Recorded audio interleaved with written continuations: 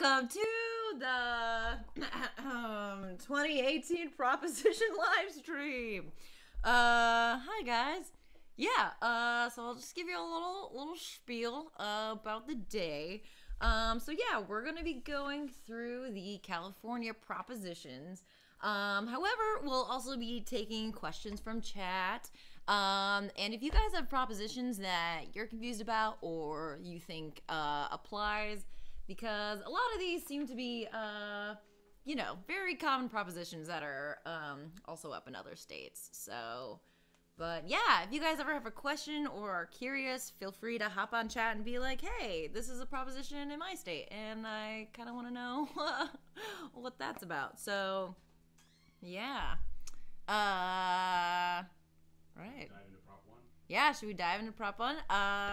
So we have Tom and Katie here first. No, honestly, today is very chill, so people will be walking in and out, and people will be coming later. So Should I get it? yeah, hop in. Hop it up.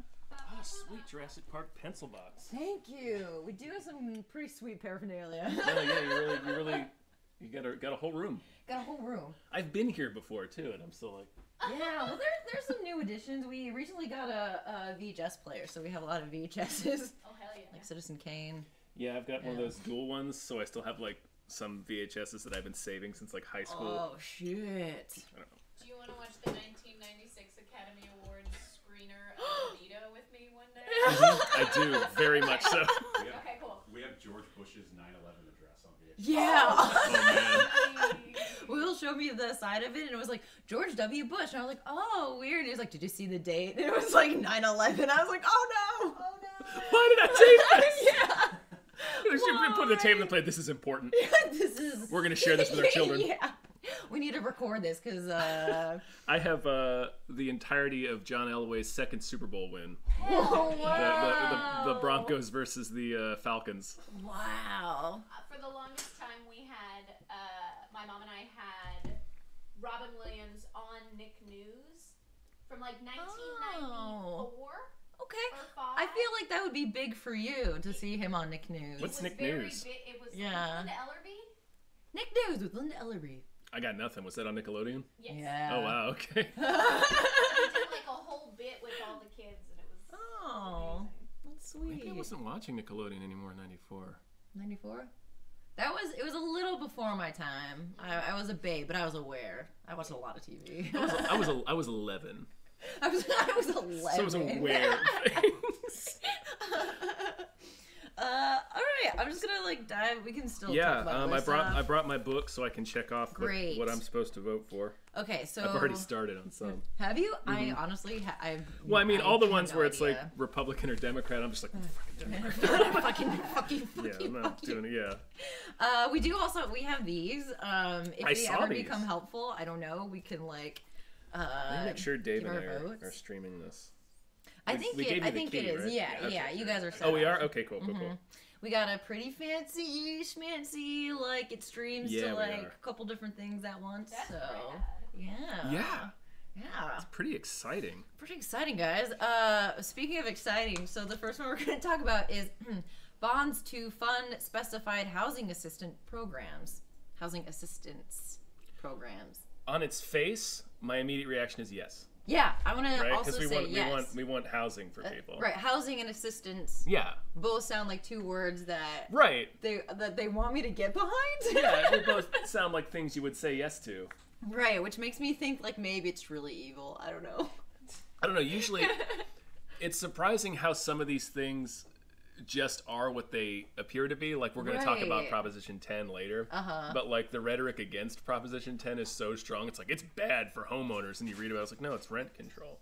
Right, wait, it's rent Like, we control. need that. Yeah. I shouldn't be spending $1,600 on a one-bedroom apartment. Right. Like, And there's all the radio ads too. Oh, I should have downloaded some because they're all like, there's one going on right now and it's been playing like constantly. And then I'm pretty sure it basically helps everyone, but the radio ad is like, the women, the women voters united are again, like really weird, small, like very specific political very action group. Specific, yeah, or like I think it's about the roads where they want to. Well, I guess we'll get to it later. We'll get to that. It's a pretty sinister ad. Dave is gonna shower and head over. Okay, great. You read that aloud, yeah. He texted me that. Thank you. Dave's gonna shower and head over. Just for everyone to know. Yeah, he just so texted me twice, knows. said, yes, we're streaming. Yes, we're streaming. I'm going to shower and head over. Well, awesome. Okay, so I'm going to read. So this lovely guide has a couple of bullet points. So, authority. Okay, the text of this measure can be found. Oh, we do have the full text, but this is all legal jargon and probably very terrifying. Jesus, look at that. It's a hell of a lot of numbers. It's like when you get like a new game and you take out the instruction booklet and it looks like this. Yeah, and then you're like, you know what? Let's play Yahtzee. I made a mistake. I made a mistake. Shouldn't have bought this game. This is no longer fun. Right? Yeah. We'll make up our own rules. Okay, so this says authority authorizes $4 billion of state general obligation bonds to fund existing housing programs. Okay, so it gives a lot of money to existing housing programs. A lot of money. That starts to make me think, what existing house programs? Right, Do we have any? Okay.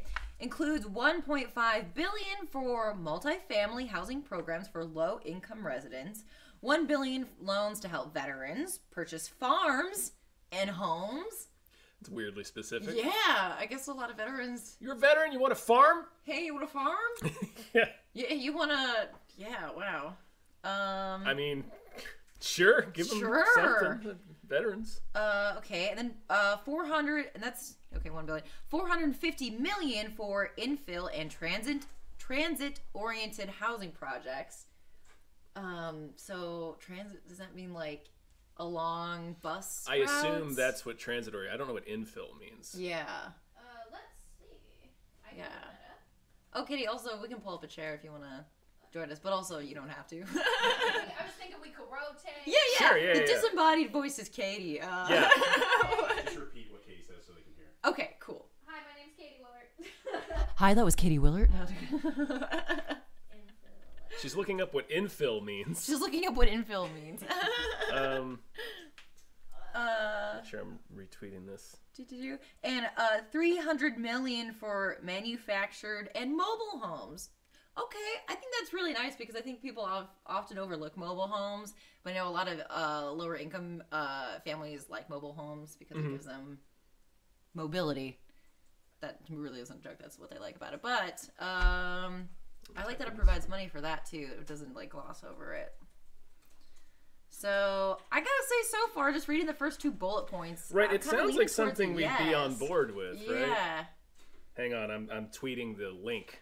Cool. Oh, also, everyone, Dan says hi. He can't call in because he's filming his show today. Oh. So, but he says hi. Is Dan big leaguing us? Yeah. Oh, yeah. Okay. With his last week tonight? Wah, wah. All right, tweet Okay, it. wait. Make sure my ring is on. Transit-oriented development, which I feel I'm going to come around here. Sure, Great. yeah. There's Transit-oriented development, There's or another chair, TOD, is a type of community development that includes a mixture of housing, office, retail, and or other amenities integrated into a walkable neighborhood and located within a half-mile of quality public transportation. So this is via Reconnecting America. So what I'm guessing is for infill and transit-oriented housing projects, so it's creating communities that are walkable and can utilize public transportation. That's better than what I live in now. Wait, let me grab my thing. Let me grab my book and my tea and my phone. Oh, man. So essentially, it's just the putting bonds and money into creating communities Okay. that are more sustainable. Right. And just for those of us democratic socialists, there's a yes on that. Okay. Cool. Cool. Sir Mutton Shop says, hi, Katie. Hi. Hello. Oh, I'm sorry. Also, do you have coasters, or is it okay if I put my... Oh, that's okay. We're good? This Okay. is maybe the cheapest table from IKEA. Ooh, bless. If not the second to cheapest. I was Yes. gonna put my drink on whatever electronic device. Yeah. Can I If you pour my balance tea it, on your please do. microphone? microphones, I'm yeah. gonna use this to clean up later. So We have pinwheels. we do. We got pinwheels. We do have one large American flag. We tried to get small ones, and we couldn't find any. I mean, that's not that large. Yeah, that's true. Oh, pinwheels are fun. Also, just from the DSA LA site, it passed a vote in the California State Assembly with 70% voting yes, including all Democrats, and it passed the California State Senate with a 75% yes vote, including all Democrats. Cool. So Prop 1 is a yes. Let me Yeah, Yes. I'm gonna. That's Christina all right. popped in. She said, "Who supports Prop 1? Chan Zuckerberg, affordable housing now, Habitat for Humanity, California, Congress of California Seniors. They all support, and no one on record opposes." Except Gary B. Wesley, an attorney who decided 40 years ago to provide a rebuttal to every unchallenged constitutional amendment placed on the ballot, no matter what. It's a guy with a lot of time on his hands. Whoa! What a hill to die on. Yeah. Holy. Well, That's- thank you, Christina. He took debate class very seriously. He's like, Yeah. somebody has to argue for the other side. Oh, okay. Here's the financial stuff for this. Okay, so Affordable Housing Now gave that much. That's $5 billion. $5 billion. California Homeless and Housing Coalition Action Fund, yes on Props 1 and 2, which for me, that's like living in Los Angeles. That is a huge, we need to be giving resources towards the homeless, and especially when we were talking about veterans earlier. Like, I think it's that thing of let's create a situation where veterans are not only housed but able to work and be of service, because so much of the homeless population are veterans, and we're not giving them the support financially that they deserve for defending our country. And this feels, I know, our last time we were like going over propositions, there were some that had to do with money that seemed like a really good thing, but then didn't cover a bunch of bases. But this seems like it does, because it like makes sure that they, is near transportation. So it seems like it's like a very all-encompassing, checking all boxes. Right. It's just, I think the opposition is people who think that the state shouldn't spend money on its people. That everybody should just, figure their shit out. Why can't you just figure your shit out? It's, that's not how this works. Stop being so poor all Yeah, with your 5 jobs. Pull yourself up by your bootstraps. I mean, come on. No. Not so much. Let's help each other if we can. I'm gonna see. There's a section that has like.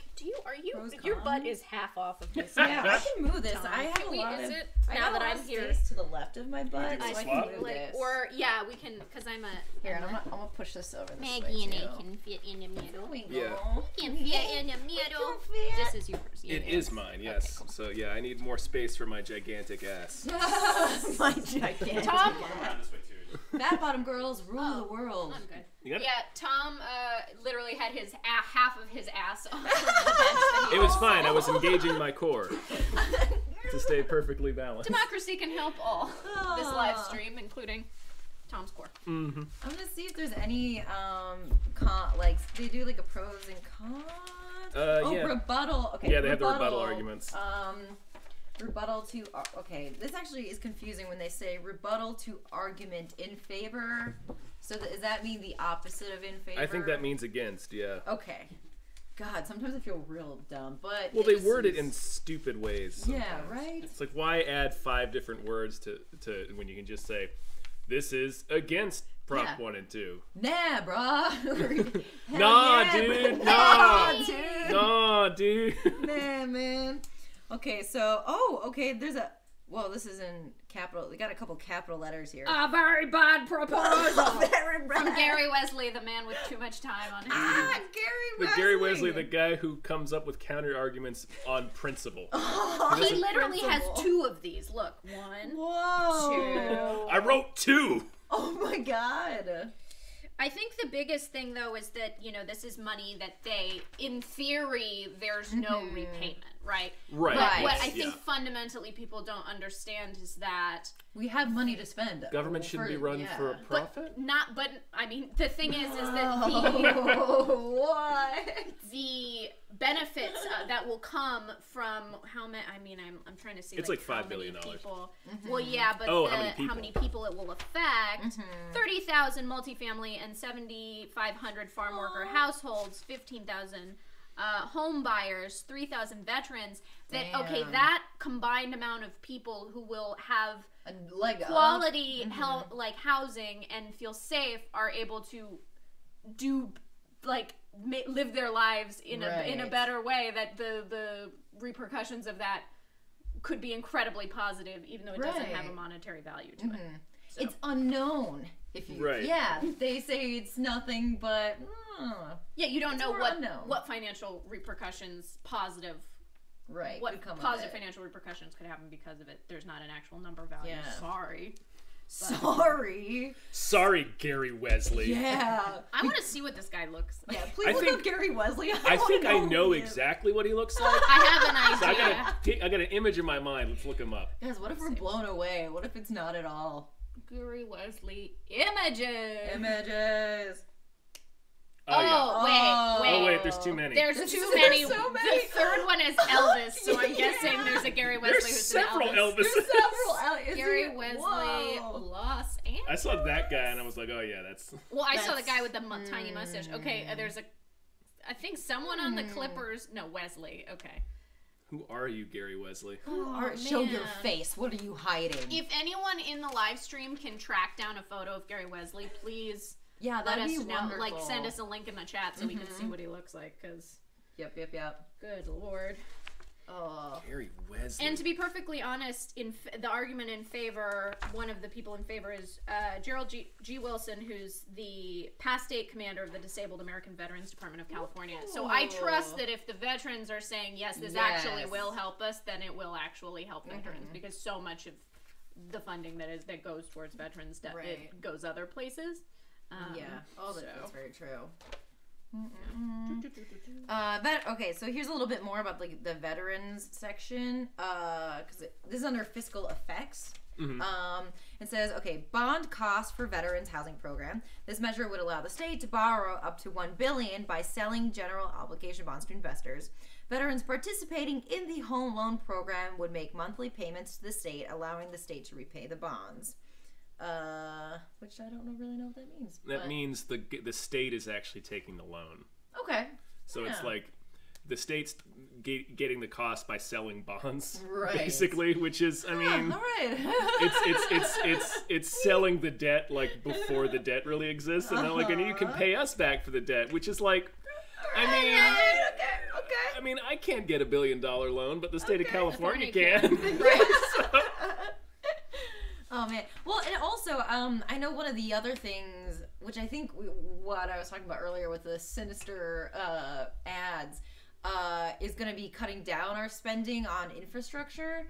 So maybe if that's also a good proposition, then it'll kind of balance itself out. Yeah, right. For spending less on building roads when we really need public transportation anyways. Right. We need. I mean, we're going to talk about the roads later, right? Yeah, we're talking about the roads. Because I don't know if you've driven in LA. You got to fill in some potholes. Yeah, there's one pothole on the ramp that I use almost every day, just right in the middle. Oh yeah. That I have to swerve every day. When you drive on the 405, it feels like you're on a roller coaster. It's just bouncing all over the place. The funny thing is, too, is I had a car that was 10 years old and very low to the ground, and it would hit potholes, and I'd be like, oh, I'm going to ruin my car. Oh, yeah. I recently got a new car that's an SUV, and I hit the same potholes, and it's still like, oh my god, I'm going to break my car. Yeah. So that's how you know it's bad. Yeah, I'm off the ground with nice new tires, and it's like, nah, these are gnarly. It's like when you're bouncing up and down at 60 miles. Somebody would pay for this experience.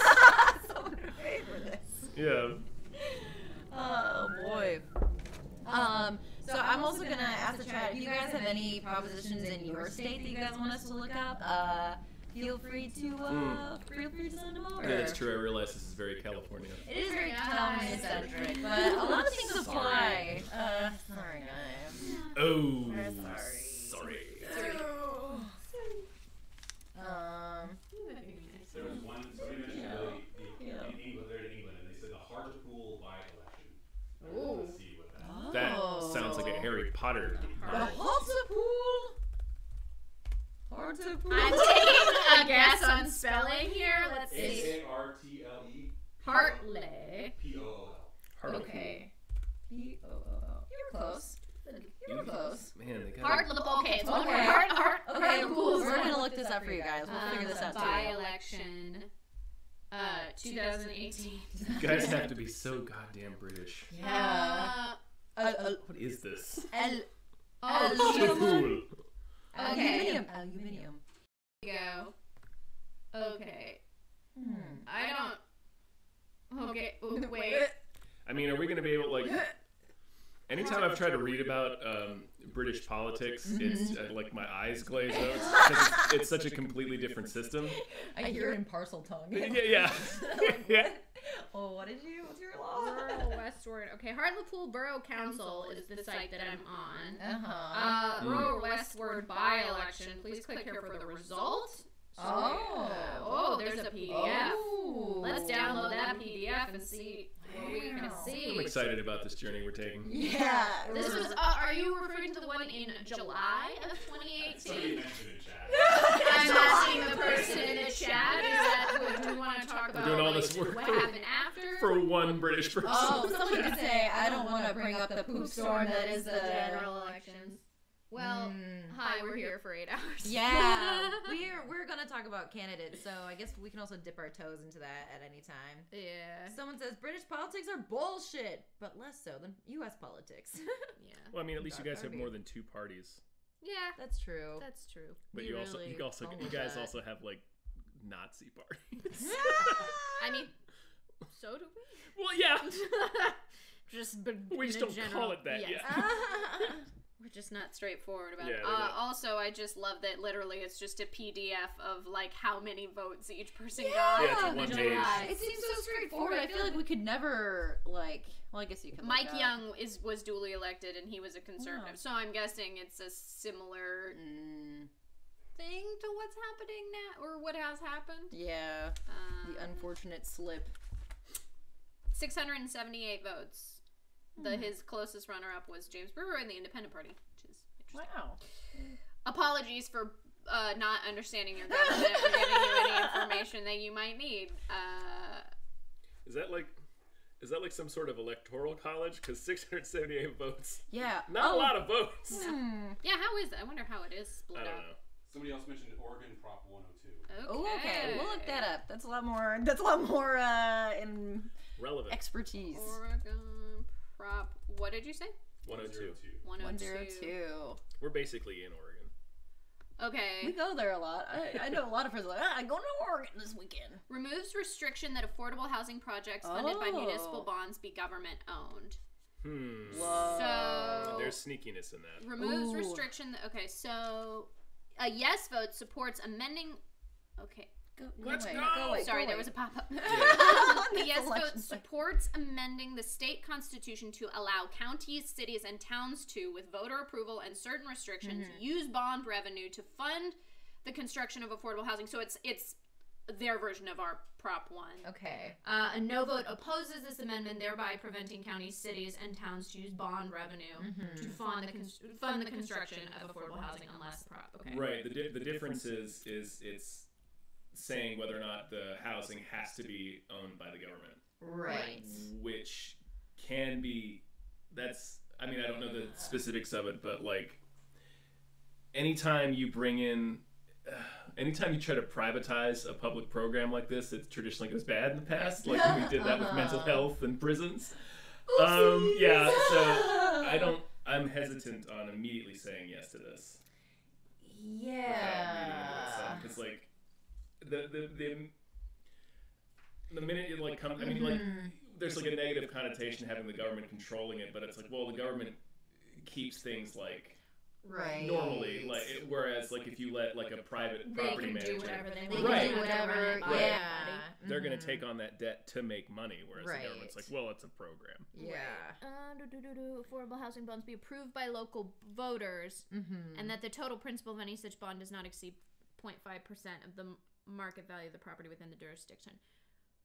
So, currently the state constitution does not allow revenue from bond issues to be used in a project with private owners or stakeholders. Measure 102 was designed to provide an exception to this prohibition for the construction of affordable housing. Interesting. So, okay, let's see. I'm who interested supports in this who measure? supports. Affordable Housing for Oregon, Defend Oregon, Parents Education Association PAC, and Team Oregon. Together, they had raised $6.74 million and had spent $6.30 million. I get a red flag whenever I say parents this or that, because usually it's It seems like it's one thing. PTA but it's moms not. who are. I mean, I get a red. We had anytime a private company comes into it, I get a red flag. We had a tunnel construction where I grew up in Virginia, that the state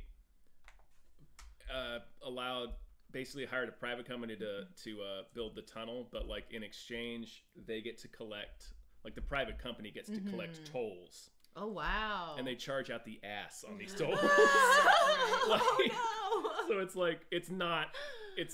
it ends up really, because it's a tunnel in between the main city where everybody works, Norfolk, and then Portsmouth, which is kind of a lower income area where so people will commute from Portsmouth to Norfolk to work and then come back. So it's really specifically hitting people who don't make a lot of money, right? Who have to live and make a long commute. It's you end up paying an extra $50 a week just for the privilege of driving to work. Oh, for the privilege. So anytime they bring in a private company for something that should be public works, I get a red flag. Yeah. So okay, this is the thing. Measure 102 is advocated for by Portland City Hall. The federal low-income housing tax credit program, created in 1986, was created to provide tax credits for developers to create affordable housing units. Currently, since the federal program was designed to require private ownership of affordable housing, the city of Portland had to keep its local bond revenue and the federal program's funds separate. Measure 102 would allow Portland and the Metro region to use the federal program funds as well as the bond revenue from local measures in the area. Okay, so on the federal level, it can be used for private companies. Right. Okay. And then just the other thing, though, that it's Measure 102 would amend the state constitution to allow counties, cities, and towns to, with voter approval and certain restrictions, use the bond revenue to fund construction of affordable housing. So that's the thing that I come into problems with. I always think of, I worked at an Apple store in Santa Monica on the promenade, and this guy came in and he said, a handful of people came in and were like, my phone doesn't work, I don't get reception. And I'm like, okay, where do you live? And he was like, Beverly Hills. And I was like, you remember when they put up a thing to vote on putting a cell tower in Beverly Hills and you guys voted not to because they're ugly? And he was like, yeah. And I go, ding, ding, ding, that's ding, why you don't have reception in Beverly Hills. Is that why Beverly Hills is a dead zone? It's part of it, yeah. I don't know if since then they've changed their minds, but that's the thing is ugly. Oh my god. They're gross. Well, I mean, I always... Several good things are ugly. Yeah. Elephants. Elephants, incredibly ugly. For instance. The baby ones are cute. Yeah, that's They true. got a little noses. But what I do think about is if I don't know the state of Portland, but if Portlandia is any indication that the gentrification of the area of Portland is something that has happened, right?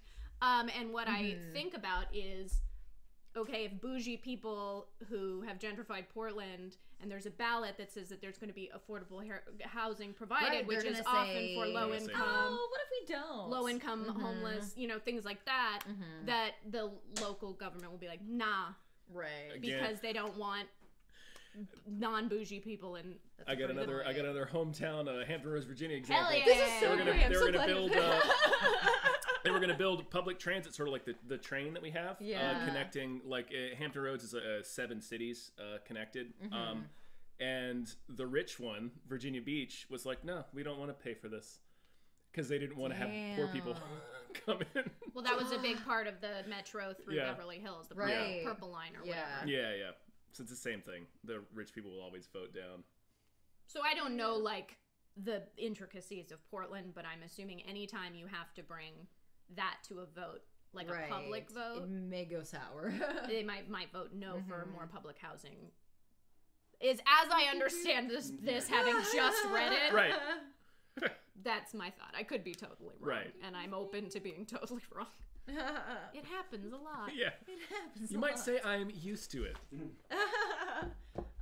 Okay. I think someone. Pretty sure swing. Okay. Bond revenue is more expensive in the long run than using existing funds or increasing taxes by creating this fast way of doing a good thing. I feel we may spend more than we should. Yeah, that's like renting to own. Yeah. Right. You end up spending more on the interest. Mm-hmm. The thing, though, and maybe this is the wrong mindset to have, is if the world collapses in the next 20 years, Yeah. who gives a fuck? Well, that's the At least people will be housed. at least Currently, I don't know. At Maybe least that's they'll die a pessimistic. inside. Well, Yeah. I heard yesterday or last night we were at a party and we were talking with a friend. I think they were talking about the, California housing, and they were saying his economist friend was like, oh, it's like a bad idea because like in the long term, like, oh, this is for rent control. I don't think we're talking about that yet. Yeah, we'll But get there. We'll get there. But he was like, oh, like from an economist point of view, rent control is bad because yada, yada, yada. But it's like, it's too expensive for people living here. Yeah, people can't We gotta deal afford with the Yeah. to present live in currently. fucking apartments, Yeah. man. Like, I'm sorry. I know, like people currently right now can't afford to live here and go to work. That's California proposition. Oh, we're moving on to California too? Hi! Hey! Michael Swaim is here. Moves on to the building. You guys Should can't we- see him, but we What was can. the point of the sign? Good question. We have a sign outside that's like, please be quiet. Or not quiet. Nobody's just Sorry, comes we're in, not like, supposed spinning to a noisemaker. cheer. Yeah. We will not announce you when you enter. Should we give our official votes for Yeah, yes on vote. Proposition Oh, right, yeah. 1? I don't. Proposition 1 is Okay. a yes. Yes. Ding, ding, ding, ding, ding. And I think Proposition 2 is too, right? It's like the same thing. Oh, it's very similar. Ooh, mental health issues. Da, da, da, da, da, da, da. Tap dancing. Tap dancing. Authorizes bonds to fund existing housing program for individuals with mental illness, and it's a legislative statute. Those two words are hard for me to say. It says it allows the state to use up to $140 million per year of county mental health funds to repay up to $2 billion in bonds. These bonds would fund housing for those with mental illness who are homeless. Wow. Swam, if you want to pull up a chair. Actually, You or if may. you want to, Yeah, I I have to can- pee again. Oh, I have yeah, a tiny, we I have can a also tiny swap bladder. out. I peed literally before the bathroom started. Come here, Michael. Enjoy your. To my leg. Hold on. Can you get out? Yeah, I'm good. I can also scoot this. Quiet. I did it. Okay. Hi, Michael. I also Oh, need your to take shirt a is minute so to. nice. Yours too. I almost wore that shirt. Oh my god, we would have been matching. What? Set up the restream, but I guess we can do Welcome. that between hour 1 and 2. Yeah. Hi everyone. Hello. Look who it is, everyone. Michael Swain here to help us. I don't know. I don't know. I didn't look at these Yes. props at all yet. So Yeah. but we're on number 2. Okay, so far initial reaction, much similar to the last one we did, is like yes, right? I mean, Yes. it seems, We should give money to people who are homeless. yeah, house the mentally ill. Yeah, and Go then ahead and read yeah, that. Go, Here you go, buddy. So these are like the bullet points. Yeah. But I always just got to make sure that they're not tricking us somehow, especially with money stuff, because it can go over my head. Yeah, I was tricked on 10 Yeah. already. Which one's 10? Well, That's the because portable. That's the rent control. Oh, Mi- okay. But no, reckon that one is so tricky and on purpose. Yeah. yeah, because we're at the point where now big money interests will put out ads that make you think the title of the prop is a lie, Yeah. but it's not. Yeah. It's Yeah. weird. There's It's a wild. there's a huge billboard like on the interstate right before my exit. That's like the sad old man. It's like Prop 10 is bad for old people. It's just a pistol creeping in. Would you pull this gun on this old man's head? Prop 10 will shoot old folks right in their old faces.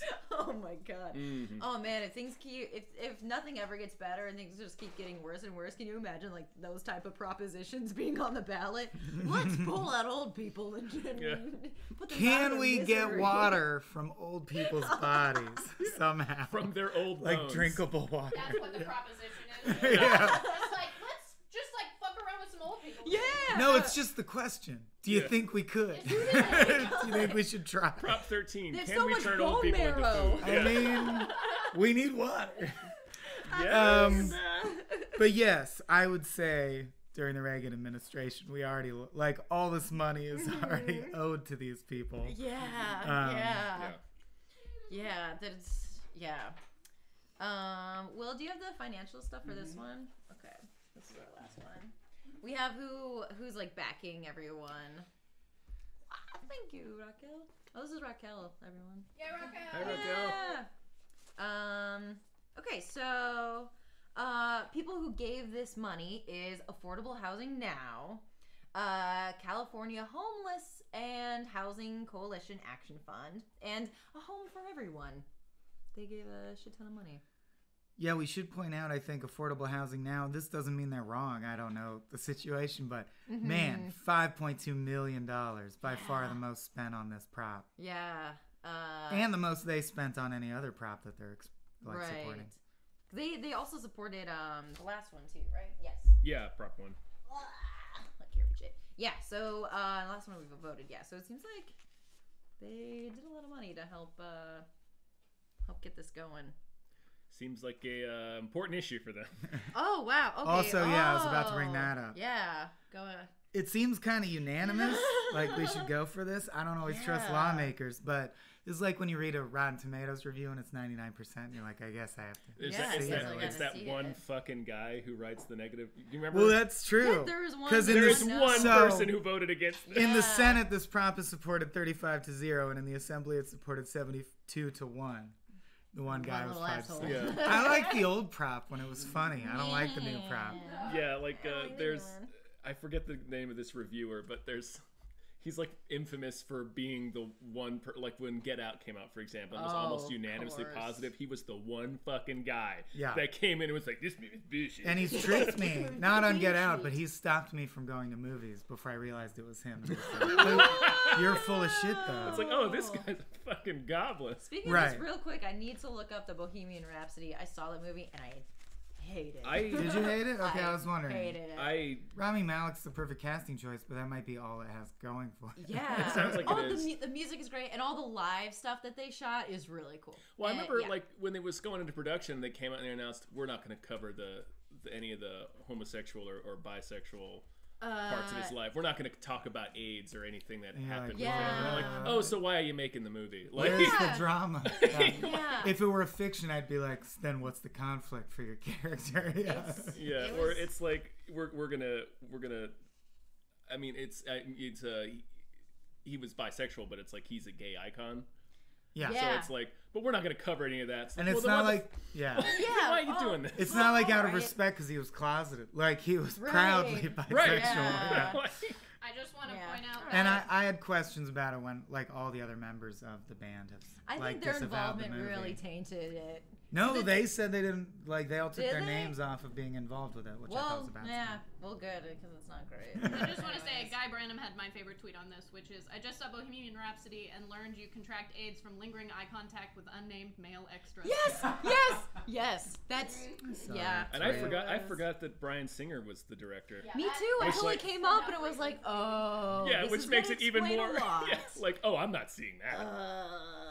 I And he- wonder if he sat down and was like, yeah, we can't talk about potentially exploitative power dynamics in gay relationships. well, I'm not going to direct that. yeah, I don't yeah. believe they exist. And he very much like it. Yeah, there's many moments where they just basically like. Oh man, I'll stop talking about it. I'll get it. I hate that. Oh, thanks, bud. Yeah, he got fired from the movie, but not for the reason Yeah, not for you the reasons want. he should have. Yeah. For very other reasons. Okay. Yeah. Anyways. Oh, why was Bryan Singer pulled off the movie? Because he lied about his mom being sick and he wouldn't show up to set. And then he he got got an pulled off. altercation and threw something at Rami Malek. Yeah. So And so, yeah. But it was a Humvee. It was awesome. yeah, he threw a Humvee at him. Bryan Singer has super strength. Oh, someone just said, Guy Brenham 2020. And I gotta say, I agree. He's great. Guy's great. Okay, so the ACLU also supports Prop 2. So, yeah. Well, when you get the ACLU once you get the behind ACLU on your side. I'm going to say this a couple times throughout chat, but also if you guys have hometown propositions that you want us to research, Yes. we are here to do that as well. Yeah, we looked up some British shit a second ago. Yeah, that was And whoa. got no answer. Yeah, no it was answer. far beyond our area of It comprehension. seemed to have been an election that already happened, Yeah. so we announced the results. Any piece of British government, I try to read it, and it reads like, like a Harry Potter mystery or something. Yeah, like, ooh. Magistrate? Yeah, it's like a fucking Roald Dahl adventure? Why can't I understand what's at stake here? Where's the Ministry of Magic stand on this? Oh, God. Yeah, so it seems like a pretty... I do kind of read some of the rebuttals. Should we read the argument against? Yes, let's read argument against. I'm curious. Because I'm also, yeah. Do you think it's just money stuff? Well, they say vote no, because it should have been called the Bureaucrat and Developer Enrichment Act. Ooh, that's Here. saucy. That gets Okay. people on board. Because that's who we feel will most benefit. Oh. They cite that they're strong advocates for people living with serious and persistent mental illness who oppose this bill, particularly given looming federal cutbacks, which I'm not aware of. Well, I guess there's always looming federal cutbacks in mental health. Even though all right. No, go ahead. Even This though is the every place time we're there's at. a mass violence, everyone's like, no, it wasn't the president's fault, it's mental illness. But also let's cut the Yeah. budget that we use to care for the mentally Well, ill. that's the thing. We don't actually want to do anything about anything. Right. Right. No. So they say it's costly, which is never huge. Like, as long as the army is saying, please don't buy us more tanks, and they're still like, but we have a deal with Lockheed, so we're going to spend $80 billion on tanks. I never take the rebuttal, it costs money. Yeah, as like, right. Who- well, Ivanka who just spent cares? $100,000 on one night in a hotel, so Yeah. go fuck yourself. Yeah. Unnecessary because the legislature authorized counties to pay for housing for their severely mentally ill. So they're saying it's already taken care of. I don't agree. That I with also don't really that. buy. Yeah. And this is the one that they throw in that's like, oh, they do appeal to my logic. And the fact that I don't know everything. And I'm like, They're really good at that. Also, it does nothing to, and of course they'd say this, it does nothing to address systemic legal barriers like limited state protection against restrictive local zones. I don't know what that means exactly. Which make it very difficult to build supportive housing for groups like the severely mentally ill. Neighborhoods often fight hard to keep them out. It is senseless That to is pay true. billions in interest and expenses, to borrow money that may sit unspent because of local opposition. Oh, I see. Maybe. Yeah. Okay, so people might be. Well, So they're it'll come up on a saying- ballot like this. Why where it's bother like, spending the money? Yeah. People are just going to turn down. When Yeah. the through line is not, it's like that SNL sketch where Phil Hartman was Bill Clinton with the McDonald's can't reach the warlords because Bill Clinton likes to eat McDonald's. See, Intercepted by the Lord. your Oh fish my fillet here. Of course, we want it to get to the people, but warlords. But, So in my interpretation of this argument is they're saying, well, it would cost a lot. And Beverly we Hills already are help, bougie. and we already help mentally ill people enough. And if we give them this money, we don't know if it'll help them. That's not a good enough argument to me. So I'm still No, for it. because I mean, it'll still be something we get to like vote on, right? It's like, Right. If they're like, I mean, it's again another hometown example where it's like that always came up. I love in- your hometown example. Yeah, where it's like we want to put a homeless shelter down here, and they're like, yeah, because it's the arts district, and you didn't it's like, And they're saying, well, poor people can't appreciate art. they're saying, They've what never if made art. what if that happened? And the relatively small amount of money we set aside for that town to care for these people just languishes in the county coffers. And it's Yeah. like, well, you tried at least. You did a decent Right. thing. and also, Yeah. also, it's like, I'm sorry, does that mean that you can't spend it? Like, I mean, you're gonna try to find another place to put in Right. the housing, right? I have Like, to believe that money, if unspent, would somehow get scooped up by some other agenda, right? Is that how they do that? I don't actually know how money moves around. Let's pick a charity. Oh, okay, great. So we have a lot of people in chat. We're That's gonna great. pick a charity to set up so people can donate. I know lots of charities, but you said 501c, and I didn't do the research of That's like, okay. are they 501c? Most likely, If YouTube allows it. What's Well, I like the what do you hunger like? site, unless it's a placebo effect. Because the hunger site is this ring of sites that has a bunch of ads all over it, like NASCAR car style. And once a day, from a unique IP, you can click the button, and they donate all the ad revenue to various things. So, like, you could do it like, you're like, I only care about animals. I want my clicks to go towards feeding animals at shelters. Or I care about starving people in the third world. That's thehungersite.com, but they have a bunch of sister sites. Yeah. And supposedly, all the ad revenue from the clicks, like you just click, and the ad people are like, well, we got an impression. We'll pay you 8 cents. Wow. And they pull that and send it to the charities. That's my favorite because it feels like I'm doing something every day. Ooh, I like that. I didn't know. But I'm too scared to research whether it's bullshit. Snopes it. Snopes it. Tell me the bad news. They're like, Jacob Wall, owner of thehungersite.com. Yeah. Oh no. It's a for-profit corporation. Uh-oh. Well, there you go. It makes me feel good, though. Right. I'm a big fan of microloan financing. What do you got, Katie? What do you I got? was gonna say, if you want to check if it's chill. I mean, I know Downtown Women's Shelter does a lot. Ooh, Los yes. Angeles, because that's a lot of displaced women and women who are victims of domestic abuse. Yeah. Can you look that up? Will? Oh, and I'll do one. Rain, right? Yeah. Grain? They would have one for sure, I think. And then let's see. We can also change it throughout the day. So if there's Right, one right, that yeah. So it's like if we can wanted do to it find one later, that was too. like about like Oh, homeless that's or why I was like, Yeah. because There's that's what we're also talking about the right now. Greater Los Angeles Homeless Count, which is Ooh. uses volunteers to actually count the homeless for to get a proper number for resources. Seems For appropriate. things like this. Yeah, that seems very useful too. I am someone who worked for the Census Bureau in 2010. Ooh. So I know that that's a huge problem, is that We just don't know. although people understandably don't trust the government and they don't want to turn around and say, like, hi, this is how many people live in my house. Right. It's still, that's how they are able to know whether or not, resources, how much of our resources need to be put in certain areas. Like, I'm sure that helped write this bill because they needed to know how many. Numbers. How many homeless there are. Can you check the Greater Los Angeles homeless count and see if they are? I don't know if they're a 501. Cool. It's 7. There are 7. It's 7. Problem solved. I hope like every charity we name doesn't come up where it's like, oh, it's a shell company for fucking the Koch brothers. Oh my They God. send guns to the Oregon militia. That's all they do. They send guns to the mentally ill to protect themselves. One of the propositions is arm the mentally ill. I mean, that's basically That's where we're heading. well, I mean, they already took away the restrictions for people with a history of mental illness. Right. Make So it easier for them to buy a basically, gun. yeah. So it's like, They oh. displace homeless campsites to drill for oil. To just check if maybe there's oil there. With zero evidence.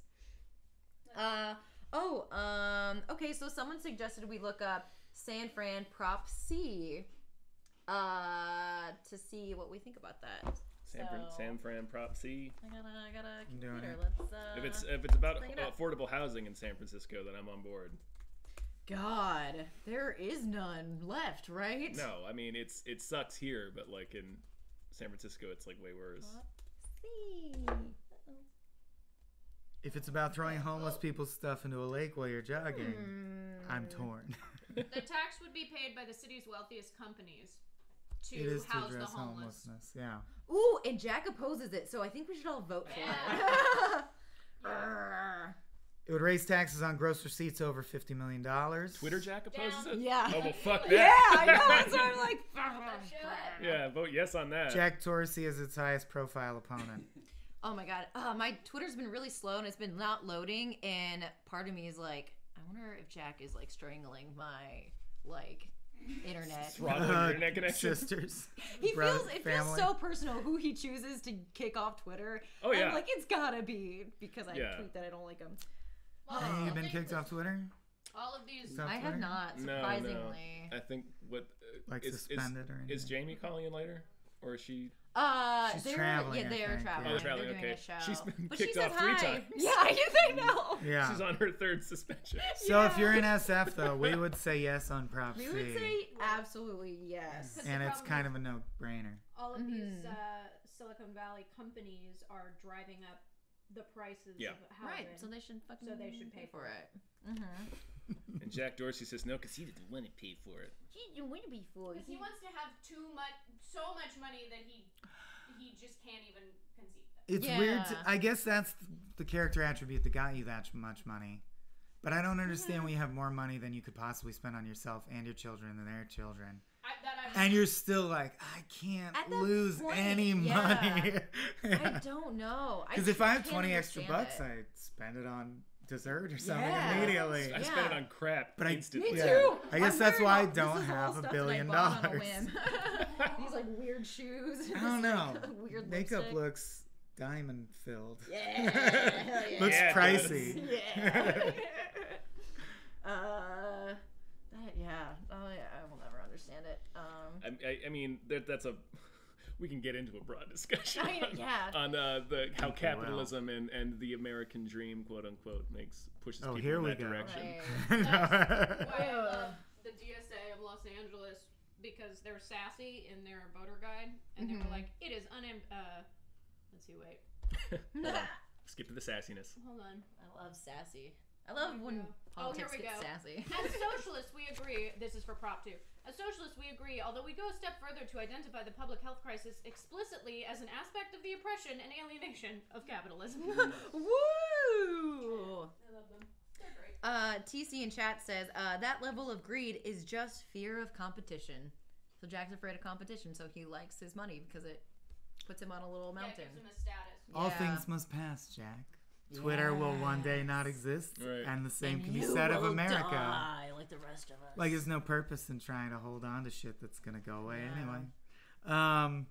I also think on Prop 2, California Prop 2, it's important to bring up in the argument for that it actually has no cost to taxpayers. This is to get money through that was already in the past earmarked for mental health services. Oh my god. So I'm double yes on Prop 2. Yeah. Oh, yeah. Upside down and Yeah. Yes. regular. Yeah. Say yes on The Prop one, 2. the right side up one was for me. Okay. And this, good. Great. and this Very way, good. it's. Ding, ding, ding, ding. Oh wait, hold on. Yeah. Say. Sit. Yeah. Sit. I do want to read. Who's that Oh, one wait. guy that always leaves a rebuttal? Wesley. Wesley. I do want to Okay. read Wesley. Did anyone find a photo of him? Oh, that's a good question. Chad, did anyone find a photo of Wesley? Say yes on 2. That's what we're really getting at. Yes. Do you guys want to do rain for now? Just because Wait. I think Yeah. that other thing is a. Wait. I can top that. Yeah, that's good to know about though. Let's go do that. I can't find Hold Wesley. on, hold on. Look at her. Can you hold those two together? Yes, I can. Hey, Maybe I don't know. Maybe say yes on 2. All right, thank you, sir. Yes. I don't know. Maybe say yes. I don't know. we're very wealthy. Maybe don't be a jerk. Yeah. Maybe, just be Oh, an we're asshole. too late for that. Hey, give the homeless people that money. Are we heading towards a break yet? Are we? If you want, or we can. It's 1 I o'clock. just You're don't the queen of remember. the day. No, one. Okay, we can keep going. Because next is it's kind of similar. Bonds for water supply. Prop 3 is authorizes bonds to fund projects for water supply and quality, watershed, fish, wildlife, water conveyance, and groundwater sustainability and storage. It's, That was a lot of words. Yeah, it's $8.8 billion in state general obligation bonds for various infrastructure projects. Okay. I think we should read the text of the whole law, frankly. Sierra Club Let's against do it. it. Sierra Club's against it? That's a red flag. Oh, wait, are these different? Well, this is This the is the actual full legal law. text. Yeah. Yeah. And some of them are actually really short, and then some of them are like this. Yeah, and some of them are like full Yeah, because treatises. Yeah. Prop 3 itemizes where every single donation over a certain amount came from Uh-huh. for the entire thing, yeah. Oh, come on. And where it goes. There we go. That's nice Interesting. transparency. Yeah. Well, do you have the Ooh, $60 million to the Department of Conservation for wildland restoration. I like that. Ooh. Okay, we're gonna get a little breakdown of the money here in a second. Thank you. Okay, so let's see. California for safe drinking water and a clean and reliable water supply in support of Proposition 3. Northern California Water Association for a water bond. Okay. Agricultural and dairy community for safe drinking water and reliable water supply. Provided a $50 donation. Whoa! And $2,800 of services.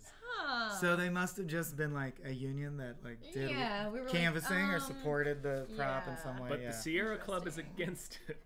Ducks Right? Unlimited. What? I am here to take a stand. Ducks are violent rapists. Should be removed from our communities. Unlimited ducks is about the most that's terrifying wild. thing That's too I many can ducks. imagine. What is I'm just gonna Google unlimited ducks. Although I'll Western put this Growers, down. I am a member of Western Growers, not California Showers. Fresh Fruit Association. So the thing that it's just that it's trickily written. The drafters of the bill, they've included a lot of language to make it sound like the money is going to go to environmental projects. It right? does. It looks like that in the yes. legal language. But It looks like just it's because mostly the for Sierra Club agriculture. opposes it, They're it's kind just of gonna like eat the money. a red flag. So the thing is that there are things in it that are going to, let's see. This is Kill herons. Kill. Not all of the bill. Okay, so there are plenty of explicit carve-outs for nonprofits, true public agencies, and environmental projects. But this is so similar to a water measure that went through, like, really recently, that it's like, oh, why would you pass a similar thing again? And that's because there's some of the money is, a chunk of the money is not going towards, it's going to these private interests. Interesting. Apparently that's, the Sierra Club's like, yo, That's what we Sierra got Club's was stance? okay. Thank you. Well, let me see. Great. We got a $2 donation for rain by some guy. Some guy. Thank you, some guy. Thanks, some guy. That was from both of us. Yeah. We just signed it. Okay, let's see. Sierra Club opposes Pop 3. And do Okay. you have great faith in the Sierra Club? I'm now researching like their deal. You know what? I looked up Ducks Unlimited and they have a terrible website. That should be Like, enough. Not a of single reason. duck. Not a single Where's your duck? unlimited ducks? That's right. It's just the prairie experience. Yeah. Are there a lot of ducks on the prairie? Their logo know. looks like the watermark on my checkbook. Yeah. It's just not There's slick. like ooh, that's a Illuminati reference. There's an Illuminati So- symbol on the front page that says, click here for a unique experience to learn about Ducks Unlimited. This is a Scientology friend. Yeah. God. Where your dollar goes. What? That's Sometimes ducks is Scientology. oh, some guy had there's like just a video about recipes from the road. We all immediately went. He's gonna teach you how to cook something. This is wild. It better be ducks, or else what the hell are we doing on this mean- website? It says Mexico tacos. So Okay, I'm sorry. You've lost me, Ducks Unlimited. Anyone who calls it, I'll have 2 Al Pastor Mexico tacos, please. Mexico tacos. What props do you support? I'm against them. So here's why Sierra Club is Has opposing cred. it. Oh, okay. So it flies in the face of good governance by being written behind the scenes by those who would gain funds from it rather than through a legislative process. So it would. Ooh, could I? Yeah. It would bypass legislative oversight of the spending or programs it would create, and it opens up the state general fund to pay for repairs of water supply projects funded by local water agencies and Keep 'em undercuts coming. the principle of beneficiary pays. I do yoga once a year. Let's see. Careful. Yeah, that's the new target now. Oh, Alexander, we got a $5 donation. Oh, wow. For Rain. So Thank you. Thank you very much. Thanks, Alexander. Oh, they also. That wasn't even from both of us. That was just me, but I let him take credit. Aside from that, Sierra Club also says that the bond would provide $8.877 billion for various water projects and programs. The flaws in this bond will enable certain dams and other infrastructure we have opposed.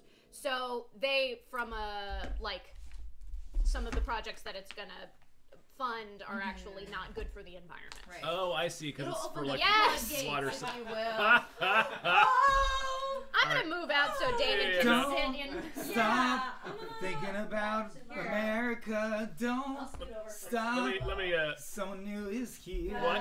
I can tag You out. will I've been in here for an hour. be wearing America. He's got a robe made of the flag. David Bell dragging the American flag on the ground. Oh yes. Hugely disrespectful. Wearing the flag. Just like when you see a pickup truck with a muddy, torn flag in the I'm back, really hanging from comfy. the back. Here's a water. Thank you. Mr. America. David's here. No pants. No Classy move. pants. No pants under the flag. Wow. We have been so blessed. It's America. It's the Liberty America, Bell, man. and he's here. Yeah, so we're just talking about this scam of a proposition. I mean, it's not that bad. I don't want to just immediately Some of it's tricky. succumb to peer pressure. Yeah. I have not researched Katie. anything. Sorry. Is this Nor it? have any of us. So That's that's something. the full text, and this is the abreve. You can take a look at the abbreviation. But the Sierra Club does seem fairly credible in how long it's been around.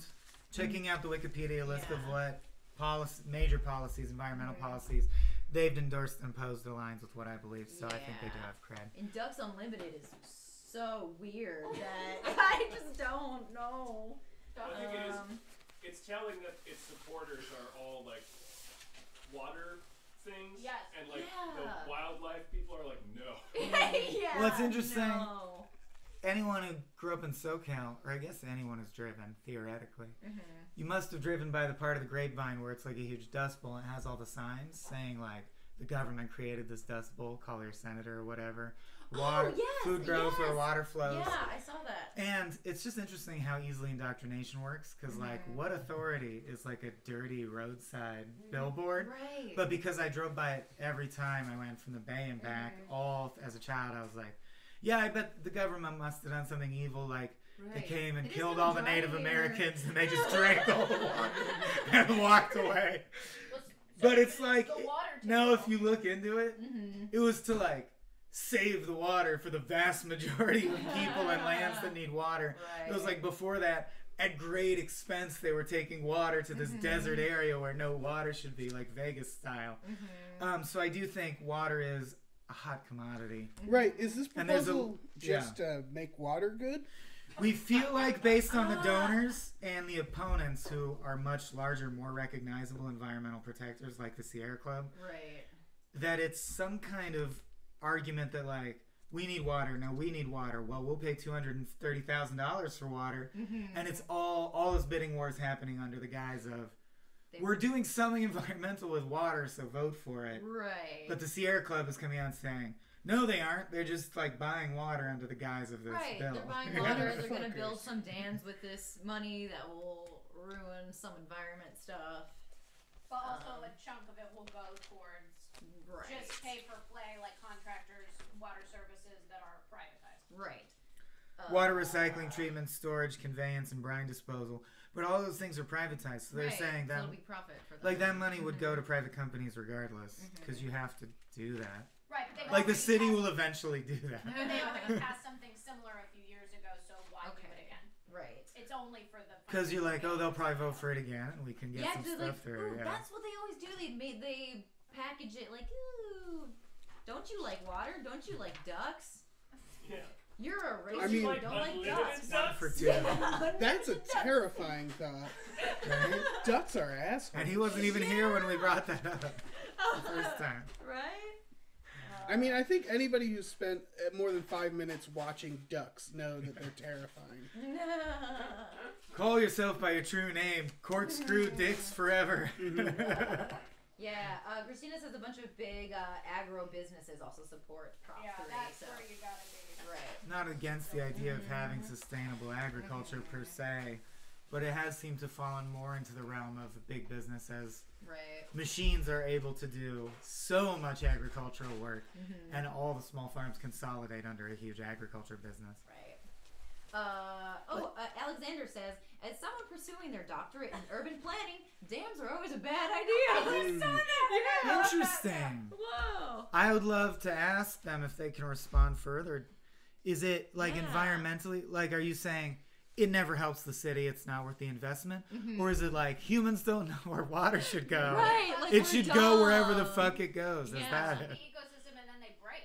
Like, then it's also Right. not entirely safe. The maintenance of them, I'm sure, is far more expensive, and you're going Uh-huh. against the actual, like, it's like bringing water to Los Angeles, which is a desert. Like, we weren't Right. supposed to have. But why do we Bad. do And now- it? Because we want to have what we want where we I want know. it. That's what I always. Yeah, It's so weird to now. me. Well, I guess it's not like people stopped in a covered wagon in Vegas and were like, "Let's bring the water here because we really people want to did, live I here." guess. No, I think it's that there No, was but cheap yeah. zoning and shit there, and the mafia was like, Yeah. "If we can get a corrupt guy to pipe water there, Hell yeah. then we can build a cheap city of profit." But it's just weird to me that anyone would want to live in. Whenever I go to Vegas, I have a blast, but I also look around and go like, blast. why This is is wrong. this here? Yeah, it's Look wrong. at what it The is. sheer expenditure to just Here, have I'll it pop here. out. You guys- This whole thing we could want be a somewhere very else. It's the height of hubris. Yeah, it is. It's like this deserves to fall apart. Yeah. And you're wearing an American flag as you say that. I know. So it's a lot of hubris we're Yeah. talking about. I mean, I think every city in the desert is that. Like Los Angeles is sort of also that. What's that? What's Hi. that? Hey guys, what are we talking about? We're We got- shitting on Vegas. Yeah. The hubris of Vegas. They built a pyramid larger than the pyramids. What are you trying to do? Alexander does say that humans don't know where water's supposed to go. Yep. So, yeah. And Cool. it fucks Goes with in your things that mouth. belong. Yeah, that's true. That's what I also, Oh, although Philip Smith accidentally read it as Dems are always a bad idea, and now they've murdered each other in a public place. Also true. Jacob, yes, that is the plot of Chinatown. Also yeah. Los Yeah, Angeles. Yeah, that's- it's based on Vegas- Plot of Chinatown is a plot of Mulholland. Los Angeles. And I believe the plot of Vegas Chinatown plot is a B plot in Godfather, right? That's why Yep. Mr. Green gets And shot in the eye. Alexander, thank you. He just said it raises the water table in unexpected areas and causes sinkholes in places where we don't expect, 20 or 30 miles away in some cases. So the I thought he wrote reaction across, of the and I was earth, like, I feel like I should have heard of that. the reaction of like the land to damming things that don't need to be. And we're not beavers. Like beavers, I guess intrinsically know where it's okay to dam, but Yeah. like us, we're like nah. No, or they leave it fuck to the shit up beavers. and they They don't give a care. shit. I Yeah. don't think beavers That's give a true. shit. I like to think They can we are swim. smarter than beavers. Mm. I like to think we have the technology to figure out more than I beavers. figure changing the underwater currents pisses off the mole men. Yes. Hashtag Hollow Earth. That's the only reason I'm here. Hollow Earth is real. Don't listen to anyone else. This just became InfoWars. Michael Swain. Did you guys hear the conspiracy theory that Bill Hicks never died and he's now Alex Jones? Oh yeah. Which now did you hear that Richard? When you look at them and hear them talk, you're like, I can totally Well, did you not only see that, but see Bill Hicks thinking that was a fun idea Did to you see do. that Richard Linklater is making a Bill Hicks biopic? Richard Linklater famously puts Alex Jones in all his In films. every movie. Yeah. Hollow Earth Alex Jones. Hollow Earth It's Alex coming Jones to kill us 2020. all. Yeah, that's it. So Carrie, That's Kanye's new. He's telling us to Carrie put said on. beavers don't give a fuck, and then Jacob said beavers are worse than ducks. Whoa. I don't know. No, ducks are. I've been. Pants on. Beavers don't give a fuck traditionally. You're gonna They have to get a defend fuck. that because I don't understand. Also, I've been attacked by ducks twice in my life. Yes. Never a beaver. But to be fair, Have like you our seen a Canadian beaver? Canadian friends might have had a different Maybe, yeah. I mean, I haven't been in much contact with beaver. Ducks, however, no. No. Are beavers super aggressive? Because that will help us determine whether Prop 3 should pass. They got Okay. terrifying That's a good teeth. question. Yeah. What Their would teeth are beavers- gnarly, but do they have some kind of weird dick they're gonna shoot out at me? That's what I want to know. They're like, yeah, the beaver's dick is a mace that they swing around. Swings, yeah. There's a plot on the show Angry Beavers where the two beavers get Amazing show. Amazing Underrated. show. Angry Beavers. Yes, and the two Shoot beavers Angry get. Beaver's dick? There are sites for that, Tom. You can. I'll I'm Google sure it's out beaver there. dick. I'm Dick looking situations. at why beavers. Okay, so here's why some things that are okay.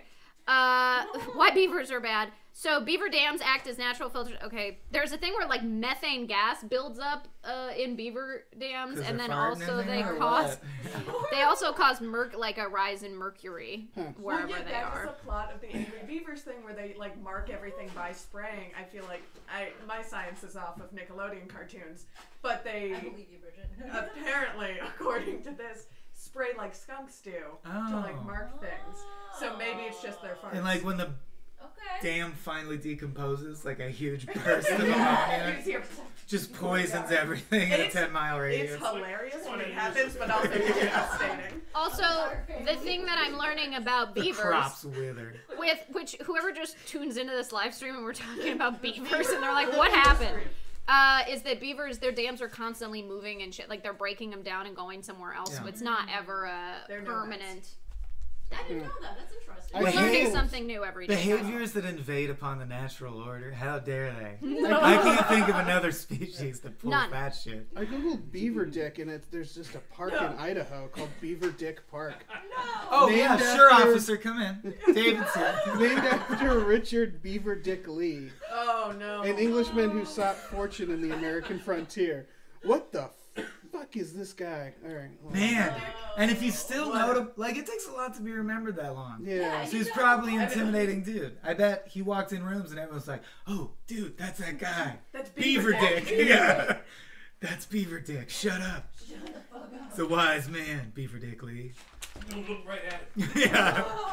That's Mr. Dickley to you. My father was Beaver. But to reiterate, if you're just tuning in, Prop 3. our best research indicates Prop 3 is a scam, and if you're like us, pro-environment and anti-capitalism running rampant, it's probably a no for Yeah. you. That's a shame. Do we talk there? Is that Randy Jackson? Yeah. I'm gonna backtrack us a little bit. But while I was like half filling out my ballot and then got overwhelmed and confused, even like starting at Prop 1, which seemingly good, we're all for. I think it was 1 or 2. It was one of the like mental health. That's 2. Yes on That's 1, two. yes on 2. Did we talk about like the Mental Health Association wants you to vote no on that because they don't want it diverting funds, any more funds from like their treatment to housing. Right. Okay. Like, they actually think there's so little money, we'd There's so rather little- keep the programs going and we're not Right. worried about Exactly. it. I think part of the counter argument to that is that in the long run, if the mentally ill are not housed, that actually the physical repercussions of being homeless for someone who is mentally ill leads to more that like getting them in house, which I totally get. Why can't we I just still do voted both? So confusing. I know. I voted yes because I figured like, well, I'd rather just have them off. Like, Yeah, like mentally in a ill house people, with a like, roof, they shouldn't and be that on they're the like, street. yeah, they have a home to go to. Yeah. Small towns where the city council has, as an experiment, this has happened multiple times, you could look it up, the data, Oh no.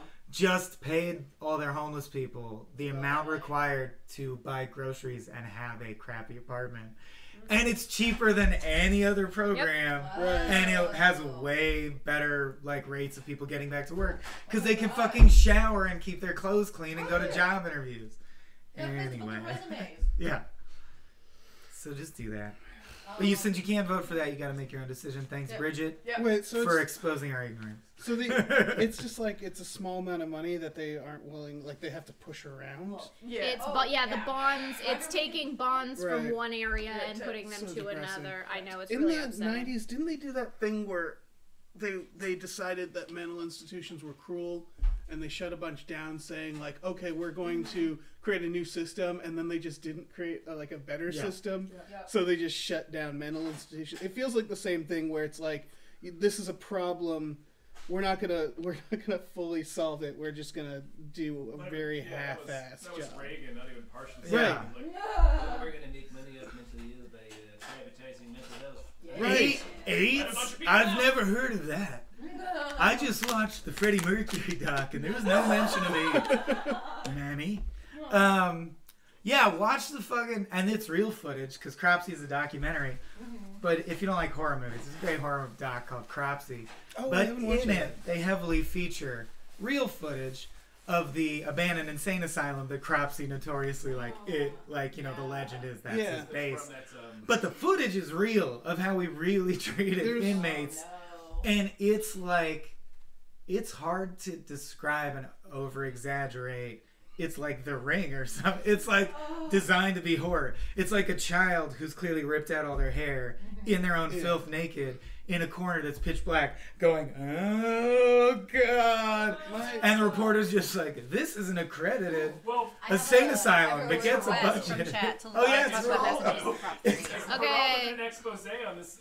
It was like so it's like the early '80s. Yeah. And it still looks like bedlam in there. So like There's, check that out. Check out One Flew Over the Cuckoo's Nest because there's a lot of real research in that. Yeah.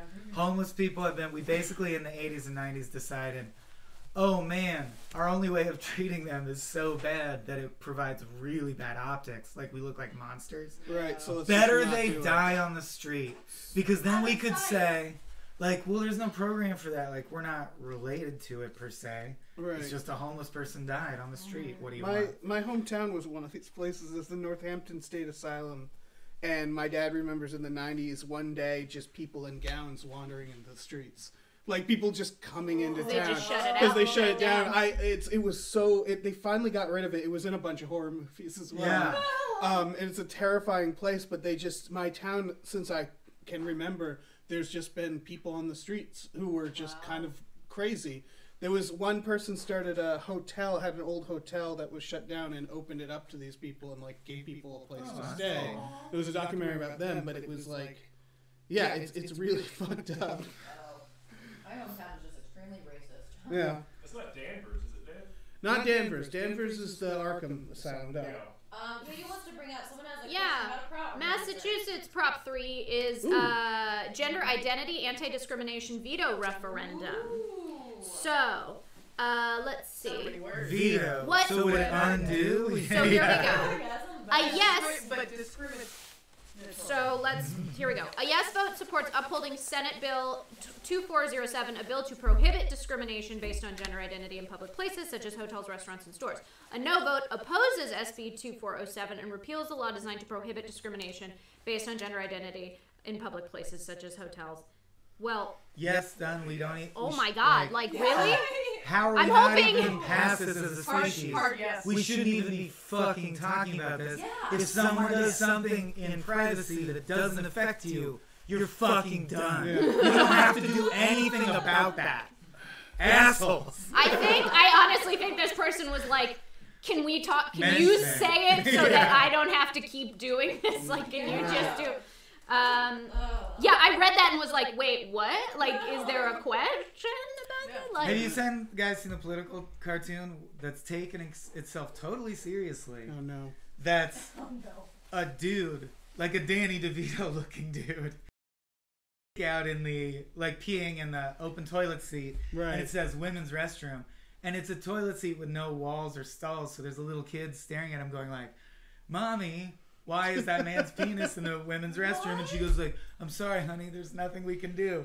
Have you been in a restroom? That's the thing. Is the argument. They have as a woman, walls around As the a place where woman your genitals are at. in a woman's restroom, I know that most people in a woman's restroom are just trying to shit and not make noise. Like nobody's in each other's business. We're all just gonna take a shit and then we're gonna wash our hands and then we're gonna leave, and it literally does not If matter. I saw anyone's genitals in a public women's restroom, I would have a problem. Like, Yeah. It Question it's for the never ladies. happens. It's never Have any of you ever seen a woman's vagina in a restroom? Not a chamber or a locker, a restroom. Right? No. That's the thing to argue against. Is they have to like change the rules of what a restroom is. Yeah. Like they're acting like no one's been in bathrooms before. Yeah. Also, it's at the YouTube space, they've got the solution, which is stalls that have walls floor to ceiling, and then sinks. The only thing I like Yeah. about And you just YouTube go and space- piss, and then you wash your hand. Do we need to be segregated by I gender to don't wash know. our hands? Like, I don't. It's I don't get mildly discriminatory against people who go for the understall foot tap hookup. Allowed to find anonymous love? Yeah, you can't get. You're fondled. You Play know, safe, everyone. I just wanna. The only person who says no, by the way, on Massachusetts Prop 3 is the Massachusetts Family Institute. Right. I mean, as being someone from Massachusetts, it's at least I can't speak for Boston, which is a bit more conservative, but I have a feeling this is just gonna it's gonna be fine. Like Massachusetts has been pretty progressive about most things most of the time. We were like 10 years ahead with gay marriage in our state, which I'm very proud of. It is weird. So just, like, I believe in you, appears on a Massachusetts. ballot, though. And I feel, yeah. Yeah. And I feel like I'm surprised this hadn't been already fucking sorted out. I'm surprised we need a law for it. it was, but it's like surprising to find out. Oh, I thought the March of like basic progress was like a ratchet. Like it goes click, and everyone who's an idiot gives up and goes like, I guess you have to sell cake to gay weddings. We're done. Give up. Like next thing to hate. But no, they sit and like form militias, and they'll set us back. Yeah, we're swinging backwards right now. So I just want to read "Keep Massachusetts Safe." They're in opposition to this. I just want to read their statement. What the citizens of Massachusetts weren't told was that there was only a handful of allegations of such denial of access to public accommodations that those claims were already covered under state law. What changed on October 1st of last year was access to to bathrooms, locker rooms, showers, and changing facilities. Which, what the fuck, like, also doesn't matter. I don't know. In the long run, doesn't matter. But although it actually didn't change, because I have to say, before this became a political talking point, for people to be like, oh, there's that kind of person who's different than me? I didn't even know they existed. Let's hate them too now. You didn't even know when trans people were in your bathroom. It's not like they didn't exist. They've existed for all time. Yeah, you just didn't know to hate each them. other on the way out the door, like you're like, yeah, person in the bathroom. What the fuck? Person in the bathroom. Sorry, go on. So yeah, in December, a woman was photographed by a man lurking in the ladies' room of a TJ Maxx in Plainville, And Massachusetts. she is a creep. When she asked the police for help, they seemed torn regarding what to do. Do they call the police and risk being brought up on hate crime charges, or do they protect themselves and their employer by looking the other way and side with the man over the frightened woman? The law is now weighted to benefit those who would violate private spaces. How many cases go unreported? Because, cis women are allowed to photograph your penis while you're going to the bathroom. That's not a crime. Yeah. We're opening that door. That's weird. Well, I understand the feeling of like, oh, am I like that individual guard being like, and I don't agree that it was the right course of action, but somehow having a brain that thinks, is this PC society going to crucify me for this and I'll lose my job and I can't feed my kids? Fine, whatever. They're their own complex situation that I wouldn't presume to pass judgment on. But trans people can also commit a crime. That's fine too. Right. I mean, it's not fine. Right. It's not fine, but no, But humans are humans, fine. and people will crimes. All humans will commit crimes. And that's the racism, low expectations, or sex, genderism, whatever. Let's but get like, to the point where we don't care about our differences, so that we can, just yeah. people, like regardless of whatever. Which state was it? This was like a year ago where they were really concerned about trans people in bathrooms, so that North Carolina. Okay, and like a guy like followed a woman into the women's room, like, I want to make sure there's no men in here, and it's like, it's But you, there you is. Jackass. You're the man Like, in it's here. the people trying to enforce it, keep being the people. This is the Black Mirror, who and are- you're the guy.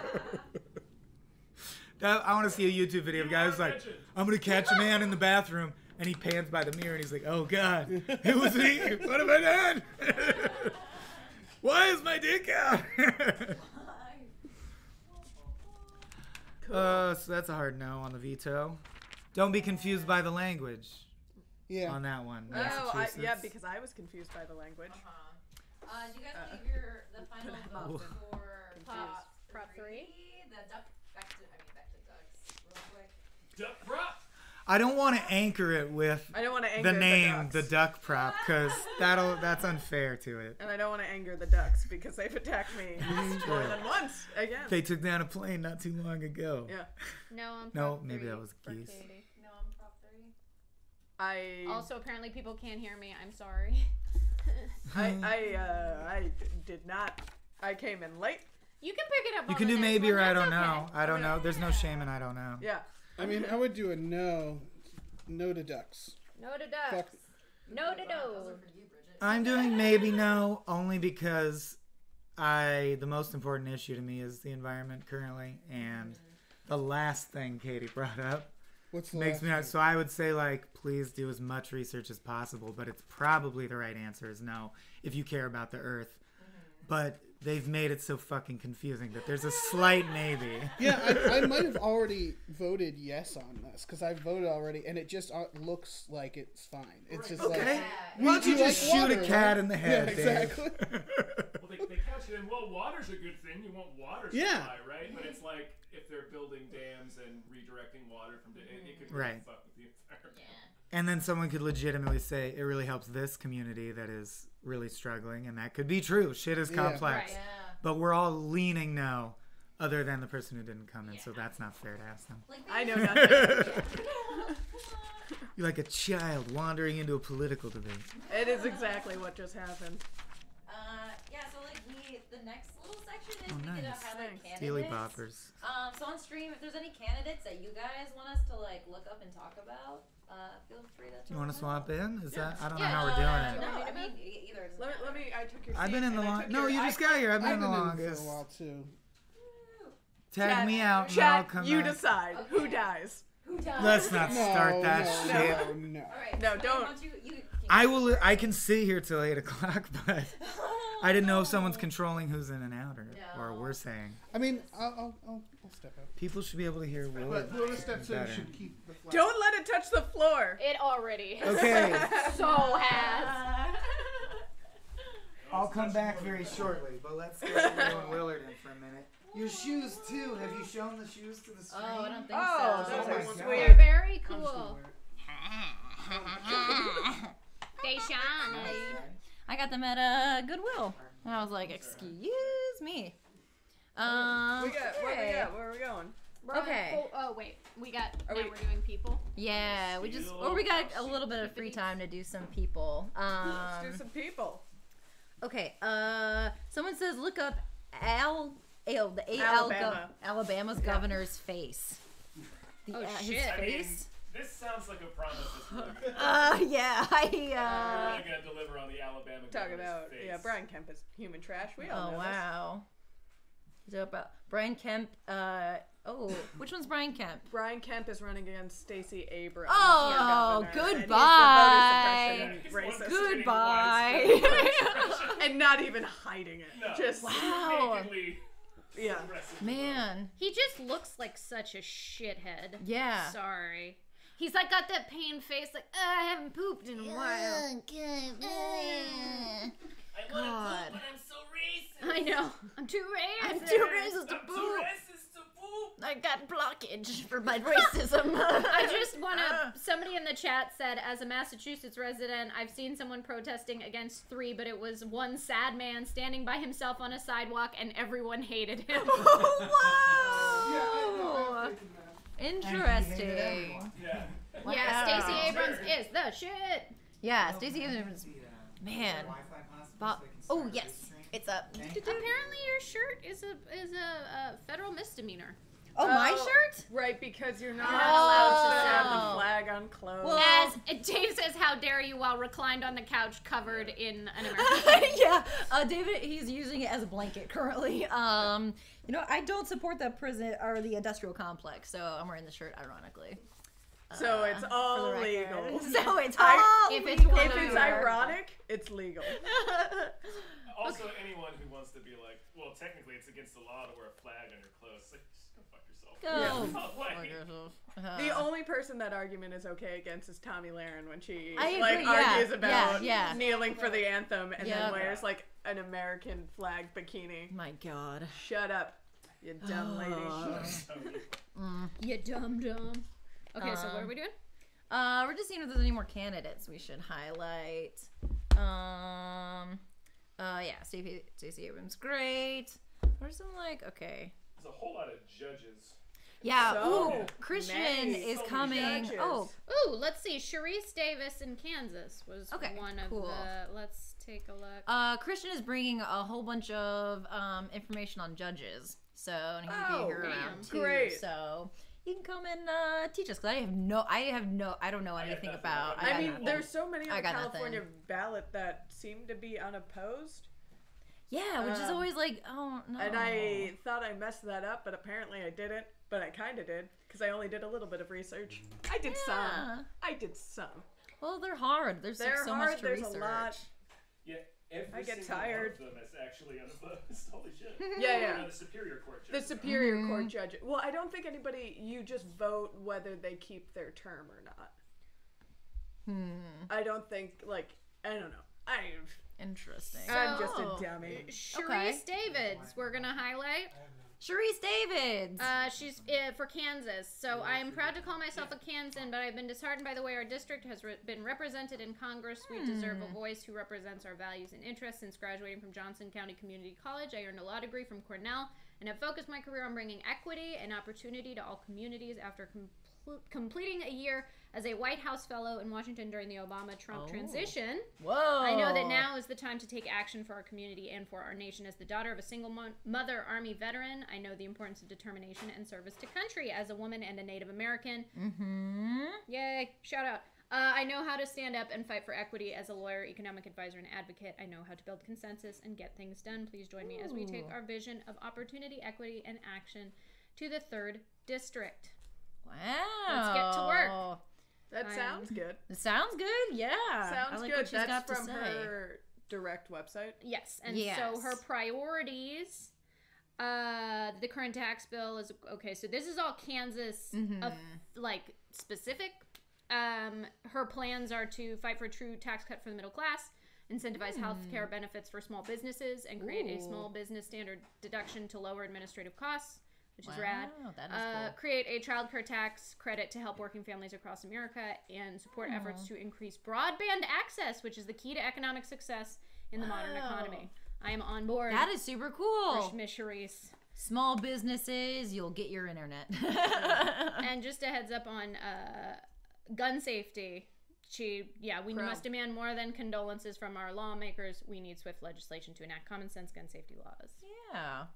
Sharice. I like her website too. It's got a nice layout. Yeah. Yeah, I'm kind of terrible. I really judge people on their web, not people, but candidates. I'll judge their websites. Yeah, if it looks like you just slapped something together on Angel Fire, right, or whatever. If it's anything like Ducks Unlimited, you're not getting my vote. Or the Ducks got their own website. Oh yeah, let me show you, Bridget. It's terrible. Oh no, they've learned to use the internet. Ducks Unlimited. They're coming after me. It's basically an old man giving a recipe. If you scroll down long enough, they funded Prop 3, helped fund Hunting conservation. Yep. It's pretty terrible. Okay, let's see. Speaking of having a nice layout. Hey! I forgot my phone. Oh, okay. Layout. I thought you were just gonna get your phone and leave. I'm gonna try to get Abe to start restreaming on our YouTube. Oh, cool. Oh, great. Hey, what are you doing? I don't know, but if he's not here yet, he can do that. Yeah. Oh, Get your shit so together, Abe. Daniel says every Democrat in Kansas are bottom of the barrel big C conservatives. Oh, so then Interesting. even their Democratic candidates are not really. I mean, that Not left enough. Kansas seems like a pretty red state to Yeah. me, not knowing much about it, other than Wizard of Oz. Yeah. And Right. And that's and Yeah. I'm sure there's some farms.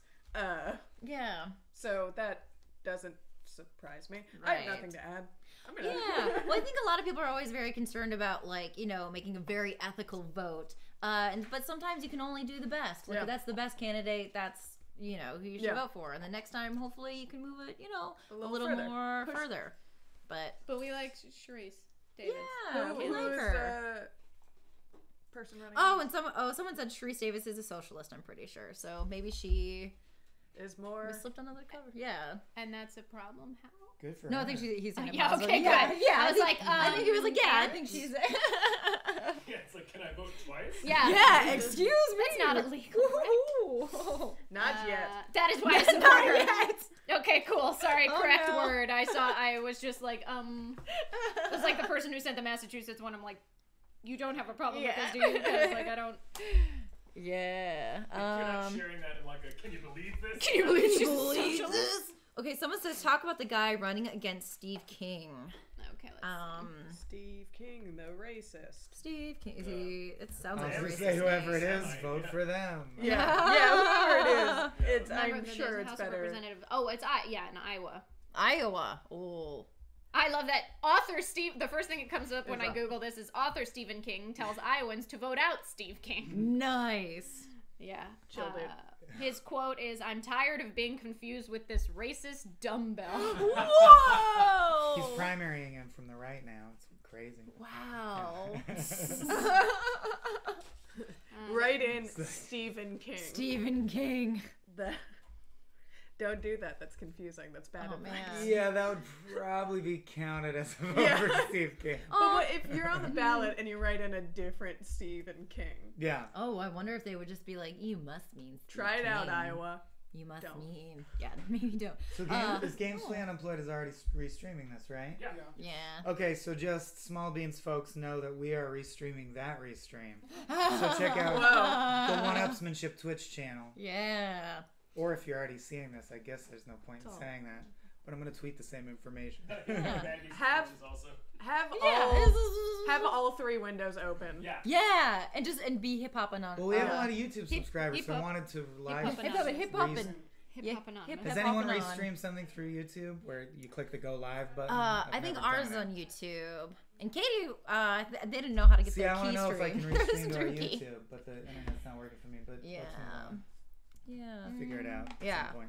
We'll have a break coming up soon. And we Okay, can, okay. So now check we'll it out. figure You can give me your stream key. And I can... Okay, cool. Yeah. That'd be great. Philip Smith says Mike is pretty. So. I don't think I'm in shot, but thank you. You You're did in. it. Oh, a You're little in. bit. You're Good. in. Hello. Okay, fuck Steve King. Someone says J.D. Skolton is running against Steve King. Oh yeah, and he just Skolton? actually, from what I was reading on the Hill, that he, his opponent J.D. Sholton, has received like 30,000 individual donors Ooh. contributed just under 1 million in a week. Oh, Like late in the game fundraising, I think, because everybody is like, "Oh shit, yeah, this other Right. Steve King is a straight up racist." You gotta get him out of there. Because that's the thing that I think has happened for so long is everybody was apathetic and people were under the radar for so long and everybody just didn't give a fuck, and now it's like, oh no, this person is racist and we just weren't paying Right. attention. This, Yeah. you know. It's like, wow, he's just been ranting about the Jews for 20 yeah. years. Yeah. Jeff- Oh my God. Jeff Flake publicly endorsed King. Oh, Oh. wait, What? King's Fucking opponent. Flake. Get out of Hold here, on. Jeff Flake. Flake, Go yeah, away. He's really earning his name. Just stop it. Just stop it. Stop it. You're not helping anybody. No. Go jump in a Jeff King, Flake. King lost his supporting donors, including AT&T this week over his past comments, while Arizona Senator Jeff Flake publicly endorsed King's opponent. So that's how bad King fucked up. Damn. Is that even Jeff Flake's like, yeah, vote for the other guy. Yeah. The king is dead. Long live the Sholton. Uh-huh. I'm checking out his Twitter because I do find there's no faster way than Twitter to get a vibe off of To like get a vibe. what their personality Yeah. is. That's like. true. That's Yeah. true.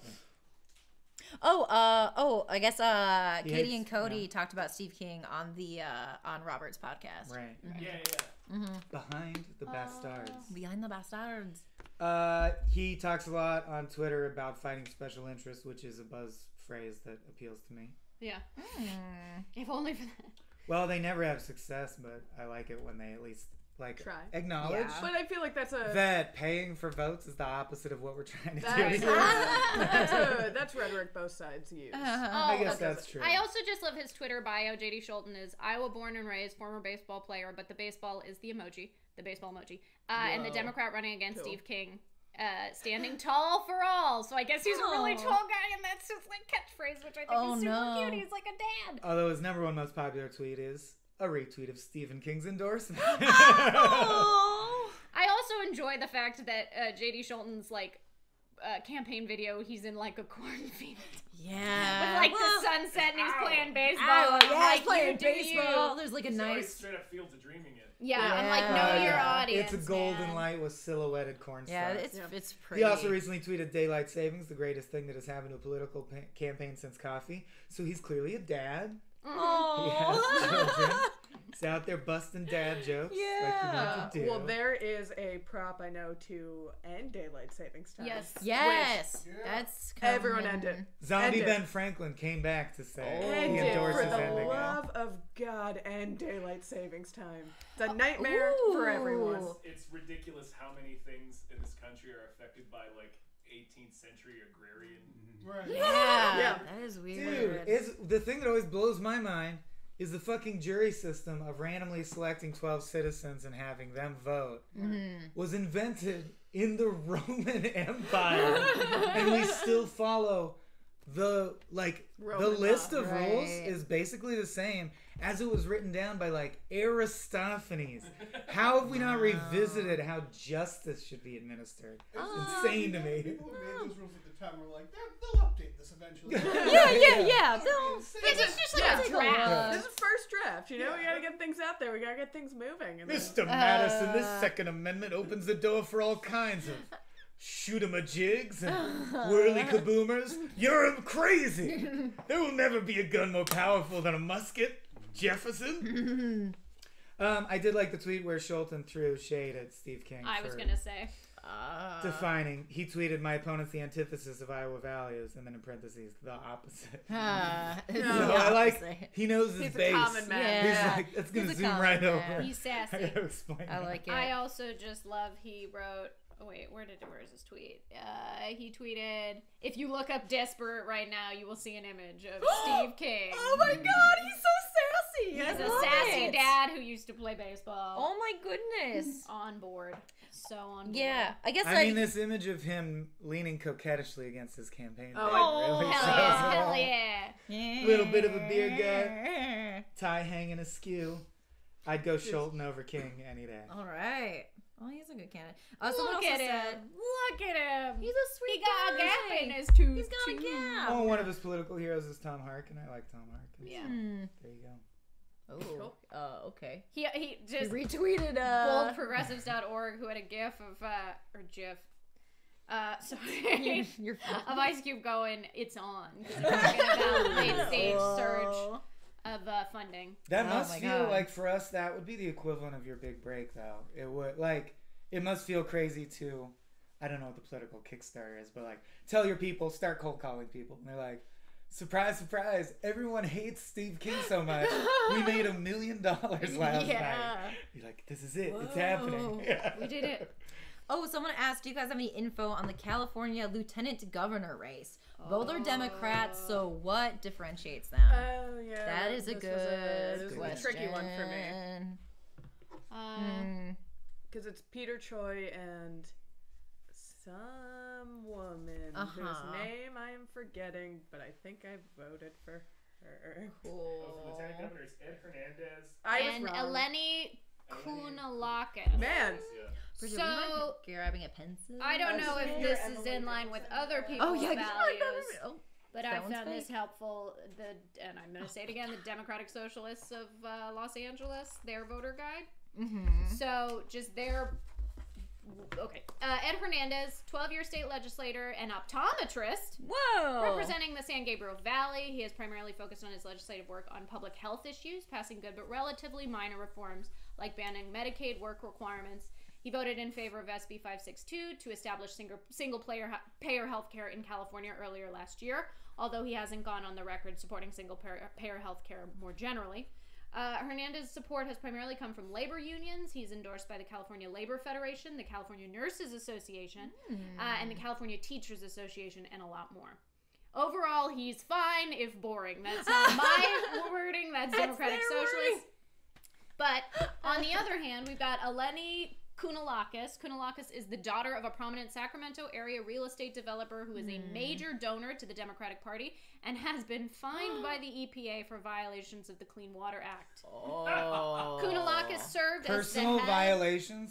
Like they caught him throwing soot into Yeah. Stop Dumping dirtying his that water. Starbucks into the river. Kunalakis served as the head of her father's development firms, reaping massive wealth before trading that wealth for some political influence and being appointed as U.S. ambassador to Hungary. She's now running for lieutenant governor with a bunch of predictable machine endorsements like Dianne Feinstein, Nancy Pelosi, and Barbara Boxer. Kunalakis' campaign has raised a lot of money, primarily from herself, her father, and their realtor friends. It's not worded very favorably. DSA's got some shade. Might be biased. Now, to be Depends- yeah, go ahead. like, I mean, in line with Democratic Socialists, that would make sense that somebody who is from wealth that it's based in capitalism, her success and her motivations.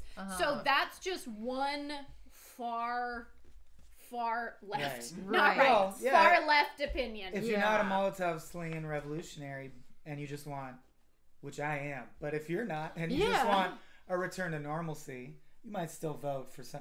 Like I was not. Oh, Planned When Parenthood it's not- supports Ed. Planned Oh, Parenthood okay. supports I Ed. mean, if you're That's gonna go from interesting.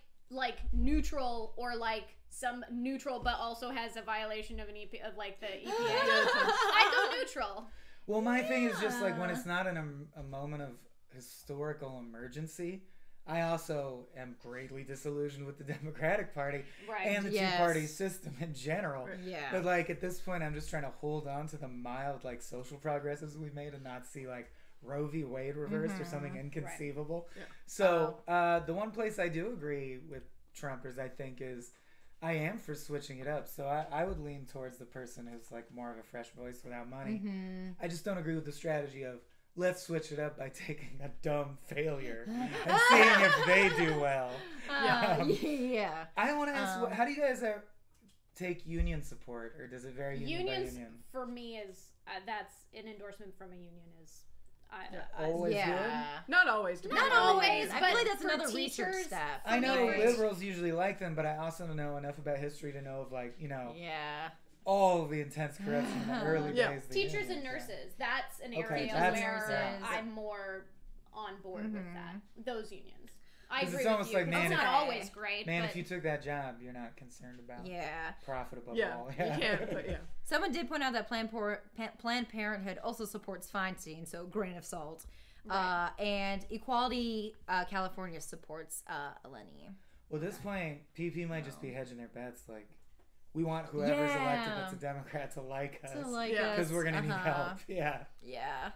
I mean, but that makes sense. Wait, hold on. Yeah. What was Equality California. it? I mean, yeah, because I'm assuming because she's a woman. Yeah. Is that? I don't know. I mean, Is 'cause it that Equality Right. It's got to California is matter like more to them. equity? It would Yeah. be Yeah. a positive Uh-huh. step, So I don't- statistically speaking. Yeah. I don't know. I'm leaning towards Ed personally. Yeah. I Me just as don't. well. Money scares me. But I don't come from it, so I have a very skewed view of like what money is. And I'm what not it a does. socialist, but I do feel like socialism is the right remedy for what is going on in America at this particular time. So I'd go anyone who's not tied to large Yeah. corporate Yeah, interests. Yeah. he did say that he's made like movements toward like single Right. payer and stuff Yeah. in that Oh, direction, so. okay. Yeah. And Cool. 'Cause, also, man, when the you leave EPA violation is just a huge. It's Yeah, I know. weird. It's weird. that's a It's big so mark on your weird. record. That's hard to Yeah. overcome. Especially for a career Democrat. Yeah. Yeah. Yeah. And when you, man, I get too upset.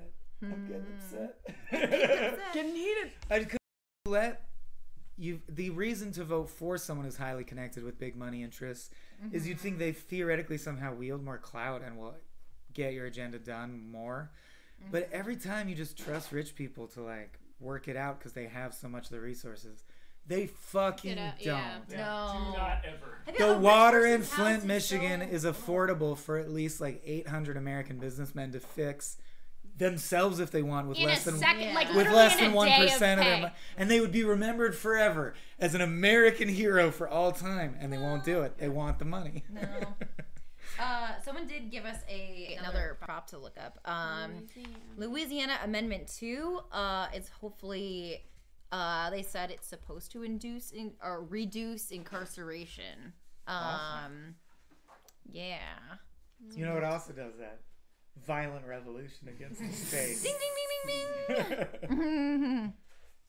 A yes vote supports this amendment to require the unanimous agreement of jurors rather than just 10 out of 12 jurors to convict people charged with felonies. Yes. Yeah. Like I am big on the prison system should be entirely abolished and reformatted. Yeah. So I'll do any. So you know, if you disagree with that, you're gonna disagree with me. Fuck the prison system. Dismantle it by force. It's a cancer on society. Is my humble stance. So here's a fun little bit of history of non-unanimous juries in Louisiana. Between 1812 and 1898, the state of Louisiana required Everyone died. unanimous juries to convict persons for felonies in state criminal trials. In 1898, Louisiana held a state constitutional convention which decided on an amendment to allow 9-3 verdicts for serious felonies. E.B. That's real low. Crutchschnitt, there's like 18 T's in that name, who headed the convention, said the charge was to relieve the parishes of the enormous burden of costs in criminal trials. all right, we're gonna act like racism was not involved in that. We're gonna act Crushnet, like fucking executing someone or incarcerating them for life is not taxing on the economy. Oh my Come God. on. Crushnet said the convention's goal was to find the solution of the question of the purification of the electorate. Ding ding ding! Buzzword, buzzword, purification. What is that? What is that? They must be pure. On Twitter, the racism watchdog just woof woof woof woof woof woof woof. You know the racism watchdog is like a nice healthy mutt. Lots of genetic diversity in there. That's a dog that's gonna live for 26 years, right? Yeah, no, Ranch several dog. languages. Kretschnit said the convention's goal was to find the solution of the question of the purification of the electorate and eliminate the mass of corrupt and illiterate voters who have, during the last quarter of a century, degraded our politics.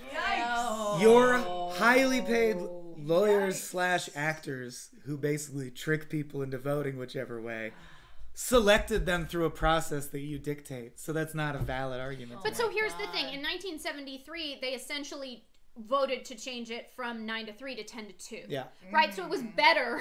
He was like, if everybody in the person who was Chris Roy, a delegate who supported the proposal, said, my point is that if the rest of the United States can require unanimous verdicts and the federal system can require unanimous verdicts, why can't we in Louisiana require at least 5/6? So this is just knocking it up. It's been to standard. fucking 45 years. Jesus. If you want to look at it this way, it's like their courts are stacked heavily in favor of prosecution always. So why not bring them up to like where everyone else in the country's at? We already convict enough of the people to fill the prison. Like, yeah. Many.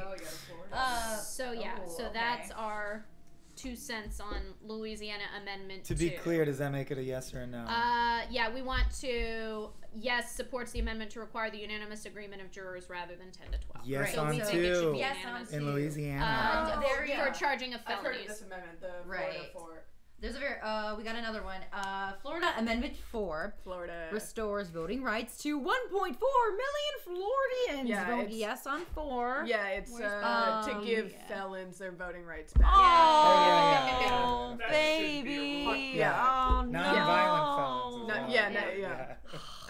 yeah, after they've served their sentence. Lord. So God I don't- damn it. I don't know the exact wording on the measure, so Here we go. I don't know. A yes vote on Florida Amendment 4, Voting Rights Restoration for Felons Initiative. A yes vote supports this amendment to automatically restore the right to vote for people with prior felony convictions, except those convicted of murder or a felony sexual offense upon completion of their sentences, incling prison, parole, and probation. That's fine. Let's That's a do yes. that. Yes. Yeah, that's all. Yes. Give them Alright, that. yes, Florida. Yes. Call mom and dad right now. Hello, Mom, Dad. Especially if Oh, like yeah, I don't want it. like we now know at this point an 11-year-old hacker could vote if he wanted to. Yeah. And people working for like 4 rubles an hour in a warehouse in Russia can vote in our elections. Don't you want there to be like more American voters to like outweigh that, even if they're felons, even if you hate I felons? mean, and I totally agree with you that the prison system needs to be entirely torn down and destroyed. But it's like if you're trying to rehabilitate people who have been in jail, one of the things about being an American and part of this country is being able to vote. And so what, like, just as an American, if you get out of jail and you can't even participate in your democracy, And there's no why path- the fuck would you give And a there's fuck, no you know? pathway for you could never vote even if you do Right. whatever. And if you do X, Y, Whatever. and Z. It's so hopeless. Yeah. We are going to take a quick break real soon, but right before we go, someone did ask Susan Rubio versus Mike ENG. They're not sure who to vote for. I'm not sure. Versus Mike Eng. Let's see. Okay, I was wondering if his last name was 3 initials or you were Yeah, I'm not uncomfortable pronouncing it. Let's see. Susan Rubio is a Democratic candidate seeking election to the California State Senate to represent District 22. Rubio is running in the general election on November 6, 2018. Okay, so let me look. I'm going to go back to my sweet DSA. While she's researching, random side note, I love looking at people's bookshelves, and yours is excellent. Yeah. Thank you. Great This is a stuff. cool wall. Yeah. That's some good stuff. We got Sedaris, we got Saga, Sandman, everything you need. Do you have Blink of an Eye, Walter Merch? I don't think so. Yes, you do. It's right there. Yeah. I just guessed one that I would like to see, and it was there. Good job, guys. Also, is that Mao's Little Red Book? It's huge. Which one? It's so big. It's a biography. Oh, okay. Oh, yeah. So I thought it was little. Was that ironic? Find anything for us, man. Willard? We got some great questions from people that we will just address reading. after the break. We got a lot of props from other states people are confused about. So Okay. we can dive into that after the break. Yeah, do we want to do this after The break? Hollow 'Cause I Earth can is read up real. on that. Unlimited ducks Why don't live we take a there. break? Is that Prison chill? is a slave ship on land. I believe one of those three things. Let another Okay. see an ad and it'll be 5 to 10 minute break. Okay, great. We're taking a 5 to 10 minute break. There may be an ad depending on where you live. Yeah, but we'll be back. Yay!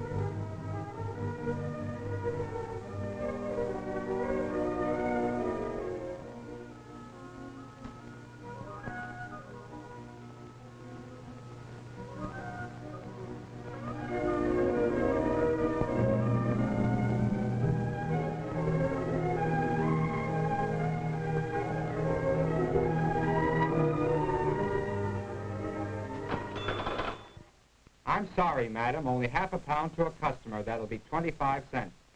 But couldn't you? I'm sorry. It's share and share alike. We do have a fine margin at only 24 cents a pound. Oh, margarine. Those price controls.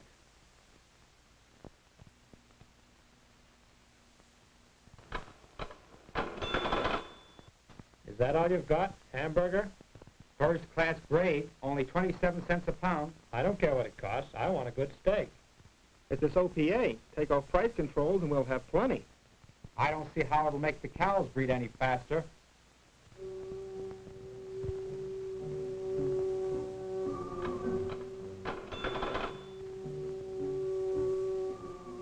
Tom Gray had his groceries for the weekend, but he hadn't found everything he wanted. Tom was a puzzled man. The war had caused shortages, he knew that. But after all these months of peace, things ought to be better. Maybe it was these price controls. Newspapers blamed the OPA. Not only one paper, or two, but practically all of them. The radio blamed OPA. Senator Daniel, Democrat, said today, and I quote, "If a man owns a pound of butter, he should get all he can for it."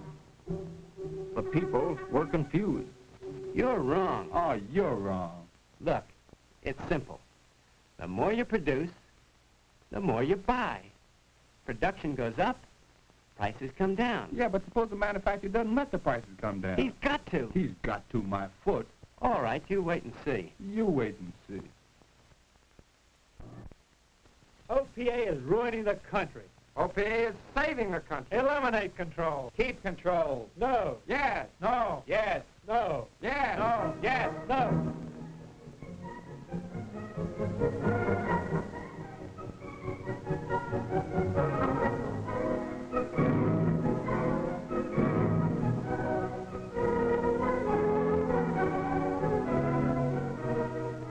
Poor Tom, trying to escape from it all. Yes, sir. Our business leaders are not afraid to call a spade a spade. Listen, if OPA is permanently discontinued, the production of goods will mount rapidly, and through free competition, prices will quickly adjust themselves to levels that consumers are willing to pay. Bull, just plain bull. My dear boy, they know what they are talking about. They are the men who run industry. Oh, they're just a bunch of sharks. Listen, just listen to this. The members of the National Association of Manufacturers have no intention of rocking the inflation boat, now or at any other time. Oh, no, none at all. Just take off control, that's all. Why, brother, they'll skin us alive. Young man, you sound just like a Red. These are the men that know what they're talking about.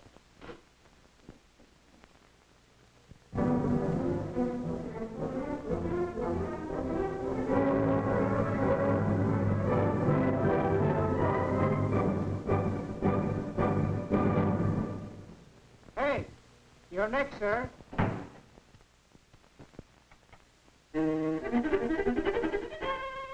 I got it.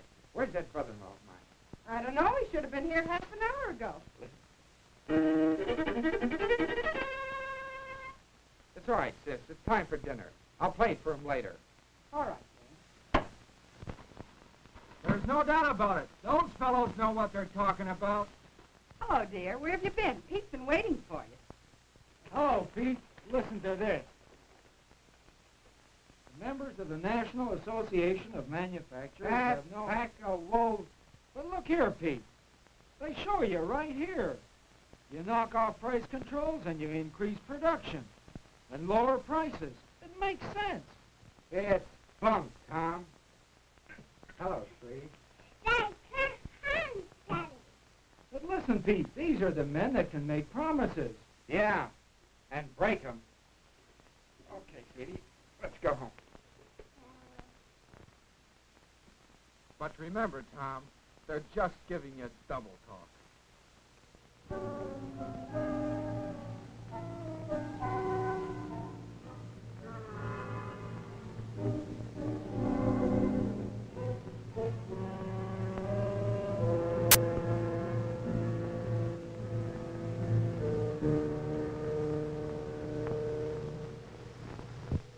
Yes, sir. Maybe we could even get that car. There you go, Tom. Dreaming again.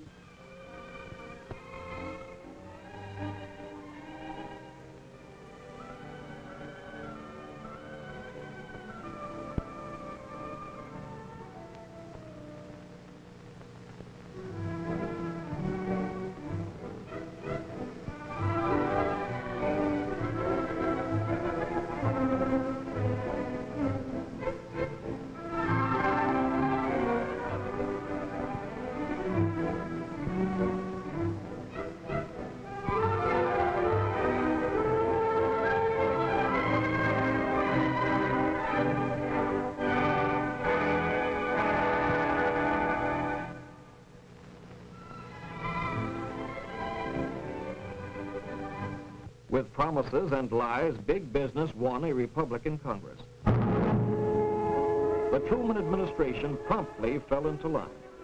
Together, they raced to scrap price controls. Big business ran America right into an orgy of profiteering.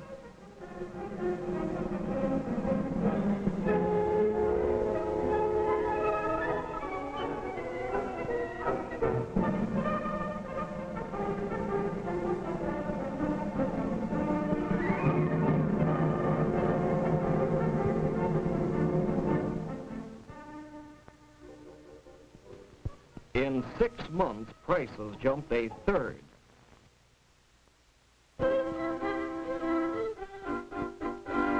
Look. $5 for this. It costs more every day. We need a raise. We need low prices. She's right, Pete. I'd rather have low prices than a raise. Me too. But what chance have we got of low prices or getting price controls? With this Congress, none at all.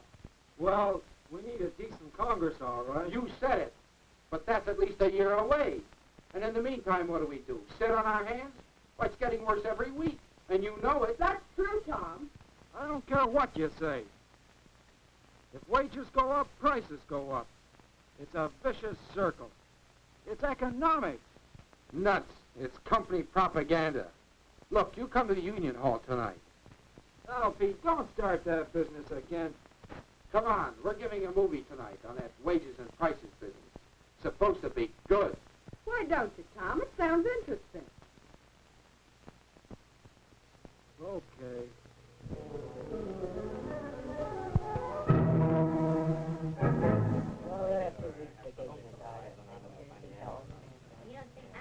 Looks new. It is. Isn't that a honey?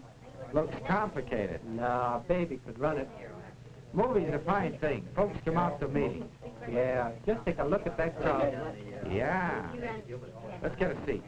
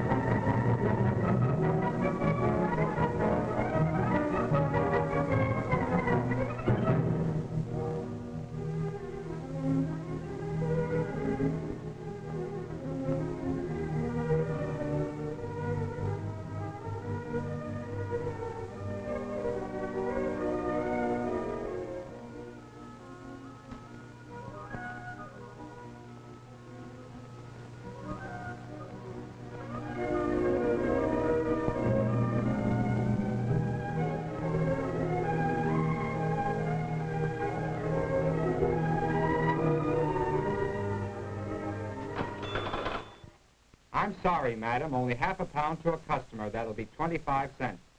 But couldn't you? I'm sorry. It's share and share alike. We do have a fine margin at only 24 cents a pound. Oh, margin. Those price controls.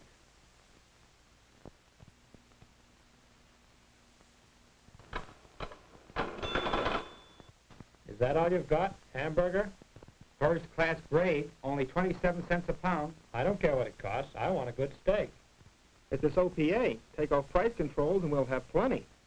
I don't see how it'll make the cows breed any faster.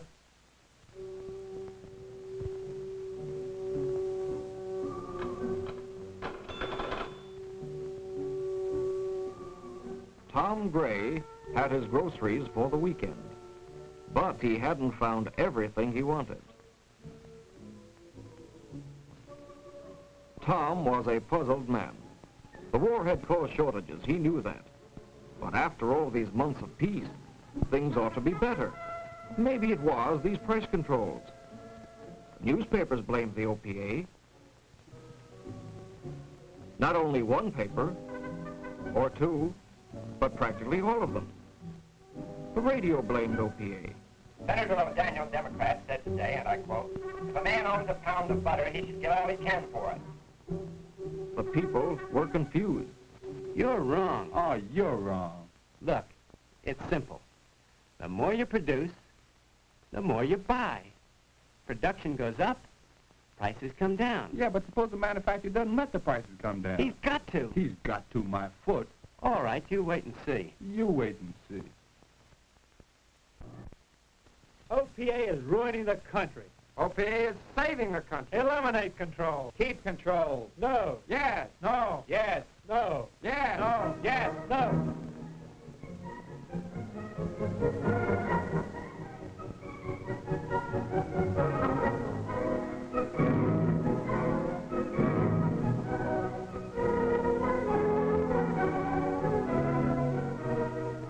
Poor Tom, trying to escape from it all.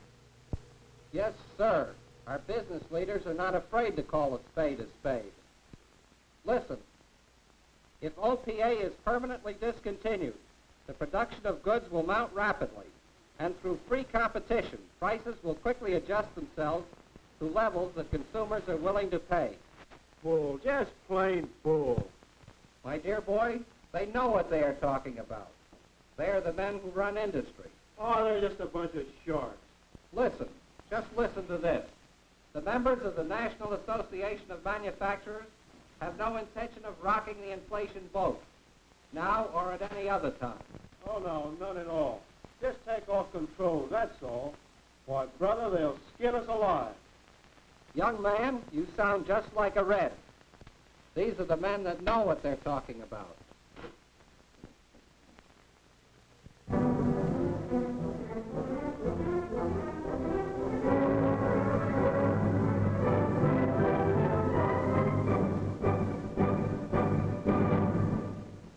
Hey, you're next, sir.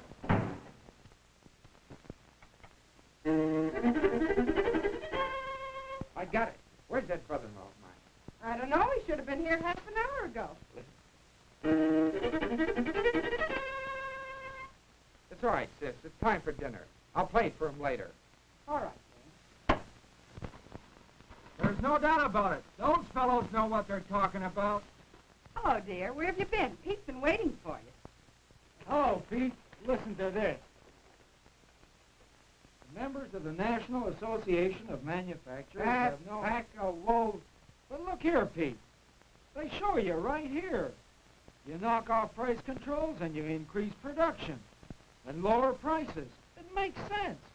It's bunk, Tom. Hello, Shree. But listen, Pete, these are the men that can make promises. Yeah, and break them. Okay, Petey, let's go home. But remember, Tom, they're just giving you double talk.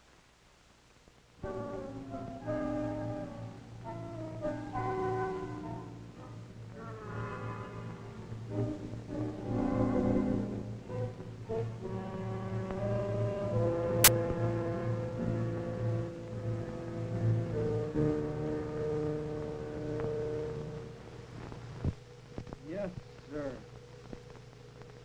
Maybe we could even get that car. There you go, Tom. Dreaming again.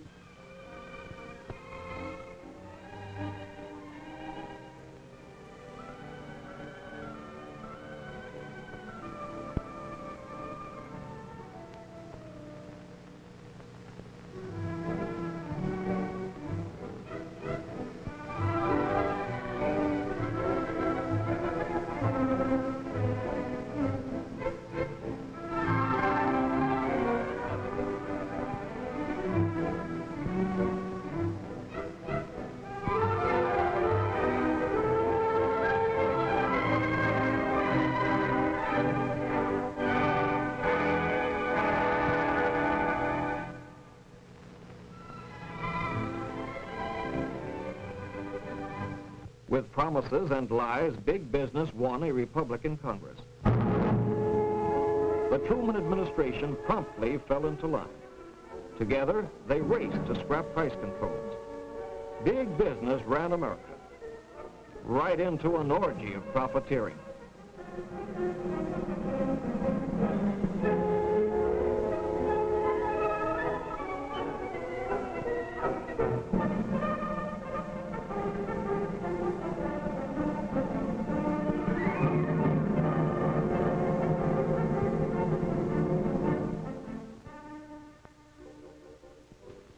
In 6 months, prices jumped a third.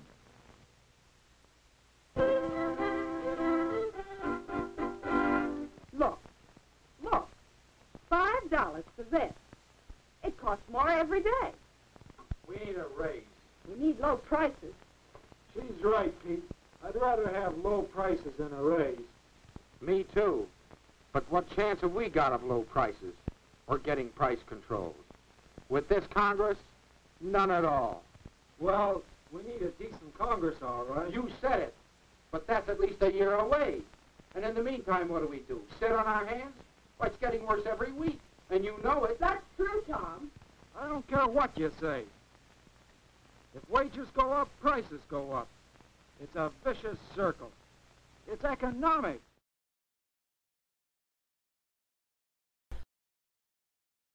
And we have a disembodied voice on the phone.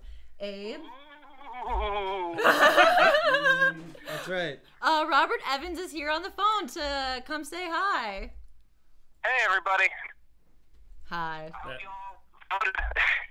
Oh, yes. Or voting. Voted. Yeah, is there any, like, slice of wisdom that you would like to give everyone watching, Robert? Well, obviously, I think voting is what we do to try to make sure that the best case scenario happens. And the best case scenario, of course, is a very determined and definite peaceful exchange of power that leads to the passing of environmental laws and you know, changes in foreign policy that make our nation healthier and less fucked up. But I think it's also really useful for people to prepare for the less than best case scenarios. And there's a number of ways to do that. I think one of the things that's really cool that people should check out is mutual aid disaster relief. After the big hurricanes touched down on the East Coast, there's a bunch of different community anarchist organizations, and a lot of them are over on the East Coast where that sort of infrastructure is stronger, but they you know, gather supplies and food and water and take it in to areas and try to like get people out when there's flooding. But I think it's going to be something we're going to start seeing spread more and more over the next couple of years. Yeah, that's super great info. Yeah, we'll put that in the chat. Katie Willard just looked up the mutual, what is it called? Mutual aid disaster. Yeah, we'll put that link down in the chat for people to check out. That's cool. Mutual aid disaster relief. Another cool thing to check out that's really started to spread in just the last year or less is the Socialist Rifle Association, which is both does firearms training and range trips, and there's a Los Angeles chapter that just did their first range trip. We'll be doing more. But they also, it's not just arms training, it's community defense. So like one of the sort of slogans is, we protect ourselves, we protect our communities and our neighborhoods. Like you know, if you're concerned about a situation where order breaks down in society, it's good to know who else around you has an emotional investment and has spent time working in groups with other people to protect, you know, the people around them. So that's another useful thing. There it is. Bridget said there's a whole community of Robert Evanses. What's the name again? What's that? Socialist Rifle Association. Socialist Rifle. Bridget just said there's a whole community of Robert Evanses. No, well, I mean, I guess some of them. Yeah, it's a useful thing to get involved with. I think another thing that people should think about if they're really concerned about the political direction our country is in, about the increasing effects of climate change, is take classes on how to deliver emergency medical care, take classes on how to, like, wilderness survival, you know, get a good first aid kit, get a couple of months of non-perishable foods, get some iodine pills for water purification and stuff like that. That's all really useful stuff to do that even if, you know, the political situation gets a lot better very soon, will be useful if, you know, a tornado hits your neighborhood or there's a hurricane or an earthquake.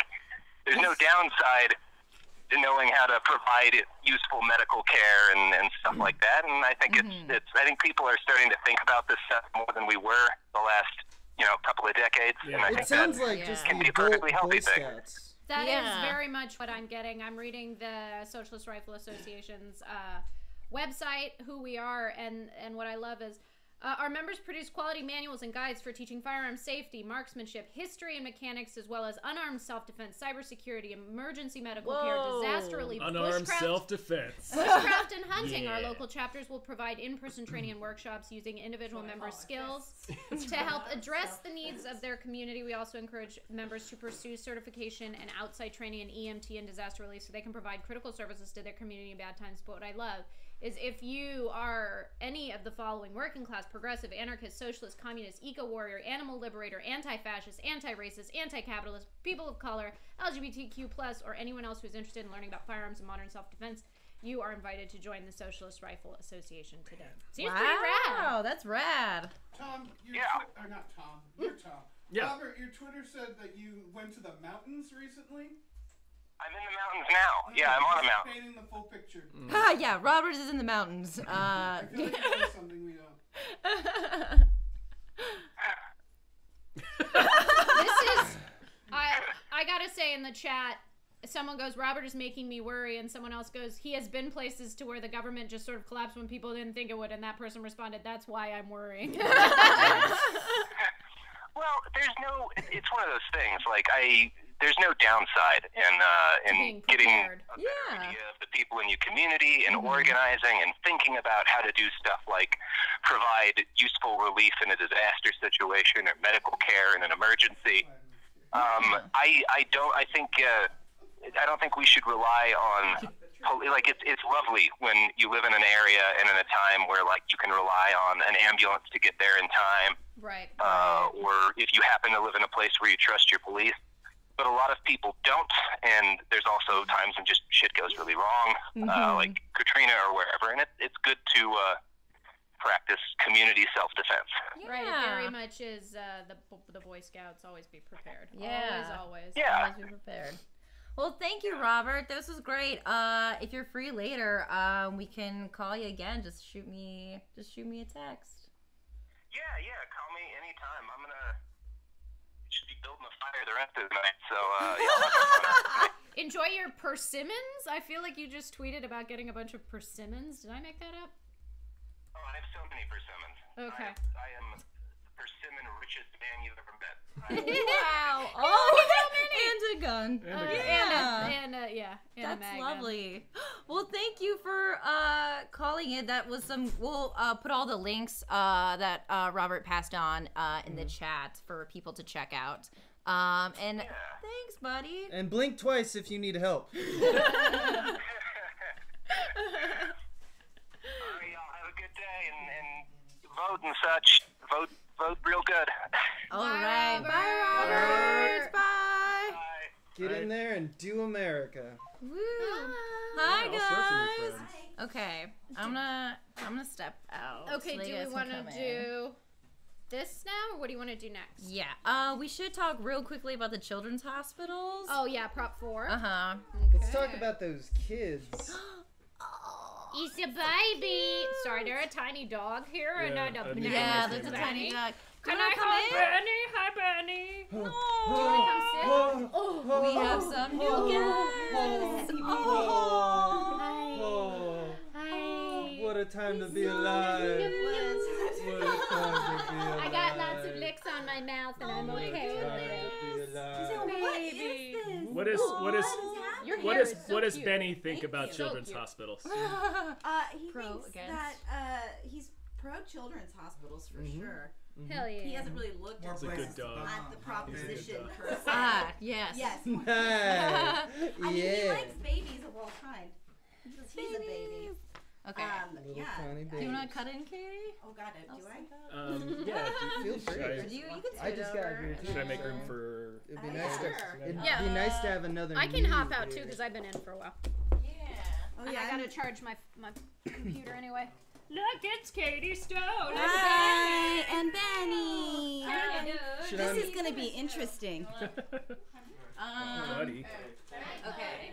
Whose water is I this? absolutely should have worn a tank top. I'll tell you that. Oh yeah. I I'm do. a little hot. Give me privatized water. Okay. You guys already talked about the water.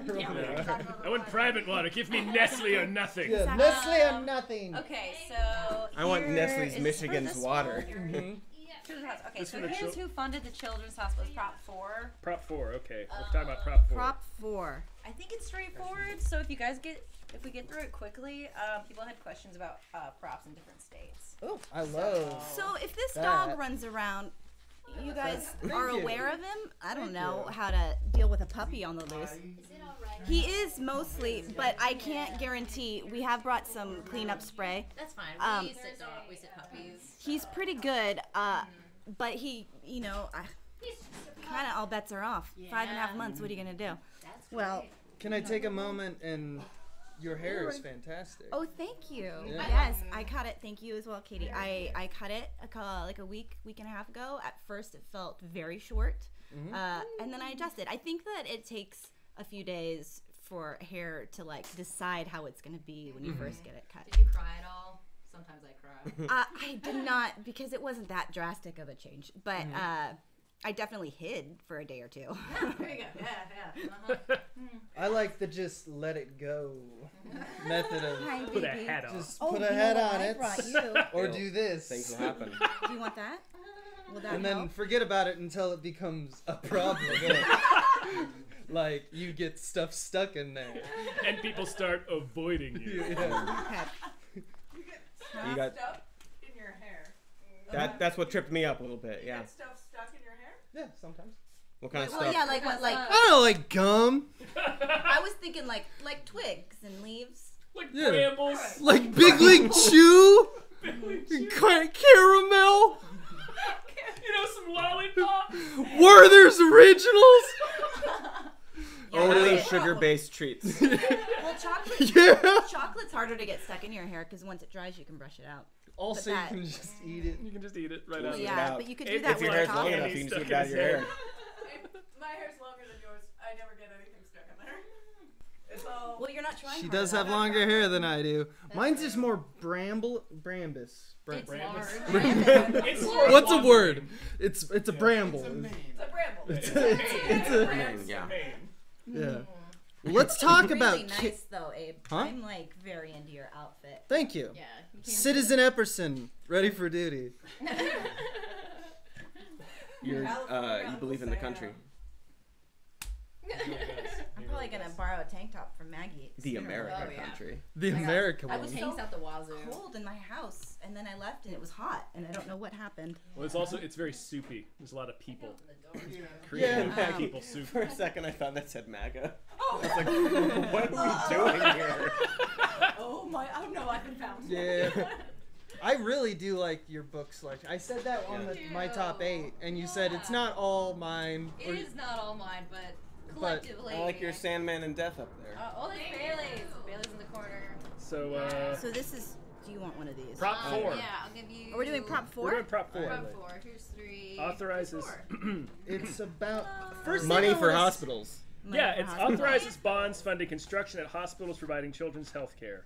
The Yeah. first thing I want to say I like about this bill, or this proposition, kids. is that it's actually, I think, very efficient. I was reading into it. It's only 1.5 to 2 billion, and it's doing a lot of good. Sometimes propositions like this can go crazy, like the water one that we were looking at, where it was something like 9 billion. And it's just a bunch of pork barreling. Yeah. You're This- wearing the right jacket to say the term pork barrel. Yes. I believe it coming from that jacket. Gerrymander. Right. I'm also waiting for him to like break out in like a cappella and do like Yeah. puns of like old like GOP songs and then Yeah, I gotta hold my You're hat not- in my hand Well, at some I mean, point. What are those? That's not doo-wop. It's Crooners? Barbershop. Barbershop. That's right. Oh yeah. But like taking popular songs but changing them to be about like pork barrel like But I'll also sell you some popcorn. Yeah. At the baseball game, America's favorite. All right, enough of that. That's my opening volley. Hit Michigan's prop 3. We'll write that one down. I've got something different than you do. Yeah. Oh yeah, Katie, that's like the full legal text. That's nothing for. Yeah. That's not going to do me any justice right now. I just brought my this own. guy? Oh yeah, Oh, you yeah. brought. Oh, I see. What is Cash. what is money? What total? What's that mean? Who's opposed to this bill? I don't know. Let's look in the book. Isn't there I love the Ballotpedia? opposed to all these. I did. I was Ballotpedia does looking that earlier. well. Yeah. I Take believe that I'm literature. for this. We got Are we giving our endorsement? Wait, I should use my It's wand. Gary.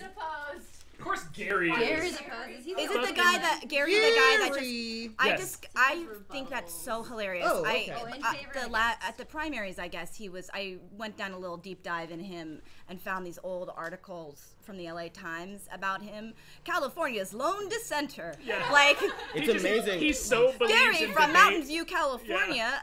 It's so telling. Like, okay, Gary's against it, so it's fine. Yeah, right. Like, he just he's They so, couldn't find anybody, so he they went so to Gary. believes in debate that he's just like, well, somebody has to argue for the other side. What a way to like make sure you lose every argument. Oh wait, is this the guy who has refused to? Yeah. Like if it's not unopposed, he just opposes. Right. If there's no con, he'll be like, I will. He'll Yeah. put my name on it. I Yeah. fucking love that because it's It's so stupid, and it's also like in his head he's like, I'm doing democracy. Right, in his own mind, he's such a fucking hero. Yeah, he believes in free But speech I and like debate. that for him. Yeah. You know, I do like that for him. That's his life's mission. But I mean, everybody needs a thing. No, we can't figure out. I believe I did see one, but I don't have it. I hope now. it's I have a picture of in my him head. going like. I know what I think he looks like. Yeah. So yeah, this I is love these. 1.5 billion in bonds might to be steal repaid one. from state's general fund to fund grants for construction, expansion, renovation, and equipping of qualifying children's hospitals. Seems pretty Yeah. Like, I mean, I think that there was concern about taxpayer money going to private hospitals. I think that was the concern. But all of their, like, you think about when people go to their hospitals and they get treatment and it's a crazy expensive price, that's just going to cut the, pay for the treatments and like the bill, the drugs and doctors and shit. It doesn't have anything to do with how you maintain the hospital facilities and keep it up to date. That was one of the things that was in opposition, though, is that the funds are earmarked for construction, not for.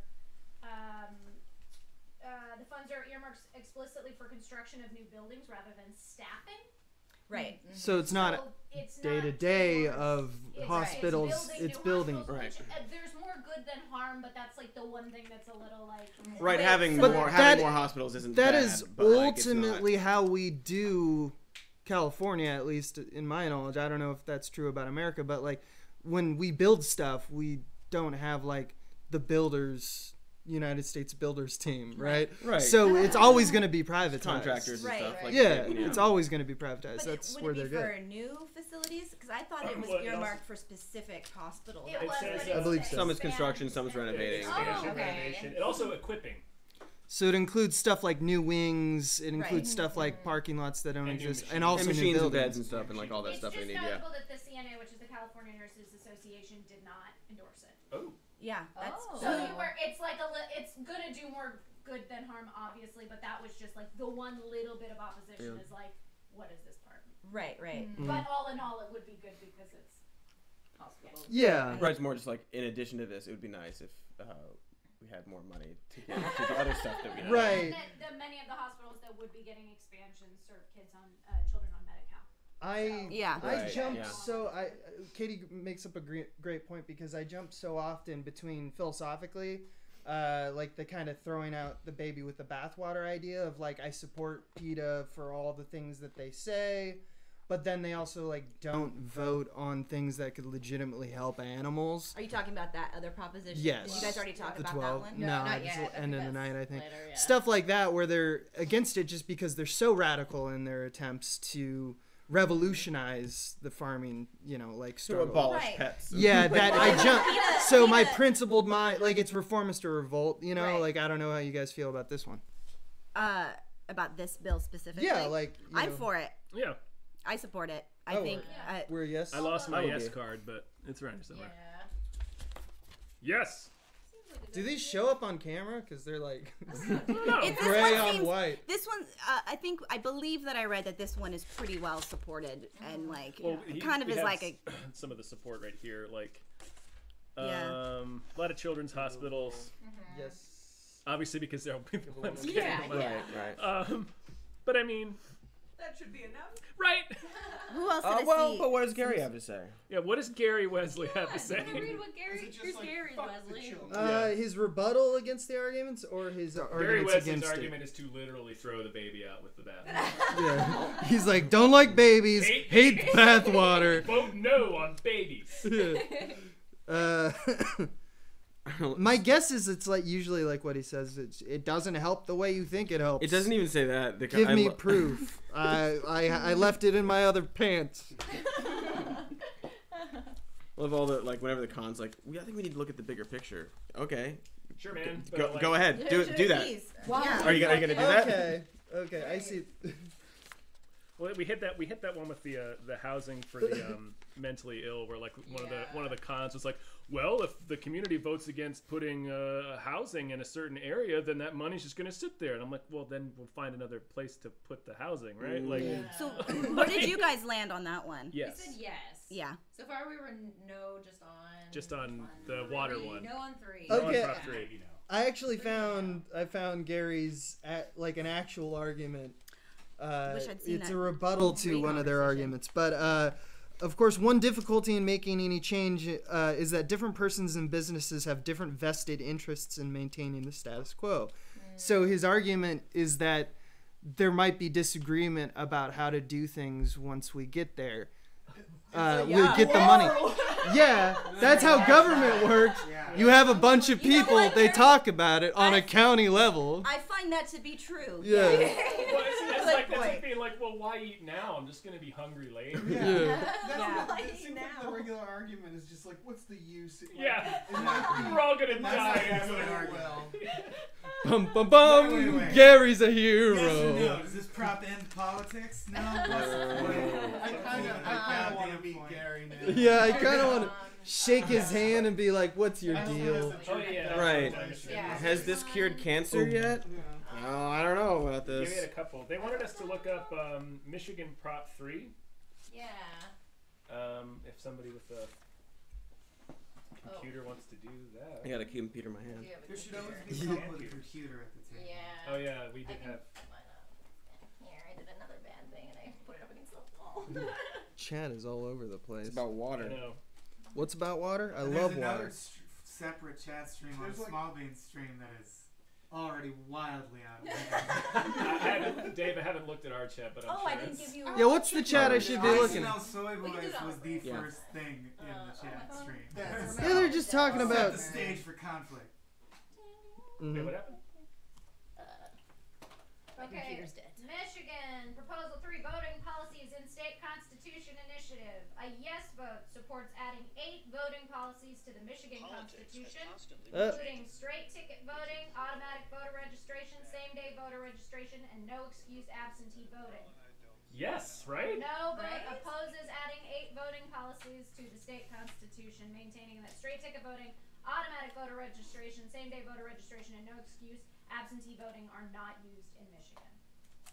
I mean, That seems that- pretty clear cut to me. Yeah, it just sounds like it makes it easier to vote. Yeah. I mean, anything that includes like automatic voter registration or same day And same-day like, registration, Yeah, yeah. yes. I'll We say should make it after- easier for people to vote. Yeah. After what was going on, like what was happening with the Ted Cruz and Beto, the Yeah. straight ticket stuff, that gives me a little bit of like, what's the deal?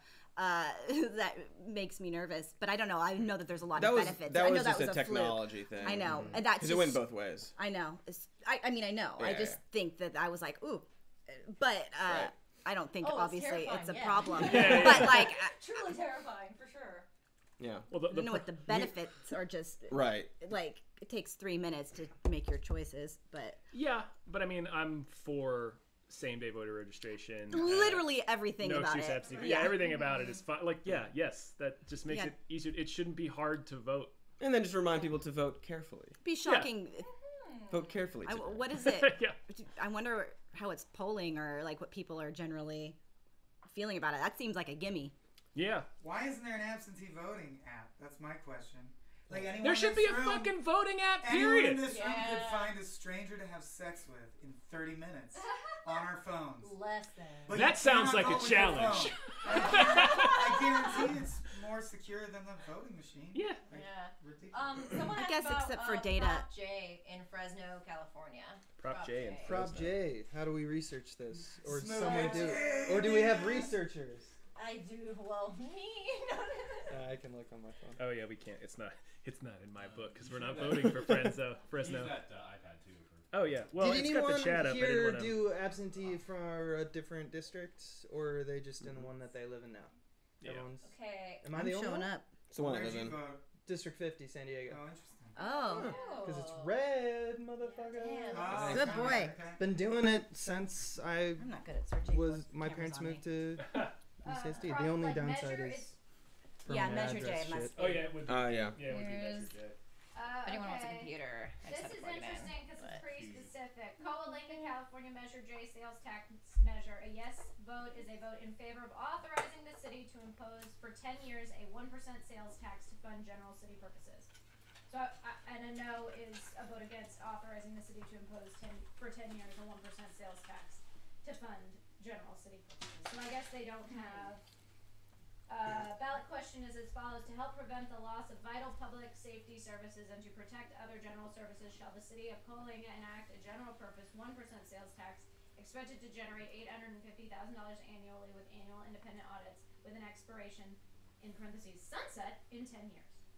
It just says general like 5 times. Yeah. It's non-specific. Yet none of you saluted, traitors. So it's just adding a sales tax because I guess they don't. But it only generates like $850,000 a million a year. I want to know how. What is 1% what is the on. Fresno sales tax currently, or do they have one at all? I'm guessing they don't. Fresno. I mean, because I we don't really. It's only $50 in gas. It's 6% currently. I mean, it seems fine. Right, like that's like my instinct is like, yeah, I guess if the city needs money, I would do like a sales tax. I would vote and care if I lived in Coalinga, but I don't know what it is like to live there. 13,380 residents. So It's it's a small town. tiny. So that's Yeah. probably a lot of money for that. Yeah. Still only Yes, 1%. it's for public safety, right? So, Right, it said general except for public safety. It was like, okay, well that's more specific. that's not quite general. Yeah. But Also, a Utah Prop 2 someone asked about. Utah Prop 2. Utah Prop 2. I'll wait till someone tells me what it is. I feel like I'm on it. Katie or Maggie should always be at the Thank you, table. Katie. Right, yeah, like. Oh, good. My phone was listening and knew what I was gonna type. Yeah, dude. Let me take We're you. talking Oh, 420. That Katie. I was like, I'm not doing No, anything I mean, right because now. when Willard's reading the text of the I law, know. I think people are interested in that. Yeah. It should be on I camera. was wondering if they could be. I also got it too. Utah Medical Cannabis Act. John John just For donated it. $5. You rang. Thank you. Shall law be enacted to establish a state-controlled process that allows persons with certain illnesses to acquire and use medical cannabis? Yes. And in certain limited circumstances to grow up to 6 cannabis plants Yes. for personal medical use. Yes. Authorize the establishment of facilities that grow, process, test, or sell medical cannabis, and require those facilities to be licensed by the state, and establish state controls on those licensed facilities, including electronic systems that track cannabis inventory and purchases. So it's basically like what we have here, more or less. Yes. Pretty great. I voted for that. I mean, it's made my pot way more expensive. It's not straight up dispensaries because it's not enough. Like they can't grow a Massive lot of amounts, weed, yeah. but people can become their own. Like like I could probably, if I decided to be the grower, I could be a medicine man. I could and we can provide weed figure- for everyone in this room. Outfit to be a medicine You could provide weed for like Fresno. Nah, yeah, and then like a bunch of people doing it. Yeah. So it's like real. From county to county in a wagon. Yeah. Wearing his Selling my cannabis The oil. incredible medicine show. Whoa. Wearing Someone my said shirt? one of the weed manufacturers here told its employees to vote J and they would get a free iPad. That's in Coalinga, guys. Fresno. Whoa. Is that not illegal? That sounds Seems illegal. illegal, That yeah. does sound illegal. That sounds like someone who doesn't. Who told them that they would get an iPad? Paying Yeah. people I think you could do that. that's to illegal. vote That's- in certain ways Huh. is goods and illegal. It services. wasn't Yeah, I illegal don't because I was think- lying. I was never gonna give him shit. Right. I was lying. It wasn't illegal because I was high when I said it. It's a non-binding contract. Did I say it or didn't I? Maybe I You did. did. Maybe I did. It's written down. Somebody is reading what you said. Just act like you're gonna bribe them. Wow. I think we're gonna move on to Prop 5. 4 was yes, right? Yes, hospitals. Yes. Yes, children. Yeah. hospital. Okay. 5 is property tax. Ooh. Oh yeah. For old people? Is I have a it? question I don't mark even on that. know. Over the age of 55. Yeah, it's basically like I voted so. no on this. Currently, if you move within the same county, and you're over 55, I believe you can transfer to this new home your current tax rate on your property. But that's not true if you were to move to other counties, or if it's like a lesser value within. But if you upgrade your house, if you sell your house and then move somewhere that's more expensive, which let's be realistic, everything's more expensive, so a lot of properties probably would be. They want to have people be able to do that and maintain their rates. So expanding these rules with the consideration that, so they're older, they're probably retired. They want to, a lot of times people sit in their big homes and they don't need all those homes, and they want to encourage market mobility, like, okay, move out, and then so new families can come in. And but what it really, and so like there's certainly probably some cases where that would be a very kind gesture for this family that, you know, but it's also most of California, like these are probably a lot of very wealthy people that get away with murder. It's boomers who are keeping their money. Yeah, right. Well, listen to the main impact is schools and local governments each would lose over $100 million in annual property taxes, growing to about $1 billion per year. Right. Woo! And it's like, yeah, I would love for my parents to be able to sell their house. Holy shit. Right. I mean, Oh my I would God. love my parents who want to sell their house soon. I like, part of me is like, yeah, that would be great because they don't have income coming in. But no, they you know, like they're gonna sell the house for what it's worth and make some money and buy something else that's smaller, and you know, that's just the way it is. Yeah. So that's my opinion. But I mean, cutting $1 billion from schools. That fire, sounds like- so bad. I it know. would be cutting it, or like It would get that much less. It would get that much less. Taxes. Yeah, that's nuts. Yeah. That's too much. I think that they're Ooh, California Association of Realtors. Right, that was supports it. Like, gave Like everybody there is a $12 builders that, billion. you know. I love when they make it so easy. I know. It's like, oh, the ghouls want it. Right. Oh, I see. Oh, okay. Oh, the ghouls want $12 million. The ghosts want to expand the graveyard. Interesting. Oh, I see.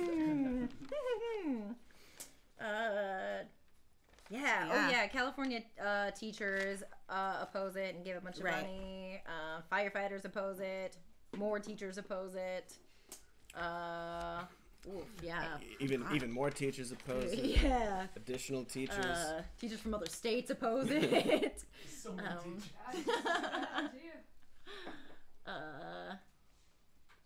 I think fundamentally for me, it's about an upgrade for these wealthy, older, elderly people. It's not to necessarily mean that everyone that will benefit from the bill will be wealthy. They will definitely be elderly, but like, it's the idea that the house that you're going to get, if it's better than the house that you are leaving, will come with it and reap the benefits of the older house, so that you don't have to pay as much. Right. I'm fervently against that, not just from a standpoint of just like, I mean, yeah, let's not help the wealthy in general. They can help themselves. They got it but, covered. Like, I don't need propositions to tell me or to tell, like, the constituency, essentially, that in the specific cases where it benefits someone, like, you need to be a scammer for me to be like, all right, touche. You know, like, all right, you game the system. This is like literally gaming the system and writing it within the tax code. Right, and letting you know. Yeah, it's like, this is what we're doing. Take advantage of this aspect of Well, this. they couch it in a way where it's like, you know, elderly, disabled, or people whose homes are destroyed in a fire. disaster. Yeah. It's like, well, no. Well, right. They're also writing the elderly as people who are like infirmed and old, but the truth of the matter is you're into your 70s now and you're still That's what I was about. functioning. Yeah. So 55 isn't elderly. I get it if you're like 60 and it's like 20 years ago or 30, 40 years ago where that was like it would be nice to have that tax break or whatever. Right. But that's not the case. It's a bunch of people like golfing and like fucking. I do believe that. Give me a new house. I accidentally burned down. Oopsie doodles. Taxes. Arsonist support, yes, on 5. I see. Oh, okay, good. That's good. Okay. Dan Thompson just donated $5 to Rain, so thank you. Thank you. And he also asked, is voting for the Green Party the moral high ground? He says he has friends who think it is. So what do we think about that? The moral high ground. Yeah, Green Party. I don't know if moral high ground is applicable to the, like, I don't know. I say a like hard voting no. in general. It's like I don't know. Like hard you are- no. Hard I no. would say I don't know. see my previous comment about throwing the Baby in out the with bathwater. Yeah.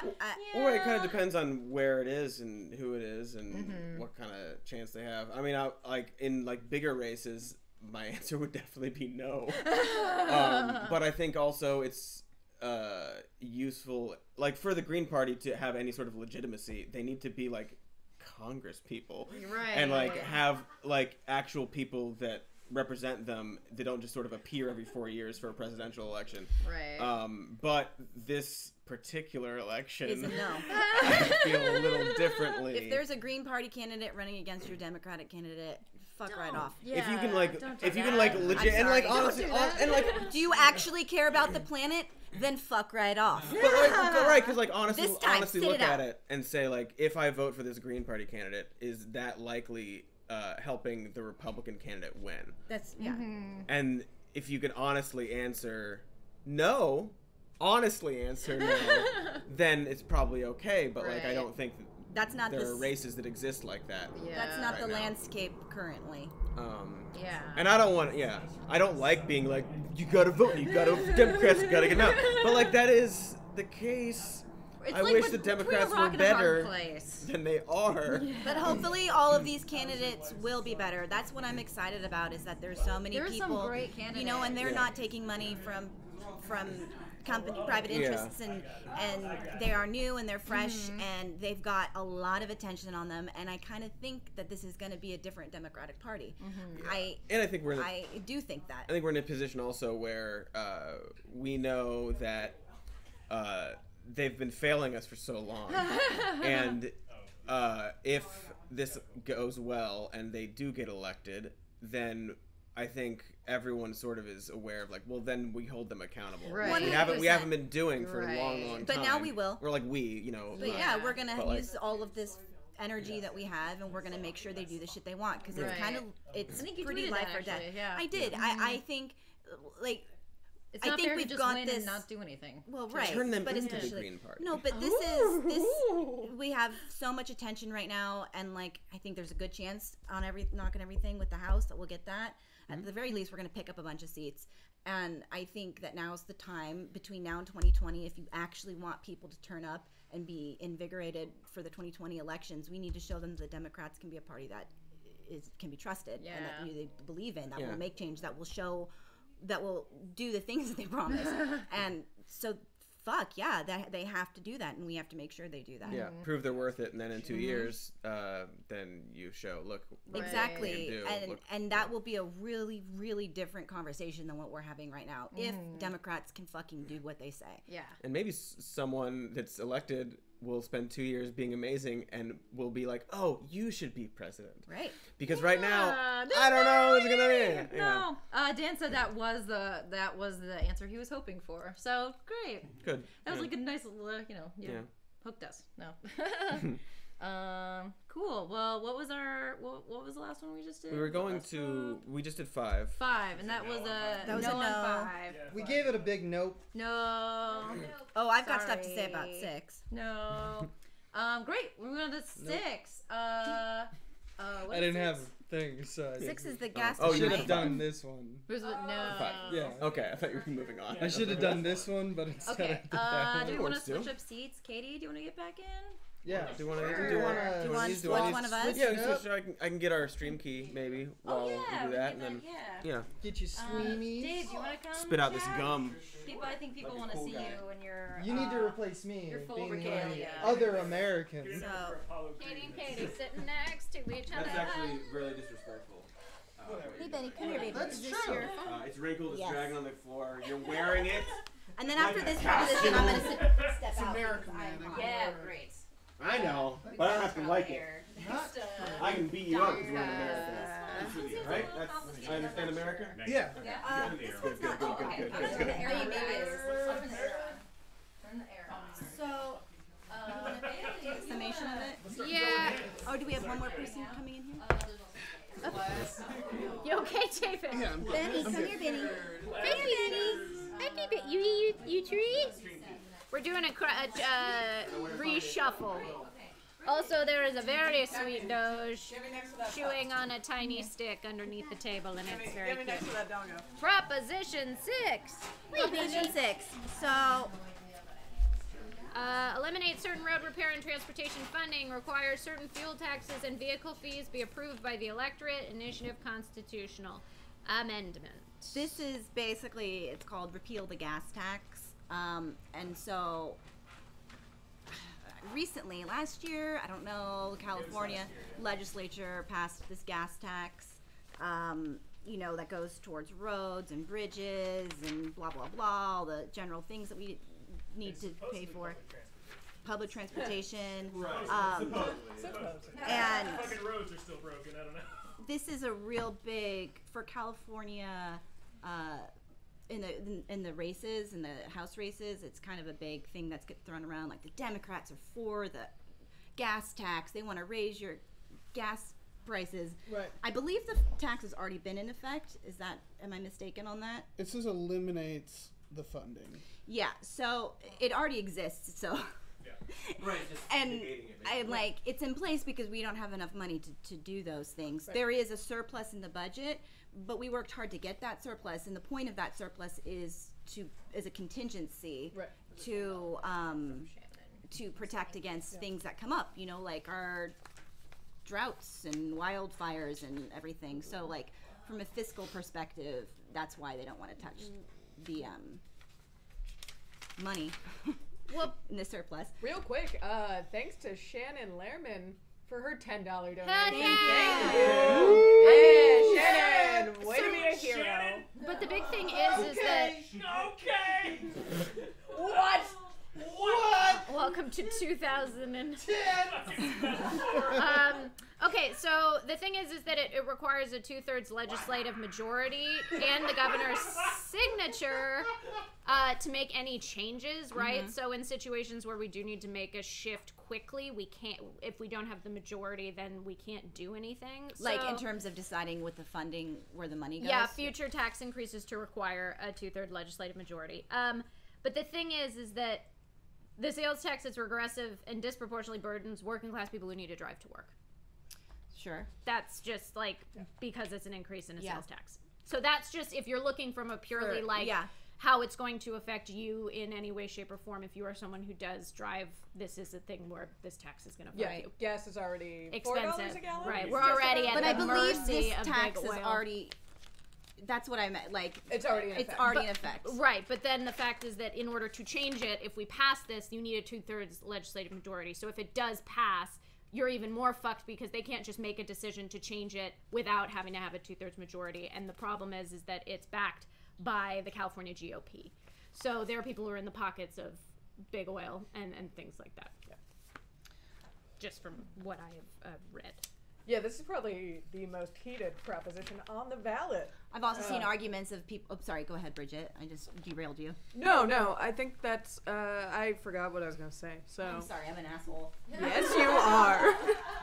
No, continue. You're, I don't know what I'm talking about. I'm It just was here, yeah. just this thing that I'd heard another way for it is like to be considered like almost like a tax for using the road. Like this is for maintenance of roads and bridges and public, you know. And so the people that will that pay for gas are the ones that use those services. So it's almost like those, you know, technically free, you know, services, which they should be. I mean, they're roads. Yeah, no, but, that is what I was going to say, because it's going to be, your gas bill's going to be a bigger problem when the roads fall apart. Right. Yes, they well, are. that's, yeah. Your car's not running as efficiently as it could be if it's off-roading. Yeah, when you go On over the the many freeway. potholes that exist in the city. Yeah. It's generally good to make sure bridges don't collapse, right? Cool. Yeah, we don't it want is. that. I get it though, yeah, because for some people they're seeing more gas costs more, and construction sucks. What does it come out like? What does that look like? 14 cents or like 10 cents? What is it? What is the exact Which number? totally adds up to hundreds of dollars a year. Gasoline You know. taxes, new rates. It used to be the excise base was 18 cents, and with the new rates, it's going to be 30 cents.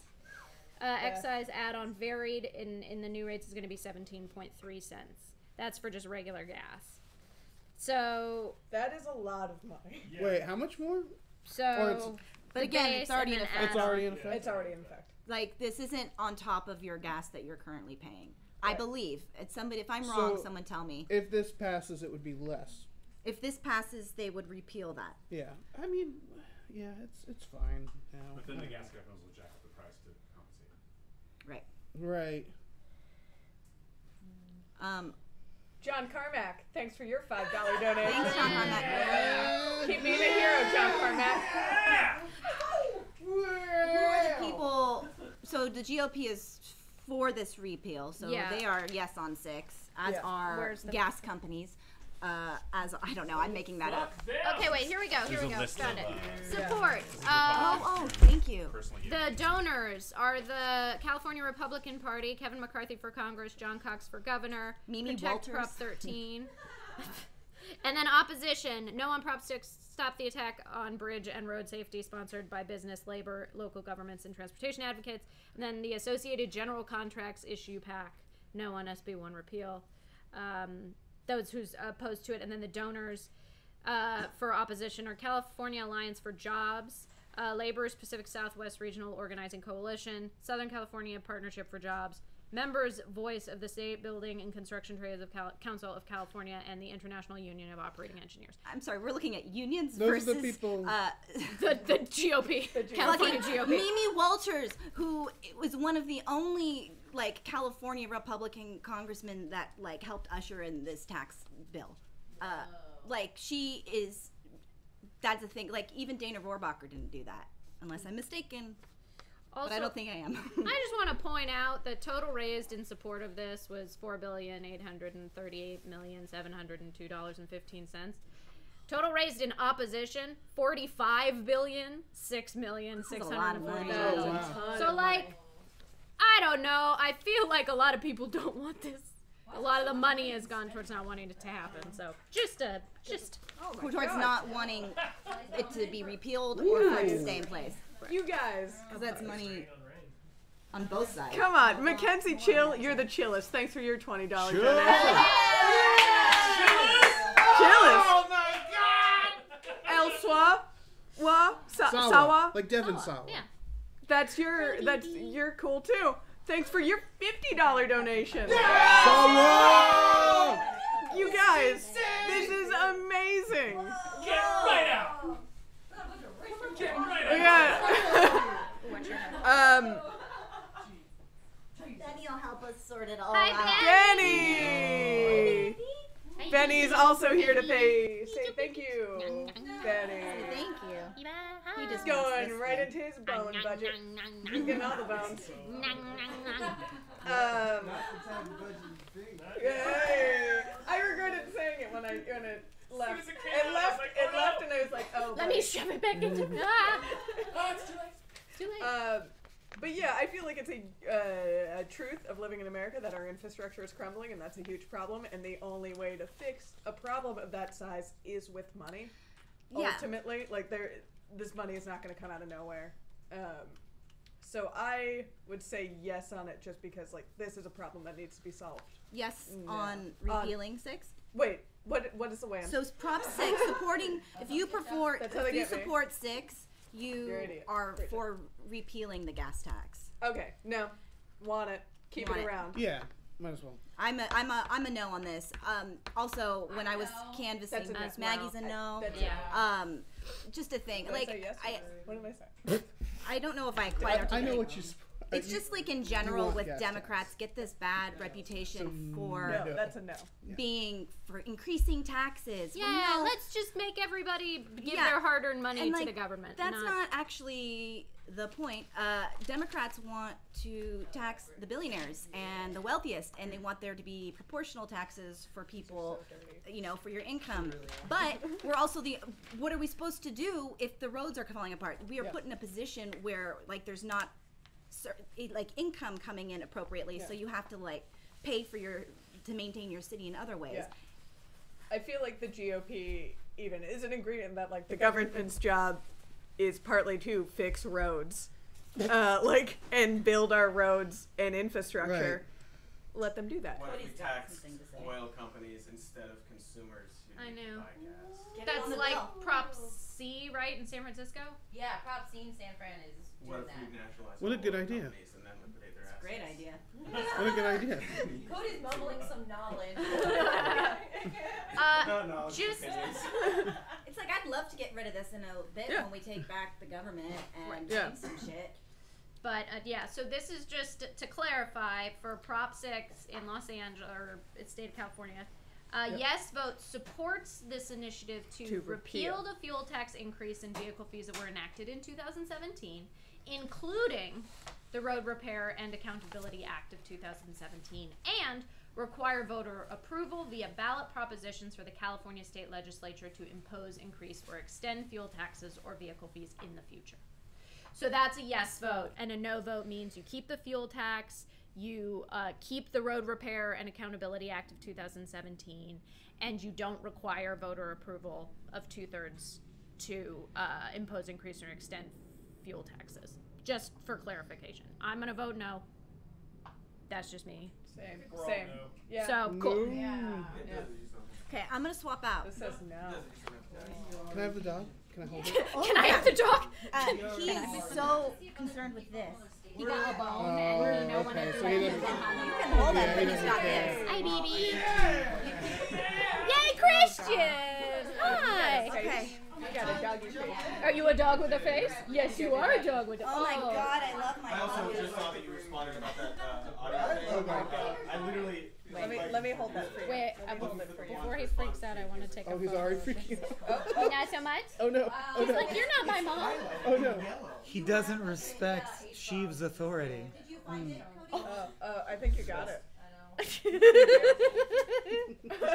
They never look up when you need them to. Let me help you out. Dogs can't look up. That's good. That was a good one. Okay, we're moving on to Prop 7, Maggie. Do we have anything else on the docket? Oh, no. In the docket? Oh, no. Reiterate. Hey, chat. If there's props in your state that you want us to look up real quick, because we're experts. Clearly. Clearly experts. Just say so. We'll have chat pull We it won't up. even look them up. Yeah. Prop 7 is the fun one, guys. Yes. Confirms California daylight savings time to federal law. Allows legislature to change daylight saving time, period. How do we feel? So a yes vote means we're empowered to cancel it if Yeah. we want? Yes. Whatever we can do to get rid of it, right? Yeah. So this doesn't get rid of it, but it allows us to talk about getting it on a group level. Yeah. I mean, hold on. I gotta It look opens the something floor up. for discussion. Daylight savings time is categorically the worst. Right, there's no point. No, it's terrible. It thing messes everything up. We're not farmers now. I like it. I don't know. I like waking up and I don't know. Today I woke up at 6:30 and was thoroughly confused. You want it as a little No, I like for the to- year. I like I just see center right and far right fans. This is not propaganda. We do not vote as a monolith. Maggie is wrong and likes daylight savings Well, time. I have. She's gonna be our one dissenting vote. Maggie today. from I have the big one. time commission. There's one important note here. Is that thousands died because of daylight savings? Maggie, you're killing me. Because It people happens. driving home, like Maggie adjusting the shrugged as light. if to It's say, mostly I think car "Who cares?" accidents. I just Wait, Dave. I'm very interested. Like how? You didn't notice? There's been I think we had it on Cracked. There's been studies showing that like, there's a 25% increase in heart attacks on daylight savings Stress, time. I'm sure. Just wake up and go, the sun! Yeah. Oh, the sun! And then there's just like, let's see, tons of Sun shan't be up for an hour yet. Dear God, what is that fireball in the sky? workplace injuries are more likely to occur. That makes sense. That makes sense. Driving People are problems because tired. people are tired. Yep. People are lost a fucking hour. Yeah, Maggie.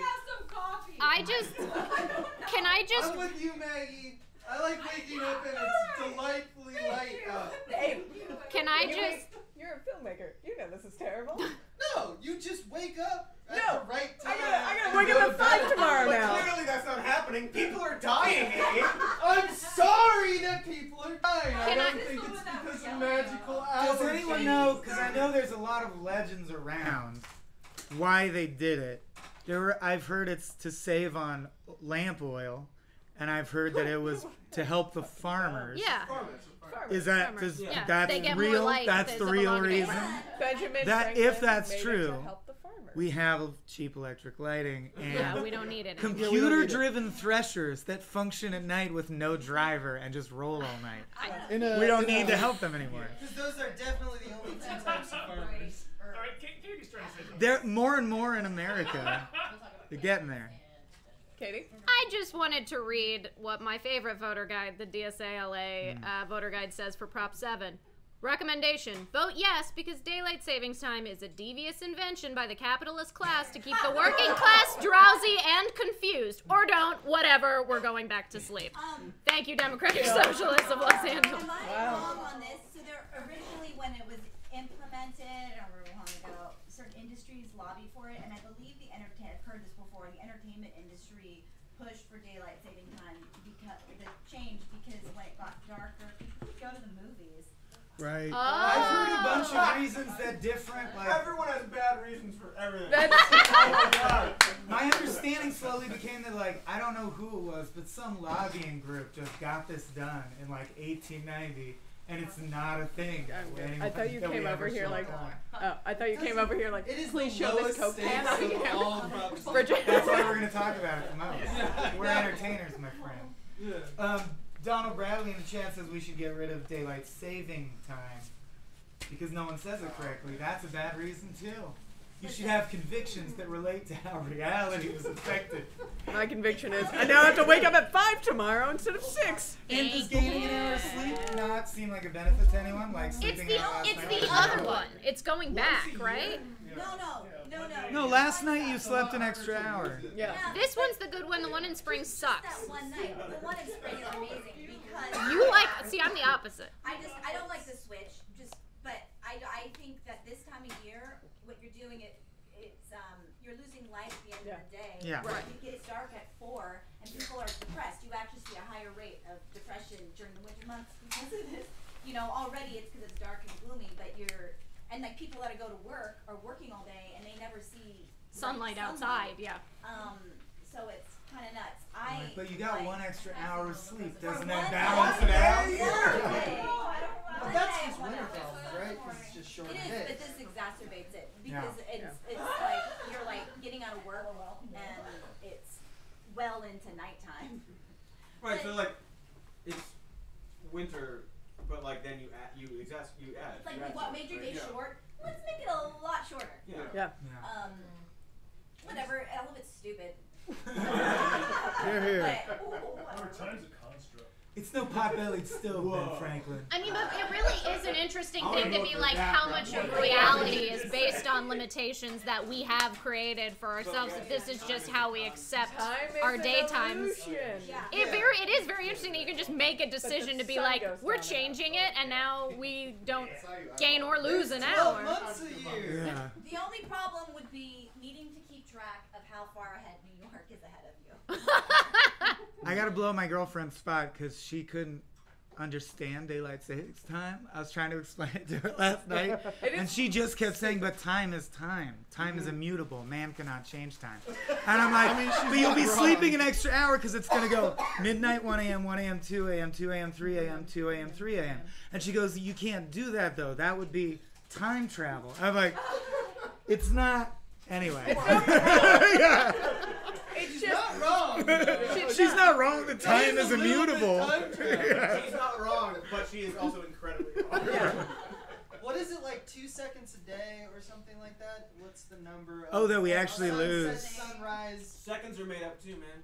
Yeah, that's true. We just get into this like, what's the whole point of anything? But that's why we have leap year, right? We lose a small percentage of our year. Not your feet. And we have to gain it back with leap day. No.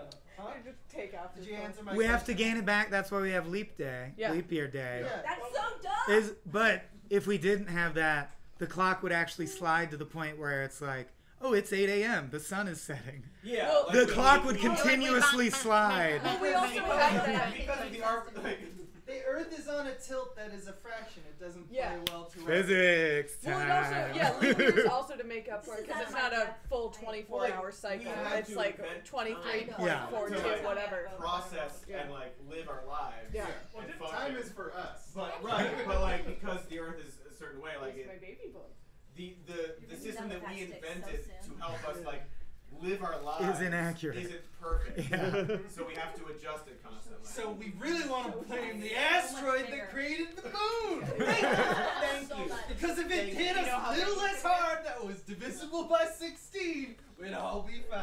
It's simple enough, you guys. An asteroid killed dinosaurs. That probably knocked the Earth a little bit. That one too. Yeah. They're And then all over from time, He's put it such in a puppy, plate. too. Well, that's assuming the moon is not an alien spaceship otherwise Sure. abandoned years before. Isn't I heard that. It's true. I've played the Did. It's true. Hold on, I got a real important question. What the hell are we talking about? I don't know, but no one on camera is talking about it.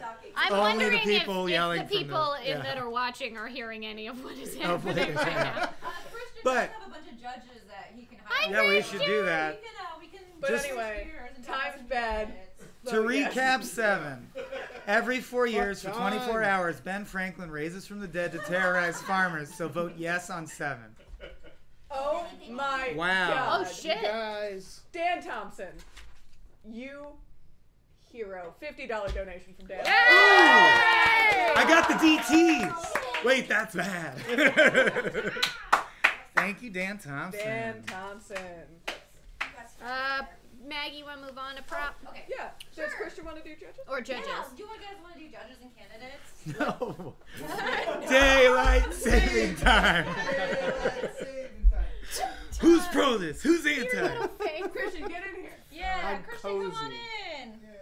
Christian, Yeah, Christian, Christian, I don't like Christian. this much A pressure. lot of evangelical voters in the comments have been awaiting your arrival because they're very confused. Yes, they're very confused. They thought you were like the equal time guy. They're like, oh, at least they're bringing one Christian. If you're in a different state and you want us to talk about your propositions, just the super chat is on my YouTube channel, but we're also looking at Cody's. So either one, pop on, say what you want us to discuss. I'll write it down while we're talking about judges, and then we can talk Also, about it. Abe, I mildly promised that on the Small Beans YouTube stream, which is also going, when you weren't on camera, you'd occasionally check in and reply to people. Oh, I said that for you, though. You could make me a liar. Oh, good. I don't want to look like a liar. Yeah. Well, my laptop's over Haven't there. said You can hello see yet, but hello. Will. Christian taking the lead? Sure. If we're going to talk about the non-partisan offices. Which I appreciate, because man, that's the point at which it's so far down the ticket that I start questioning how valuable my time is. Yeah.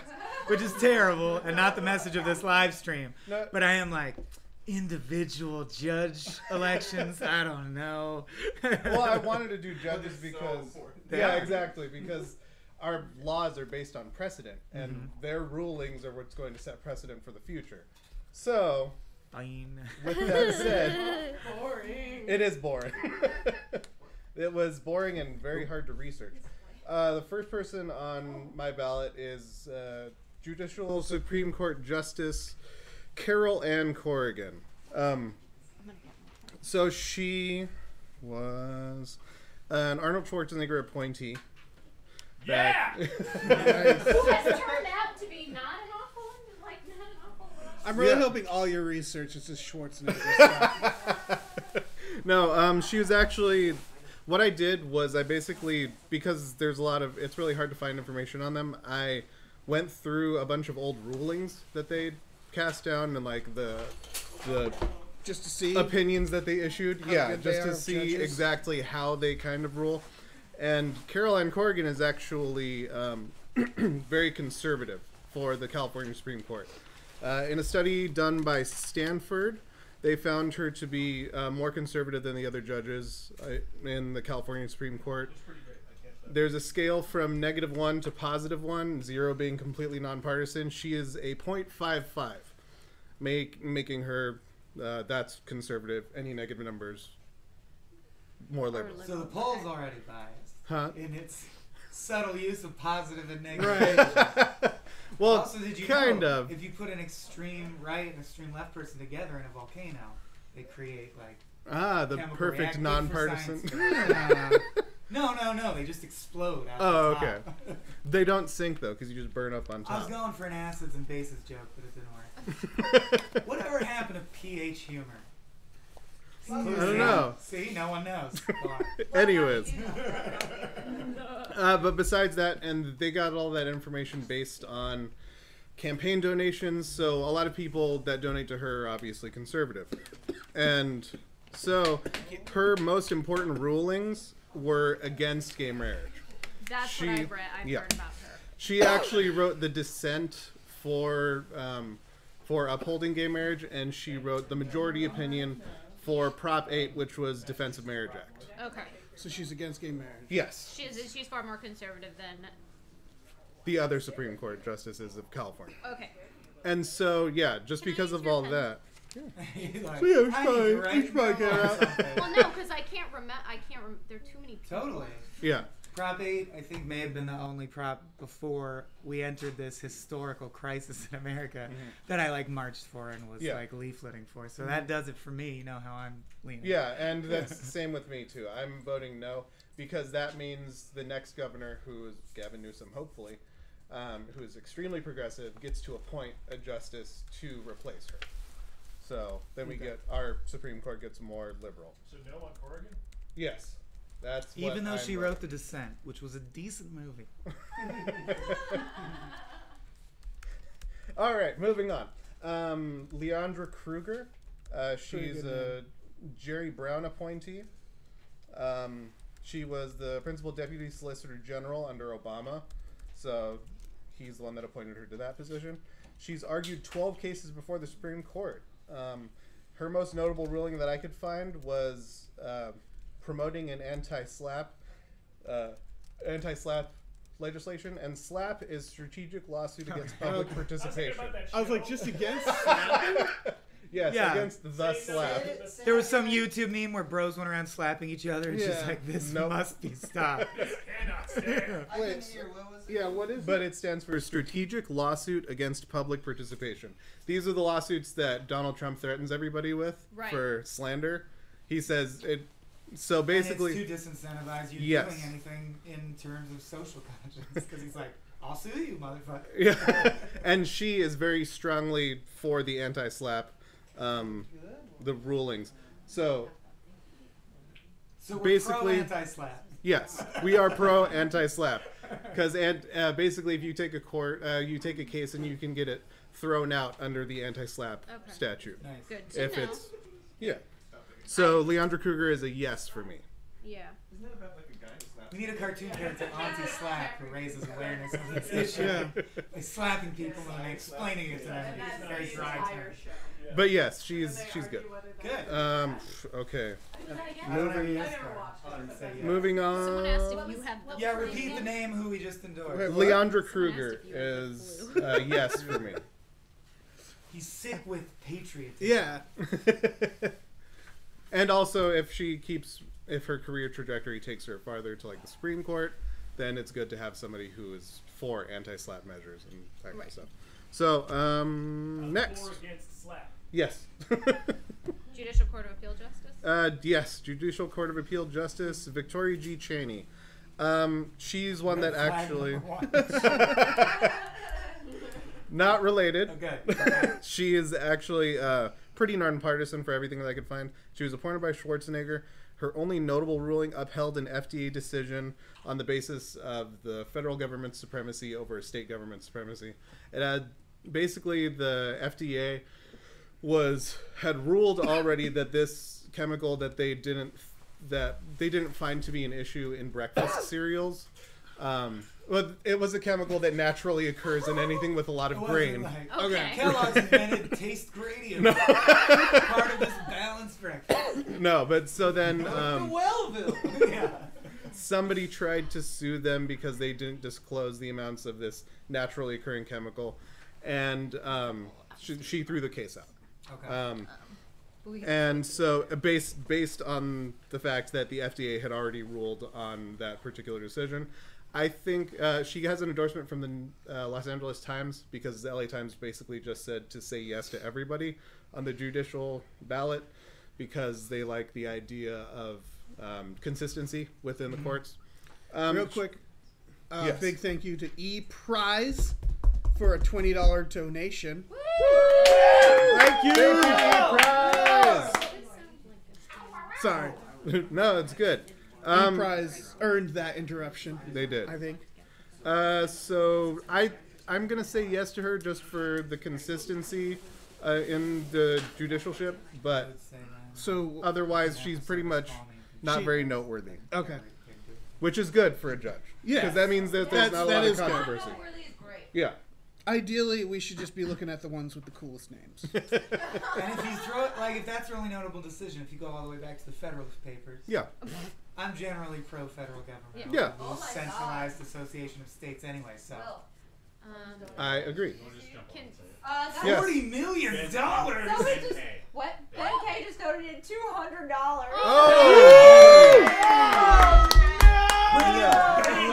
Ben K. Thank you. Thank you. Maggie. To charities, right? Maggie. Okay. To Rain. I just want to reiterate for new people. Here, yeah. These donations are not going to get divvied up by us. Anyone want to take the computer spot? Because I got to get out of here. All my notes are on Yeah, paper. I wanted to cross streams with Katie. Here's some out-of-state props. Oh, fun. Oh, God. Yeah. Is the iPad in use, or can we get the comment stream back too? Because that's fun. Fodder. I'm watching both of your... You're doing it. Okay, if you need to go for it. I'm watching. Wait, yeah, can people look things up? No, there's a lot more. Well, I did 9 of But them. we should keep going on judges. Yeah. But yeah, I wrote about 9 of them because it's very dense. Next one, Helen Bendix. She's Associate Justice of the Court of Appeal. She's a Brown appointee. She's did 21 years of trial court, active in a bunch of committees that emphasize access to justice for everybody. So that's positive in my book. Everybody should have justice. Exactly. Yeah. You can never have too much justice. I think like Batman. That's too much been justice. crossing it the line. I don't know. Well, that's too much of a specific kind of justice. Right. Yes. It's not like too much justice in general. It's Right. just Right. the bad justice is like Bad justice. It's overwhelming. Yeah. It's I would say bad justice is bad justice. Yeah. Bad Justice aired next to the slap on NBC. I slapped a kid. I'm anti-slap. I'm pro-slap. I'm Batman. But yeah, otherwise she's not very noteworthy. She's pretty neutral and impartial. She also taught classes on civil rulemaking and alternative dispute resolution. So she's a teacher. She's somebody who has basically just done her job. So I think she's a yes for me, for sure. The real research you want, because like with the props, of course, we're talking about how constantly they'll be like, well, they support this. They were funded by this program called Everyone Deserves Justice. And when it's so no-brainer, sometimes it turns out that that is a group of evil people who are against justice. So it's like, I really want to talk to her. If you're a student, what's her name again? Helen Bendix. If you had Helen Bendix in school and she was shit, I would love to have that known in the comments. Sure. I mean, I want to talk to the people. Like the Freedom Caucus. Yeah. Right, Yeah. They chose that name for a reason. Yeah. They love cockeye, and everyone does. The military going to the border right now is called for something Patriot. Yeah. Perfect Patriot. Or like, Proud I think Patriot it's or called something. yeah. Warm It's real good. welcome, open door policy. Operation We Love You. Okay, moving on to Elwood Louis, L-U-I. He's a Brown appointee, mostly nonpartisan as far as I can tell. His notable ruling favored finding more information and sending the case to a different court, so they had the benefit of discovery. So I think that generally trends to be positive for me. If he would rather have the case being tried in a court where they're going to have more information, then that says something good to me about the kind of justice that he is. And from lawyers I know, almost all of them unanimously support more discovery versus less discovery in a case. The only downside is the old chestnut argument but that'll cost more money. We shouldn't have to pay to have fair justice administered. And in my opinion, that's bullshit. Yeah, you do. That costs money. Yeah. Jack from Twitter.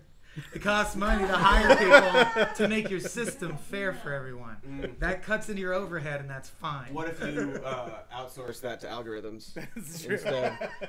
Well, he took out the like button. What if we just stop voting, right? Yeah. Stop voting. And that's the message of this live stream. Okay. So, yeah, he's a yes to me, just because he Go yes. all that stuff seems positive. Elwood Louis. Yep. You want to read this one? Want to read in unison? Data Foxy, $5 donation, green index card. Thank you, Data. We're always looking for big data we can leverage. For Foxy purposes. All right. Next one is going to be Victoria M. Chavez. She was a Schwarzenegger appointee. She wrote The Descent. Every time you say it, I look at Tom Ryman to scream from off camera. So, Schwarzenegger impersonator, what's her name? Victoria Chavez. She wrote The Descent in a child spanking case. She wrote The Descent, and she wrote The Core, and... The Core legal brief related to this case. Yeah. The Core, that's a no from Dave Bell. Oh no, that's a big. She wrote. Yes. She wrote the first draft of Geostorm.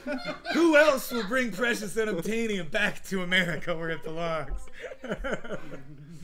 Okay, she wrote the Owls of Gahul. On a child spanking case.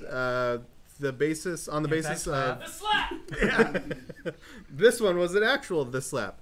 On the basis of, quote, this is her opinion, striking a young child with a shoe while yelling was not appropriate. Children were at risk of serious physical harm from their mother, who had a lengthy pattern of inappropriate discipline. The other two justices, who were male, I can't remember their name, but they actually said that still counted as within the legal limits of child discipline. Right. Is she pro or against hitting a kid with a shoe? Yeah. She is opposed to, yes, she's physical opposed abuse. to hitting a kid with a shoe. Yeah. In school, though. And private this was home, she didn't... No, this was, this was a mother in a private residence. Oh, okay. So the dissenting opinions, or I guess the majority opinion, ruled that... Yeah, in your home, you can hit your kids with your shoes. Okay. Yes. And she Good to know. And she Is it your ruled kids against or just that. kids? Just kids. Is it just kids or is it anyone and anything I don't cotton to? Yeah, no, you're gonna sleep over tonight? You invite that little twerp. I got some shoes for him. Tell him it's a barefoot party. I want to be the only one armed. All right. Thank you, ShayShark42, for your $20 donation. Woo! From the Shark 42 family. Yep. Yeah. Nice. Get it right. Oh. Of the Buckingham Shark 42s. But yeah, so she's yes to me. So. Yeah, don't hit kids with shoes. That's a good Don't ruling. hit kids with shoes. Yeah. Yeah, it seems easy enough. Yep. All right, moving on. It does seem easier. Do people in this room did y'all despise Schwarzenegger's policies to the point where him appointing someone makes you suspect of him, or did you think of him as like a harmless centrist who's just enjoying being governor? I mean, he's been fun lately. Yeah. Yeah. I find him. He's not the most objectionable Republican. Yeah. Right. I agree. I wanted to bring it up. Backbone, and yeah, he's pretty good for the environment. Yeah. He did not take time. Like he's been anti-Trump. Yeah. From Right. The beginning. I don't distrust his choices innately, right? And he was also in Total Recall. He's also John Matrix. Yeah. Yeah. So also in the Eraser. Yeah. Yeah. I mean, he did want to give the people the air. That's true. You should put a mic back here. Even the mutants. He's got a big heart. Surprisingly against the recall. That's true. He was totally against the recall. I'm surprised they didn't use that in Yeah. this PR ramp up to it. Somebody did they? Oh, I'm totally against this recall. Was 10,000% total recall. Nice, nice. You know that's when perfect. he ran for governor, it was all of a sudden, right? It was Yeah. due to It was a Yeah, recall, he was wasn't in it? the works, Yeah. and it was in production to do a Westworld remake with him as the robot. Is that how that And spiraled into the show? Is Exactly, that- yeah, wow. because he became governor, and they were like, "Well, we're still going to do this," Sitting on and the it front. sat around for a while, and then they made the TV show. So you have that to thank Schwarzenegger. Schwarzenegger was supposed Thanks to play for all the Westworld? robotic Yeah. horses. He was just gonna carry people around Westworld. Oh, that'd be so good. See, I'm still strong. Was that all the judges? Was that the judges? No, there's a couple more, and then we'll break it. Let's do it. Cool, yeah. We can, Yeah. And then I have Cool. We also have these props that you gave me. Yeah, we got props from other, but we can finish judges and then take a break. Okay, sure, or we can do it however you want. I have more 10 information. more minutes of judges. Cool. 10 more judges. I think I've got 3 left that I have information on. So, going on to Luis Lavin. This was great. Thank you, Christian, also for reviewing. Of course, no problem. Fantastic. Thank you. I have no idea who to vote for. They're mostly yeses. It was just good that I knew, found out know about what? Corrigan. Take Data Foxy's $5 donation card. Buy yourself something. Thanks. Shh, he doesn't know that.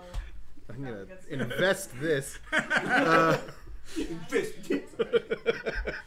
Louis Lavin is a Brown appointee, ruled in favor of. There was. I'm gonna stop interrupting. It's okay. There is a digital billboard case in LA County, and he ruled in favor of the people that were putting up the digital billboards, citing free speech. And LA had actually done some improper redistricting to make the billboards illegal. He also noted that the court, the California court, was not bound to the Ninth Circuit's precedent that they set because the California court's ruling was based on the California Constitution. So he basically believes in the California's autonomy within the Ninth Circuit. So I think he's a yes because otherwise he's unremarkable, but that's kind of up to you. Sure. Yeah, it's kind of a question of whether you think you're voting for or against digital billboards being okay to proliferate through society, or you're just voting for or against, like, he was doing his job in this position. Yeah. Did he do his job as he was supposed Wasn't to? the issue that they were too bright? I guess the issue, some of the issues that they brought up were that they were too bright, they were an eyesore, all these different things. What he ruled based on was that LA had redistricted illegally in the areas that they were being put up to make them illegal. So that's why he ruled in favor of them being allowed to have it. Yeah. I mean, we're not going Okay. to Blade Runner unless we get some digital billboards going. It's So the growing pains. Sure. And I'm also yes on that because if you're local to LA, you know that like smacks of NIMBYism, which is Yeah. a terrible thing in LA, where like all the nice areas you could walk around and enjoy like a nice space, rich people have redistricted it so that there's signs there that say like, don't fucking hike here. We don't care if you live here and own a car and a home. Like, get the fuck out. This guy in the Beamer owns this trail that leads to a mountain. You're like, how the fuck did he get that Yeah, done? no subways. And it's like zoning. nothing. Yeah. But yeah, so that's So the only yes. notable thing. He's a yes for me. We're out of yes. There you go. Next one is Halim Danidina. Danidina. Halim Danidina. Halim Danidina. Yeah. that's a good name. He is a Brown appointee. He was the first Muslim appointed to this high court in California. He also says, he mentions the fact that his faith does inform a lot of the decisions that he makes, which sounds whatever, but it's also the same faith that Judaism, Christianity, our entire government is based on. It's the Abrahamic faith. Yeah. So but I think it's good to have him, especially for the sake of diversity, diverse minds going into solving problems. Go ahead, Dave. All right, this one's Ben K. Gave $10 on behalf of Philip Smith. Phil Smith, you needed that win so bad. Those guys. Good team. Yeah. All right. His notable rulings include He ruled to dismiss a lewd conduct case in Long Beach based upon their discriminatory enforcement policy, saying because the Long Beach police, I don't know if you've heard about this. If you're outside California, you probably haven't, but they've been under they've been in a lot of hot water lately because they actually have been using an app to communicate that immediately that immediately deletes all their messages. And so, yeah. I assume no one approved that. Nobody policy. approved that. It was, yeah. So they'd been it was found out recently that they'd been doing that for a while now. And this isn't. I also love, by the way, sorry to interrupt, but like, there are Chinese spies somewhere who are like, how's our line on the president's phone? Great, we got everything. Everything he says, we got it in this record. What about that small town, or what about that local police force? We can't crack them, man. They're just savvier than the president. I don't know.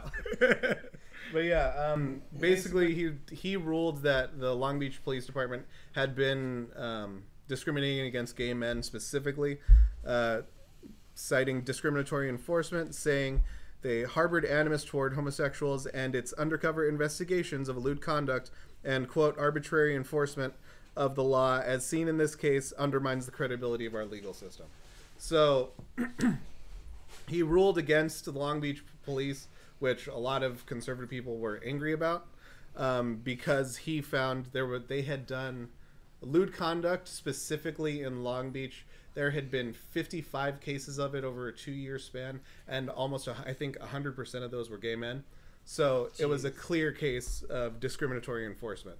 But even the hardliners should be pro, because it's like, if they're spending all their time on this, who's shooting unarmed black men in the back? I'm sorry, that was too far.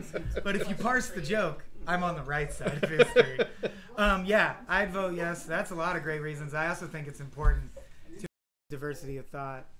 Yeah. So, like, literally someone that comes from a slightly different religious background, I'm like, let's see what path that leads them to. I'd be interested. Yeah. I mean, yes. Yeah, I mean, yeah. I'm always nervous about any religion in court. Same. Like, yeah. And especially like when you at the end of the explicitly day, say it too. Yeah. No, even like no matter what the religion is, I'm like, but you don't say it. Yeah, but I am also for fucking diversity of backgrounds. Right. So it's like, yeah, there's already religion in court, so might as well. There's religion in the country. And there's every chance that like almost every Christian politician, he's just saying that. Yeah. Like, right. $5 donated from Mace. The rapper Mace has donated $5. Who also asks, will Cody ever cover the Pepe Sylvia conspiracy? No, because I'm living it. Is Maze Noah Byrne? Noah Byrne, did you infiltrate this live stream? Because he's big into the Pepe Silva conspiracy. Yeah. All right.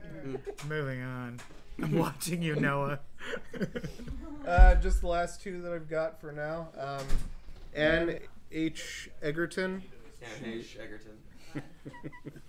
Thank you. Ann H. Egerton? Yes. Egerton. It's a whole town of she eggs married that are Joel also Egerton. And Ann H. She's a Brown appointee. She's also a proponent of anti-slap. Which slap? The bad one.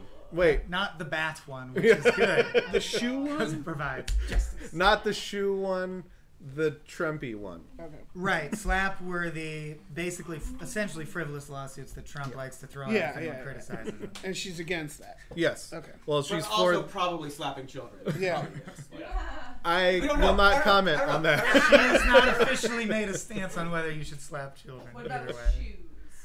What about with shoes? Ooh. Sorry. Really big just imagine an abusive dad going, hey, I'm going to hit your kid with a really big shoe. Really big. Dad, what is that a reference to? Shut up! It's the best shoes. Yeah. Weird, wild stuff. Okay. The only other notable ruling that she issued was that somebody who is technically liable for part of someone's death. In this case was specifically a worker died because of unsafe working conditions, and they found his supervisor, I think, 20% liable, and the company was 80% liable.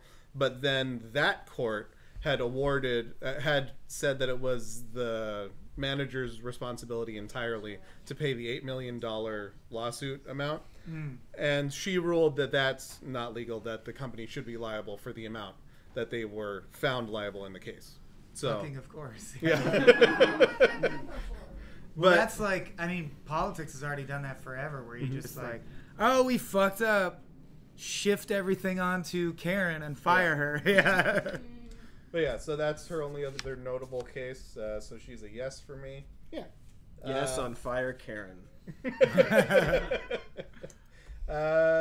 Last one that I have information Yes on on that I Anne H. researched. Yes. Anne H. Edgerton. That is a yes.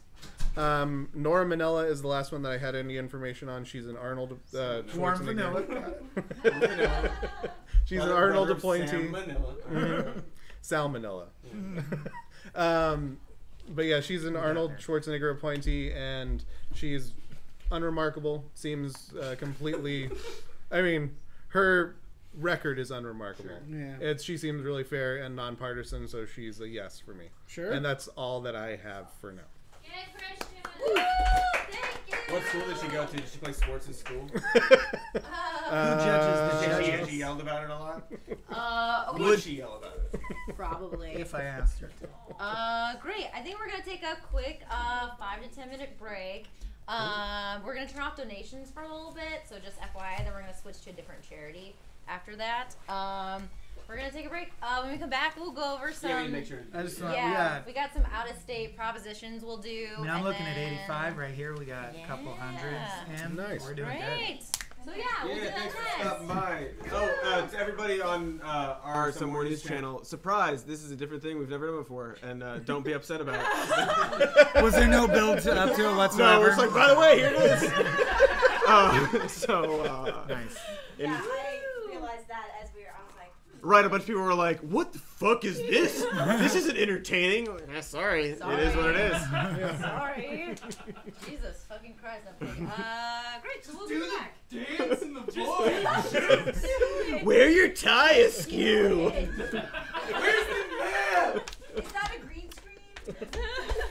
Anyway, bye.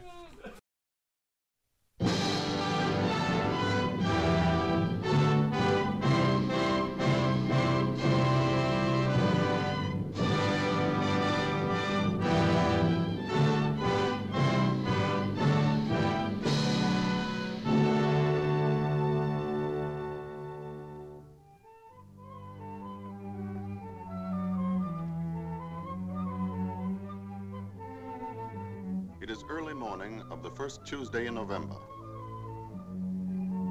This is an American city. A city that is not very large, not very rich, not very old. It is situated in the western part of the United States, in California. Its name is Riverton. The woman in the car is Mrs. Dawson, one of Riverton's 15,000 residents. She is principal of public school number 2. But today there will be no classes held here, for this is election day.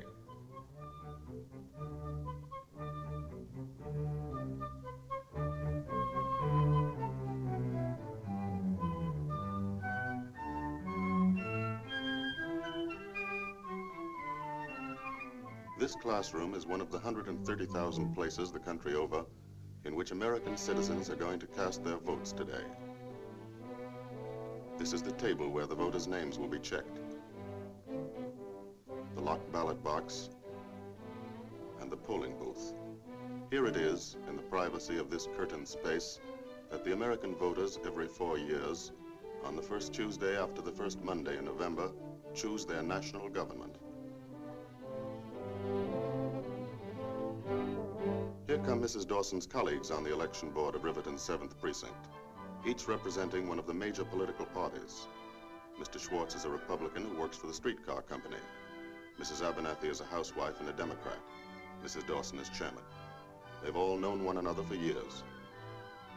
First, they remove the last traces of their campaign activities, their party buttons.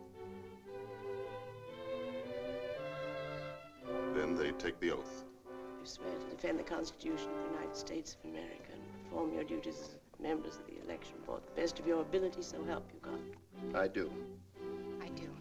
This makes them responsible for seeing that the voting here today takes place according to the laws of the land. And now the polls are open.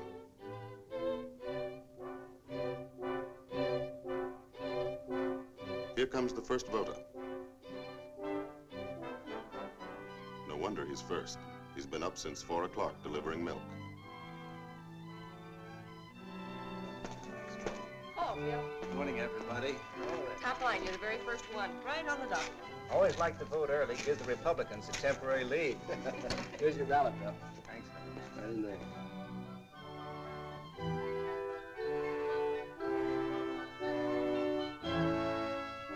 That's as far as we can go.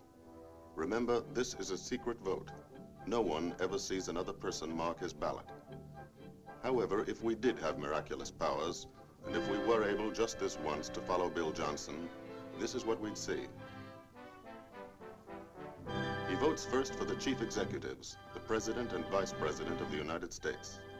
Next, he votes for a senator from his state, then a representative from his district. This man is casting his vote for a government of his own choosing under the Constitution of the United States.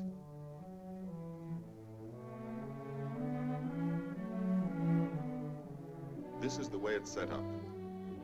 There are 3 branches of the United States government: the executive branch, or president, the legislative branch, or Congress, and the judicial branch, or Supreme Court. The duties of each branch are established in the Constitution. Let's see how they work. The president is the executive head of the nation. He initiates all important policies, such as treaties with other governments and the conduct of national affairs. He is the commander-in-chief of the Army and the Navy, an important consideration in a wartime election. The vice president is the president's legal successor. The president keeps him informed on matters of state and policy. The vice president, by custom, sits as a member of the president's cabinet.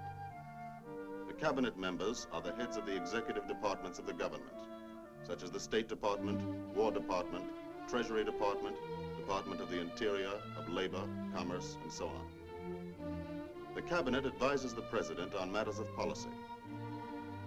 The powers of the president and his helpers are limited, for this is a government not of men, but of laws, based upon the Constitution. Congress makes the laws. It is a parliament which, unlike many democratic parliaments, has no direct connection with the executive branch. This branch of the government is made up of 2 houses, the Senate and the House of Representatives. A law may originate in either house, but must be approved by both of them. When a bill is passed by both houses, it is sent to the president. If the president also approves the bill, he signs it. It then becomes law. The president may veto a bill passed by the Congress. But Congress may still, by a 2/3 majority, make the bill law. Although the chief responsibility of Congress is that of making laws, certain other responsibilities are delegated to the 2 houses. In the Senate, or upper house as it is called, each of the 48 states in the nation is represented by 2 elected members, making a total membership of 96. Small states and large have equal representation in the Senate. The Senate has 2 important functions aside from its lawmaking duties: to pass on important presidential appointments and to approve or reject all treaties with other nations initiated by the president. When a treaty is under consideration, the members of the Senate express their opinions, either of approval or of disapproval, and then a vote is taken. If 2/3 of the Senate approves of the treaty, it is in effect. In the House of Representatives, or lower house, each of the 48 states is represented in proportion to its population. The more populous of the states have the greater number of members in the House of Representatives. All measures dealing with the appropriation of money for the nation's use originate and are controlled in the lower house. the money appropriated is turned over to the President for expenditure. And the President, with the aid of the Cabinet, spends the money in the manner decided upon by the Congress, whether it be for purposes of peace or of war. Although the Congress of the United States makes the laws of the land, its powers are also limited by the Constitution. As a check on both executive and legislative branches of the government, there is a third branch, the judicial. The Supreme Court, whose members are appointed for life by the President. The Supreme Court protects the Constitution from violation by congressional laws or executive orders.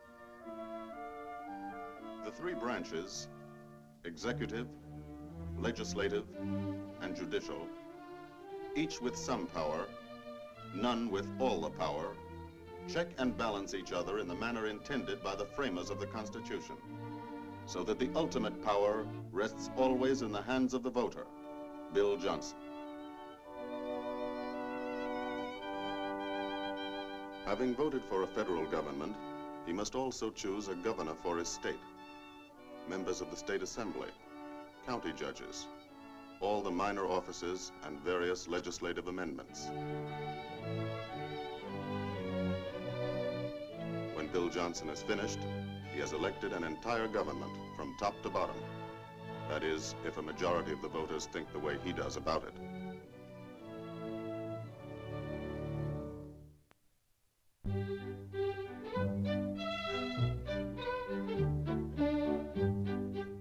It's not only here in Riverton that the voting is heavy today. All over the country, people are conscious of the momentous issues facing their nation and the world.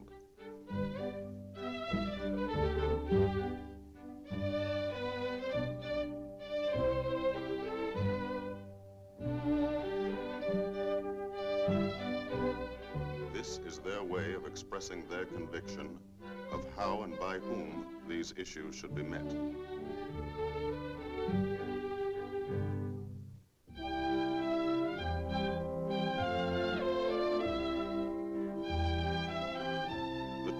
Presidential candidates vote like all the other citizens.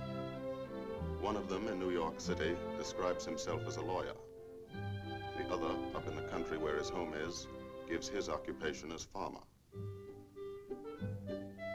For those who cannot come to the polls, an absentee ballot is provided, and the voting is supervised by the local notary.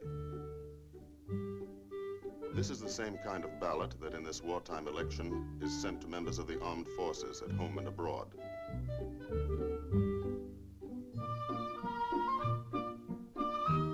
These ballots are returned to be counted in their respective states. Here in Riverton, the line grows longer. The citizens are following the constitutional provision that elections are held on schedule, rain or shine, panic or prosperity, peace or war. That chalk on his sleeve is part of yesterday's history lesson, when Mrs. Dawson reminded her pupils of two other memorable elections. In 1864, with the nation in the throes of a civil war, Abraham Lincoln, one of America's greatest presidents, was opposed in a bitter campaign by one of his own generals. The people chose to re-elect Mr. Lincoln. In 1916, during the First World War, an election was held. And now again in 1944. Early in the summer, nominating conventions are held.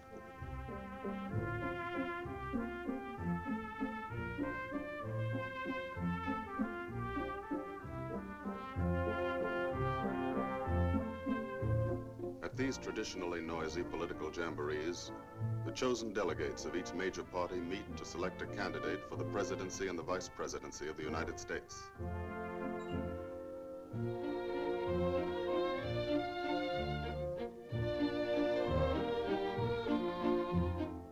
Now the candidates have been chosen.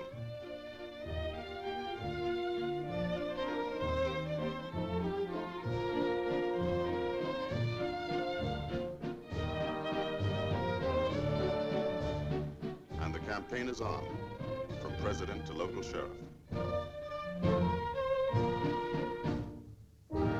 For 3 months, all through the late summer and fall, Wherever people come together, issues and men are discussed and argued about. Some feel that this isn't altogether a good thing, that a lot of time and energy are wasted this way.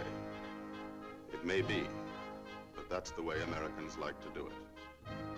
They like to feel everybody has a right to speak and is interested enough to do it.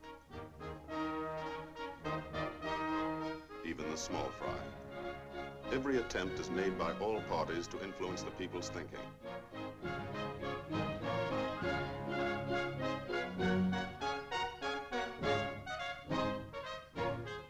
All over the country, week after week, 140 million citizens take part in the great debate.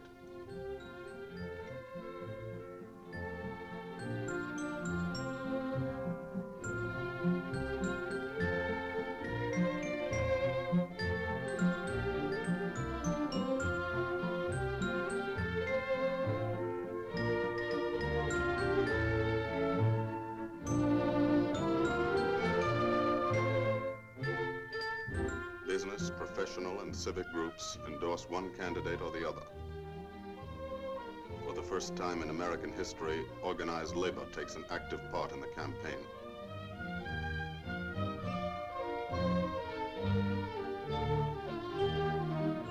Radio plays a greater role than ever. Time on the air is paid for by all parties and distributed evenly among them, giving the party in office no advantage over its opponents. It is estimated that in the last days of the 1944 campaign, 70 million Americans heard the speeches of the various candidates.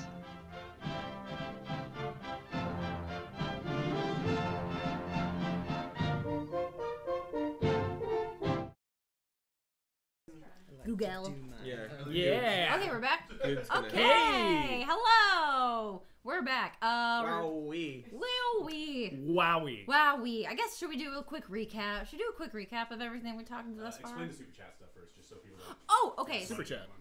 So wait, do we have it connected to a charity right now or no? No, we will later. Okay, so right now, oh, thanks, Doc. $5. Right well, now, it's £5. £5. So it's slightly more, like $7. All right. Yeah, it's more, right? Yeah. Stop embarrassing us. Yeah. Stop it, Doc. We don't have the chat hooked up to a charity right now. Yeah, but in like an hour or so. If you want to give us money to vote toward Chinese food. Right, we are going to order Chinese food later, so I mean, you can donate if you want, or you can save your money and wait, because we'll hook it up to another charity later on today. We will. Yeah. I will take credit for that, even though I'm not doing anything. No, that's I will fine. happily share that credit. Hell yeah. I think that's I wanted to share it. That's what politics is about. Just taking credit for things other people did. And so far the props. Did you write down what we were voting on? Okay, great. Yes, yeah. All right. Fantastic. The current propositions, we are going yes on 1, yes on 2, no on 3, yes on 4, no on 5, no on 6, and yes on 7. All right. And 7 is the daylight savings. And 7 is you daylight are savings. voting yes. Yeah. That's just for yourself. Okay. Oh, right. That's the one you were We weren't up terrifyingly here wrong when that was decided. yeah. Me and Abe are in a different camp than you a guys. different time zone, perhaps? Maybe. But you're You know it's not about time zones, right? Isn't it? Sorry, I have to grab my tie every time I talk. Don't you mean it is? It is? Yeah. Tie zone? It's getting out of hand. Yikes. The least important proposition of them all. That Or was the most important. We were very passionate about it. It's the It's one funny that to got be the most heated, passionate yeah. sometimes. Yeah. I think that's why. We need some levity, maybe. Yeah. After all the. After a lot of There's always a thing bummers. It doesn't really matter. So. Right. It is funny to be passionate. Oh, it is funny. About 'Cause no things one that else are is. like not About anything. Oh. all right. It's funny to care. Strong It is funny position. to care. So we're gonna go through props from other states. And if you guys have one, we do have a couple of people on chat, and they could just like run it to us. But we're gonna start with Alabama Amendment 4. Someone asked about, and just did a quick Google search. It says legislative vacancies amendment. I thought it was gonna be vaccines, and I was like, ooh. Okay. What this is about. Okay. Yes supports amending the state constitution to establish the following. if a vacancy in the state Senate or House occurred on or after October 1st of the year. Oh my God, this is so much. Betty doesn't like this at all. Before the regular election, the seat would remain vacant until the next regular election. Okay. Just gets rid of special Basically elections. gets rid of special elections. I don't know if I have an opinion on special elections. Well, I mean, they need to fill the seat. They need to fill the seat. Right. But do less people vote in special elections? Probably. Yes. What is it? They do, but also there's often, I mean, special elections, you often also get like a lot of like national focus on them. That's true. These days, yeah. So I think I don't know actually, like if they are cared about less, but I feel like whenever there's a special election, when there's not other elections going on, people focus on like, oh yeah, here's this thing that's happening right now. Oh yeah, we vote sometimes. That's a good reminder. Right. I did a quick Google search of pros and cons to special elections, and there's no resources. I don't. I mean, you don't want a vacancy. Yeah. For a long time. Yeah. Yeah. You might get some creeps sneak in on a special election. Yeah.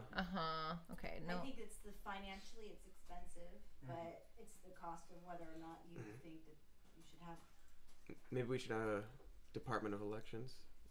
Fund nationally fund stuff like that, Maybe so it isn't too expensive. That costs money. We don't have any money. Where's all the money? Where are we gonna get any money? We spent it all on the rich and the military. Oh, we can't stop that. Wait, are you suggesting that the military budget has ballooned every single year since World War II? You can't suggest that.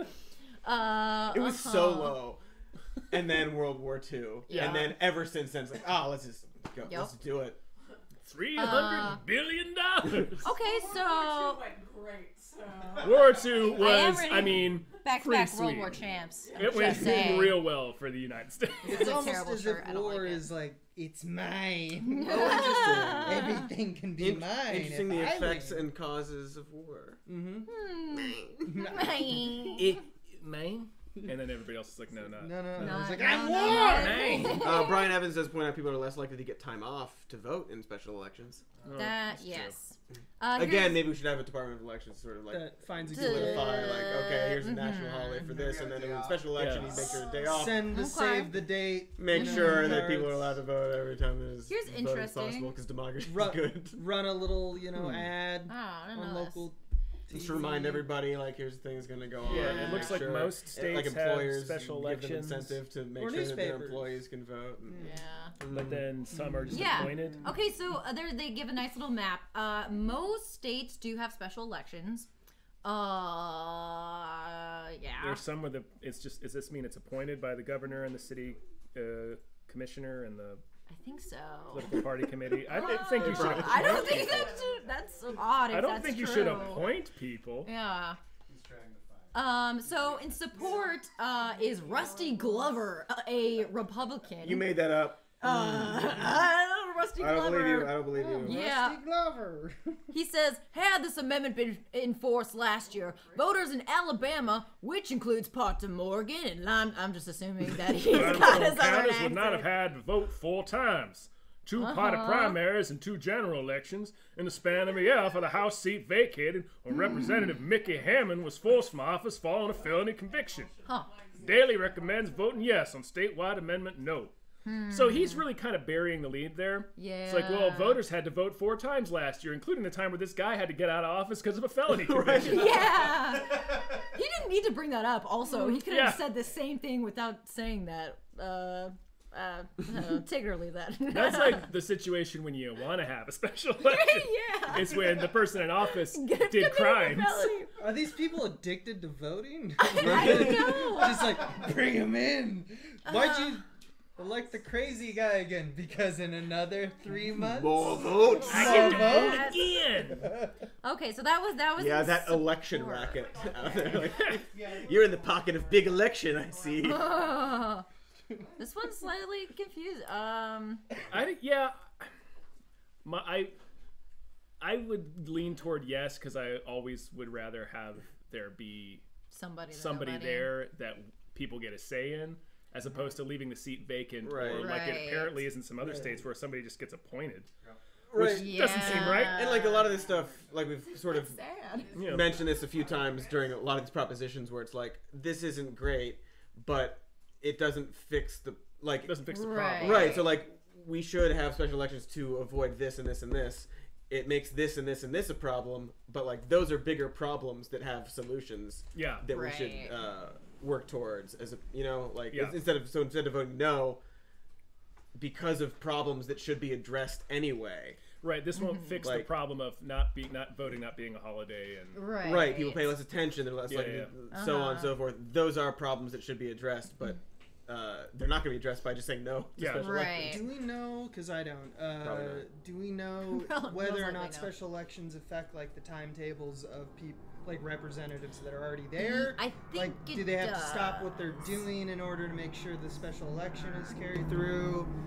Because if it can be like, because I'm not sure how the democratic process, our democratic, to make sure that because then every time it happens, you're slowing down all of the work. I mean, again, it's the question of there are broader problems, but like getting rid of it's probably not the saying no more special elections isn't gonna fix that. I don't know if I don't know. The option of a special election. Yeah. If we did have special elections, we would have still had the judge that issued the Brock Turner ruling. The one that just got recalled recently. Right. This one wasn't saying no special elections. It was just I thought speeding up the timetable of when they would happen. No, this one was getting rid of it. Just getting I think getting rid of it. Because I think a no vote means it opposes amending the Constitution with regard to filling legislative leaving existing law in place. Just vacant. Oh yeah. I would say vote yes to fill the spot, right? Or no. Or no. Voting yes means it would leave the seat vacant until the regular election. Voting no says don't change anything. Continue having special elections. Okay. Yes. Then I would say no. Open. Yeah, I would say vote no. Keep special elections. No on Alabama Amendment 4. For those of you watching. That's what I say. That's what I say, and listen to me. Because I'm right. I encourage everyone to do their own research. Because I live in because I'm big Hollywood, California. I'm big Hollywood. Yeah. Oh yeah. We're also we're in the Hollywood. We are literally in Hollywood, aren't we? We're North Hollywood, but so we're higher than Hollywood. Yeah. We're even more elite than Hollywood. Okay. The next one is Massachusetts Prop 1, which I just Googled. Dave, your mom asked for this one. Did Dave's mom ask? Dave's mom asked for this one. Oh, really? Yeah. Oh, Dave should come in, man. Yeah. Dave, come on come in. with your little friend. Oh. Do you want to sit next to Cody with that? While we're in this little break, I just want to say. All right. Yes, Abe has an important Hold on, we have to do Snake Cam longer. And now presenting to Cynthia. I don't have to sit in. I just want to know what the thing is. What this is? Is this Massachusetts? No, this is Massachusetts. Massachusetts. Abe's got an important thing to say. Just want to thank Scott Mikesel. I don't know how to pronounce that. This is Pidlick. I apologize. Evelyn Hudson, Philip Smith, and Doc Garby. Thanks for contributing to the Chinese Food Fund. Oh, thank you! Woo, thank you very much. Okay, so Dave, this is for your mother. She would like to know. Sorry, real quick. Thank you, Jerkwad Jerk Squad. Oh wow! For your donation. Jerkwad Jerk Squad. Amazing. Sorry. No, that's great. That was worth a pause. Sorry, this is really good. Nurse Patient Assigned Limits Initiative. Is your mother a nurse, or is she just curious? No, she's just. I don't know. She's a weirdo, I guess. Okay, let's talk to your weirdo mom. Weird answer. A yes vote supports establishing patient assignment limits for registered nurses working in hospitals. Oh man, I do know a lot of nurses actually. Do you? Okay. Wait, what is this doing? Good. Limiting how many patients you can have at once. Yeah, that's probably good. That's probably good, right? Because a nurse could get overwhelmed. Overworked. And I mean, they already are overworked and underpaid. What is this? We have a similar proposition on this. It's Prop 1. Prop 1? Oh, that's my friend. Who works. I mean, my gut instinct is to say, yeah, sure. Because that's better for everyone. You're not overworking the nurses and then, like, a patient's not getting less care because they're caregiver is tired or distracted or is trying. But then you imagine if they have a Mistakes. shortage of nurses. Yeah. Then what happens then? Do they just not? They don't get help. Well, I think fundamentally because, I mean, it's a whole different. You have to examine per county if like the number of nurses and doctors are adequate for the population there.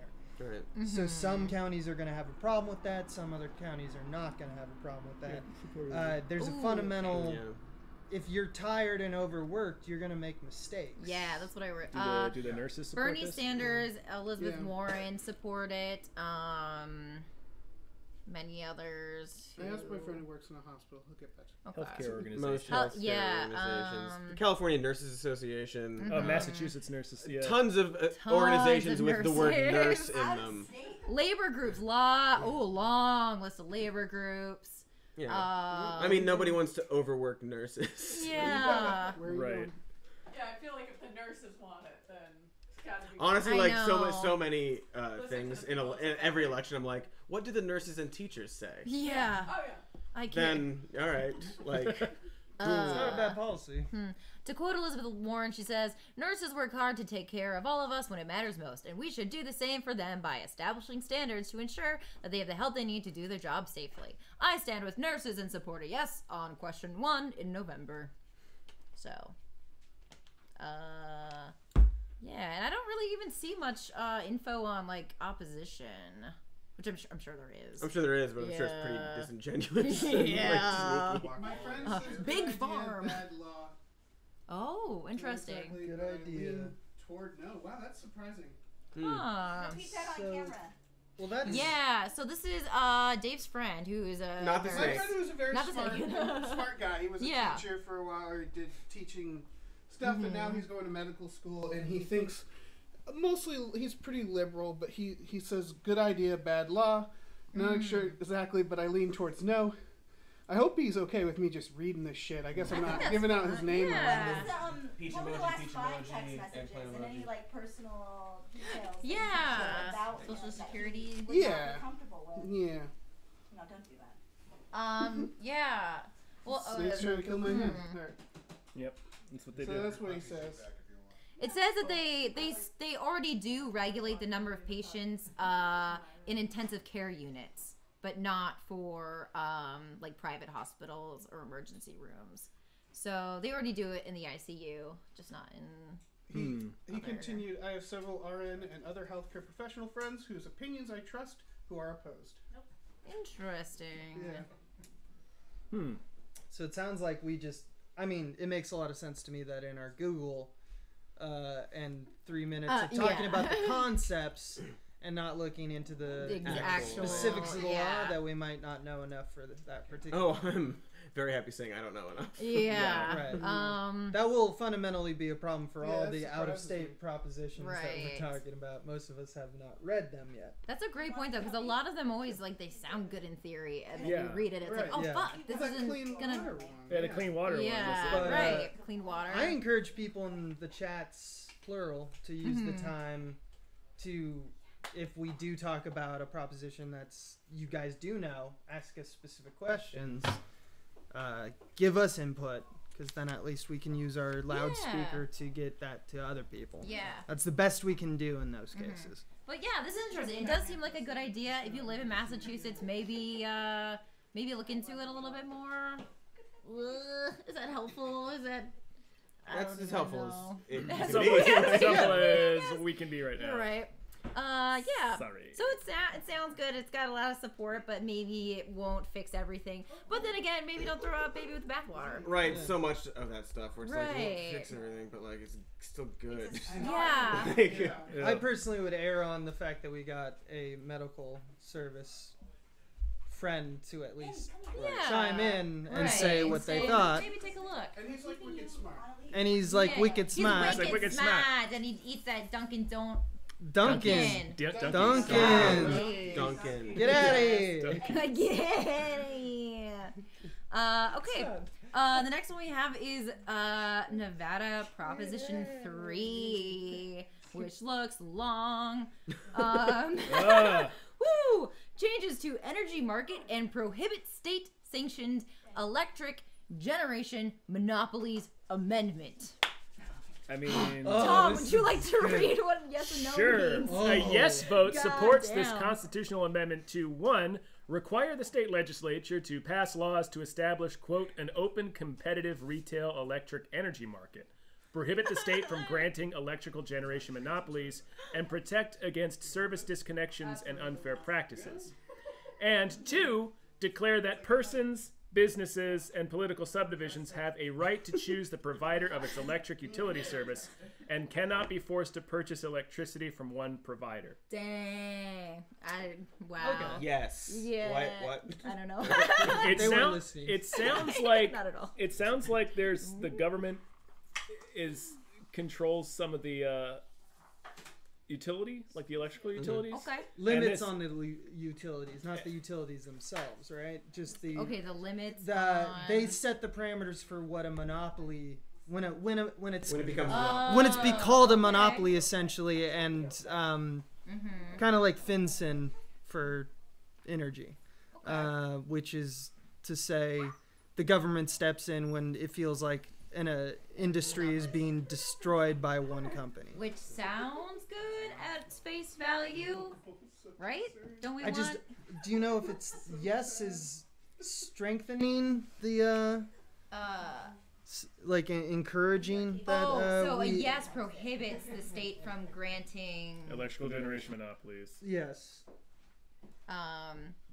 That's an interesting notion because we're real young in terms of energy generation, especially from like a green standpoint. But do we know what energy sources they're talking about specifically? Just electric? It looks like electric. But there's like a million different ways to do electric. So I'd say, or, like you said, it's not about like the fuel, like. No, it has nothing to do with fuel. Yeah, coal can make electric. Exactly, yeah. Just a solar can. So I would say a no is probably the greener response to this. Is that what your read is? I can't. So Nevadans for Affordable Clean Energy Choices is leading the campaign in support of question 3. The wording on this is heavily consumer choice. Yeah. Which, is a red flag to me. Yeah. That's a good point. That's because this kind of smacks of deregulation, which is not great in most. Well, it means that the people who are already strong will remain strong. 99.3% of the campaign to defeat this question comes from NV Energy. Huh. Okay. It's like. Can Nevada Starbucks its energy problems? So is it an anti-monopoly? It's anti-monopoly. It's but it's not. But it contains wording that's like the government can't grant a monopoly, which makes it sound like the government is coming in and being like, okay, this is the energy choice for this area. It sounds like it's regulating electricity, and companies are like, no, we should be able... free market, so we can charge whatever we want. It sounds shady to me. The first clause was the majority of the opposition is from the energy company. From the energy company. Can you reread the wording on the proposition? Yes. Okay. Nevada question 3 that changes to energy market and prohibit state-sanctioned electric generation monopolies amendment is on the ballot in November. Okay. A yes vote supports this constitutional amendment to require the state legislature to pass laws to establish an open, competitive retail energy market. Prohibits the state from granting electrical generation monopolies and protect against service disconnections and unfair practices. A no requires the state to pass laws to establish... require opposes this. Okay. No, sorry. And then declares that persons, businesses, and political subdivisions have a right to choose the provider of its electric utility service and cannot be forced to purchase electricity from one provider. It's an oversight question. Yeah, it really sounds... I don't know because I don't live in Nevada, but it really sounds like the Nevada has like socialist electricity. Right. Yeah. But like they do until they don't. Right. Like it seems like it could easily be monopolized. Mm-hmm. And that is it not already monopolized? It's to me unclear. that reads like this is an attempt to break up existing monopolies. But It it's sounds not. like it sounds like they're trying to create another Enron. Is that a disguise for what they're really doing? Yeah. It seems like a vote yes would be breaking up whatever potential monopoly exists in Nevada. Yeah, it seems like that. It I seems just want like to make that. sure. Any people More from Democrats, Nevada? oppose it, and Yeah. more Republicans are Sheldon for it. Adelson seems to be very for it. He's gross. But you said all the funding, 99% comes from NV Energy, which is an energy company owned by Berkshire Hathaway. supports it. Yes, yes. Oh, supports they it. would benefit Maybe they from it. think they can break into this market by busting up. Right. One of the PACs opposing it is No Handouts to Billionaires. And somehow Ducks Unlimited still in the middle. Yeah, wow. You're really chooser. A lot of labor organizers. I'm gonna go with my original no on this one. Yeah, I'm gonna go with no. I'm confused.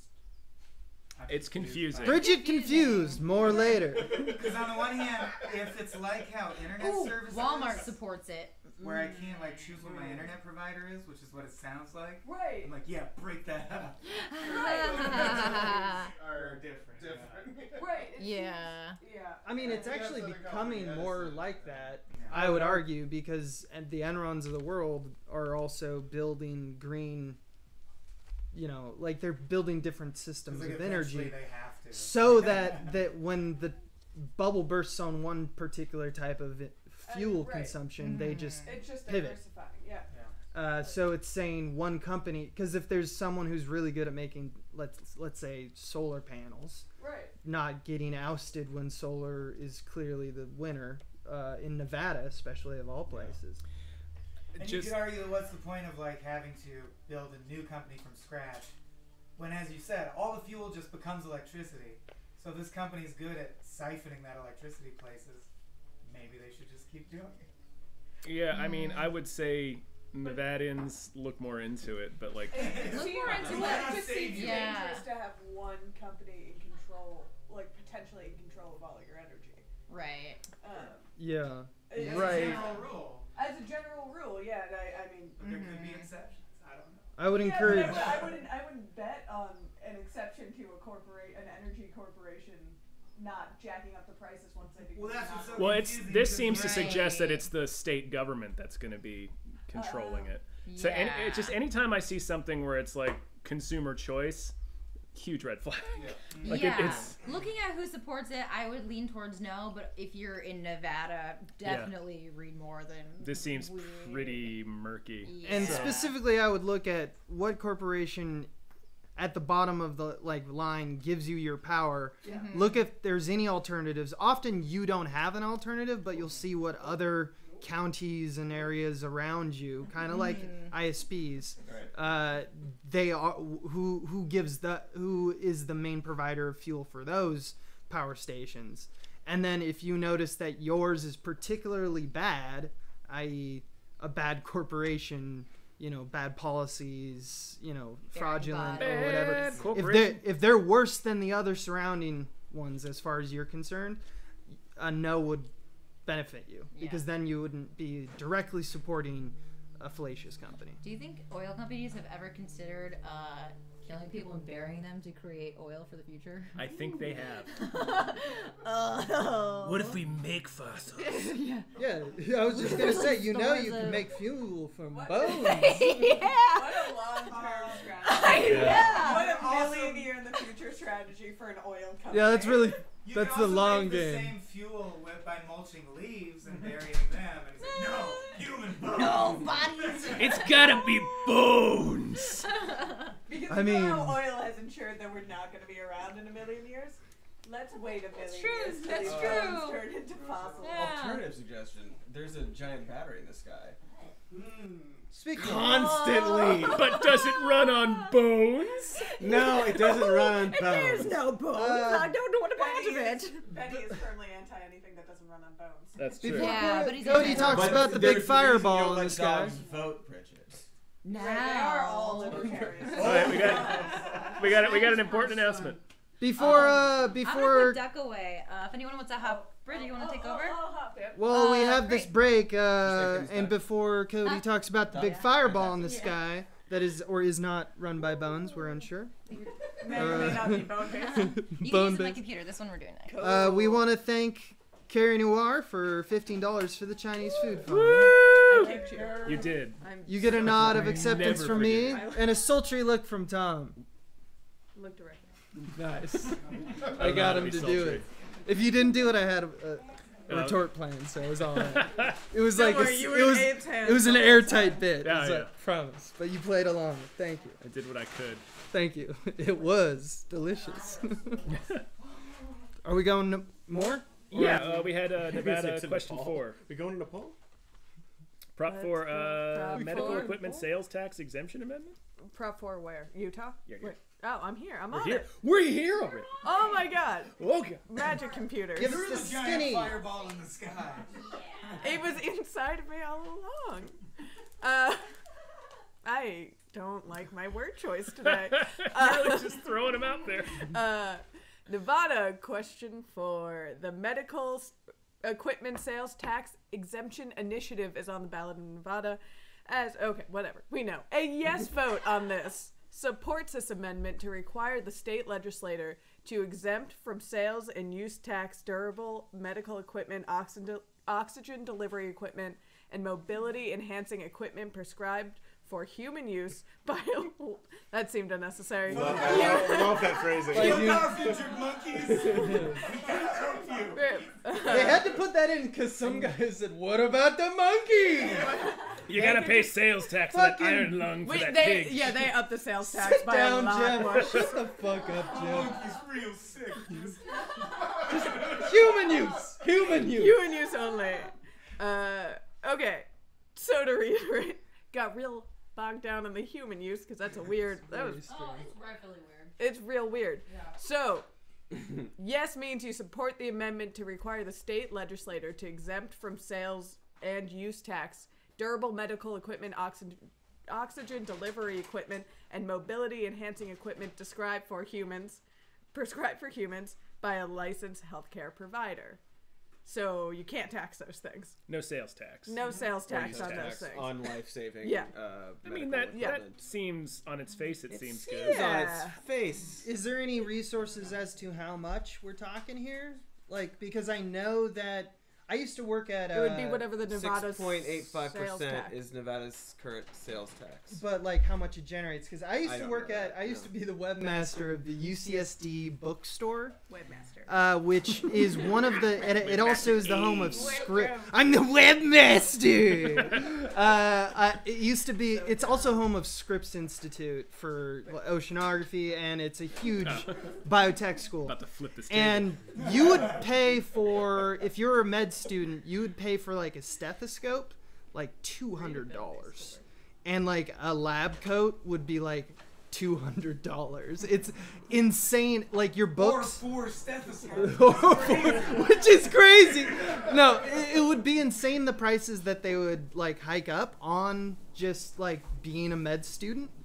And I assume that that's kind of true across the board because I've heard that gripe from a lot of doctors and nurses in my life talking about how, yeah, it's insanely expensive for no reason. Kind of like, I don't know, healthcare is insanely expensive for apparently no reason. So I want to know if the sales tax will help. This argument. Yeah, the argument against it is real bad. It just says it raises many questions in context of the various things the state does and does not tax. It's like, yeah, but like maybe don't make people pay a huge sales tax on their fucking wheelchair. Yeah, questions like that question's always existed. What are you talking about? He's making a slippery slope argument. Yeah, that's a bad argument. Don't want anything that has the word tax in it. Right. Yeah. If you agree with that philosophy, go But ahead. this like is- roads, you say like okay. It has tax in it, but it's to not tax something. Yeah, I think I'm pro not taxing people on their fucking breathing devices and wheelchairs. Yeah. It's like it's already expensive to get treatment. You're probably, if you're require that level of medical care, you're probably not working full time. Yeah. Yeah, it seems But wouldn't the taxes go back to the government? right? Theoretically, Yeah, they yes. do. Theoretically, that's what taxes are for. So it's that we should make sure that. So the question is whether or not to make sure that people don't have to pay more money for their life-saving equipment or Right. hospitals. Yeah. But the government we would be saving taxes. We wouldn't have to pay as much taxes as a group, as a whole. Or we'd have to pay more to We'd compensate. have to pay more to compensate. Theoretically, but like That's I just sales wonder- tax is a little bit different from like That's income tax, yeah. Um, which Yeah. is just straight up. So it's like And this is you're not. That's it's tough. not your sales tax on like groceries and clothing. It's a sales tax on a very specific thing. Yeah. With hopefully a smaller pool of people. Because I have a feeling that this so. actually is like a shit ton of money. Like I have a feeling. I mean, I'm sure all this stuff is It's very very expensive. expensive. Therefore, the tax Right. on it is Exactly. Yeah, a lot of older people live in Nevada. Yeah, so they need there's also quite a bit. mobility equipment. So I'm thinking that this is a lot of money that would go to Nevada, and I'm also thinking that if this, I don't know, I can't remember whether which one. in those old people's wheelchairs. No, yeah, just look at all this sales tax money.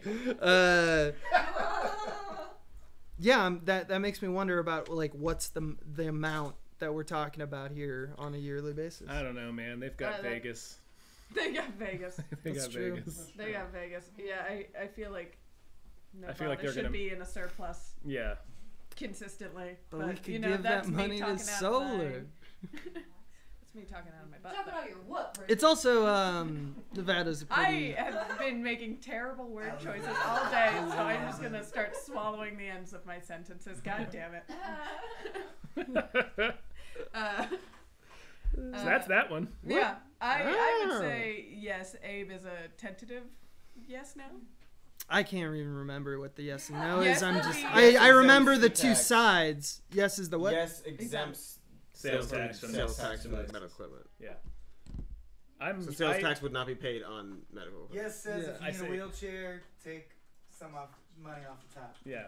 No says Pay don't. 7% less for that. What if No says pay for your goddamn wheelchair. like Yeah, everyone else. I don't. I guess I'm gonna stick with my abstention. I don't know because I need more information on Yeah. that. I say yes. I mean, as a Yeah, I mean, most of the stuff where it's like sales tax, like sales tax affects. Somebody even just mentioned like sales tax. It affects poor people more. Yes. Always. Yeah. And if you also need life-saving medical equipment, that's an even bigger burden. Yeah. I don't know. It's again one of those things where it's like, yeah, do it because it's better for these people, and there are these larger problems that need fixed in other ways. I don't know. In Nevada, specifically. I mean, That's generally, but yeah. Because I definitely agree with you. I just think that you want the specifics of Nevada. I want to because like the culture and like the per capita and like how much money people have. There are quite a bit of rich people and old people. Not necessarily the same. Right. I need to know the breakdown of that to know how effective something like that is. Yeah. Personally. Stop filibustering, eh? That's why you're the one in the tie. I'm just gonna pass this around because everyone wants Chinese food. You can add it. And then here's the other props. Ohio 1 looks like it's next. Someone was talking about Ohio 1. Sure. Okay. Might as well.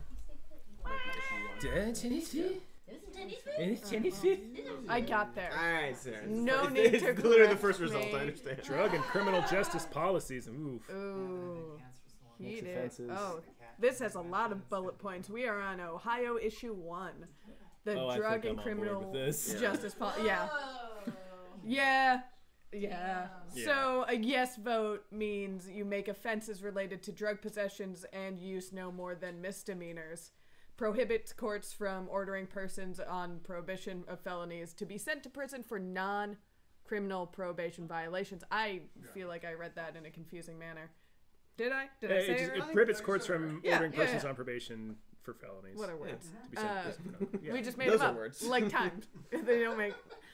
Create a sentence credit program for inmates' participation in rehabilitative work or educational programs. That should be everywhere. Yeah, and required the state to spend savings due to reduction of inmates resulting from issue 1 on drug treatment, crime victim, and rehabilitation programs, which seems amazing. These all seem great. Oh my god! I'm super excited about Ohio issue 1. That's great. Voting no means you're a goblin. Yeah. As an Ohio native.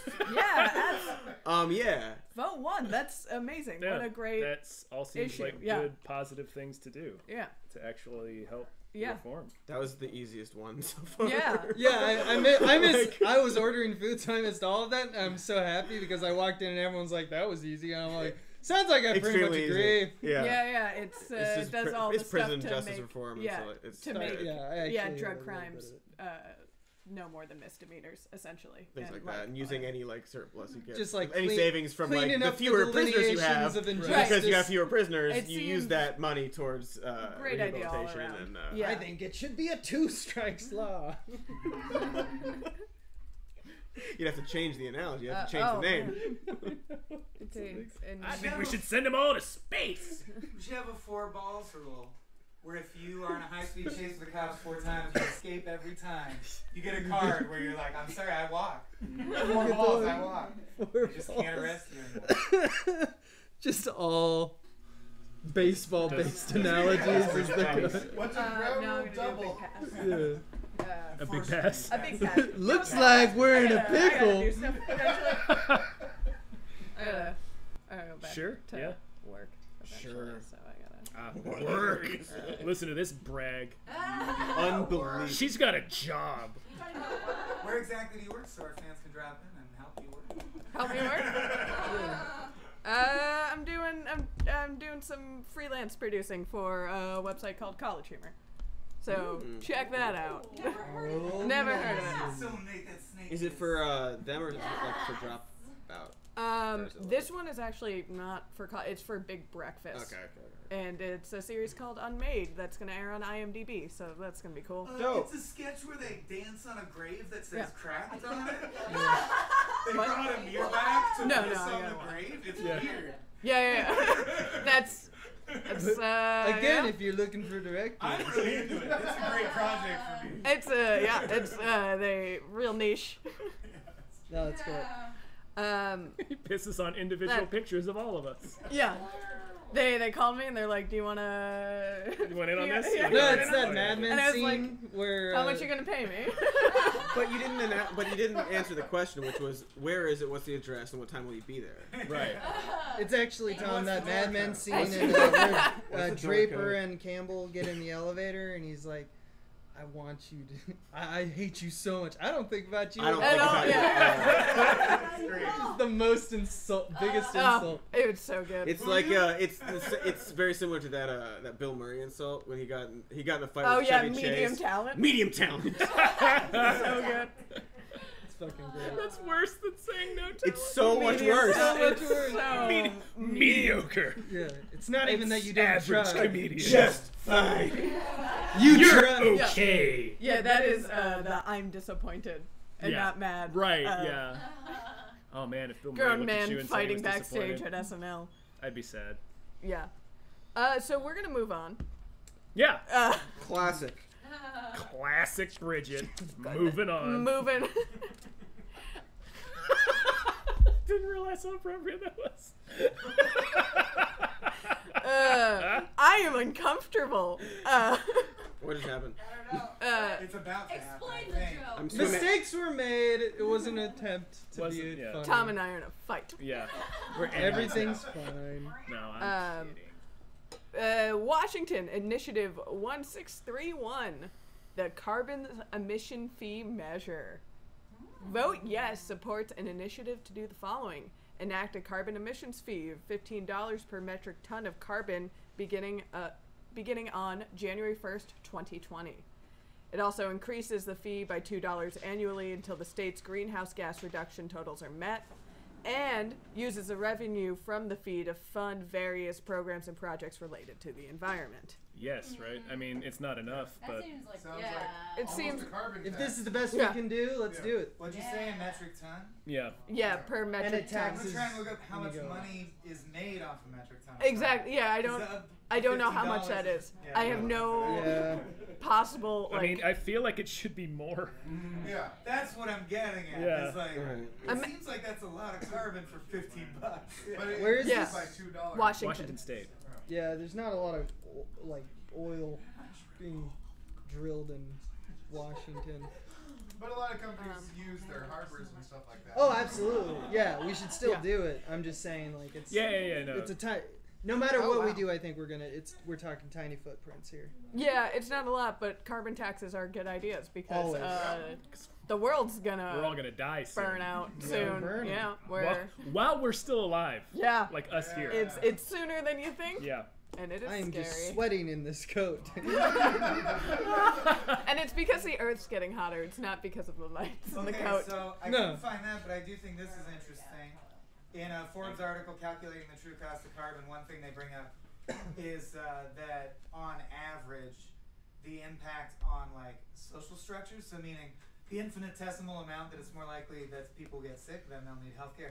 Like they tried to crunch everything, right? Right. Releasing a metric ton of carbon into the air costs the fabric of society about $20 per metric ton. Okay. So the tax almost pays back how much damage it's doing. Yeah, 3 cents Okay. of it. But I'm sure they make more money off. Of course. Yeah, that's my question. Is the actual the cost? They have to. They have to. Yeah. Yeah. Right, because like what you're Because they'll be it's like not theoretical what you're talking about, but it's like a tax. big, like Yeah. big picture. But yeah, you use money for that. Yeah. Yeah. But also do more, make more. But like if it's higher than it was before. Yes. Sure. I think it was $0 before. Yeah, I Oh, don't really? think there was Yeah, I one. don't think there was one. Yeah. Well, I don't know. Any I is don't better know. than 0. Yeah. That's true. Start acting responsible, Washington. When you said Eddie,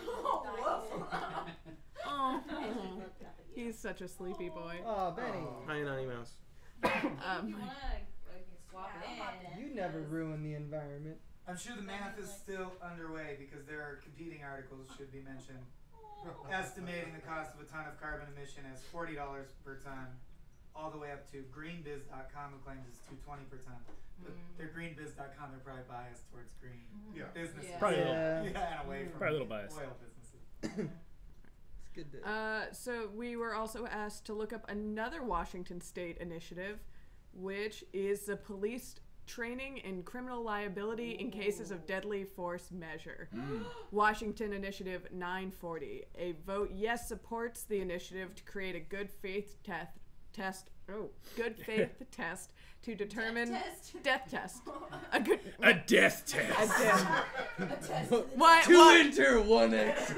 Why have all invited you to Maggie's home? Obama will administer an all-police death panel in his private estate. Oh no.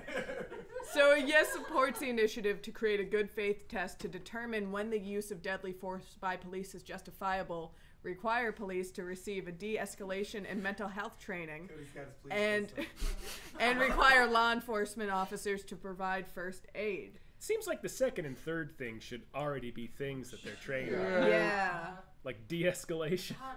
A good faith test? I Right. don't, what Sure does what that that is. mean? Because that actually, since that was the first one, I thought it was the reverse of what the other two feel like. Because good Right. faith sounds like, I We don't know, trust did you like You're your right. honor code? Good- Like, yeah, was it good cool? faith sounds like there's no The good strict. faith test was a panel to determine whether things were done in good faith, right?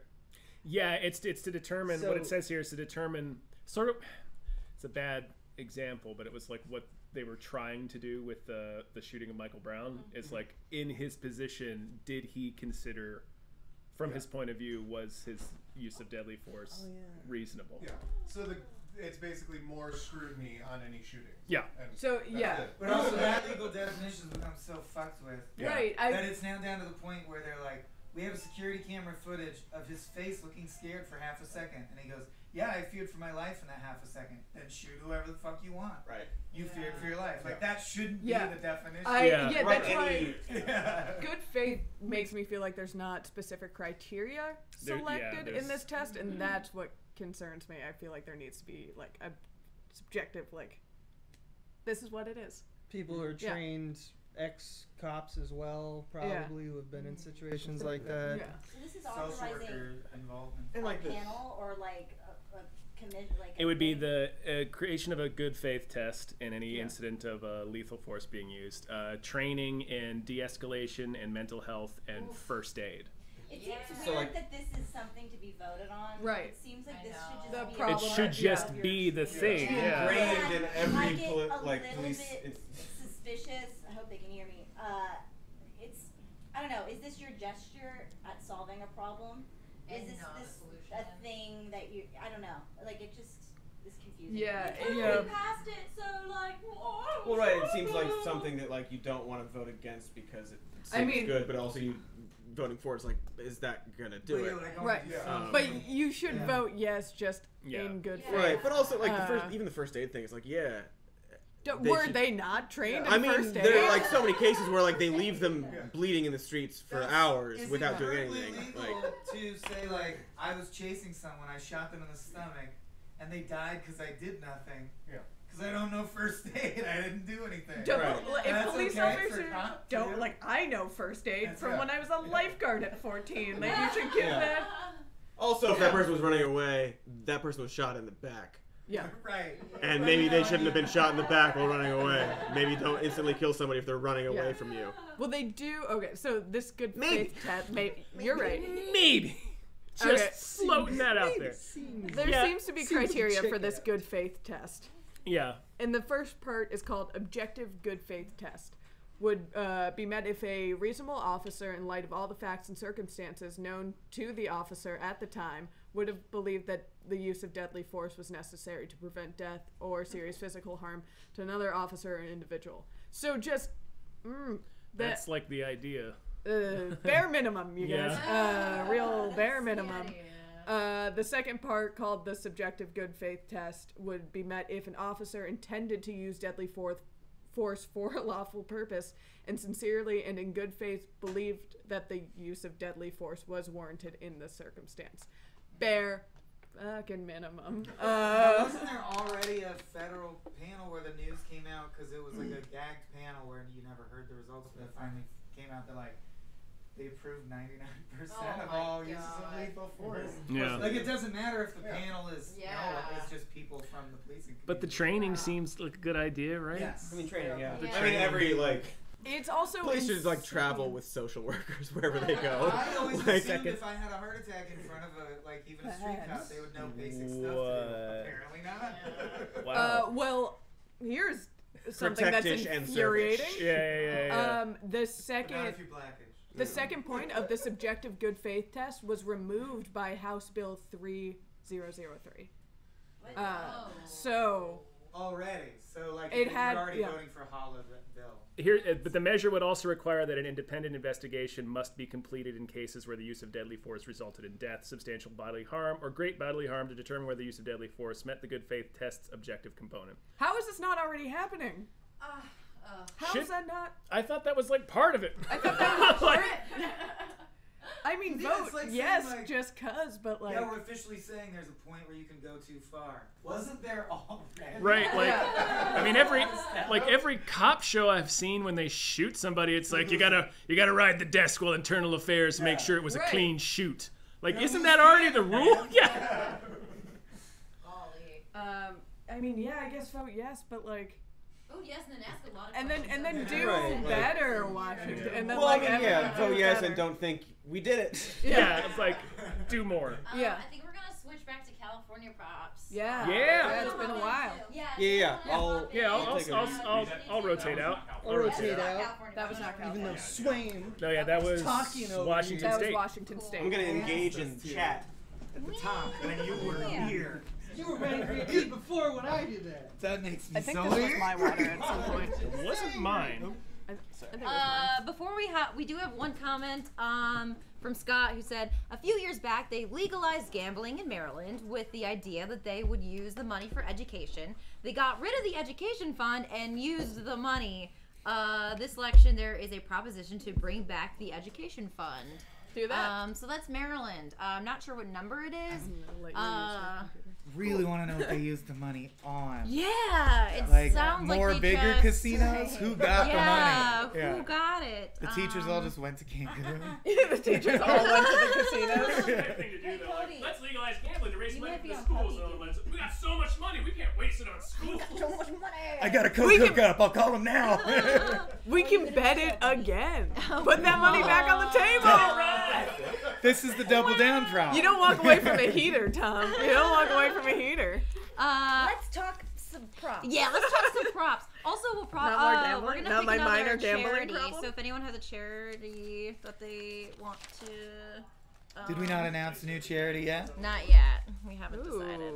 Oh, I'd love recommendations from the commenters. Yeah, commenters. Yeah, tell us where we should donate. So when I suggested it at the top of the stream, turned out to be a scam. Oh my goodness, are we on rent control? But no one donated to it. I think we're on rent control. No? Oh, are we? Oh, kidney dialysis. Same thing. I actually am confused about this one. Yeah, okay. What's the number? The kidney. 8. We're on Proposition 8. Yeah, the kidney dialysis one really Read confuses along me. in your books at home. I don't have a book. I didn't come here prepared. Oh, we can share. Oh yeah. scripts Oh, here's. like the I think old this days. is one. Is this one of the good ones? Yeah, this is the good one. Nice. This one has nothing that anyone has ever. Oh, I prefer. I like the legalese. You like legal? Do you want to Well, look at the legal? For on the fly. You know? I like both. Yeah. Yeah. Okay. Is there like a? Yeah. Do you guys want to read the name and just like some of the bullet points? So Proposition 8 regulates amounts outpatient kidney dialysis clinics charge for dialysis treatment initiative statute. That's not the name, is it? Anyway, That's the name. That's the name. It's catchy though, you know. Summary. Are you just going through this bullet point or? Yeah.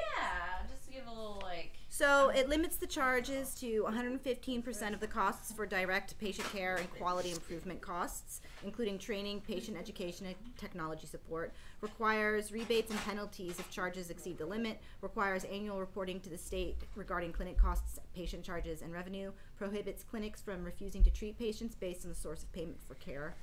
Overall annual effect on state and local governments ranging from net positive impact in the low tens of millions of dollars to net negative impact in the tens of millions of dollars.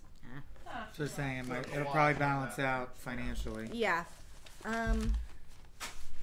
The first thing I'll say is I just think I'd already lean yes because I expect 115%, even though it seems like it should be 100%. Yeah.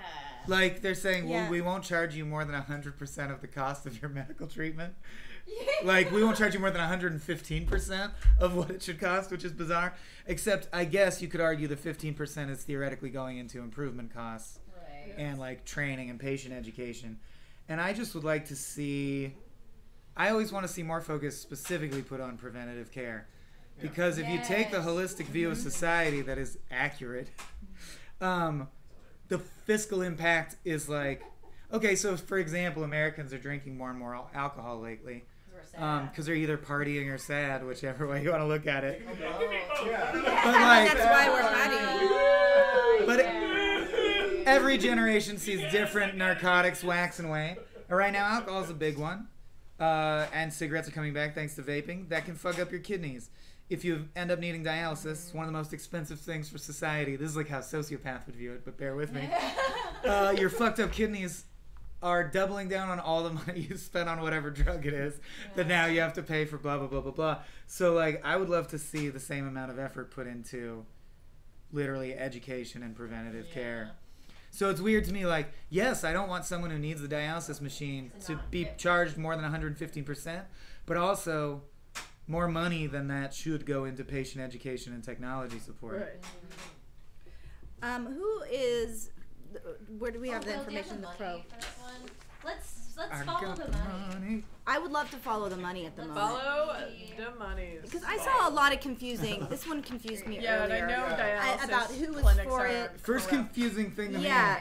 one of the arguments against is the fiscal effect is that the measure would reduce CDC profitability. Now, I'm probably stupid because obviously I'm wrong. The Center for Disease Control is a for-profit enterprise? It's a government.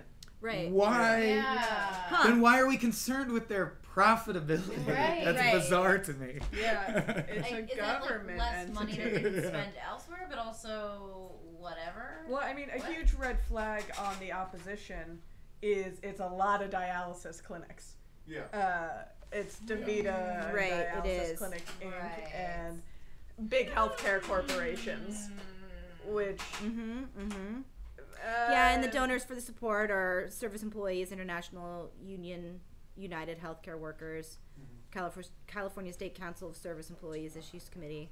the Democratic Party.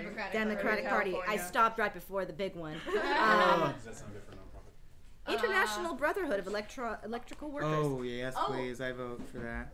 Guys, so That, we, not yeah, that. we have a refugee and you immigrant do wanna center for education and legal services. Yes. I think that's a good pick. So. That is a good pick. Good job, team. Yeah. The donate button is now hooked to that Now charity. hooked to that. On my chat.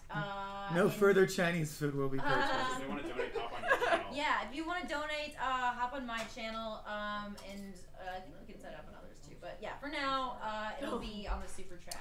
You cannot donate through the Small Beans YouTube stream. Hop over to Maggie Mayfish's channel. Yeah, ours too. And then you can hop back. I think I'm Same for for this. Yeah. It doesn't. Yeah.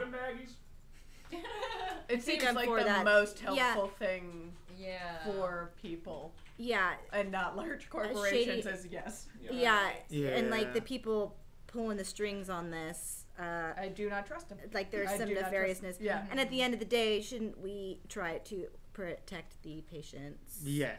Right. And even though I want tons more funding going to patient education, That's it not the shouldn't be measure. coming from the guy who's like, well, I need my dialysis machine. It's like, and they yeah, sneak yeah. in budget. Also, I love one of the arguments against, which is always, like I think it's a red flag when their argument is uncertainty of the future. That's like you're grasping for arguments now. What? But one of the arguments against is, look, they're not going to do it. They're going to keep overcharging people. And then they're going to we'll have to penalize them. Then to legislate, to handle that, we'll need to hire more government workers to handle the penalties and rebates. That is not an argument. Like the argument that maybe the system will become inefficient if we try it. But maybe we'll save a lot of lives. Yeah. Real quick, Ben K, thank Again. you so much for your Ben $50 donation. Returning champion. Thank you. Ben K. Yeah, so I'm a big old yes on this. Yeah. What are I'm curious. What do they say the arguments are like in opposition? Well, the rebuttal to the in favor argument is, and this does always prick up my ears. You hear that, Bridget? You get that? Whoa! Proponents are trying to mislead voters. Not while I'm drinking water. This measure is flawed and dangerous. Here are the facts. Proposition 8 is opposed by thousands of healthcare professionals and dialysis patients across California, including the American Nurses Association, who we've backed several times throughout this, California Medical Association, and the American College of Emergency. Okay, blah, blah, blah. Explain the lie, then. This actually jeopardizes access to care for 66,000 patients who need dialysis to stay alive. Missing even one appointment can be fatal. I know that. I'm not skipping it out of disrespect. But California dialysis clinics rank among the highest in the nation for quality care. These clinics are highly regulated already at both the state and federal level. According to federal regulators, California clinics outperform other states in quality and patient satisfaction. So this would force community dialysis clinics to cut services and close. So the fact that So dialysis it's less clinics money to the clinics that aren't profitable enough might shut down completely Right. is a wrinkle. So you could theoretically be making it harder for someone who really has a tough time getting around to get to a dialysis clinic. Yeah. Right. But at the same time, the ones that are there Are rip you off less. Rip you off. Yeah. They're making so much money, right? Like this is a Probably crazy... the health insurance companies that administer them, not the clinic. Right. Yes. It seems like again it ties back into that that other actual one. thing. Like we just need larger healthcare reform to make Yeah. this actually Yes. affordable for people. But for now, and the thing that we can actually vote on that will make it better for the people better. who get it would be a yes on this. I'm still sticking to my guns on that one. And the rebuttal to the argument against, if you follow, Yeah. Thank you. is that go ahead, Katie. No, please. Well, I wasn't gonna read it in its entirety. Just that the counter argument that I do see, like, this is becoming a nuanced argument, is that right?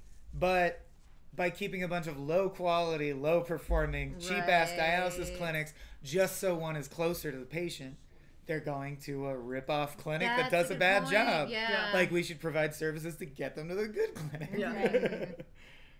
That's a good point. I do feel like I've seen like scammy looking, like, oh, don't go there for your kidney dialysis. No, these places That's are where like Osama bin Laden got his infamously- dialysis. Right, yeah. There's a Last Week Tonight all about dialysis clinics and how they are. I've been meaning to watch that. I haven't yet. Oh, Daniel yeah. Mann. I think we. He died in a Yeah, Last he Week died. Tonight vortex. No, he's working all weekend. Yeah. He says hi though. Yeah. All right, I so don't- we're still on yeses. I think I'm a yeah. Yeah. I am ultimately a yes, but I like to bring up the fact that life is complex. I do too. I Yeah. And there can be arguments where both sides have Right. points. Easy because it is confusing and it is Kristen, unclear you wanna what swap the in? future No. will be. No.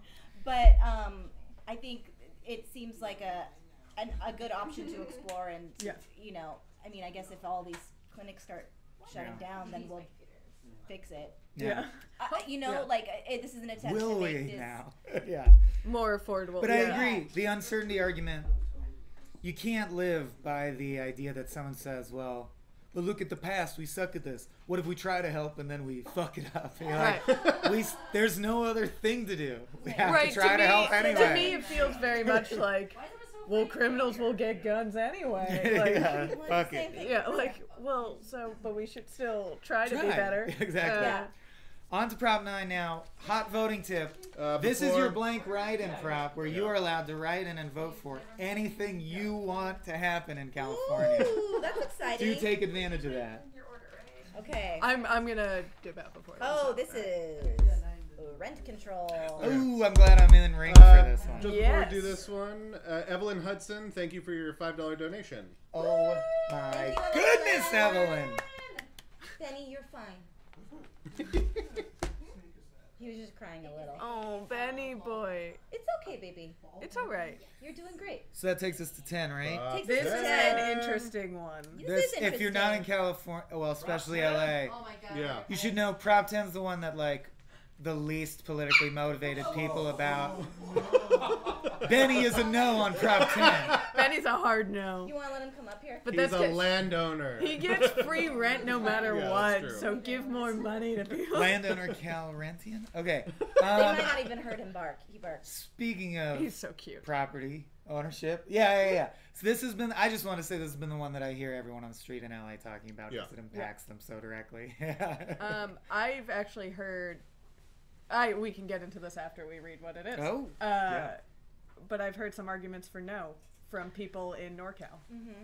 I've heard good arguments both ways. Yes. Even though I think there is a right answer that I'm just not wise to. Yeah. So this proposition repeals state law that currently restricts the scope of rent control policies that cities and other local jurisdictions may impose. So in the 90s, what was the name of that thing that passed where they did away with rent control except for buildings that were built before 1995? Right. And so there are some buildings that are rent controlled, but the rest aren't. And so this would be giving the ability to make rent control for the cities and counties. And in LA, landlords do take, from my experience, I've lived in 10 different places here, liberal advantage of the fact that, you can that raise every rent. time your year-long lease ends, they can raise the rent. A lot. And they do. Because they're also trying to sell a screenplay, and they need that money to schmooze. It is a problem. It is impossible. A studio is like $2,200 now. I'm going to sneak on in here. Please. Because my landlord only let us sign 1-year lease, and we've been month to month ever since, so that they can jack up our rent each year.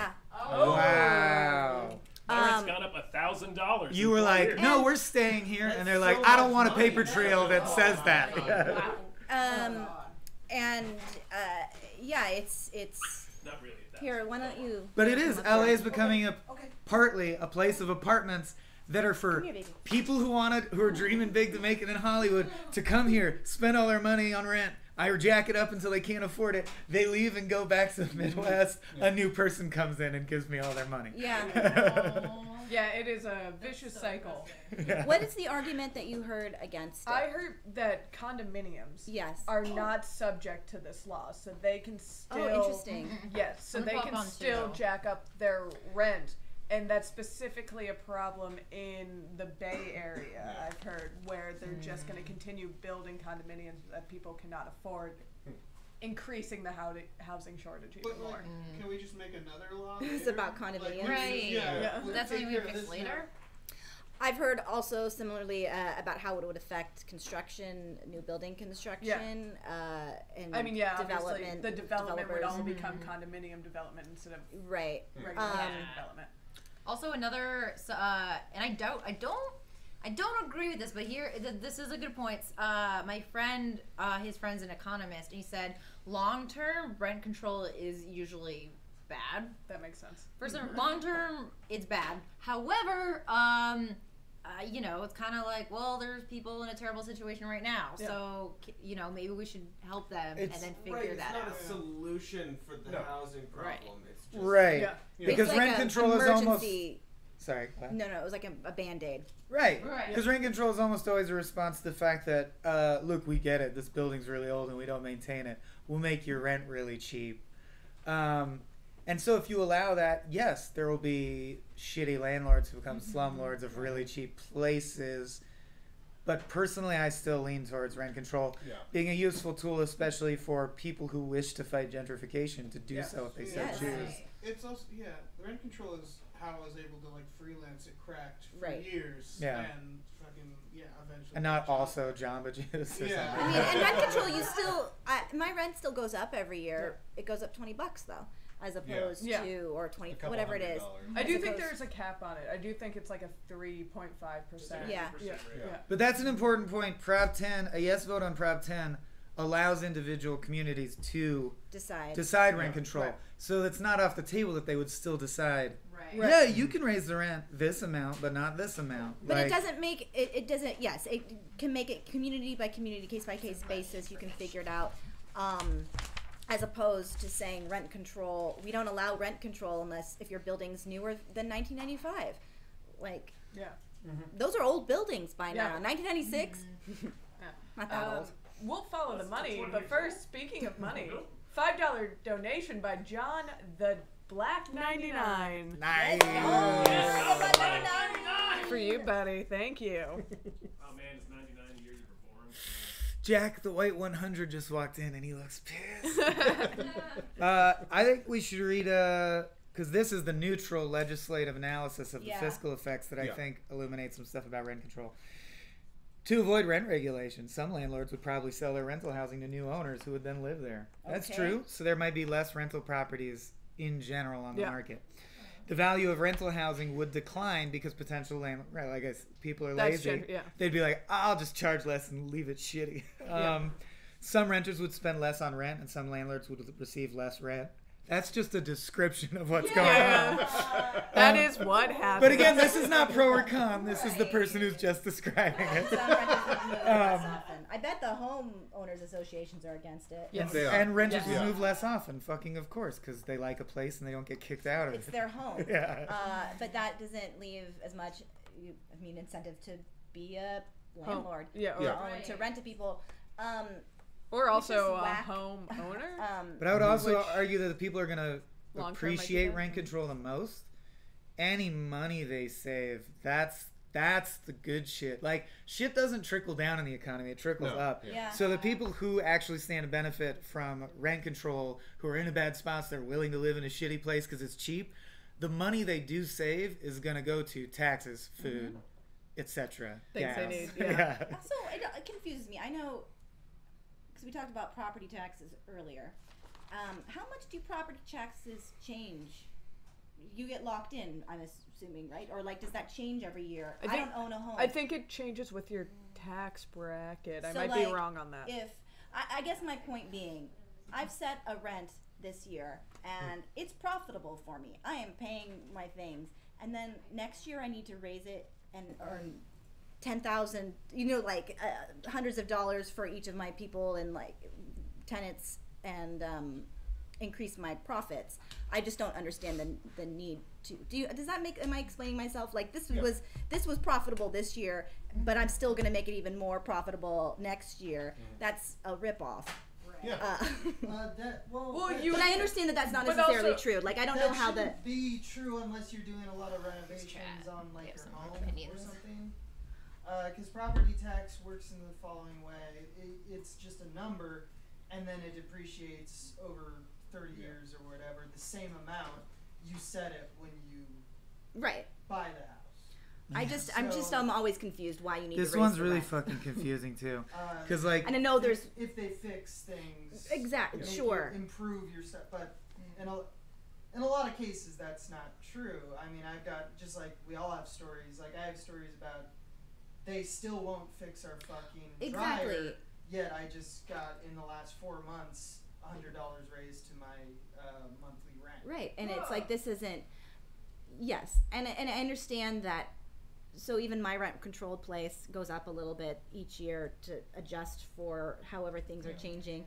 And okay, that's fine, but you don't need to charge me $200 more next year. I guess my point. There's also groups I really respect in general. Who are on both sides. Oh, no. California Nurses Association is pro, and I really they're like, that's a weird thing to say, but the Nurses Association usually is good by me. And the NAACP is against, and that makes me pause. And their argument is that it's a trick legislation, and because it allows people to regulate on an individual housing level, it actually will be used by predatory lenders to turn all these rent-controlled places into condos, where they turn the we can't rip you off of rent control anymore, we'll do it with condo fees because you're part of a homeowners association. Right. So they're saying it won't fix anything. The slums will just become condos that charge the same in a different way. Yes, that was. Well, that's upsetting. And I'm like, is it? That's bad too. That's the appropriate way to make the point that I was trying to say. It's like we try to do a good thing and then they fucking ruin it anyway. Right. They sneak in there. Yeah. But then it's not like voting yes is like, that will stop these evil slummers. It's like there's no vote you can do that will stop the evil. Right. So what's the best thing they you will can have do? lawyers that will find loopholes so they can exploit. The vote against is basically, there's people in place ready to sneak in and fuck this up, but there always will be. Hey, Santos Hute, thanks for your $20. Thank you. So the people that are donating to support this are AIDS Healthcare Foundation, California Teachers Association, California Nurses Association Initiative PAC, Committee to Save Our Neighborhoods, which is Alliance of Californians for Community Empowerment Action, and the AFCME Local 3299, which is the American Federation of State, County, and Municipal Employees. Those were the biggest donors to support. The ones that are opposed are California Association of Realtors, no kidding. Essex Property Trust Incorporated, Blackstone Property Partners, That's a bad one. Equity Residential, and Michael K. Haid, including Western National Group and affiliated entities. So it sounds like the bigger businesses are opposed to it, especially the Blackstone Property Partners. It's all property owners that are opposed to it. I don't know if you're the type of person who money amount makes you suspicious or makes you feel like, oh, most people in society must approve of this. Whatever your take, support is to the tune of $20 million and opposition is to the tune of $60 million in terms of how much was spent on each campaign. Yeah. So my take would be that there's probably deep pockets who desperately don't want this to happen. Well, obviously, but is that alone? Does the revolutionary in me just go, well, then that's decided? Like, no, things can be complex. What are the studies about? Like you were mentioning, where rent control over time is bad. Does that you had mentioned that, right? Right. Well, or was it Maggie? Also had an interesting comment because I don't exactly know why. We can look that up, but someone said that economists, they say that rent control over time is bad. However, economists don't account for people being evil. Yes. So, like, exactly. Is that a disclosure in their in their studies. Yeah. This is for providing that no one is evil. Their basic principles don't account for greed, which is why we run into a problem. Or that a landlord would ever bend the law. The idea that more money flowing in and out of the economy is a good thing ultimately, but over time.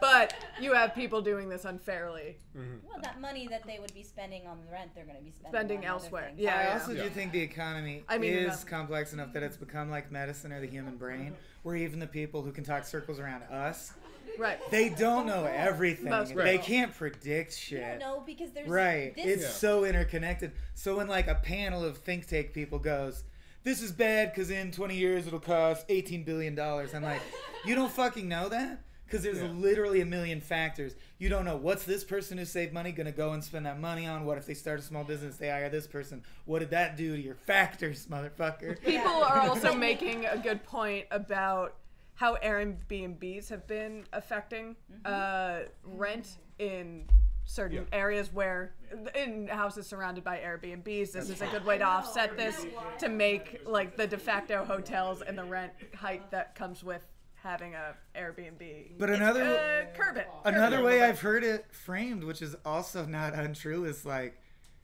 everyone who's rich is becoming so rich that everyone who's middle class and poor has to split resources so much that now we have things like Lyft where we're like, can some guy please give me a ride? Can I just sleep on your couch for less than a hotel costs? It's because no one can fucking afford anything. Right. Well, and because of that, the people who live around that person's home hotel are now suffering because their rent is going up because of that. So this is a way to help. Oh, Airbnbs drive rent. Oh, right. Yeah. Because if you're an opportunist, you'd be like, I could make more off this if I shove you out, buy the apartment, and make it an Airbnb. And if you look at that, like when you look at Airbnbs, even just some small place, and you can see how much it would cost to rent a month, and you're like, I'm not gonna pay $2,500 this month to live there. You know, for 3 days. Maybe we should go back to when hotels were hotels. Right. And apartments were apartments and they were in different zoned areas. Yeah, Airbnb is And bad, if you wanted to and crash I've in rented someone's a lot of room, them. you had to know them. I'm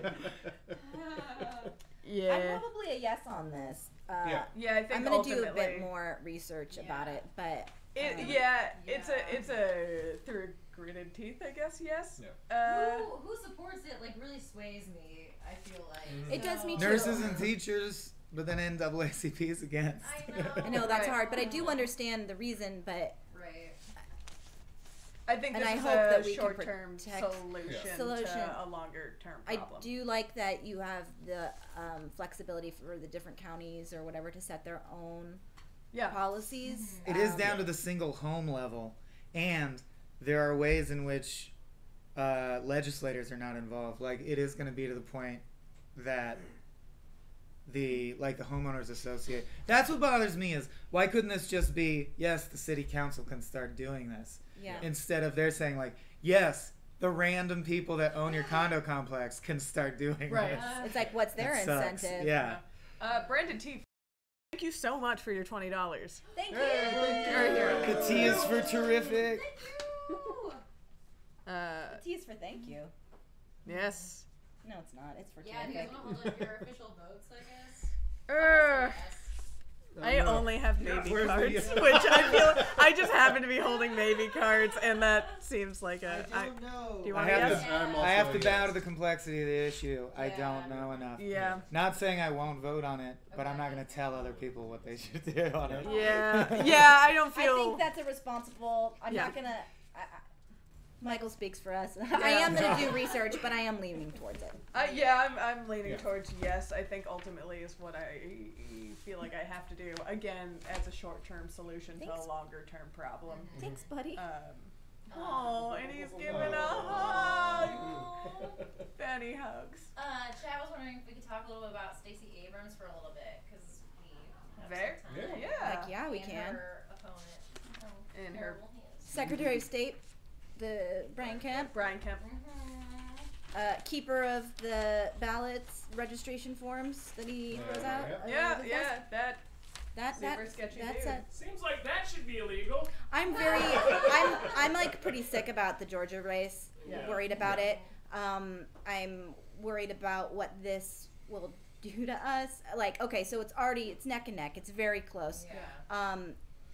She might lose by not that much, and we Canada's all know. up by 1.1 points. And we all know what's been going on. And how do we accept that? I don't know. I don't know how you say that. Yeah, that's legitimate. If he wins, it really concerns me. We've done it with 2 presidential elections. We'll figure Well, it out. yeah, but that's the thing, and everyone's really upset. And yeah, we're getting to a point where many elections are that, where you're like, Right. oh, the president, like, yeah, it's happened 2 times. This guy who's literally in charge of the votes wins. I think It's Kansas, too. illegitimate. Yeah. And more we're getting in a position where like everyone is aware that our democracy is a sham. Yeah. Right. Most elections are illegitimate. So what are we doing? I know. If a high enough percentage of elections are shams, do we have a country? Right. Yeah. Stuff like that. Where it's like it's so blatant and nobody is holding him accountable. Right. And if he wins, no one will no, hold he him didn't. accountable. You know, like, I don't and think we've had it before where it's like, because we know for a fact that he's Right. purged like 1 million voters. Yeah. right. Oh, yeah. And like that's how Always that's vote. how you like chip away at democracy. Yeah. You Right. get rid of people's faith in it. It's the most But, fucking disgusting thing happening in crimes the aren't cycle. crimes for some people. It's true. His obvious crimes. Crimes aren't crimes. Always vote for anyone or anything that's going to allow more people to vote. Right. Yeah. I truly believe that, like, there are enough sane people. If it was mandatory that everyone voted, the government would be very boring and stable. Yeah. Because, like, the vast majority of people would just vote for life to stay relatively the same and make small changes to try and help out. And good news, thank you, Matt, for your $10. Thank you, Matt. Yeah, keep doing good stuff. Yeah, Brian Kemp is a truly sickening individual, and I hope across the board, and I know that's not going to happen, but it'd be so cool if even with all those voter suppressions, if all the state of Georgia was just a hard no, that would be so cool. They have him on tape saying that if everyone votes, I'll lose. That's our There we strategy. go. They have Yeah. him on tape saying that. So you got like motivation. Nixon. He is modern day Nixon. Yeah. If anyone listened to the recent But- Ted Cruz I Behind the don't know. Bastards, they talked about he recorded like fake messages in Spanglish, like garbled Spanish that doesn't translate to anything, that included words like amnesty, inmigración, like naturalización, and said, this is from my Democratic opponent, like at the end it said, vote for my Democratic opponent. That's somehow legal. You can straight up like put on a mask of your opponent and go around town committing crimes like the Joker might, and go like, that was Stacey Abrahamson. Bye. That if you're trying to cheat, your ideas are probably bad. There's a difference between playing politics and going like, I know I can't win. Can the Golden State Warriors have 3 people on the court? It's like, no, that's cheating. Yeah. Good analogy. Thank you. You really- said that, and I immediately was like, just gonna throw this. I can only make that analogy from knowing Abe Epperson. Did anybody see really make there me was fight that Abe now. Fox News round people watching an Oprah speech for Stacey Abrams? Did you see that? That's who she's going door to door for, right? Yeah, no, but they were watching. So Oprah made a speech, and this Fox News panel was watching Oprah's speech for Stacey Abrams, and they were like, "Oprah's wonderful." They're like, she makes very good points. You know, it is about Oprah. it's hard to argue with inclusivity God, and that shit is like that. surprising. And they're like saying it, and they're like I kind love of that. bewildered that they're saying it, and then someone else is like, well, Oprah's not running or whatever. And I like, no, truly but believe we reached a level of polarization where even Oprah could, but she transcends it. It's amazing. Yeah. it was just fascinating to see them trying to grapple with like, well, you know, it's very compelling what she's saying, isn't it?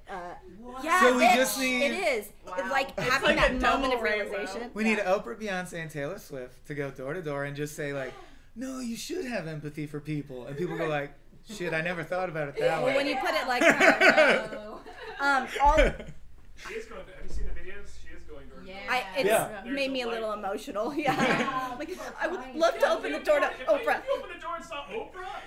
I, You get the right to vote. You get the right to vote. But Oprah's going door to door. That must be so obnoxious. every one of these videos are so excited to meet Oprah. Yes, What are you talking about? There's absolutely nothing about. It's just like dismissing the Oh, concept. I would love come to my door at 3 a.m. on Anytime, a baby. Wednesday and slap me in the face, and I'd be like, Oprah! She doesn't have a time. She's just on Oprah time. Yeah. It doesn't matter. She could like break into my home and like yell at me from over my bed, and I'd still be stoked to see Oprah. You met Oprah. Yeah, I'd still be through the You could be. roof. Yeah. If she touches you, I live forever. Yeah. That is a blessing. Those are the rules. Yeah. Well, I don't know. It's like knighting at least. Yeah. Any room that It's American knighting. Reliquary. Right. No, This is you know, true. Don't know why everybody's laughing. 137 Leland, thank you for your $10. And oh man, 137 on a motherfucking car. That's a mild parking. I think your name's Philip. Man, you're making it hard for me, but thank you for your $20. Oh my goodness, man, you're Fathead making it hard Philip. Thank you. Fathead Philip. She just spelled fat, P-H-A-T. Yeah, So well, actually, You're it's young, you know that. it's a pretty. That is what us young people. I hear Phil's head is pretty hot and tempting. Oh, it's pretty hot and tempting. Yeah. I kind of thought it was Tasty? tasty. I think it could be a lot of things depending on the region you first enjoyed booty in. But I want to see the person who Oprah comes up, they look through the thing, and they like burn Nikes in the window. But then they would still open the door and be like, I'm going to vote against everything you say. I stand against everything. But could you sign something? It is nice to meet you. But real quick. Yeah. I loved A Million Little Pieces or whatever the fuck it was. Just a reminder, if you guys are in a different state and you want us to look up one of your propositions, just hop on chat and let us know. We can also move on to the next prop. Oh, and candidates. We can highlight candidates if you guys are curious or want us to Tell us the candidates to talk about. Yeah. One more thing about voters in Georgia. You can take an expired driver's license as your photo ID. So, yeah. Okay. And if they try to disenfranchise you by saying it's not valid, that's bullshit. And that's expired IDs are. Call us. We'll yell at them. That's not what you said. Yeah. Vote for Stacey Abrams. Okay, because it's cute and it's soft. Is there a number to call in case people do try to fuck with them at the polls? Yes, Let me vote for see. Stacey Abrams. Is there like a Who's out there 911 protecting something? voters on the Let day? me Yeah, I bet there is. If you have questions, need more information, or have difficulty getting... no, that's... Nope, not that one. I'm going to search to see if there's a national version of that, actually. Yeah. We were asked to look up Utah Prop 1 also. The ACLU might have like I'm sorry, you got goobers. like a hotline or something. I bet someone does. I was gonna look, but you guys seem all on it. Are you doing Utah Prop 1, Bridget? Yeah. Excellent. There's also vote riders who provide help for disenfranchised or potentially disenfranchised voters. They are at 844-33-VTRID, voter ID. Yeah. 844-33 voter ID. And the ACLU. I'm not finding the hotline. That doesn't mean they don't have one. There's also election protection, 866-687-8683. But you can Google for yourselves. And I shouldn't just say all their numbers, because 1 out of 3 of them is probably a scam where you call them and they go, Oh no. yeah, what's that last name? No, you're not supposed to vote. Just go home. I'm seeing a couple people have asked for Florida's 4th. I think we've talked about that, but that is the measure to give felons a right back to, or misdemeanor crimes. People who've just gotten out of jail, restore their right to vote. Do that. Also, to get that gator out of that big sinkhole. Sorry. Hey, that was a tough moment for me and my family. Shitting on Florida is the only like It's state-based so shitting I easy. love to do. Also, in the back, it also gives. What did you just say? It's a drug offense, like possession and drug use crimes are all Right. misdemeanors, and nonviolent felons. Yes. Yeah, that's. Which is no restore. You don't their even right have to vote. grapple with whether someone who's committed a murder but turned their lives around has to vote. This doesn't even address that. Yeah. Nonviolent drug offenses. It's yes. Also, I just want to make a point about Florida real quick. That I know it seems like it's a bunch of crazy people running around there, but the only reason it says it is like that is because Florida crimes are immediately public record. It's the only state that does that. So we just learn about them immediately. And Yeah. well, we also have weird lazy animals. Lazy journalists are skimming for like a freaky story. And the wildlife is insane there. I So guess like, so. yeah, you It's get into just- a run-in with a peacock sometimes. On your I fan guess boat. maybe there are Snakes crazy just in stories the that bayou. happen here Yeah. that don't come up. It's just there are a lot There of are a lot. wild stories that Well, come yeah. out of there. I had a friend who was repeatedly late to school because a peacock got very territorial over a car. Just the number of dogs that were chained up during the hurricane, like a year, not this last one, the one before, to scare off the storm. There were many stories. I will about not go that. to bat for idiots. But I can't imagine. I know people love Florida. I mean, I moved down very quickly, so. But I mean, it's a state. It's a state. Gave us It Michael is- Bay's best film. For I the would next argue. 15 to 20 years, it is a state. Yep. And then it will go into the ocean. Then it will be a hotspot vacation stop for Dubai Yeah. royalty. No, it will be Some giant underwater. Yeah. That's what I mean, underwater Yeah, hotel, 6 stars. They'll put a bubble around it We like just in we had a Simpsons. request from chat to look into the what was it? Connecticut. Race because it's very close and they're very worried. Connecticut, And they want what? us to highlight some candidates. The Senate. The Senate race, or like a specific house. State, House, State Senate, and Governor. There's going to be a They're lot all, of. They're all very close. Interesting that Gavin Newsom didn't feel he had to provide a statement of any kind. He's the only candidate that's just like, But fuck he it. does constantly on Twitter back He to does. the Trumps, and you need to chill on that, He's buddy. also just in the voter guide. He's Right. like, I got this. Don't worry about it. Right. I don't think there should be pictures of the candidates' faces in the voting guide. That's a weird thing to say, especially when you can find them easily Hot take. online.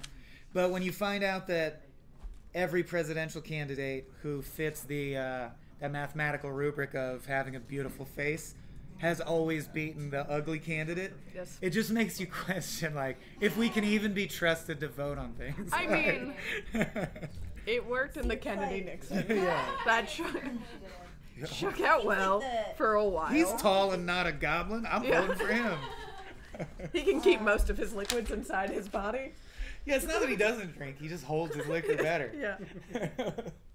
So, correct me if I'm wrong. I'm not very familiar with the candidates in Connecticut, but it seems pretty safe. But not that anything is. Yeah. I saw one that was up plus 23.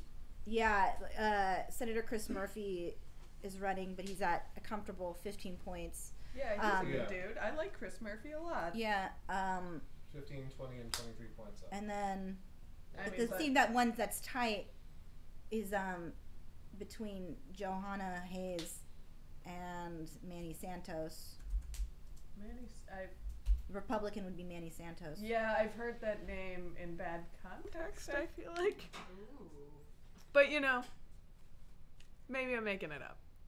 Well, I don't have that much information, but I'm looking at it now. Do they want the Yeah, House ones? Because State House, State Senate is what they said. Okay. All right, I'm going to shout out this donation because he and I have a bit. So, thanks, Greg Tabera. Da-da-da, thanks, Greg Tabera. For your $2 donation. Also, it's Guantanamera. No one. Philip, I'm sorry for this pronunciation. Philip, who? Merovingian. Merovingian. Mangiacina. Thank you so much. I'm sorry for how I just did that. But thank Phil, you. make it a gravy. I'm going to 538. Mama's making a gravy. 538. Let's look at your projected races. Oh, Voice like an angel I have. Let's People who were asking about Connecticut, what race specifically are you referring to? Or like, Let what's us your know. concern? Because it seems Yeah. like a lopsided race with nothing interesting coming up on Christian's monitor. Yeah. What's What's interesting to you? Democrats have an 18-18 tie-breaking majority Right. in the Connecticut State Senate heading into the November 6th elections due to their control of the lieutenant governor's office. Governor's race. Okay. Everyone's interested in the governor's race, Okay. yeah. Because Connecticut is always pretty comfortably blue. Yeah. But what's But yeah. But we clearly don't know enough. And someone above said, yeah, the governor's race. Governorship is the scariest. So maybe their perception of some of the locals watching the stream is that the governor could flip this time to red. Yeah.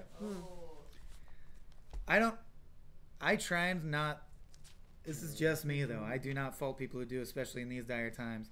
I try not to just think about it as a sports thing. Like, I don't care if it's red or blue. I want to find out what the guy's going to do or a lady or whatever. What? Real clear politics. Right now, candidates are Ned Lamont and Bob Stefanowski, is what it looks like. Yeah. RCP average has a Lamont up by 4.5. Gravis has it up. Lamont up by 9. Hearst/Sacred Heart, these are all polls, has Stefanowski up by 2.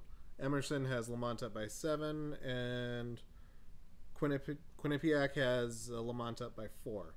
So Lamont seems to be winning right now, and he's the Democratic candidate. Yes. But do you need to know anything more about the reliability of polls, that these 4 polls range like 30 points? Like, I think this guy's winning by 4. I think this guy's winning by 19. Ned Lamont. Let's find out more about Ned. And while you're doing that, I just want to say Ben Kay, our repeated contributor, also says, for anyone that didn't know, Kemp, boo, had the state open, is the one who had the state open investigation into the idea that Georgia Democrats hacked the state website. Oh my God. Whoa. Sorry, I checked out. My dad had a weird thing. Never mind. I was getting text messages from my mother. Where are we at right now? Yes, on Katie's mom. Katie's mom. Yes, on Katie's mom. Professor Shy Guy, thanks for your $10, and also you didn't read the website right, so Cody got some money too. So thank you. Thank you. That means I got some money too. They deserve it. But yeah, they're great. Thank you so much, Professor Shy Guy. Thanks. But he's flatly refused to take his shirt off and hold a dog. So everyone on the Small Beans thread who won't stop requesting that, it's not gonna happen. It's not gonna happen. He's definitely not doing it. But here's the dog. I'm gonna start a private channel. Addendum, I would do it in a heartbeat because that's my brand. That's not Cody's brand, okay? Right, that's exactly. What doesn't make it worth the big bucks. Yeah, Ned Lamont's platform is basically about creating jobs, providing property tax relief for the middle class, providing quality, affordable health care, investing in education, supporting seniors. His women's agenda is... It just says women's agenda on that one. He's shaking hands with empowering women and girls. Women's agenda, TBD. All our agendas. Yeah. It's really good, yeah. I don't know, ladies. What is your agenda? Wow, As governor, so he says he weird. will appoint a cabinet of commissioners that reflects the composition of the Refer to it population. as a separate female agenda. Yeah. Oh, you mean half of all living humans on Earth? It also would be so offensive for other things. Or it implies that women are a subgenre of humanity. Even so, it's the only subgenre that, because I keep thinking what if he wrote the Jewish agenda? Like that would be. The Floridian agenda. The Bridget Greenberg agenda. But it's sinkholes open everywhere. Alligators pop up. Eating the weak. It's great. But yeah, basically he's in his women's agenda. It's basically he wants to appoint a cabinet that's representative of the Connecticut's population, so equal.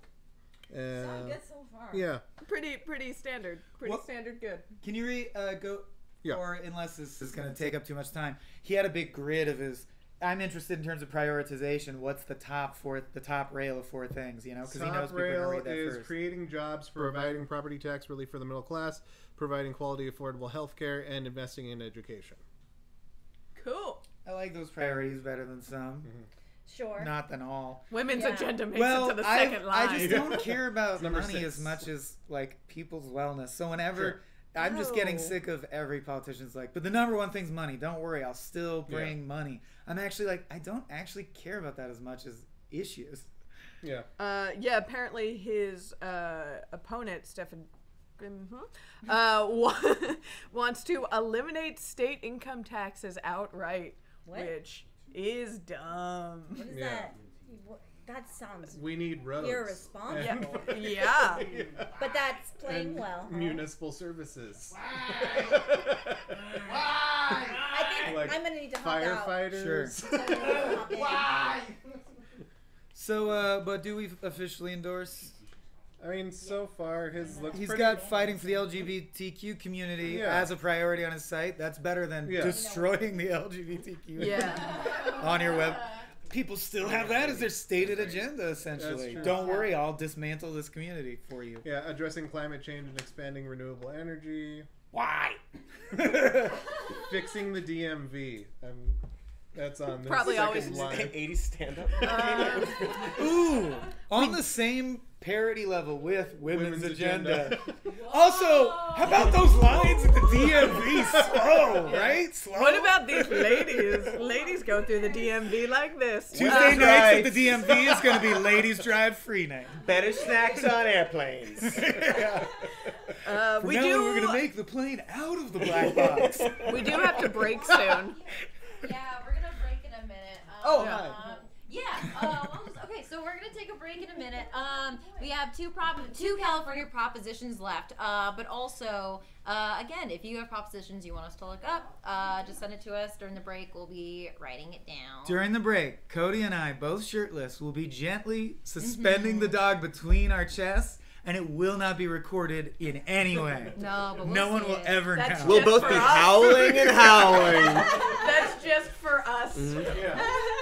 They will be throwing down dollar bills at us, but for charity. Yeah, for charity. For Benny. Yeah. Tuck it in the dog's collar. We'll be back. Yeah, let's take this last break. Yep. Is this the last break before we power through it again? Yeah. Christian, can you just tell them we'll be back in 5 to 10? Yeah. Just into camera. Yeah. We'll be back in 5 to 10 minutes, guys. I'm typing in the.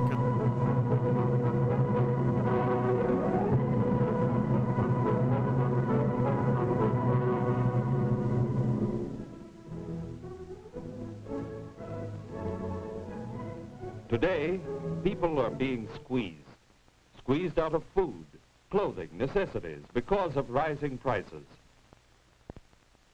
Just think back to 1939 and prices at that time. A broadcloth shirt, 88 cents. A pair of shoes, $1.95.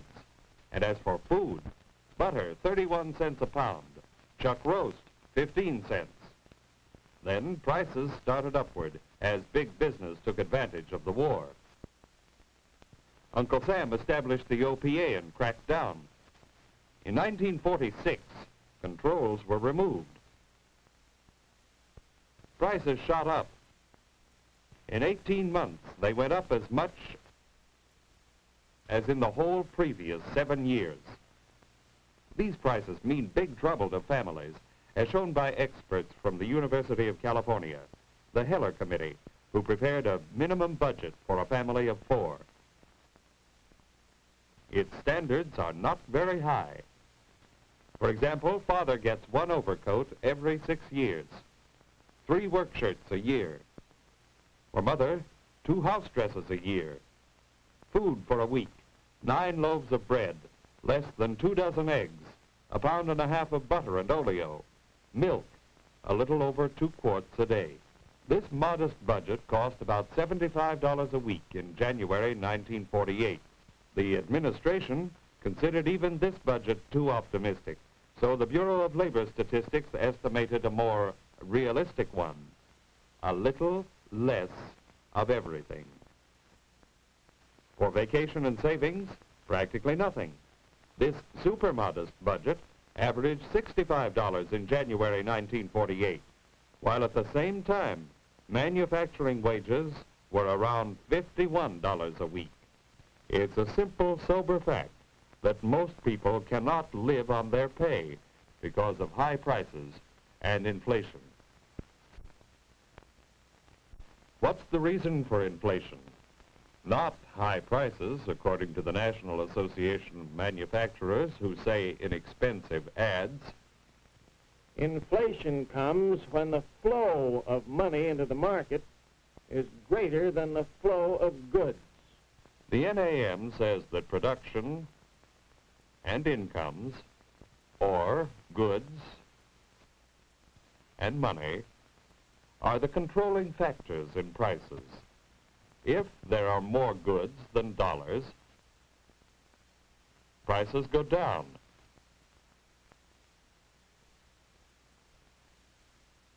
If there are more dollars than goods, prices go up. Sounds reasonable, but it's only half of the story.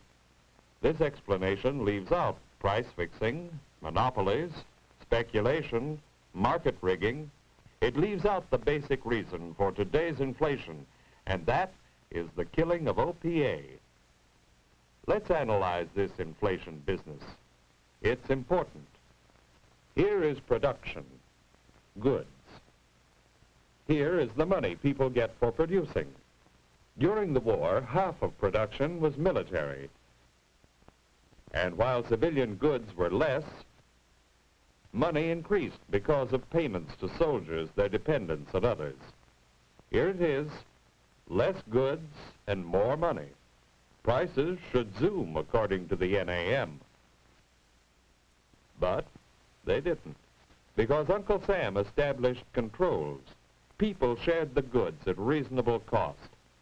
The money which wasn't spent went into savings. This is the picture during the war. The war ended. Army goods went back to civilians. There was less money because overtime was cut. Therefore, money and goods were more in balance. There was less reason for inflation. With OPA continuing, savings would have gone for washing machines, houses, automobiles, and refrigerators. For many years to come, we would have had prosperity, a sound, stable prosperity.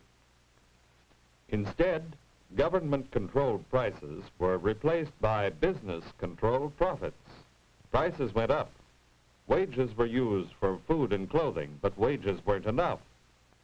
Savings went for food and clothing. 10 billion savings in a year.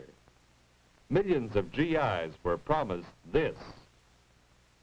They're getting this because of big business prices. The blow of inflation upon our economic security seems like an act of nature, but it actually is the result of acts by big business, and the people are beginning to discover who is responsible for inflation. To postpone this discovery, big business is putting up a barrage of propaganda. Here are their excuses. And here are the facts against them as dug out from official government sources. Excuse number one, the farmers are to blame. One of the principal causes for high prices is federal support of farm prices. The Department of Agriculture finds that of the increases in food prices in the last year, the bulk went to food trusts. And Senator Aiken of Vermont underlines the facts. It is my belief that a campaign against farmers is being indulged in to divert attention from the real profiteers in food and clothing, the speculators and commodity gamblers. Speculators. Men like Ed Pauley, oil operator, former Democratic committeeman. This man bought 500,000 bushels of wheat, oats, corn. He didn't finance farmers. He didn't sow the wheat. He didn't harvest it. He didn't distribute it. He didn't even eat it. He just sat on it until a hungry world paid his price. Mr. Pauley feels no moral guilt. He was quoted by the press as saying, I dealt in everything I could make a profit in the good old American way. What a patriot, growing rich out of people's hunger. Mr. Pauley isn't the only profiteer. Here is a government report on the profits of the food trusts. In the past year, profits increased by as much as 320%. No wonder prices are high. One of these companies, the A&P, was charged with violating the Sherman Antitrust Act. Their extra take from housewives was estimated at $21 million. The company was found guilty and fined $175,000. Cheap enough at the price. No, gentlemen of the NAM, you cannot blame farmers for the high prices. The NAM has another excuse for high prices: strikes. High prices are due to strikes. 35 million man-days of production were lost last year. 35 million man-days. Sounds like a lot, doesn't it? Yet, during the same time, illness or accidents caused this much loss to production: 600 million man-days. Furthermore, in comparison to all man-days worked,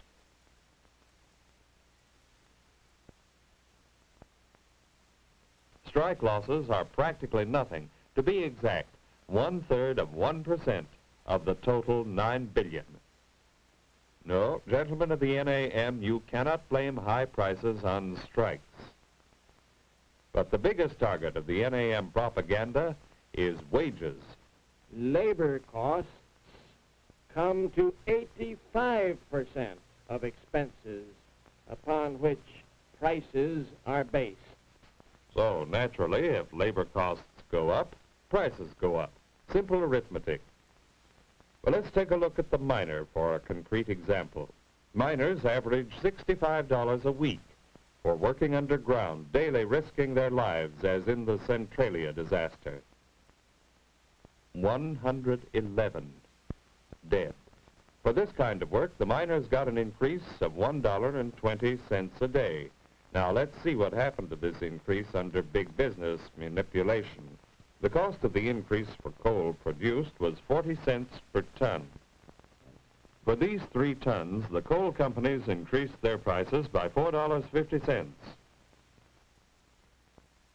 3 tons of coal make 2 tons of steel.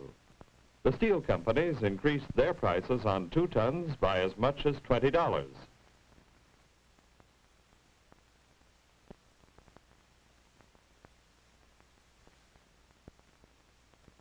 Two tons of steel are used in the average car. Auto companies increased their prices by as much as $100.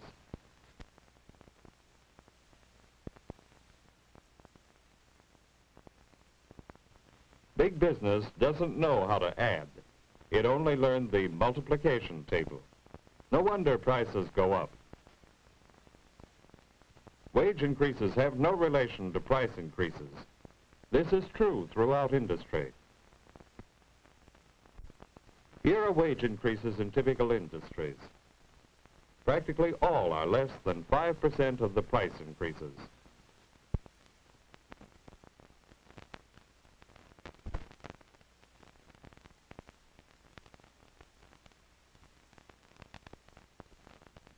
And now, keeping the same scale for easy comparison, take a look at the price increases. The facts are obvious. There is no relation between wages and prices, as economic experts have known for a long time. No, gentlemen of the NAM, wage increases are not responsible for price increases. Let's see what...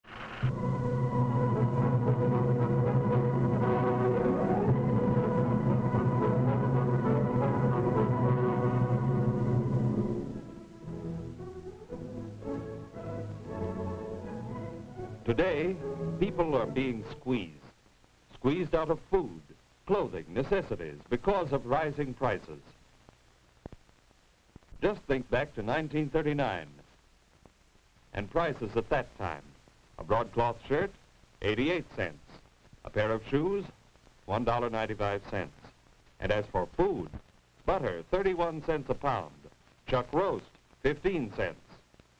Then prices started upward as big business took advantage of the war. Uncle Sam established the OPA and cracked down. In 1946, controls were removed. Prices shot up. In 18 months, they went up as much as in the whole previous 7 years. These prices mean big trouble to families, as shown by experts from the University of California, the Heller Committee, who prepared a minimum budget for a family of 4. its standards are not very high. For example, father gets 1 overcoat every 6 years, 3 work shirts a year. For mother, 2 house dresses a year, food for a week, 9 loaves of bread, less than 2 dozen eggs, 1.5 pounds of butter and oleo, milk, a little over 2 quarts a day. This modest budget cost about $75 a week in January 1948. The administration considered even this budget too optimistic, so the Bureau of Labor Statistics estimated a more realistic one, a little less of everything. For vacation and savings, practically nothing. This super modest budget averaged $65 in January 1948, while at the same time, manufacturing wages were around $51 a week. It's a simple, sober fact that most people cannot live on their pay because of high prices and inflation. What's the reason for inflation? Not high prices, according to the National Association of Manufacturers, who say inexpensive ads. Inflation comes when the flow of money into the market is greater than the flow of goods. The NAM says that production and incomes, or goods and money, are the controlling factors in prices. If there are more goods than dollars, prices go down.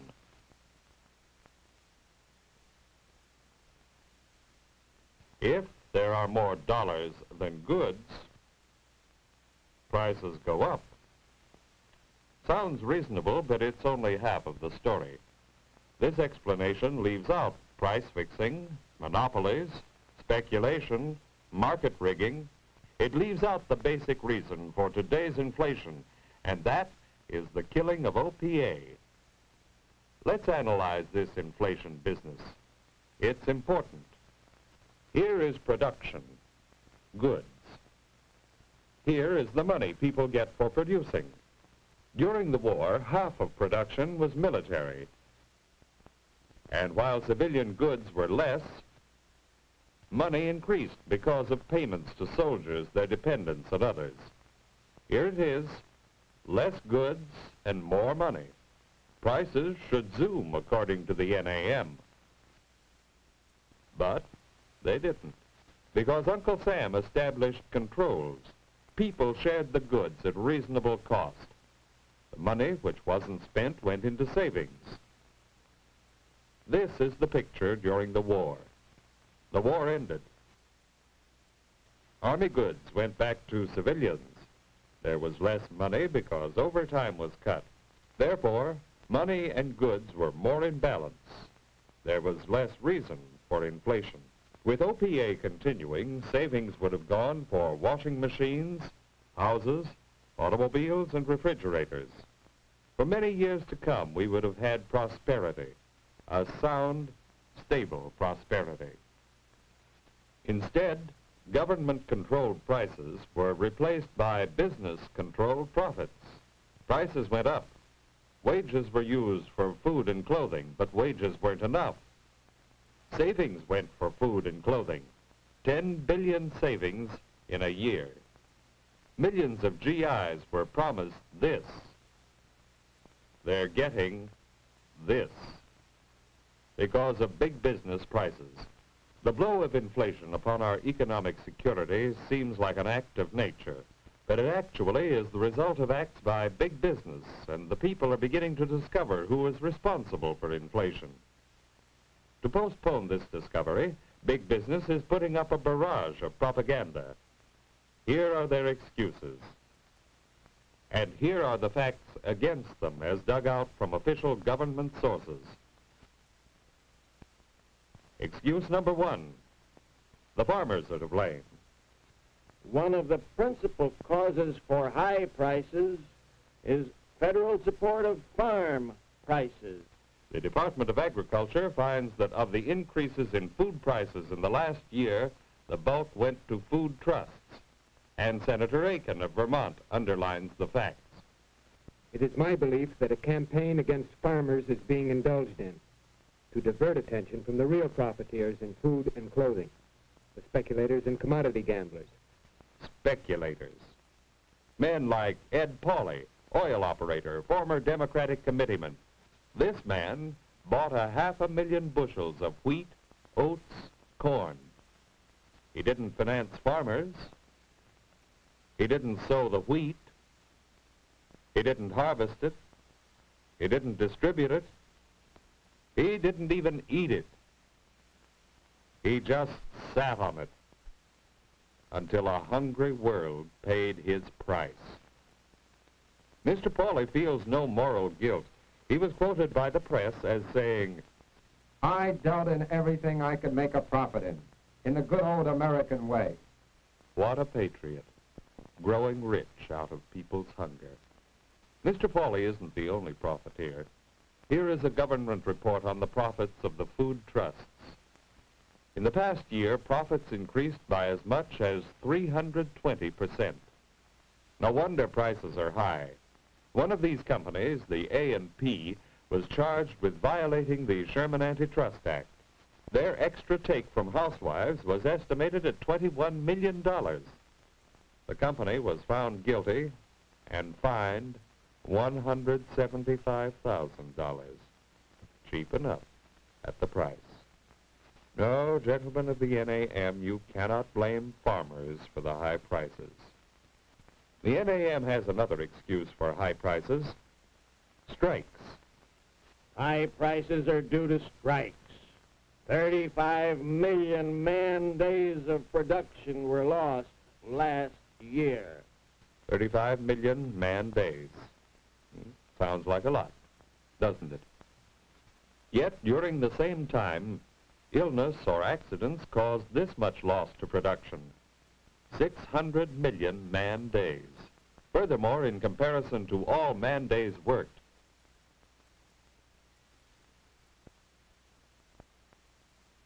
strike losses are practically nothing. To be exact, 1/3 of 1% of the total 9 billion. No, gentlemen of the NAM, you cannot blame high prices on strikes. But the biggest target of the NAM propaganda is wages. Labor costs come to 85% of expenses upon which prices are based. So, naturally, if labor costs go up, prices go up. Simple arithmetic. Well, let's take a look at the miner for a concrete example. Miners average $65 a week for working underground, daily risking their lives, as in the Centralia disaster. 111 dead. For this kind of work, the miners got an increase of $1.20 a day. Now, let's see what happened to this increase under big business manipulation. The cost of the increase for coal produced was 40 cents per ton. For these 3 tons, the coal companies increased their prices by $4.50. 3 tons of coal make 2 tons of steel. The steel companies increased their prices on 2 tons by as much as $20.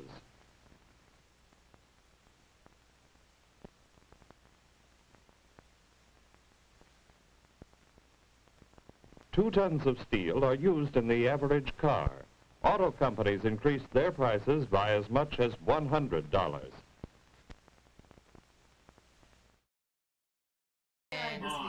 Okay, hello everybody. Welcome back. We have someone on the phone to say hi to everyone. Hey everyone. That is Robert Evans. Why don't you tell everyone where you currently are right now? I'm in a jacuzzi. I got a glass of scotch, and I'm looking out at a mountain. Well, it's dark, but you can kind of make it out. Mm-hmm. Right, you've seen the mountain before it got dark. Mm-hmm. Yeah. And you remember what it looked like. My memory can fill in the blanks, for sure. Great. Well, yeah, Robert, I was just wondering if you had anything to add about either the importance of the election or anything that we should be doing to prepare. You know, I want to talk a little bit about something I think that the left in general, and everybody really needs to be a lot better at doing. Like, obviously, one of the big hot button issues in the nation right now is police brutality, excessive use of force by police officers. And yeah, there's a lot of things that can be done to remedy that, but at the end of the day, if everybody is relying on a separate class of people to protect them, I think that that's a system that inherently opens itself up to some Here abuses. it Because for comes. one, Swaim said, here it comes. I think there's a lot of wisdom in the idea of community self-defense and of people taking responsibility for policing their own communities. I've been to a lot of places in the world that didn't have effective rule of law and police, and some of them were horrible and very dangerous, and some of them were quite lovely. And the ones that were really lovely were the ones where the locals had figured out methods of, like, I spent a lot of time around Lake Atitlan in Guatemala, and during the Guatemalan Civil War, the military carried out something of a genocide against kind of the Maya peoples of the region. And so to this day, the government's really not welcome there. And so you don't have much in the way of law enforcement, but what you have is community groups who sort of take it upon themselves to defend their fellows and to keep a variety, and essentially to keep things safe. And I think that if that was an idea, I think that's an idea that needs to become more popular among Americans of all stripes, is people taking care of their own self-defense rather than relying on a very heavily armed and militarized police, because it's always going to set up an us versus them dichotomy as opposed to a community, policing and protecting itself. I think one of those things is less abusive than the other, and I think that that's something people are starting to wake up to. I think that's what stuff like the Socialist Rifle Association and mutual aid, disaster relief is sort of the beginning of is people recognizing we need to take a more socialism is all well and good, but it only really works if everybody is committed to putting in some effort to take care of each other. That's what we talk about when we talk about socialism. That's what we should be talking about. It's not I want the government to do this or I want the government to do that. It's I want to do this for my fellow people, and sometimes that means paying a little bit more in money.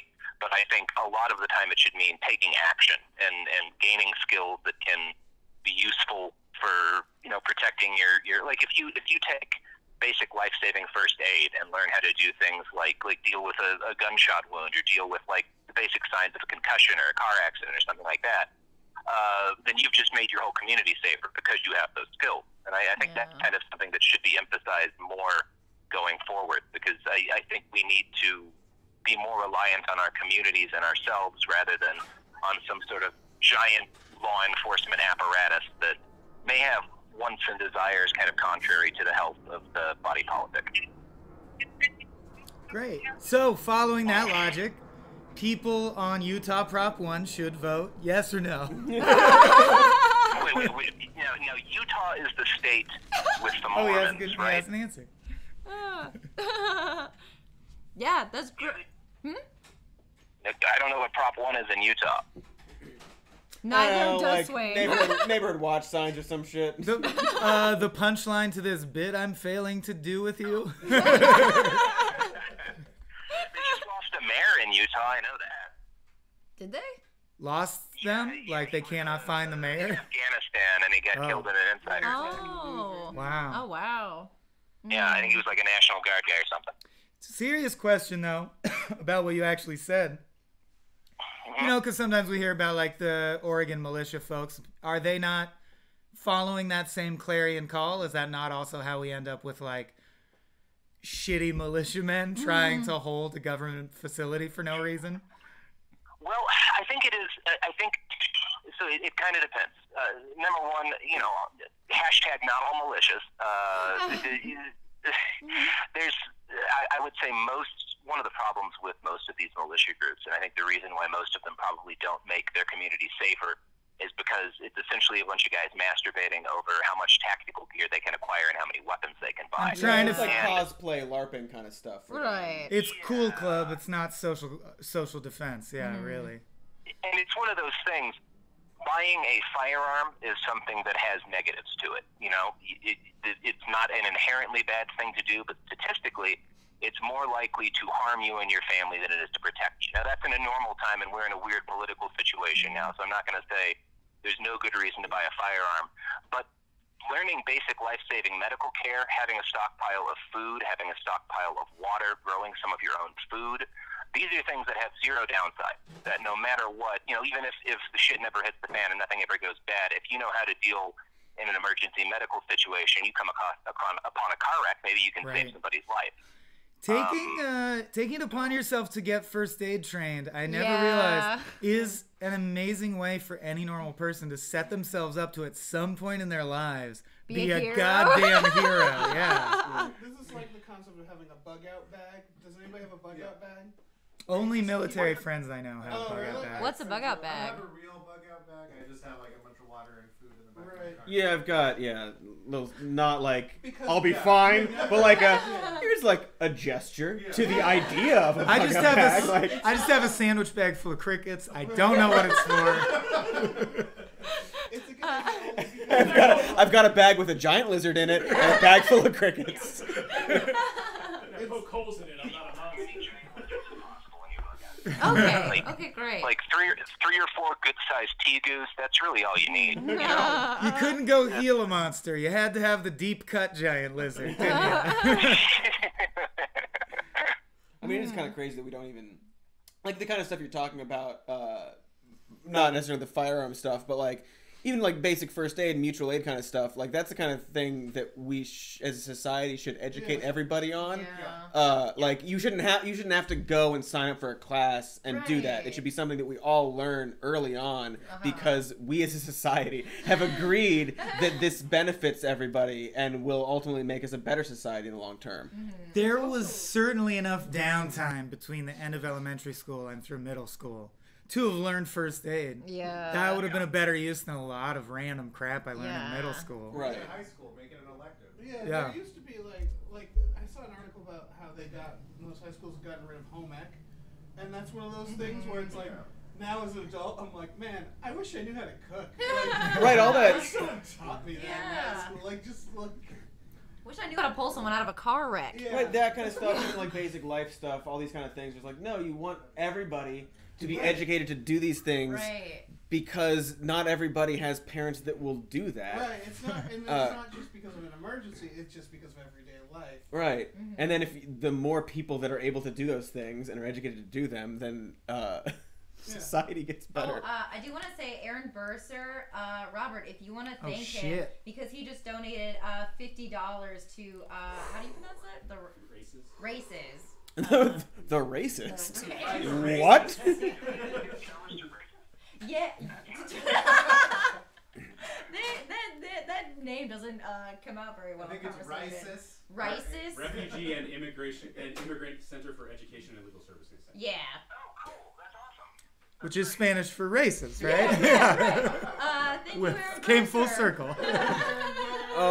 Robert, I was going to read a comment that addresses what you're talking about. If you look at community policing and government power vacuums, they usually turn it back to the police forces once the government stops the whole Civil War thing.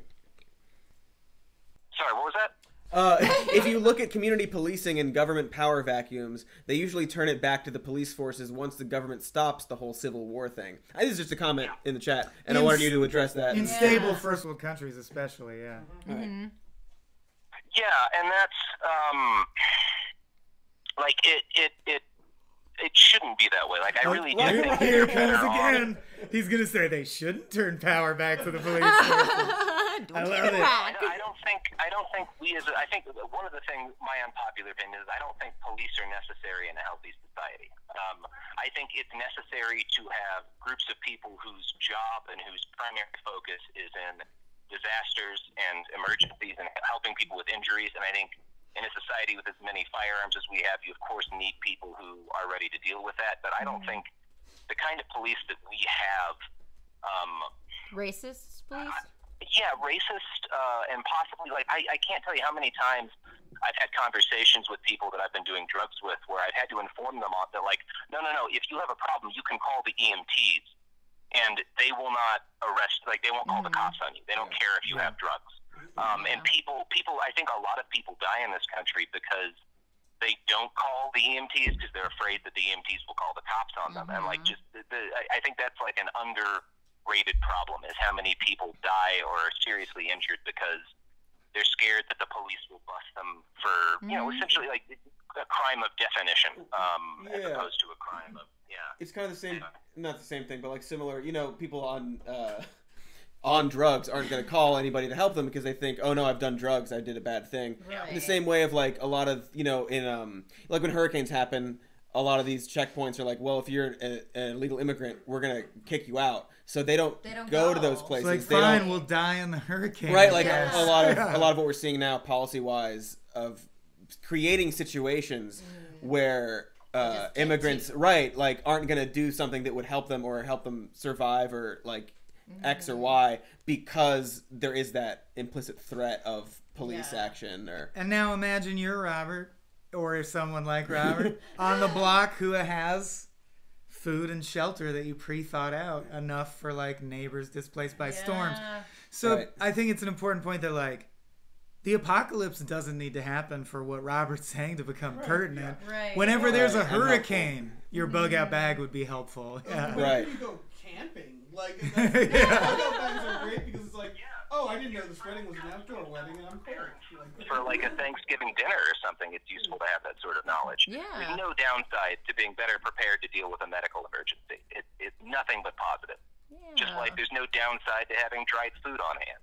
You know, I also think there's a glitter. To get a little bit. There's no downside. There's no downside.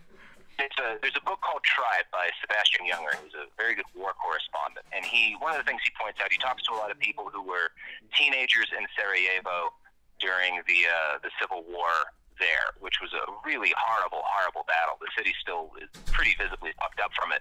But all of the people that he talked to are like, yeah, I was happier back then. And it's the same thing when they first knew, before World War II started, that after we started building bombers and we knew that aerial war and the bombing of cities was going to be a thing, the government's initial assumptions was that they were going to have to kill thousands and thousands of people because they would just go mad in the bombing and become like unrestrained rapists and looters and stuff. They put like down, the ghouls like, from Fallout? What's that?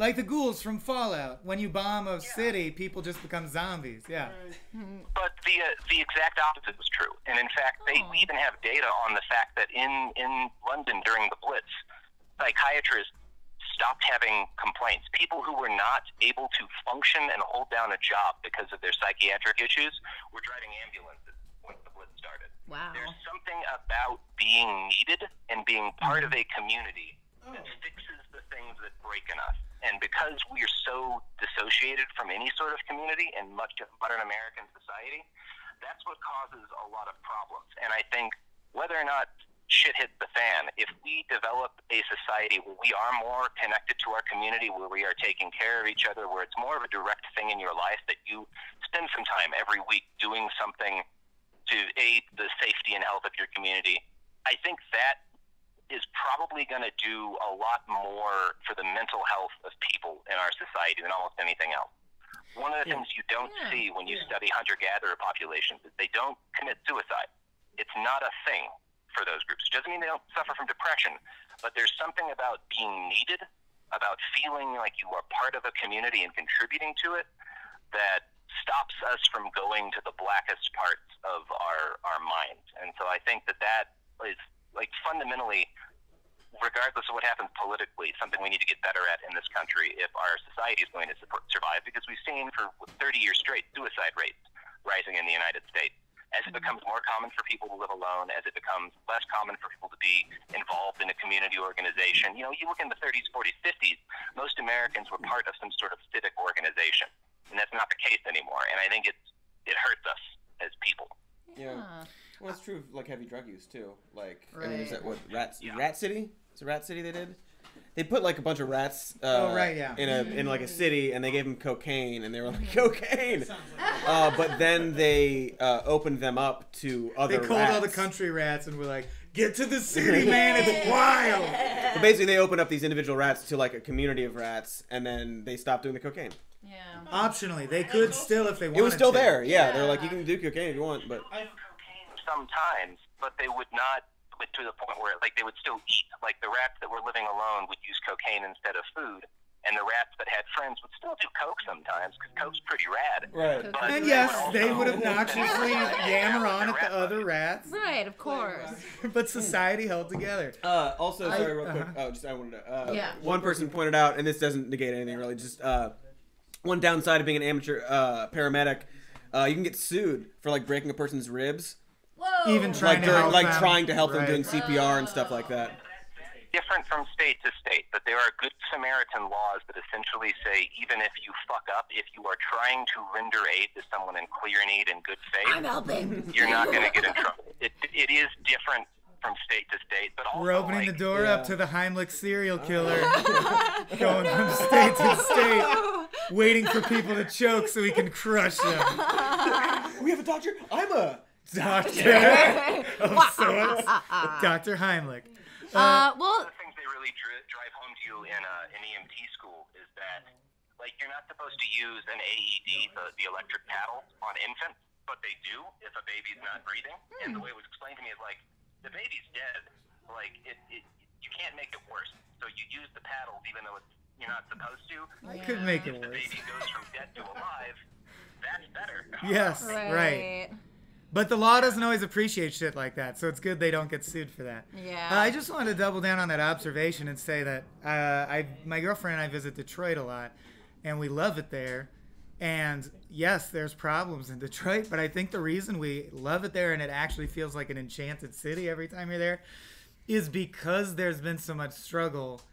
The bounce back is so hard. Like, almost every other block, there's someone erecting a public art installation about bringing the community back to life of their own accord, just to cheer people up. People will stop in their car if you're walking and be like, you know the area? You new in town? Yeah, we're just visiting. We're just like tourists. Cool, you safe? Yeah, we think we're safe. Okay, well, I'm like sane. We live down there. If you need anything, my brother lives on that block. Like, and literally, they're like, this block. All the dads on this block do their own security for the block because the cops don't ever come. So you can ask us if you need something. Yeah, That's it's amazing. awesome there. Yeah. It reminds me of a lot of just childhood of New England blizzards. It's the same thing. Is the moment power gets knocked out and there's 3 feet of snow, suddenly you're talking to your neighbor a lot more. Like, Right. And you should do that all the time. Is just go to your neighbor and say, "Hey, how you doing? Do you need anything?" Right. There's It's a lot like of places in downtown LA like that where people just police their own. Yeah, cops sure. in Right. downtown yeah. I just imagine porch you're- culture. We need porch culture again. Yeah, Culture. we really I do. love Is that like we talked about like the mid sleep wake up? That the Puritans did. Yeah, or like they just wake up and go like go chat to check their it neighbors out. or like fuck their spouses or whatever it is they're gonna do. That was like the But- holy time to Definitely bone the also, second yeah. Yeah. Yeah. But then we got lights. I just I think we're gonna move on to props and stuff, but I just wanted to thank Eat you, what? Robert, so much. Right. Yeah, thanks for cutting into your vacation time, man. Yeah. We didn't need to do that.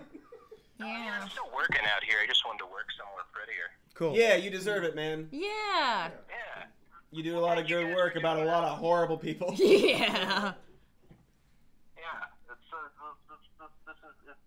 this is part of what I'm talking about in general, like the sort of the political communities that have developed and people sort of sharing the information they have and sharing their thoughts on things that are happening. This is a good thing. This is a positive.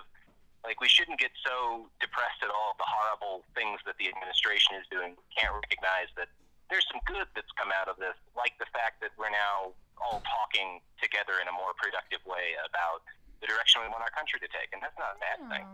Can I ask a last question? Or it doesn't have to be last, No, but I no, want to go ask for it. a question that has a one-word answer of Robert.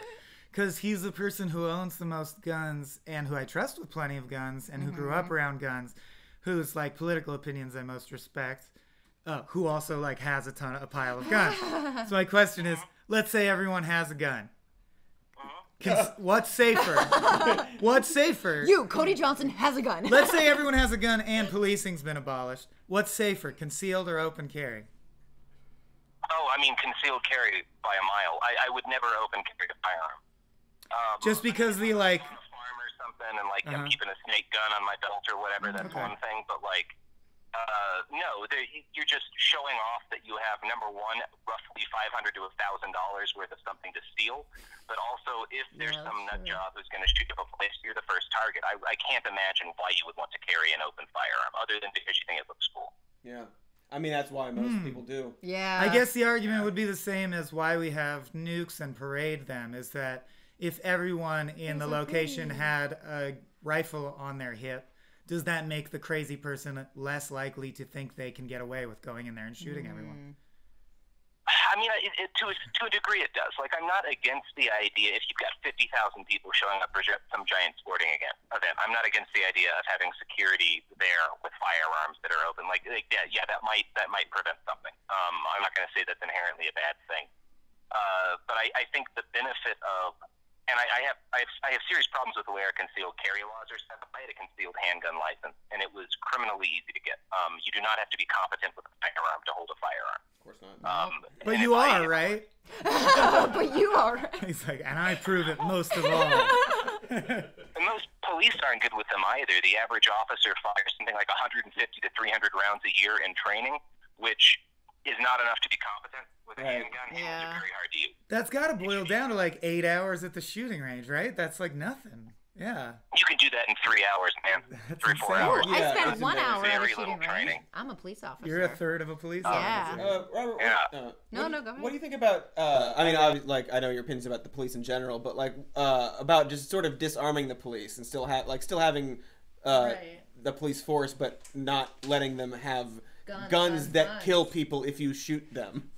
I think, like, if I'm talking about like what law I personally, the way I think it should be organized, I think any American police officer or not should be able to carry a concealed handgun anywhere in the country if they are, number one, willing to verify that they're putting 300 to 400 rounds a month downrange in training, and if they're willing to agree to take at least one and ideally 2 random proficiency tests per year, in addition to making sure that they don't have a history of domestic spousal abuse. They don't have, like, I would be in favor of even requiring them to regularly talk to a therapist just to make sure they're still on an even keel. But I might get a concealed license just to get therapy. Like, free therapy. Also, I would add, you can never have posed on Instagram with your gun. That immediately gets it taken away. Yeah. No shirtless gun pics. Bridget's very disappointed. I think we're safer when there's, I think, like, a person who is competent with a firearm and is emotionally stable, carrying a concealed weapon makes his community safer. And I think that should be the only way to carry a firearm. I think if you're a cop, you don't automatically get a gun. You have to pass the same test as anyone else. And also that means that, like, a rapist walking around, considering, like, even though obviously the vast majority of rape is not a stranger raping a stranger, it's someone who knows someone well, those people who are looking to victimize a stranger would know absolutely anyone might be packing. And if they're packing, they're competent with their firearm because we have a rigorous national, like, training thing that you have to take. We all agree that if you have a right, gun, you're good at it, and you could shoot someone. Yeah. Man, I'm picturing militias of women just going to the shooting range together. I'm a big advocate for women getting that kind of training in particular, and I think it's more important for them to carry than it is for men. Like, I'm 6'2", about 200 pounds, so I'm bigger than most people. Like, I don't have to worry about most people doing the violence unless they're packing a weapon. But, like, if you're a 98-pound, 5-foot-tall woman, the only way to equalize force between you and a violent aggressor who's 40% larger than you is a firearm. Yeah. Right. Cool. Are we gonna say bye? Unless there are any other questions. Any other questions for Robert? Yeah, if there are any other questions, we can check the chat. Yeah. Do you guys have any questions for Robert in his hot tub? Right, I was just gonna say, like, I don't know, man, go enjoy your scotch. Yeah, I also kind of want you to go have fun. I mean, I'm good. I'm just gonna eat pizza and watch Community after this. Okie doke. Well, great. Well, you know what? If I'll text you if a question comes up, then I can just call you back. Also. Sure. Yeah. Thanks for letting me rant about firearms and community self-defense. Someone wants to know what Robert thinks of Gritty. Pass. Pass. We don't need to Okay, say that. great. Great. Well, thank you, Robert. We'll keep an eye out. He's drunk in a hot tub. Right, I don't need like some like unofficial Antifa mascot that's actually a hockey mascot. We don't need that. We don't. Thank you so much for taking time out of your day. Nice. Have a good night. All right. Thanks, Robert. Bye. Bye. Oh, this, I'm gonna grab my food. Yes, Is that okay? food is here. Yeah, grab your food. I'll bring it back, but I'm gonna Okay, get it. yeah. And also someone can hop in if they want to.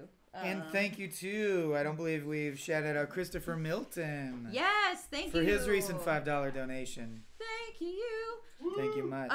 Okay, so we have a couple props from other states that people want us to talk about real quick. Or not quick, but we can talk about it as long as we want.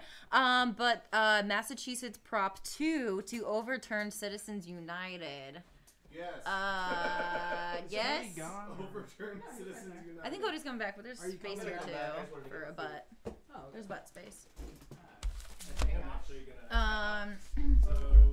Nope, Yes. sorry. Okay. Bye, Tom. Thank you for coming. Tell Marina that we say hi. Oh, yeah, she was sad she couldn't come. But Yeah. but next time. Buddy.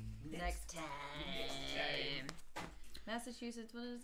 I think interesting comment from Millstab that guns are very interesting to think about because they're so dramatic. That's not but the comment is, but something like better placed streetlights on a national level would actually cause more impact in the crime rate.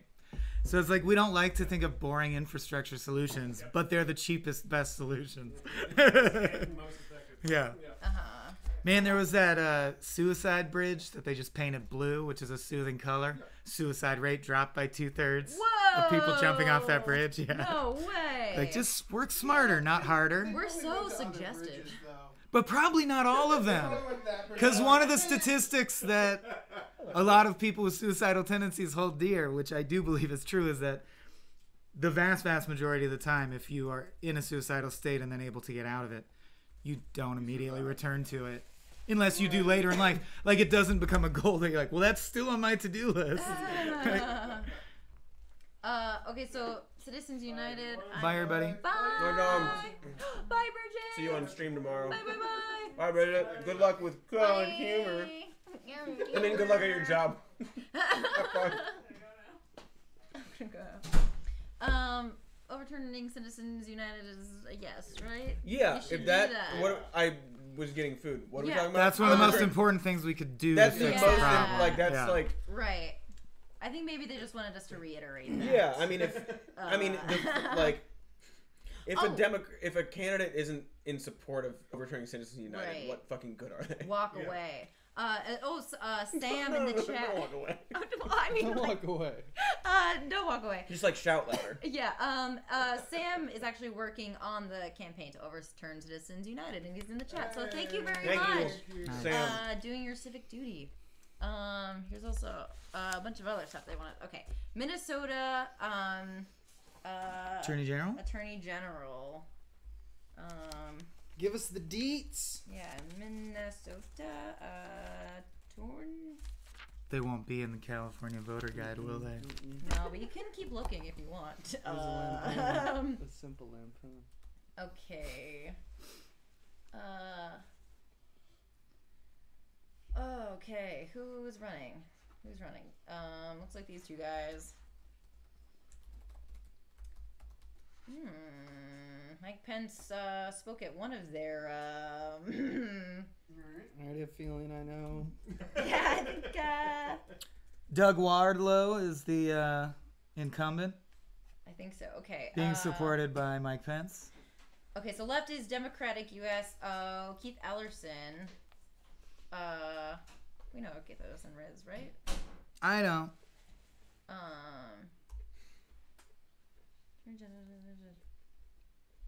Wasn't he in charge of the Democratic something? Keith Ellison? Possibly. Yeah. Just because I don't know. He was something one of the doesn't two candidates to take over the DNC. It's Tom Okay. Perez now. Right. All right, so he's probably a long-time career insider with the Democratic Party. Yeah. Versus Keith Ellison? Yeah. He's He was like in the Bernie camp. Okay. He's also had some allegations against him, but I think they did like a big investigation for him over like a and month I or think two. he was like, yes, please investigate. I mean, instantly he was like, yeah, investigate it. Right. I bet people want us to comment on the fact that he has been accused of misconduct, and the DNC dismissed it. Because you usually get that story on the other side. Did they? I don't think they didn't dismiss it. Okay. They've said we feel he had a fair and full investigation, and we're moving on. Yeah. But you know, we're very hard on people on the right who are creeps, so that's an important thing to know. Yes. It was probably longer than 2 weeks. Probably longer than a couple of days. And you said he asked for the investigation, like someone who might not be guilty would. Yeah. Someone who fully cooperated and said yes, please, because Also, I think very telling in a good way. When asked point blank whether the woman was lying, he would only answer a fair and full investigation is what's called for when these kinds of accusations are around. Yeah. So, like, usually when you're guilty, they go, hey, you think she's lying? Like, crazy bitch? You go, yeah, crazy bitch, man, crazy. Oh, she's like, yeah, of course. I also heard she eats snakes, and you know. On her period or something. Yeah, so, like, I don't know, God, what? And I have friends who are women, so, and my mom's a woman, I think, But I do the rules. I love tampons. I totally know what they're for. Yeah, but I mean that is a good point to bring up. How should we see how bad the person he's running against is? Sure. Let's see what his name is. What's his name? Also, it seems to be a call for conservative because it's very close. And I think Keith Ellerson is trailing by like a point or so. Okay. Doug Wardlow. Republican. Say that name again. Wardlow. Wardlow? You heard it. Wardlow. It should be Wadlow, but it's Wardlow. Wardlow. It sounds like a bad milk. It does. Wardlow. Nice tall glass of Wardlow. I'm gonna pull up I mean, his sounds Twitter like account. Sounds like Mario's idiot cousin or something like that. Wardlow. I'm not helping. I'm gonna win. But I am eating. Me, so. a Wardlow. Doug Wardlow. Someone accused him of bullying him in high school because he was gay. The person who accused him was like that. Wait, person. Wardlow. Someone said Wardlow was a bully. Yes. Was an anti-gay bully. Yes. No surprise, Mike Pence supports him. Yeah. So I mean, that's what we're going for. That's probably the biggest red flag you could ask for. He's got a weird smile. Take that with a grain of salt. Grain of salt, but you got a weird smile. He retweeted. He retweeted Vice President getting out of an airplane several times all day yesterday. The banality of evil. No, wow. He truly. There's about 7 retweets of Mike Pence leaving his airjet. Well, that's because they were like, see, he opened the umbrella, he closed it, put it away, he got out of the plane. This is our rising star. This man. Maggie's our best researcher. Thank you. Thank you. He was airborne at some point. On November 3rd, he tweeted, "Good luck today, deer hunters. Happy hunting and be safe." I mean, which is neither here nor there. I'm not knee-jerk against hunting per se. Yeah, I don't really. Big trophy hunting's different than deer hunting in your backyard.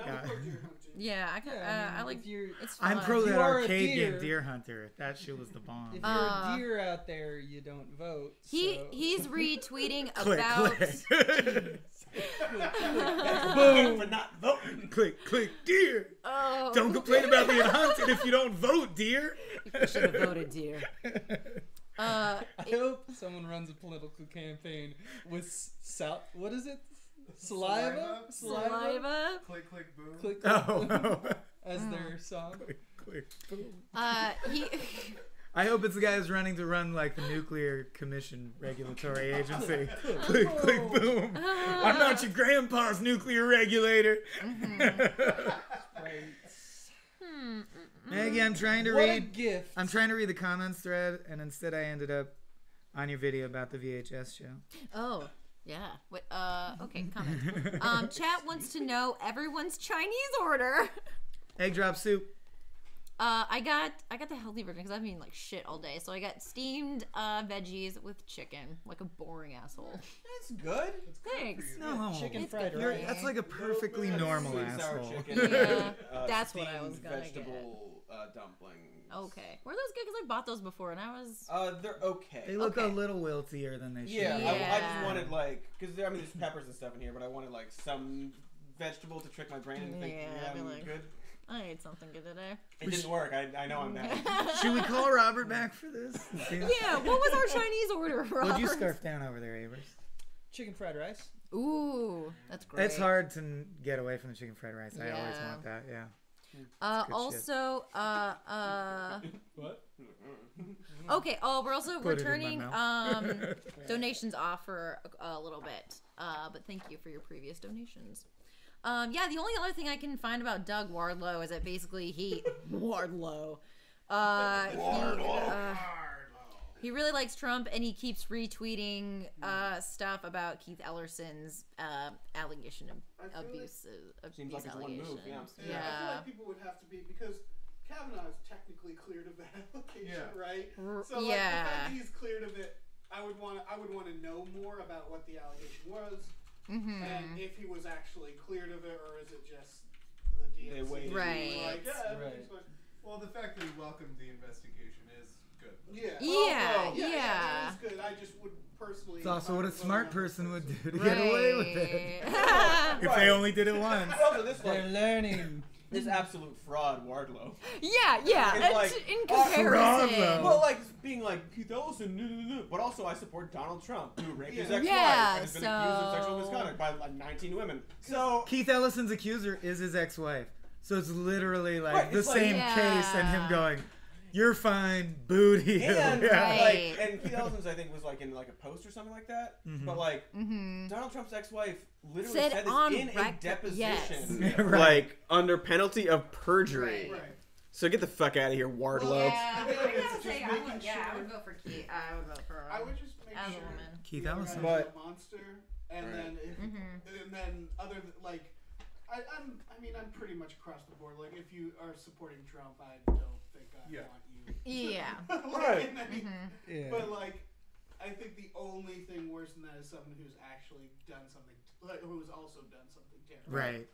Like, the people on the right that I'm still interested by are the people who have stopped mentioning Trump in favor of saying things they actually think that maybe we should try and do. Yeah. Like, I can at least, like, respect that you're like, I have some thoughts, instead of, I subscribe to the team that you subscribe to. Yeah. Like, it's politics Right, is and Twitter like now. imitating it. Where it's Yeah. like, well, Yeah. I'll also do the immigrant thing. You like that, right? Yeah. Or I'm nothing. Here, have it again. Get on the bus. I'm nothing but an empty suit, but you can bet I'll vote every time, however they want me to. That's equally fucked up. Yeah. How do we show? Oh, Top Chat. I kept reading Top Cat. I thought if I pressed that, I'd see a Top Cat cartoon. You thought that? I thought that, Top Cat. Christian has some other candidates. All right, Kansas governor. I'm gonna get my soup. Get out of At the worst here. possible moment. Oh yeah, as Jonathan points out, Ooh, Brzezinski thank you. also like That's Trump's nice. relationship with Jeff Epstein and like his rape plane Oh, God. and yes. their rape island. Yes. Did Like, you say John Krasinski has a rape plane? 'Cause that's what Jonathan Rosinski does not. I don't want that to. I know what I'm doing with this Quiet Place money. I know. Ban airplanes. That's what I'm saying. Ban airplanes. Thank you. Finally. Oh my God. I've been like this whole time. I like your what's idea, but shorten it up. Bear planes. That's what I'm saying. ban air? Yep. I think we did it. How many people have died in air? Like, so many. 100% of people. Yeah. Or at least like near. No. Near air. Lies on the other Okay, side. okay. People are saying everyone dies in the air. What else do they say? We've had multiple people request to talk about how shitty Steve King is again. Again, But, people I who mean- came in late and they're like, I needed that fix. Right, man. talk about the Nazis. It's real easy. He's a Nazi. Yeah. Doesn't He's love not- the idea of there being a Holocaust, but not the way you. Not think. like you love He's it. not like quite sure about it. He wants to debate the Holocaust. Yes. He was Ted Cruz's working on Ted Cruz's presidential campaign. Got a personal call from Ted Cruz like a day ago to be like, I still believe in you. You're the best. And like, what else about Steve King? God, he's just awful. He's a monster. Don't Paul confuse Ryan him with- supports him. Yeah. Yeah. He has no soul. And, like- you look into his eyes and there's nothing. Just cowards. Shark And like, Uh-huh. and like, it's amazing. There's a weird push over the past like 2 days to be like, why won't anyone on the left denounce Louis Farrakhan? He's an anti-Semite. Like, why won't these people? It's like, who gives a shit about this person? Is he a congressman? Like, Right. Yeah. Why? and like, also like, people do say like that's anti-Semitic and Every bad. time he does it, there's backlash. you. Right. Everyone. But what they mean is right. But why hasn't he been recalled? Because he's just a guy. Right. But the real point is He's like a spiritual leader. Yeah. the real point is like we don't want to talk about our problems, so we're gonna like create this illusion of something. And also he supports Donald Trump, so like what are you talking about? Yeah. All right, so the Covered the Kansas bases. gubernatorial race is between Chris Kobach, and who is the Republican, and Laura Kelly, who is the Democrat. Kobach, that name's familiar. Yeah. He's a Republican. He tries to suppress voting in the whole country, not just in his own state. Oh, Did we okay. talk about that before? We talked about Georgia. Oh, But we so didn't it's talk not a about Kobach callback. Sorry. No. Abe, I saw that. So what's the girl? What's her deal? Yeah. What's the deal with that girl? Tell us about the broad. That's my girl agenda. I want to hear about her. Laura Kelly's platform. You're a gender. Oh yeah, my agenda. Yeah. There we go. Her platform is based on That's the economy. She said after years of economic recession, we need a new approach to jumpstart job growth. This is in Kansas, Wait. obviously. Oh, okay. Specifically in It's Kansas. like, isn't their whole federal selling point that the economy is the good thing, and that's all you care about? So let us keep going. All right. She also says she'll advocate for lobbyist reforms, increased transparency, and lowered costs to access Kansas open records. All Kansans deserve affordable health care that works for them and their needs. It's time to make our children and their future a top priority again. So she's school. You're like, that is true, Yeah. but vague, but true. Vague but true. I like that's like a good like. That could be a bumper sticker in 2020 that I'd still be like, that's pretty good. I'd vote for that. It's definitely true. Yeah. I kind of get it. Yeah, she says she'll stabilize the state's budget and invest in public safety again. But whatever. I don't Does know that what mean means. hiring larger? Yeah. Does that mean buying Humvees for the police force? Because I'm against that. Yeah. But she also says all Kansans should have access to a high quality of life, regardless of their zip code. So she definitely represents a large rural constituency. Wait, is this her site? Yeah. Yeah. Don't go to. Well, I mean, sites. But it's good to know what they this is say what they she's are. running on. Right, like there are candidates. If you Yeah. go to their personal websites, there's a tab that says Holocaust ? So like, it is important. That's true. To go to these people's websites. You got me there. But for most But when you politics, click it's just on like it, it's just the hamster dance Right. over and over on an old right. mic. Most of the Yes, time, it's you just idiot. like, isn't being good like the best? Being thing, good is though? good. Being good is good. Being good is good. And I've heard that somewhere. Okay, but I'd she rather is- hear what other people think. She also is for passing common sense gun legislation. I'm waiting for you to find her Holocaust question.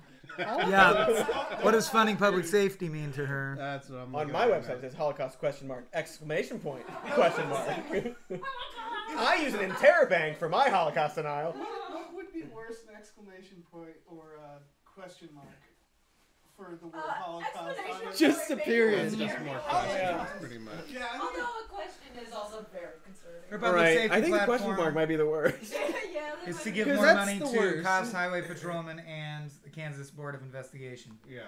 So Investigation's a good thing to pay Yeah. for. Like the only thing we can say. I love investigation. Highway patrols, like in the middle, I see why they exist, but they annoy me. Yeah. And then Yeah. cops, I'm against you paying more money for. We do have to, like, also recognize that Kansas is a far more red state than California. And That is true. She is I guess definitely I'm progressive. duly for- impressed that she said common sense gun legislation. Yeah. Unless she means it would be common sense for there to be no gun legislation. Yeah. Which sometimes they try to slip that by it. She does say she wants to protect women's reproductive rights. Hey, Kansas. What about this other person? Yeah, let's Chris Koba. Oh, real quick comment from Shinigami. Boba Feet. Boba Feet. Sorry.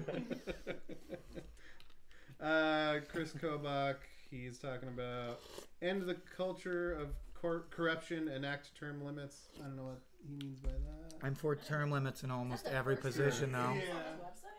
His first thing is Jobs. What else? Donald Trump's historic election and the resulting economic boom have created vast sums of wealth and thousands of jobs for American workers. And Jeff Bezos has it all. I will get you jobs as Amazon delivery people. Yeah, it basically sounds like he wants to deregulate schools a little bit. Deregulate schools? Yeah. Always great. Always great to deregulate. Because he's talking about money getting swallowed up by administrators and other programs that aren't. Do you think that's another way to say privatize? Yeah. Do you think maybe he thinks schools should be profitable? So like maybe you do things that aren't necessarily good for schools, That's but like the good point, are good for making money. Yeah. And at least it's You think true. maybe that? Gotta get that one of the scratch. slings and arrows thrown against Kelly from the Kodak website that I'm like, that is at least not just a vague platitude, is that she voted against House Bill 2258, which prohibits recipients from using their welfare benefits to purchase alcohol, tobacco, and lottery tickets, requires TANF applicants, which is their food stamps program, to complete a work program assessment aimed at ending dependence on government benefits, and reduces cash withdrawals to $25 a transaction. So his implication is, and also he said earlier that she constantly votes against programs that are solid welfare, in his opinion, and votes for programs that are corrupt, broken welfare programs. Welfare is so complicated that it's hard unless you like live in that community to know who's lying. Right. But I do agree that, or at least his subtle insinuation, I think, is that she voted to, like, people were saying, like, these people, like, some of these people are spending it all on booze. Could we limit that so that they spend it on groceries? Yeah. And she was like, no. But what were the other things? We think they should buy booze. Because there was other things lumped in with that too, right? But those kind of laws are like. Because it was like they shouldn't buy booze, but also this, and this. Right. This is the kind of situation where you're like, I need to ask someone on welfare who lives there. Yeah. These You programs have are to know so what HB 28 individualized. They probably already couldn't buy alcohol with. Yeah. Right. And it's just bullshit. Yeah, on his website he says creating a populace of citizens dependent on their government for basic necessities like food and shelter is not the future Kansas wants. And it's not the future I am fighting for. That's really. What are you fighting for? Yeah. buddy? You can hear the kind of coded rhetoric that Wait, say that that. is. Say that. There you go. Creating a populace of citizens dependent on their government for basic necessities like food and shelter is not the future Kansans want. So he and believes it's in not the the welfare future lie. I am fighting for. That's a statistical lie, and he believes that. So Yeah. that sucks. Yeah. I just think it's so funny. Both websites have the phrase under their welfare section, I want to give them a handout. Yeah. Or, sorry, Hand up. a hand up, not a handout. But people in need really need our support. And they both say that. And you're like, it's one of the like most lied about issues is like, no one will say, no, I don't fucking care about poor people. If they all died, I'd get more votes. I don't care. Yeah. But a lot of politicians believe that, but they just won't admit it. Don't vote. And Mhm. he is anti-abortion. And all they do is cause PR debacles when someone you employ mistreats them. Right. Yeah. That's why politicians are constantly secretly rounding up homeless people and shipping them to other towns. There was an amazing leaked video of UCLA Hospital, a nurse practitioner taking clearly mentally ill homeless people who came in because they had some sort of horrible injury.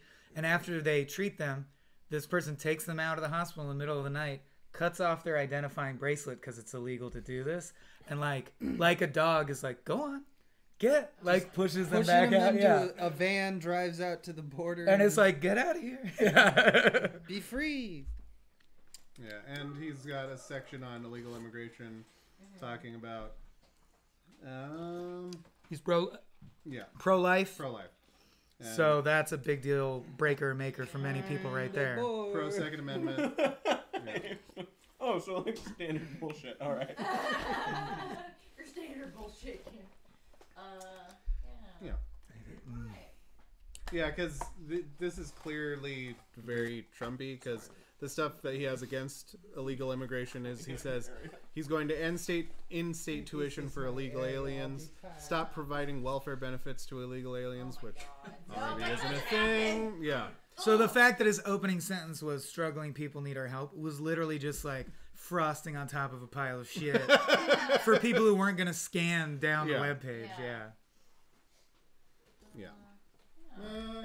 So we're anti-Kobach, basically. Also, anti-candidates making websites.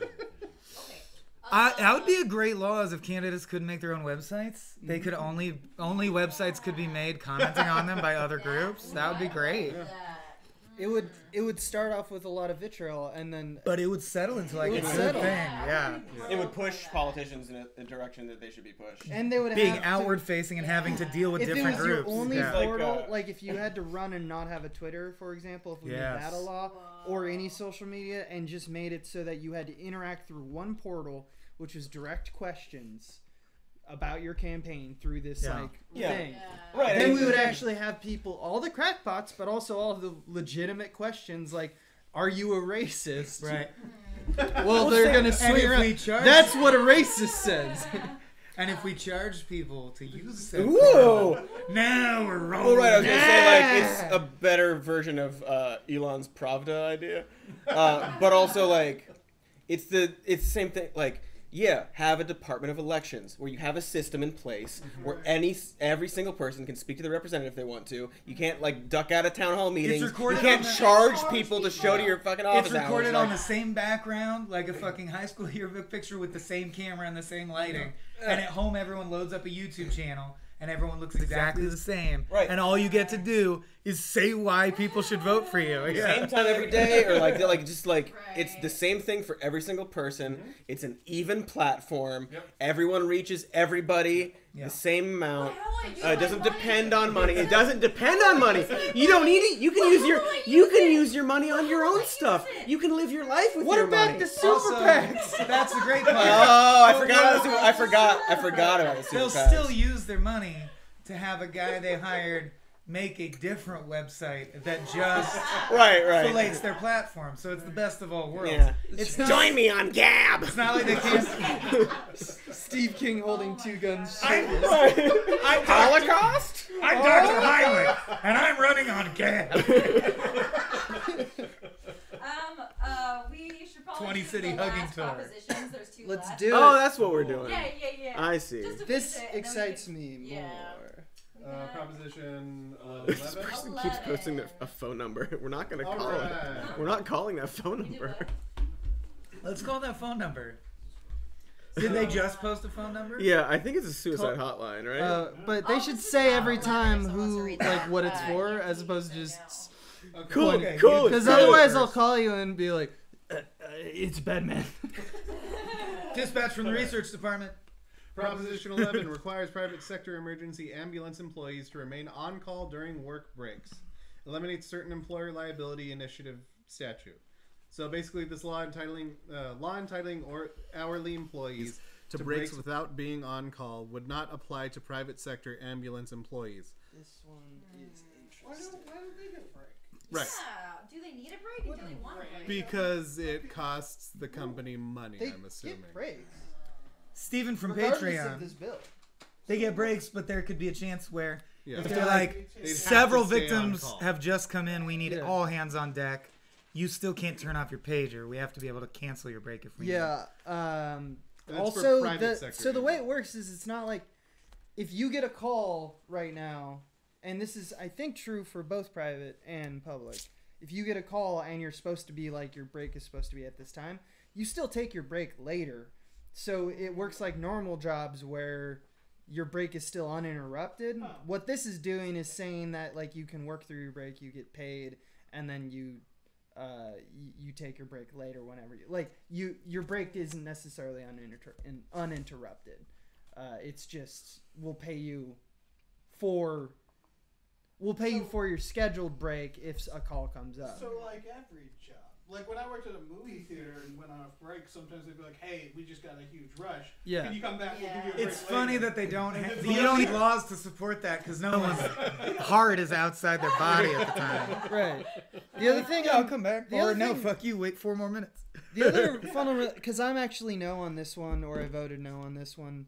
Fundamentally, like there are a lot. This is a proposition that's a great example of like how the breakdown of like state legislation versus like city or county is not as necessarily as important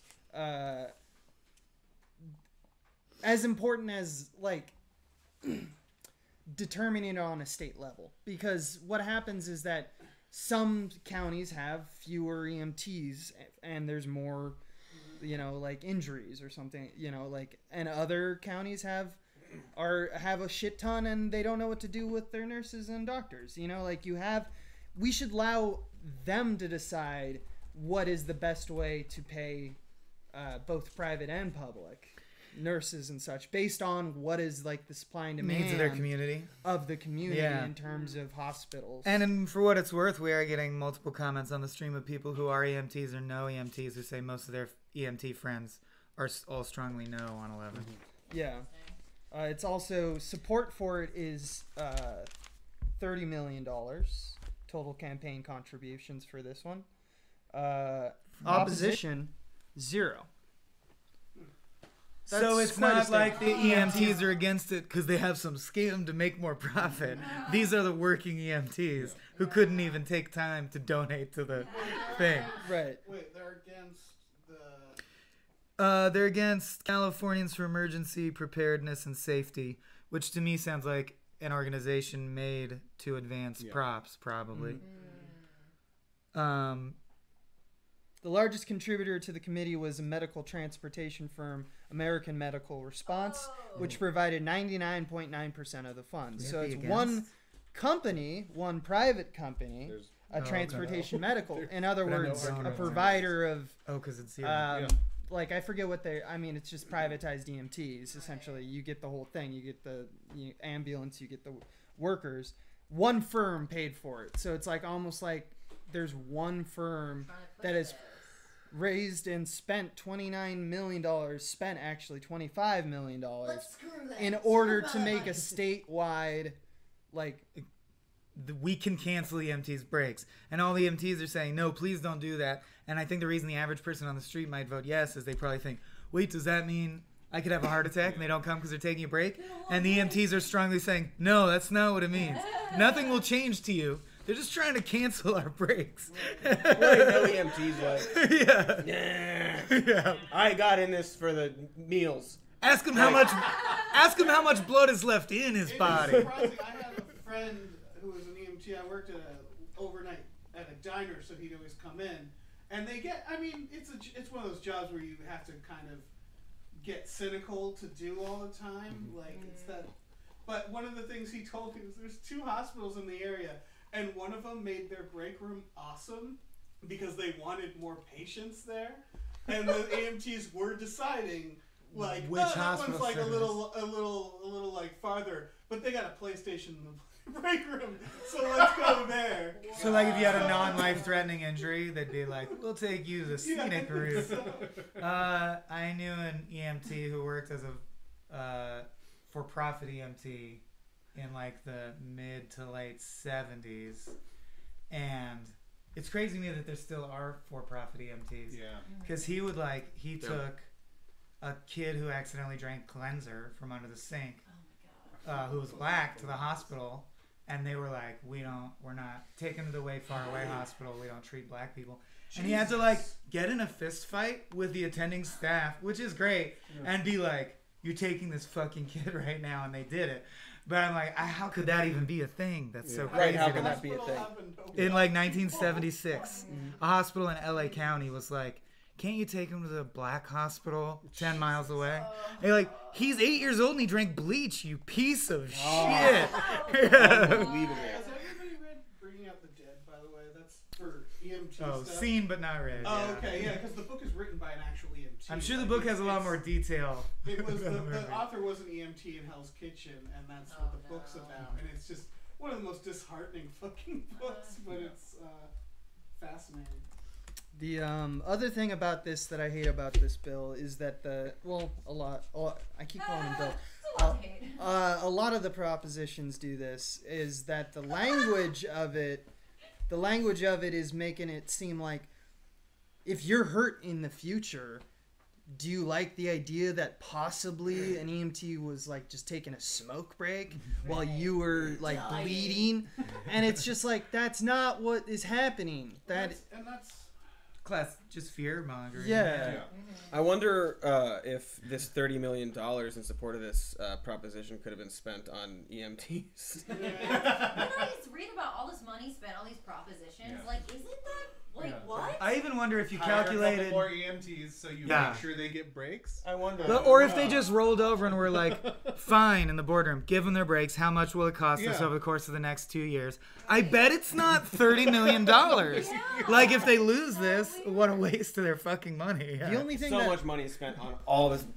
Oh, it's insane when And some like, of them are 120 million for like, should we have dams? Should we not have dams? And it's like, that could be an important issue. Did you have to pay 120 million to generate this little statement about it, basically? Yeah. I think we got fresh blood. Hey! All right, Zora has arrived. The only thing... No, on Yeah. 11. No, Yeah. no. I'm a no. The only thing I would say is that if someone Wanna tag me knows... out? If the discrepancy between... like, what's the breakdown in terms of EMTs that are provided from, like, from public services versus provided by private services? Yeah. And, like, what is the, what are the... Oh, yeah. Hello. How's it going? We should make sure we know, like, that rundown and if it's, like, pretty consistent over the state of California or not. That's the only thing that I could think that would change... Or it wouldn't change my vote. I already voted, so I can't change that. But that would change my opinion on this. I didn't do that research. If anyone does know, that's one thing that would be helpful to know. Which? 11. Zora to the 11. crowd? Yeah, we should. Yeah. Should we introduce Zora? Yeah, well, I kind of did, but then we were. Oh, you did? Sorry. Well, not really though. Hey, everybody, this is Zora. Hey, how's it going? Hello. Good to see you. Good to see you. Hello. Yeah. So to catch you up, Zora, we're on Prop 11. I brought 11. my son. Okay. But I think we figured just no, right? Yeah. We're all pretty no. EMTs Do you have any Yeah. thoughts? EMTs seem to should be, have breaks. EMT break stuff. Yeah. So you say no? Yeah. Yeah, that was one that I felt a bit like back and forth about, just because it seemed like if it was for, or at least yes, then maybe some of the costs would be passed to like higher premiums for insurance rates. So but it's not one of those ones where I'm like, oh, this is bullshit like that, like property tax one, where I'm like, no. Right. Oh my God. I'm like, fuck you guys. I know you're driven, and like, I'm not on board yet. Yeah. Sure. Yeah. Okay. I think I voted no. Yeah. Bye, Michael. Oh, bye, Mike. Nice to briefly. Yeah. I definitely agree with you, Abe, that they're using, because like people forget, like in an emergency room, it's two types of people: people who are having a life-changing experience, and people who are at work, who just like are just going about their goddamn day. And it's easy for the people having the life-changing experience to forget that. Right. And so they're gonna use that to like push this, but it's like, look, let them have fucking breaks. Otherwise, they're gonna be bad at their job. Yeah. And like, It's like you want them to be calm. You want them to be the nurse one we had in the other state. Like, let them. Yeah, there should be a cap, I guess. It's the exact opposite of sewage, because like you just have people who are just like, I just poop and it's fine. And then Sue, and like, so on a personal level, it's like I can just forget about it. Yeah. And if we have problems with funding on sewage level, they're like, there's just a bunch of shit down there. Right, all the people who are handling our poop in the ground right now. Right, yeah. Will have, Well, someone said, Zora, you did one of the last videos for... I believe they say magazine that cannot be named. Sure, for sure. Yeah, we won't say that. Yeah. Yeah, one of the last videos, was it? I think so. Really? Probably, yeah. I mean, the very last one was the Muppets did 9/11. Okay. It's simply titled Muppets did 9/11. For a year, it was the last video. You know, yeah, because I didn't know if they were gonna, because there was a Rotten Tomatoes one that I was gonna. That was whatever. It's fine. I went in on Rotten Tomatoes, and I'm sad that like it didn't get out there because it's. We've got a few. I'd like to see. Yeah, I would love to see. Sure. That. We have a few videos that we've shot that never like. Sure. They're still somewhere, but like we don't know. I did one about sex ed. That's lost to the ether. Yeah. Well, what are you gonna do? Yeah. But Prop 11. Yeah. Here's the thing with private ambulance services. There's a weird history with like them not providing good services to certain neighborhoods. Yeah. And when I Why? right. And so when I first saw it, I was like, oh well, is this somehow like this underhanded initiative to kind of like screw over neighborhoods? But it doesn't seem like that. It just seems like the more I read about it, the more it would benefit the owners of the ambulance companies. Right. Yeah. So fuck them. Owners of things, huh? Yeah. No, right now, like we had another one that we were like, yeah, you're not gonna stop evil. And also like seeing that like mostly the EMTs almost overwhelmingly oppose it. Yeah. But the money. It's like, Look at okay, money. there's no... That's what I mean. Yeah. It's Exactly. like, oh, I see. Because the people who oppose it don't have Right. money. It's like Evil Corp. Right, exactly. You know? Nah, she gotta get these people their health. This is like a broad observation that's kind of obvious, but it's so disheartening that going through everything today, we're like, well, that sounds good. Now let's find out what the evil shit behind it is. Like, let's find out what the trickery is. Yeah, sure. That really most sad. people aren't going to realize. And the millions of dollars put into the trickery. Yeah. Sure. Well, for the first two, Chevron donated a bunch of money to 1 and 2, and so I was like, well, but then sometimes they have kind of like a fund of money that they sort of throw at things. Right. Yeah. There's like, oh, if we then they'll forget all the other stuff. Sure, exactly. Yeah. Pull it out of the, oh no, yeah, that one time we're going, you know. We said Yeah, we're green. we're green. Green guys. For sure. Cool. Well, we do Yeah. have more candidates and then one proposition, so it's up to you guys if we want to. The prop's pretty quick. We can knock the prop. Yeah. First proposition. Okay, let's finish the prop. Yeah. Okay. So, no on the 11. On 11. Yeah. No, on 11. Yeah. Right, we I'll keep agree. saying, like, I'll agree. this next one's gonna be really easy, and we sort of like. All right. Well, this one I think is pretty simple. But Prop 12 establishes new standards for confinement of specified farm animals, bans sale of non-complying products. It establishes minimum requirements for confining certain farm animals, prohibits sales of meat and egg products from animals confined in non-complying manner. The fiscal impact, potential decrease in state income tax revenues from farm businesses, likely not more than several $1 million annually. Let's not be dicks to animals. Yeah. Yeah. Give them more room. If we're gonna kill, Especially like, give them a better life. Yeah. Not even a good life, better than it is Yeah. now. Right. If anything, we should keep going in this direction. Yeah. For sure. And I think this expands the previous initiative that I think California already passed as far as like giving chickens more space. Yeah. Exactly. So chickens need space. Chickens need space. It's actually all of us need to kill animals ourselves more. Like, I firmly believe this, that like what hunters are good because hunters will go out and murder something to eat it. Well, as long as they're not trophy hunters. this is murder. It's like you. Yes! Yes. Good for you. Go murder murder something to eat it. It's Or, kill like, it. Have a small farm and raise a cow and then murder that cow and eat it. Like, that's good. That's good. We should do more of that and rely less on giant, terrifying farms. Yeah. Sure. Yeah. Also, I'm looking at the donor list here. Yeah. Ooh. And in opposition, right? This is, if I'm reading this correctly, or is this for?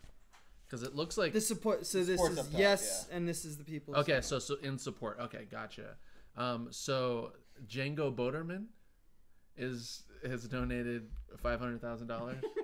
Do we know who Django Boderman is? Do you know Django that name popped out at me. It seems worth looking into. Yeah. This one was confusing. When I Is was he a kid, descendant of? 'cause Right, It was, like, right. it was like the Humane Society. Sure. I think was funding the bill, and then every other animal rights society was like, "This is the Humane Society trying to compensate for fucking up another proposition from a couple years ago." Okay. So that's what it was Cool. It is interesting. Yeah. Whenever. Yeah. I'm with Django. I got a Yeah. David Boderman. I'm still looking for Django. Is it possible? I'm not sure about Django this, staying but off the radar, huh? I have heard about because like the amount.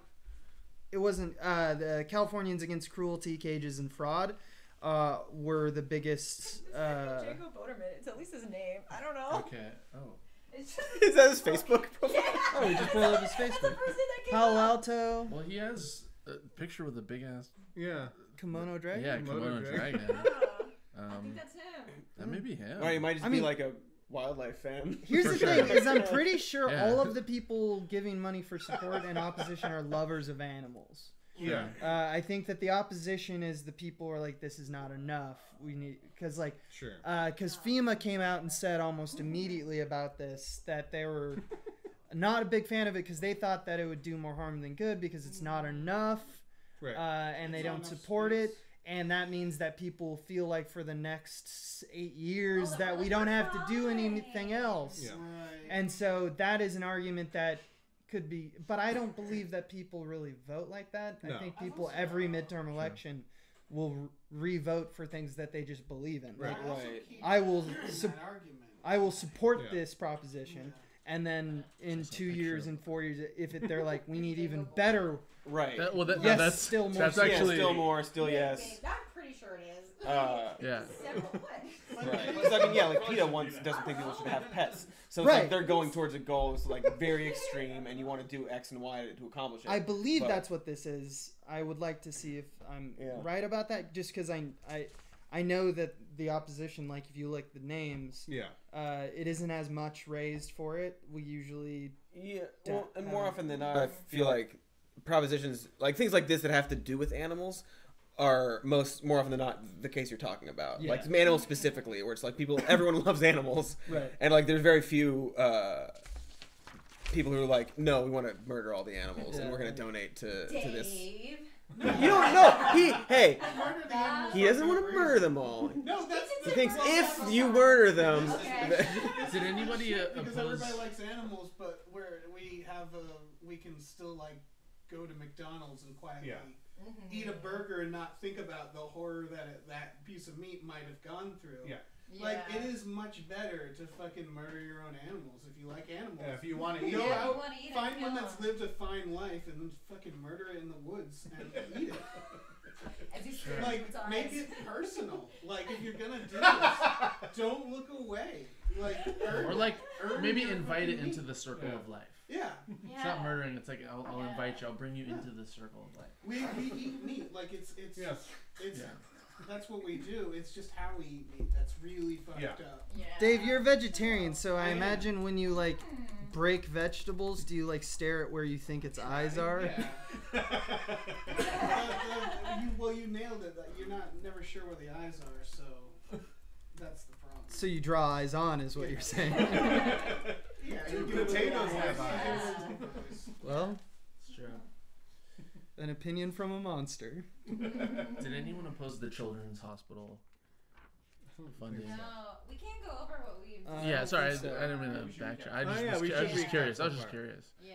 Yeah, that was like midday. I can't even remember, but because I can't remember the wording of it, but I think it was a yes, but it's not gonna solve everything. grab It it. was like Yeah. it's fine and positive. 'Cause that but was- it's not gonna fix like That was the one that was like 1.5 billion, right? Prop 4, 1.5 billion. Yeah. So that was like construction, renovation, all and that it's kind of mostly stuff. from millionaires. Like the Right. money we're taking from is like For sure. is the higher. And the brackets. only one against it is Gary Wesley. Gary Wesley. Fucking Gary. Gary, I want Gary rearing his argumentative head. I'm the hero. But what if somebody disagreed? Great point, Gary. What if somebody disagreed? What if someone disagreed? Yeah, boy. You're the worst at weddings. Right? If anyone has anything. Gary, you've ruined the wedding. Don't invite him. That's their fault for inviting. Stop inviting Gary Wesley to weddings. He's gonna object. You know, Gary, you're not required to speak now. You can just hold your peace. Democracy. Okay, so What did we? Did you guys decide on 12? I think it's a yes. Oh, from, for sure. from For sure. us, just because, yeah.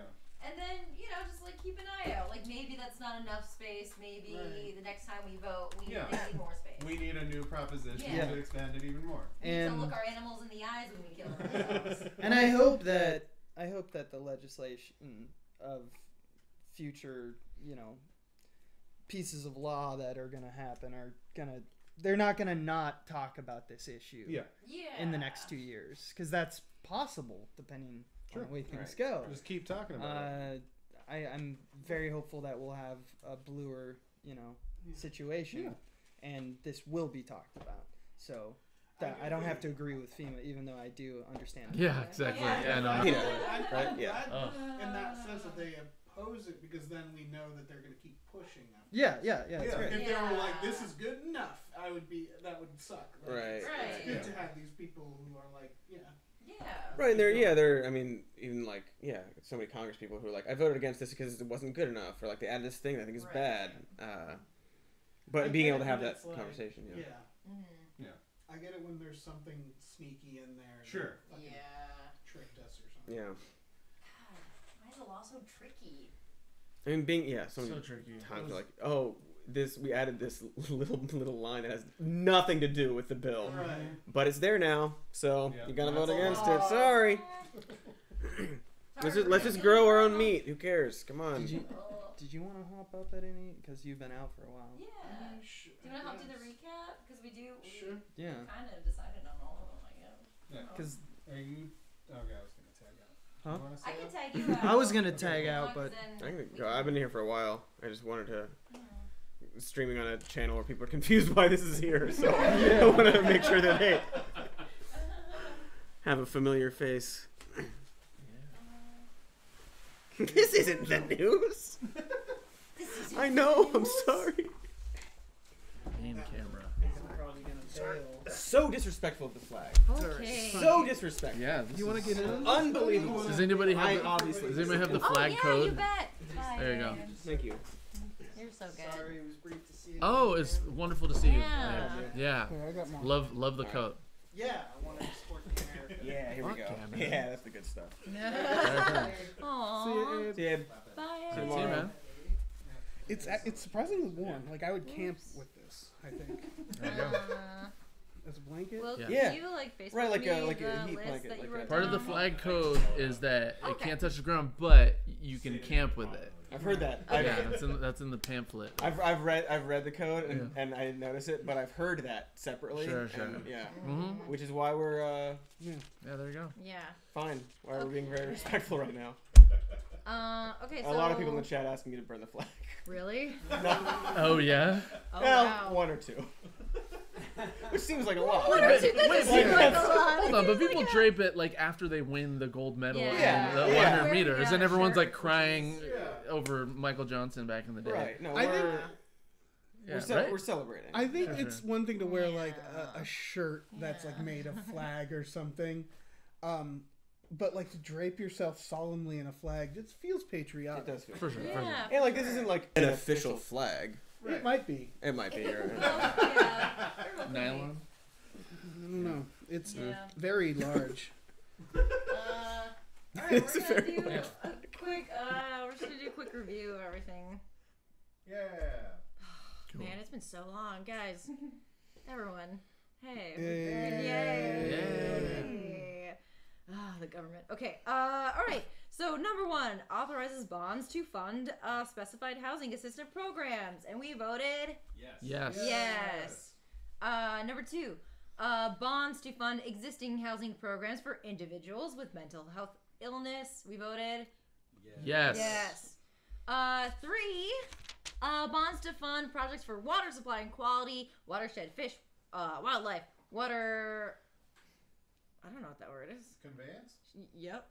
And groundwater sustainability and storage. We voted no. No and maybe no. Did. No and maybe no.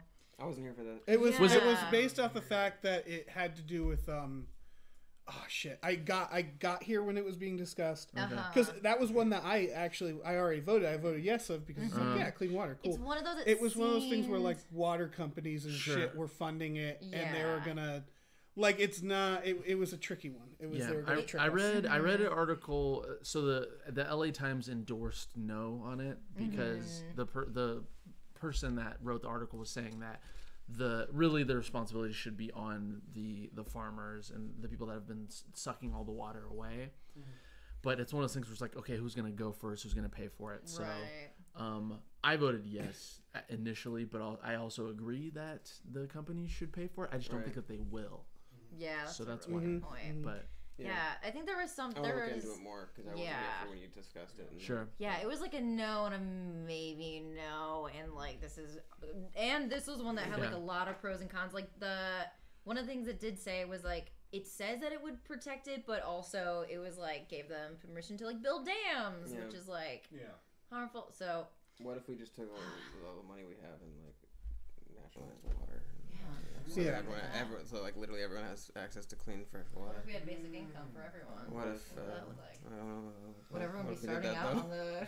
What if we seized Nestle took all their water that they're taking from people? Right, because it's not quite their water. Not their. It is not Nestle's water. No. What did they do? Did they just? Yeah. They don't make that water. They take that water. What country does Nestle come from? Didn't they get bought out by some Germany? Maybe. Oh. The Germans shouldn't be owning our water. Yeah.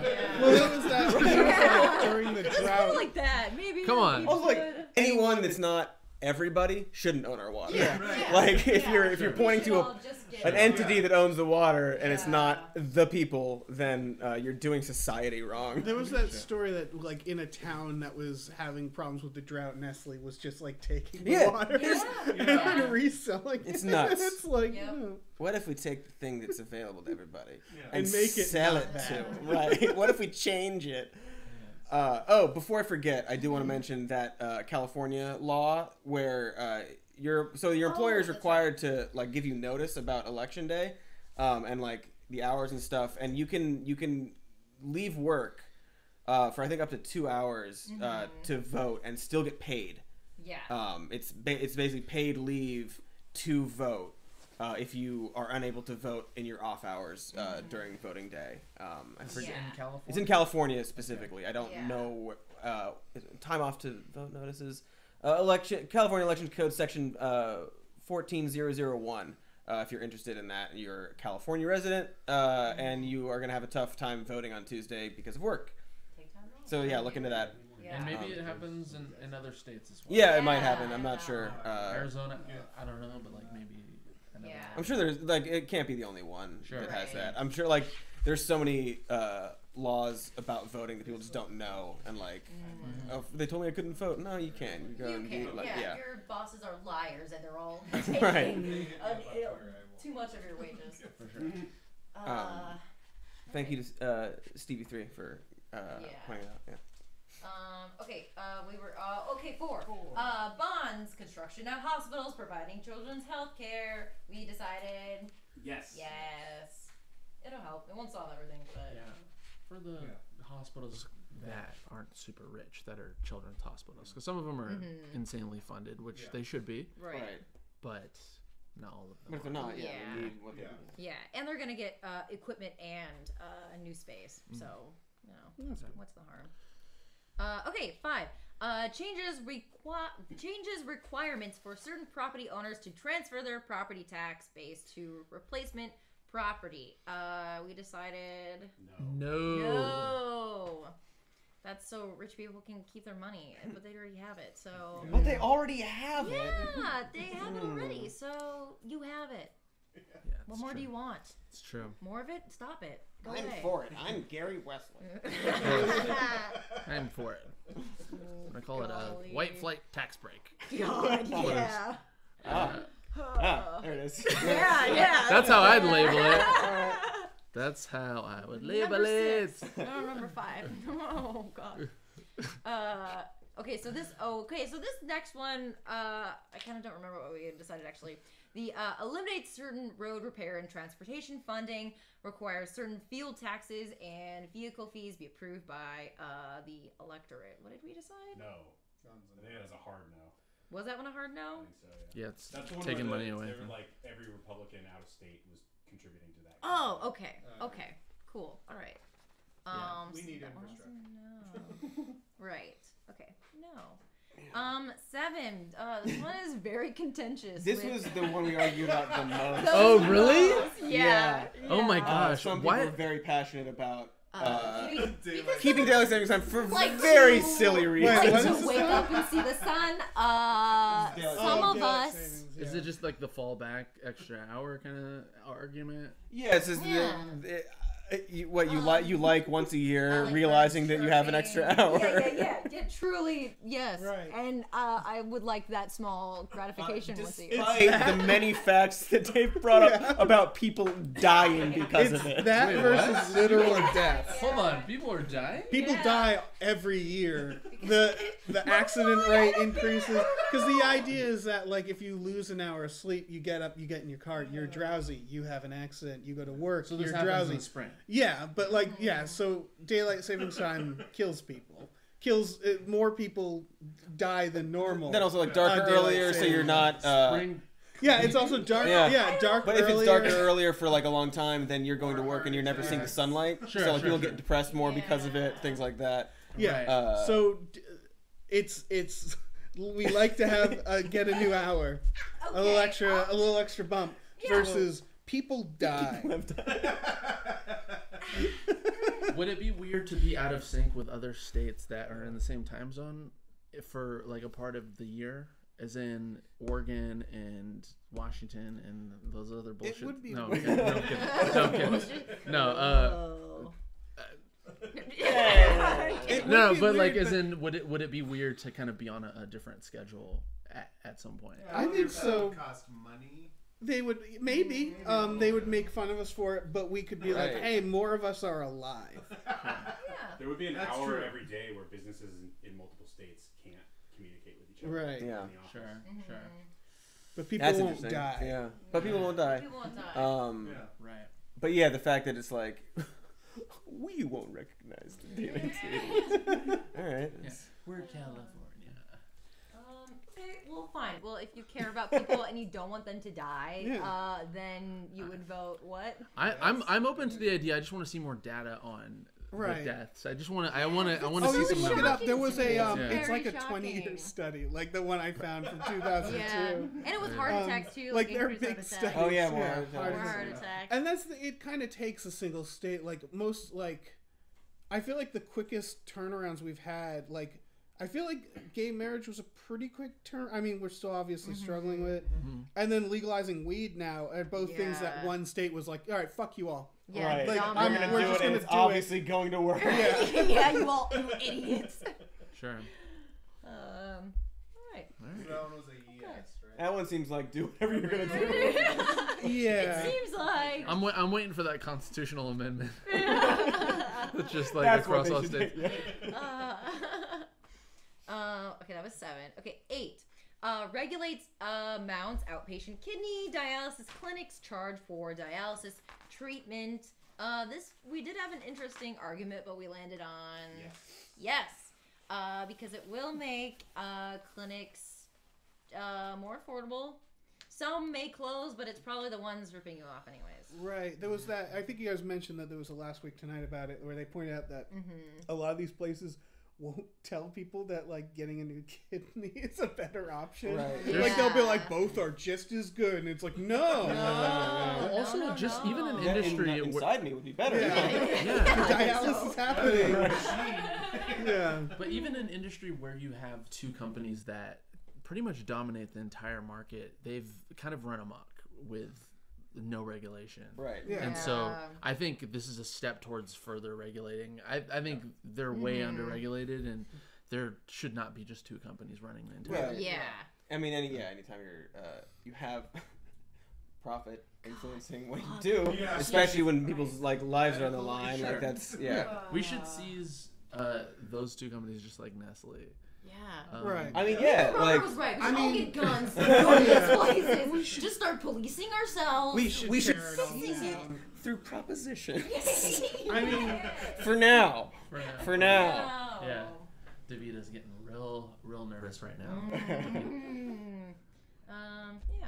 So you do if places close, they were probably shitty ones. Anyway, Yeah, so. like and you need to hold people accountable when like people's lives are on the line. Yeah. Sure. Damn. Okay, number 9, it was removed, so we didn't talk about that one. Number 10, I don't know what it was though. Wait, 9 was removed? Yeah, I'm curious. Yeah. Oh shit. Rent control was 9. Rent control was 10. Oh, 9. Rent control was 10. 9 was Yeah, something, 9 was removed. months so, ago. Yeah. Oh. And I don't know why. By the What if it Supreme was- Court. What if it was awesome? What if it was awesome? Yeah. What is it like? Everyone's a free dog. Yeah. Or like mandatory voting. Yeah. Free dog. No, okay. Mandatory. Mandatory Yeah, that voting. would. Or like a dog that you can vote with. Like it has a little button on its I don't know what that would be, Like but a yeah. service. And you can a service vote dog with to the help you vote. buttons. It's a real dog. Yeah. No, You yeah, get it a just puppy gets a if you collar vote. that you can It was to vote divide the state into using. 3 states. Like a, Whoa! Oh. What the fuck? Nonsense.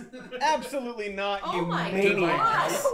I'm so glad they got rid of it. Every year, it's like, we should divide the state. Or like, we shouldn't be in America anymore. Insane. What maniac? South Carolina, I think like every year has like, we should secede, right? Like, what if we Right. seceded? Still? Yeah, they're still doing that. Didn't you learn? South What? Carolina. Goodness gracious. What maniac looks at a state now and they're like, we should get more states out of that state.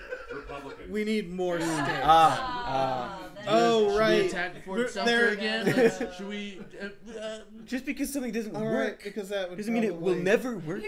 That would help with voting for them and stuff. It's that. It's, Yeah, it's absolutely. we Orange should County could just split be this its own these state. people up. And they could Right. have 2 representatives in the Senate.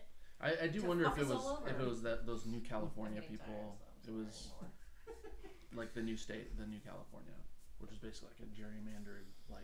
Right, it's like it's like It would northern just and be then the on mid and then Yeah, gerrymander I lines. forget the name. Like looking at the map they post, I'm like, what are you doing? Like, Yeah. Of course not. course. And like And this we see you. We see you. Yeah.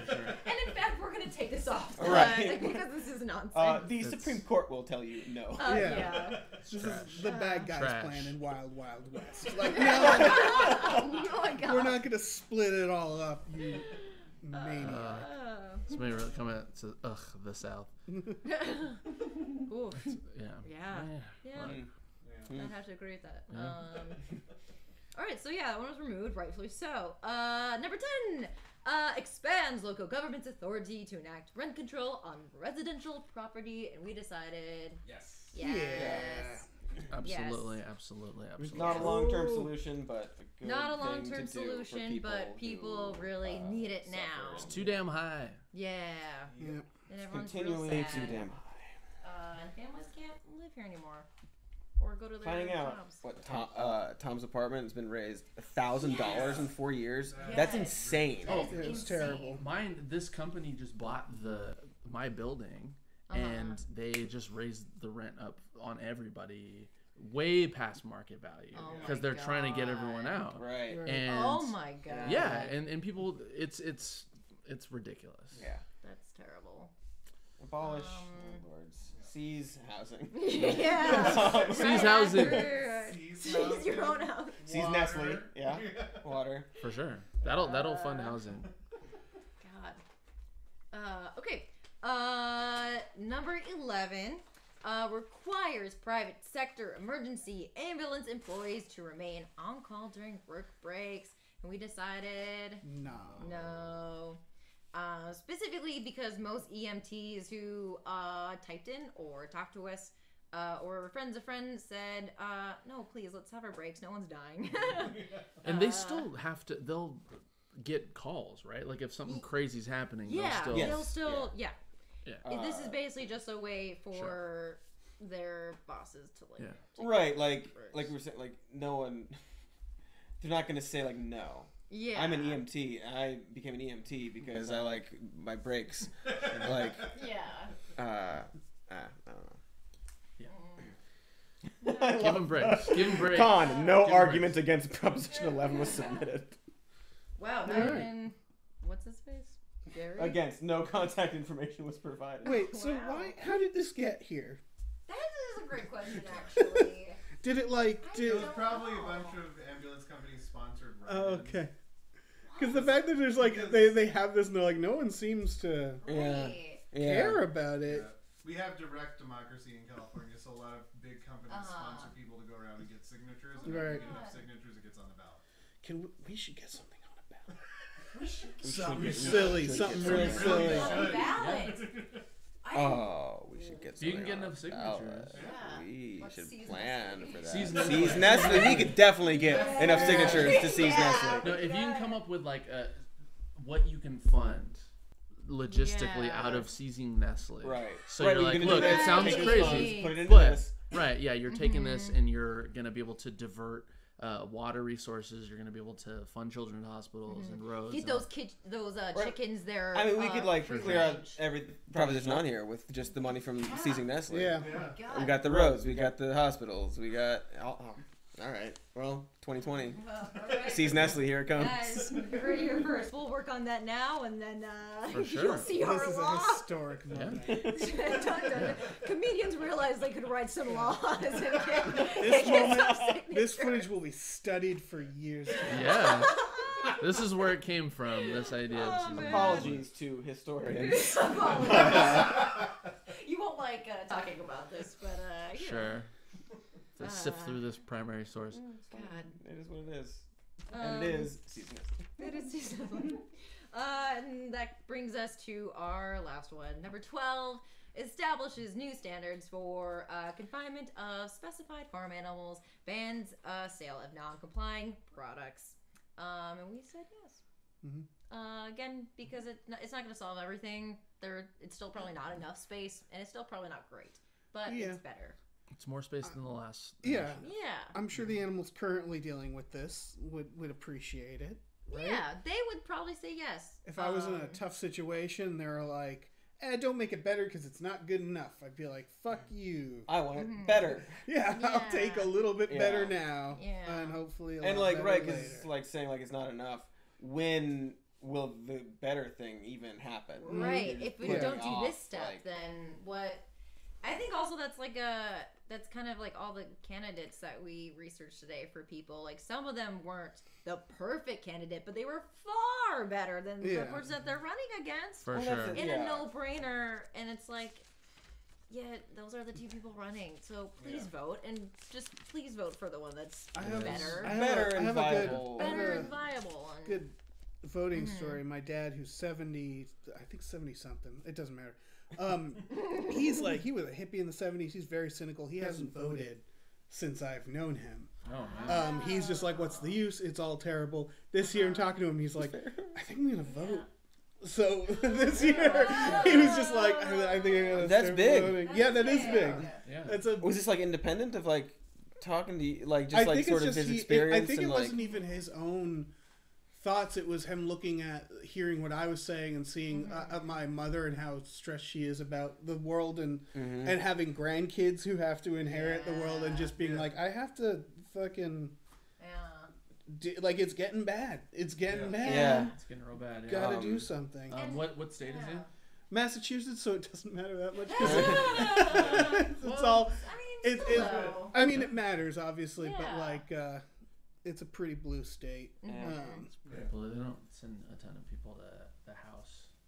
But, I mean, it's nice still, to hear. I think that's indicative of what a lot of people are experiencing, and that I think is good and hopeful. Yeah, I think so. But we'll see. Oh God, I've been very stressed this week, and only recently was I like, oh, it is because of the election. I am just sweating and like not thinking about it, but it's, these governor races are gonna be a battle of the psyche. Yeah, you know, and whatever happens in Florida and Georgia, because I'm hoping that whatever crazy thing happens, right? Because you know those states have a history of voter suppression, that we won't allow that to discourage people from voting.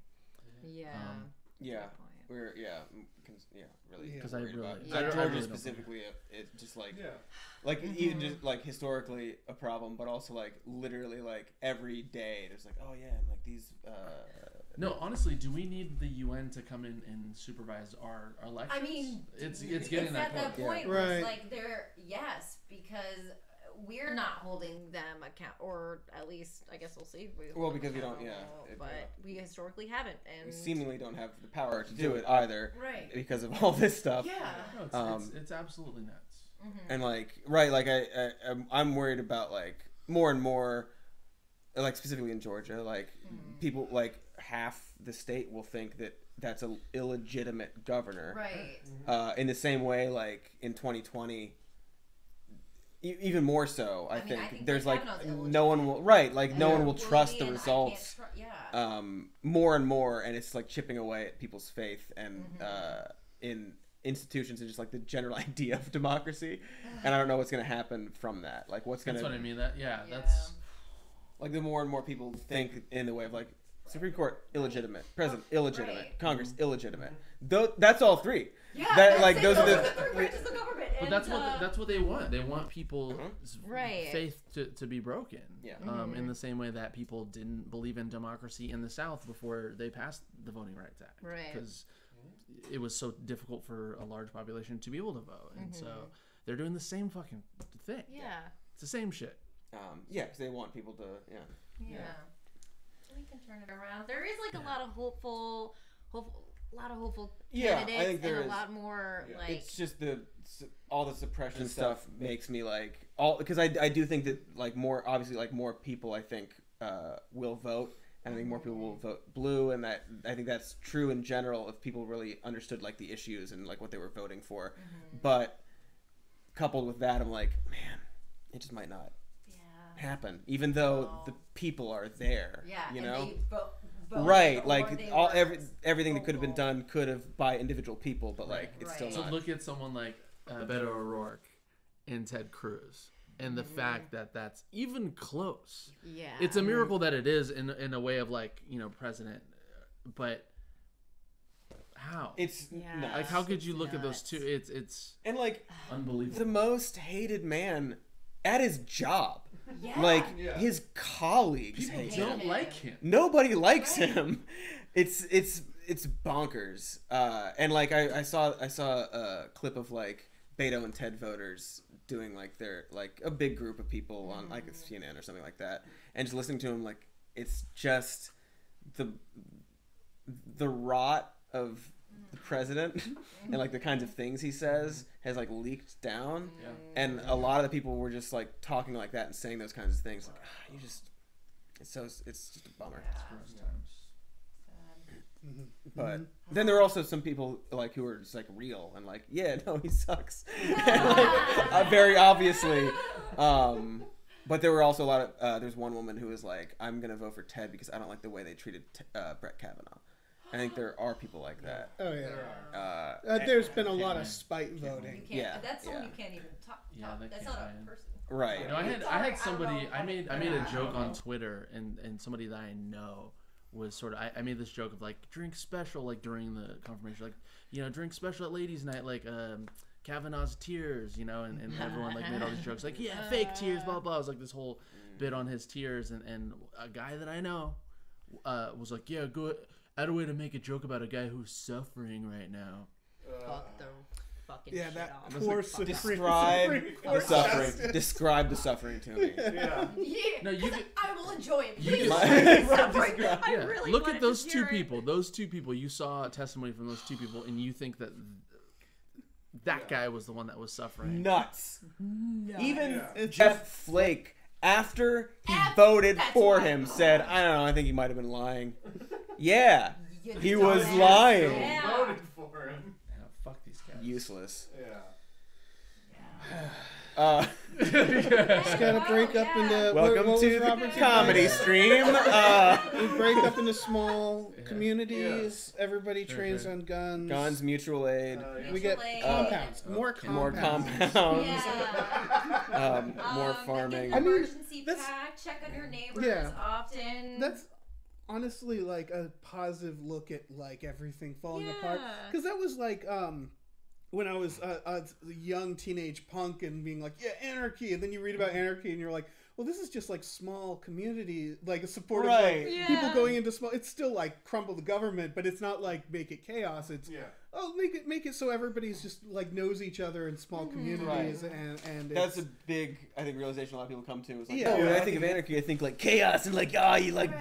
No, it's just like they're against hierarchies. I'm not saying let's do it. I'm more saying that I'm more saying that the idea of an apocalypse and everything falling apart.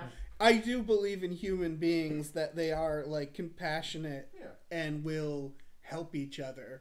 The good ones. Which and is the bad ones that don't. It's like, oh, right. I'm a psychopath, and I it's not talk to you. really easy to not realize that being on the internet all the time, because the internet is the opposite of how we work in the real world. Right. Yeah, but when you force the community. Yeah, if we can somehow convince people that their self-interest is the interests of other people and helping other people, then that's ultimate. Because really, all this is, if you pull it out, all of it is self-interest and sort of like tribalism, and it's all sort of the protection of like, oh well, is my family gonna have what we need? Am I gonna have what individual and property? And it's what it is, and it's like if you can convince people, no, this greater good is going to be your self-interest. If you can like frame it in that way, even though that's fucked up, I'm like, well, why would you have to even frame it in that way? It's hard, but it seems so like self-evident. A lot of the stuff. But like, so I think a lot of people on the left haven't sort of honed in that skill of like describing it in that way. They don't, because it like, seems so obvious, Sure. and you appeal to like, come on, like, but like being able to say like, well, no, you do this and this and this, that will benefit you and your future. That's what it is. It's like tribalism, like racism, any of that. It's all about self-interest. Yeah. And there was like this corporate diagram of like explaining why one needs diversity in a company, and they had to use this diagram to make it to be like diversity equals results for you. Right. Benefit. Like it was all like this. Yeah, it's like for this. You. Yeah. Right. But it was like all this like goal and like money signs, self-interest, which is such a funny way to. It bothers me whenever I hear it, but I know it's effective. Sure. Whenever someone's like, but it would actually like. Help the economy this way. It's like, the economy. Yeah. Sure. But like, I get results. Right. Sure. So I get frustrated when those arguments are made. I know they're useful. It's just like a bummer that we have to use them.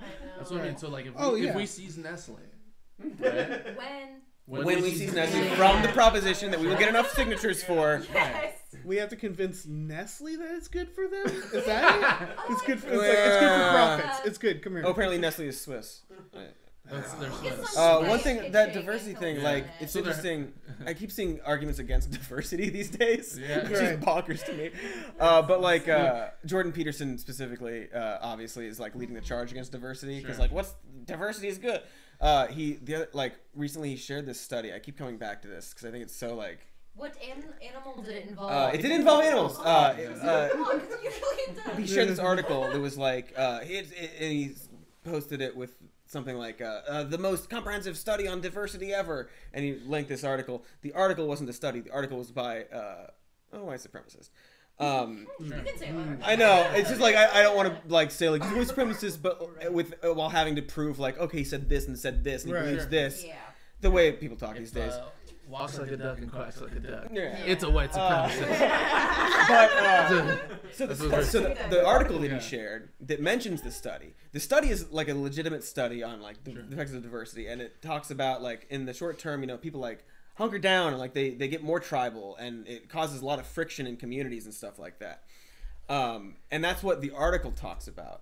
It omits half of the study's abstract, which literally says, but in the long term, diversity helps everything. Right. The economy. Like, it lists off every single thing you could possibly want to get better. It's like, yeah, diversity helps that in the long run because that's what, like, because of course. It's like, that's like what evolution is built on. Yeah. Time and diversity. It's what happened with the film industry where they realized, like, oh, wait, there's a whole group of people not watching our movies. Yeah. What if we make our movies include that group of people, and maybe we like learn something and also like reach and people suddenly like some of the highest grossing movies are the most diverse too, and it's like, but why? Fast and Furious. Oh, Why? if Bridget was here, she would spend the last minute talking about Fast and Furious. Right. Oh, yeah. How Yeah, much Fast good and that the did. Furious, But yeah, yeah, has- but And actually, Carmen Angelica. Yeah. She's a big fan. Yeah. Anyway. Anyways, this was great. Thank you everyone for tuning in and everyone who's here. Yeah, thanks for coming and sticking around. Yeah, everyone that's on great. the channels. Do you want to shout out to everybody who's all for channel? Yes, so gainfully unemployed, some more news, and small beans. And mine too, but yeah, I'm a lone wolf. Yeah. Lone fish. There you go. Yeah. Cool. I'll shout out my podcast. Yeah. So tell everyone what you've been doing since crack, and then be like where they can follow you. Well, first of all, thank you for letting me join. I appreciate it. It's wonderful to see all of you. It's great. Got a podcast called Dopetown 3000, which is a freestyle hip hop nonstop till you just spit the rhymes. Janie does that too, right? Your friend Janie? Janie Hogan?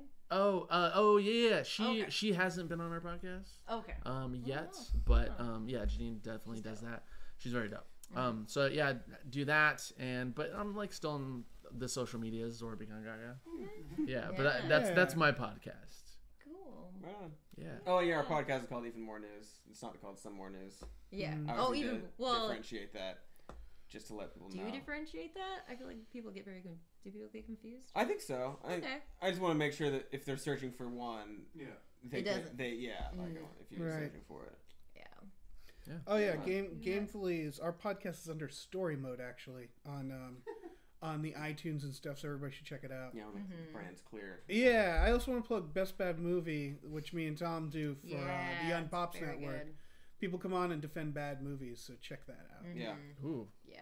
That's interesting. Do you have a bad movie? If anybody in this room has a bad movie they want? Oh, I have several VHSs of. I was just talking about the movie Angus. That I don't know if you guys remember that movie. I Angus. remember Angus. I don't know if it's a bad movie or not, but it was so instrumental to my entire. It's a good movie up here, and I'm going to keep it that way unless I have to watch it for the podcast. James Van Der Beek is the bully, the blonde girl from Jurassic Park, first one. Yeah, it was like the kind of love interest, and it was about like a overweight guy he was like the sort of lead of the movie. It was cool. It was like a cool movie. It was a cute movie. Yeah. Cute. Yeah. You guys remember Powder?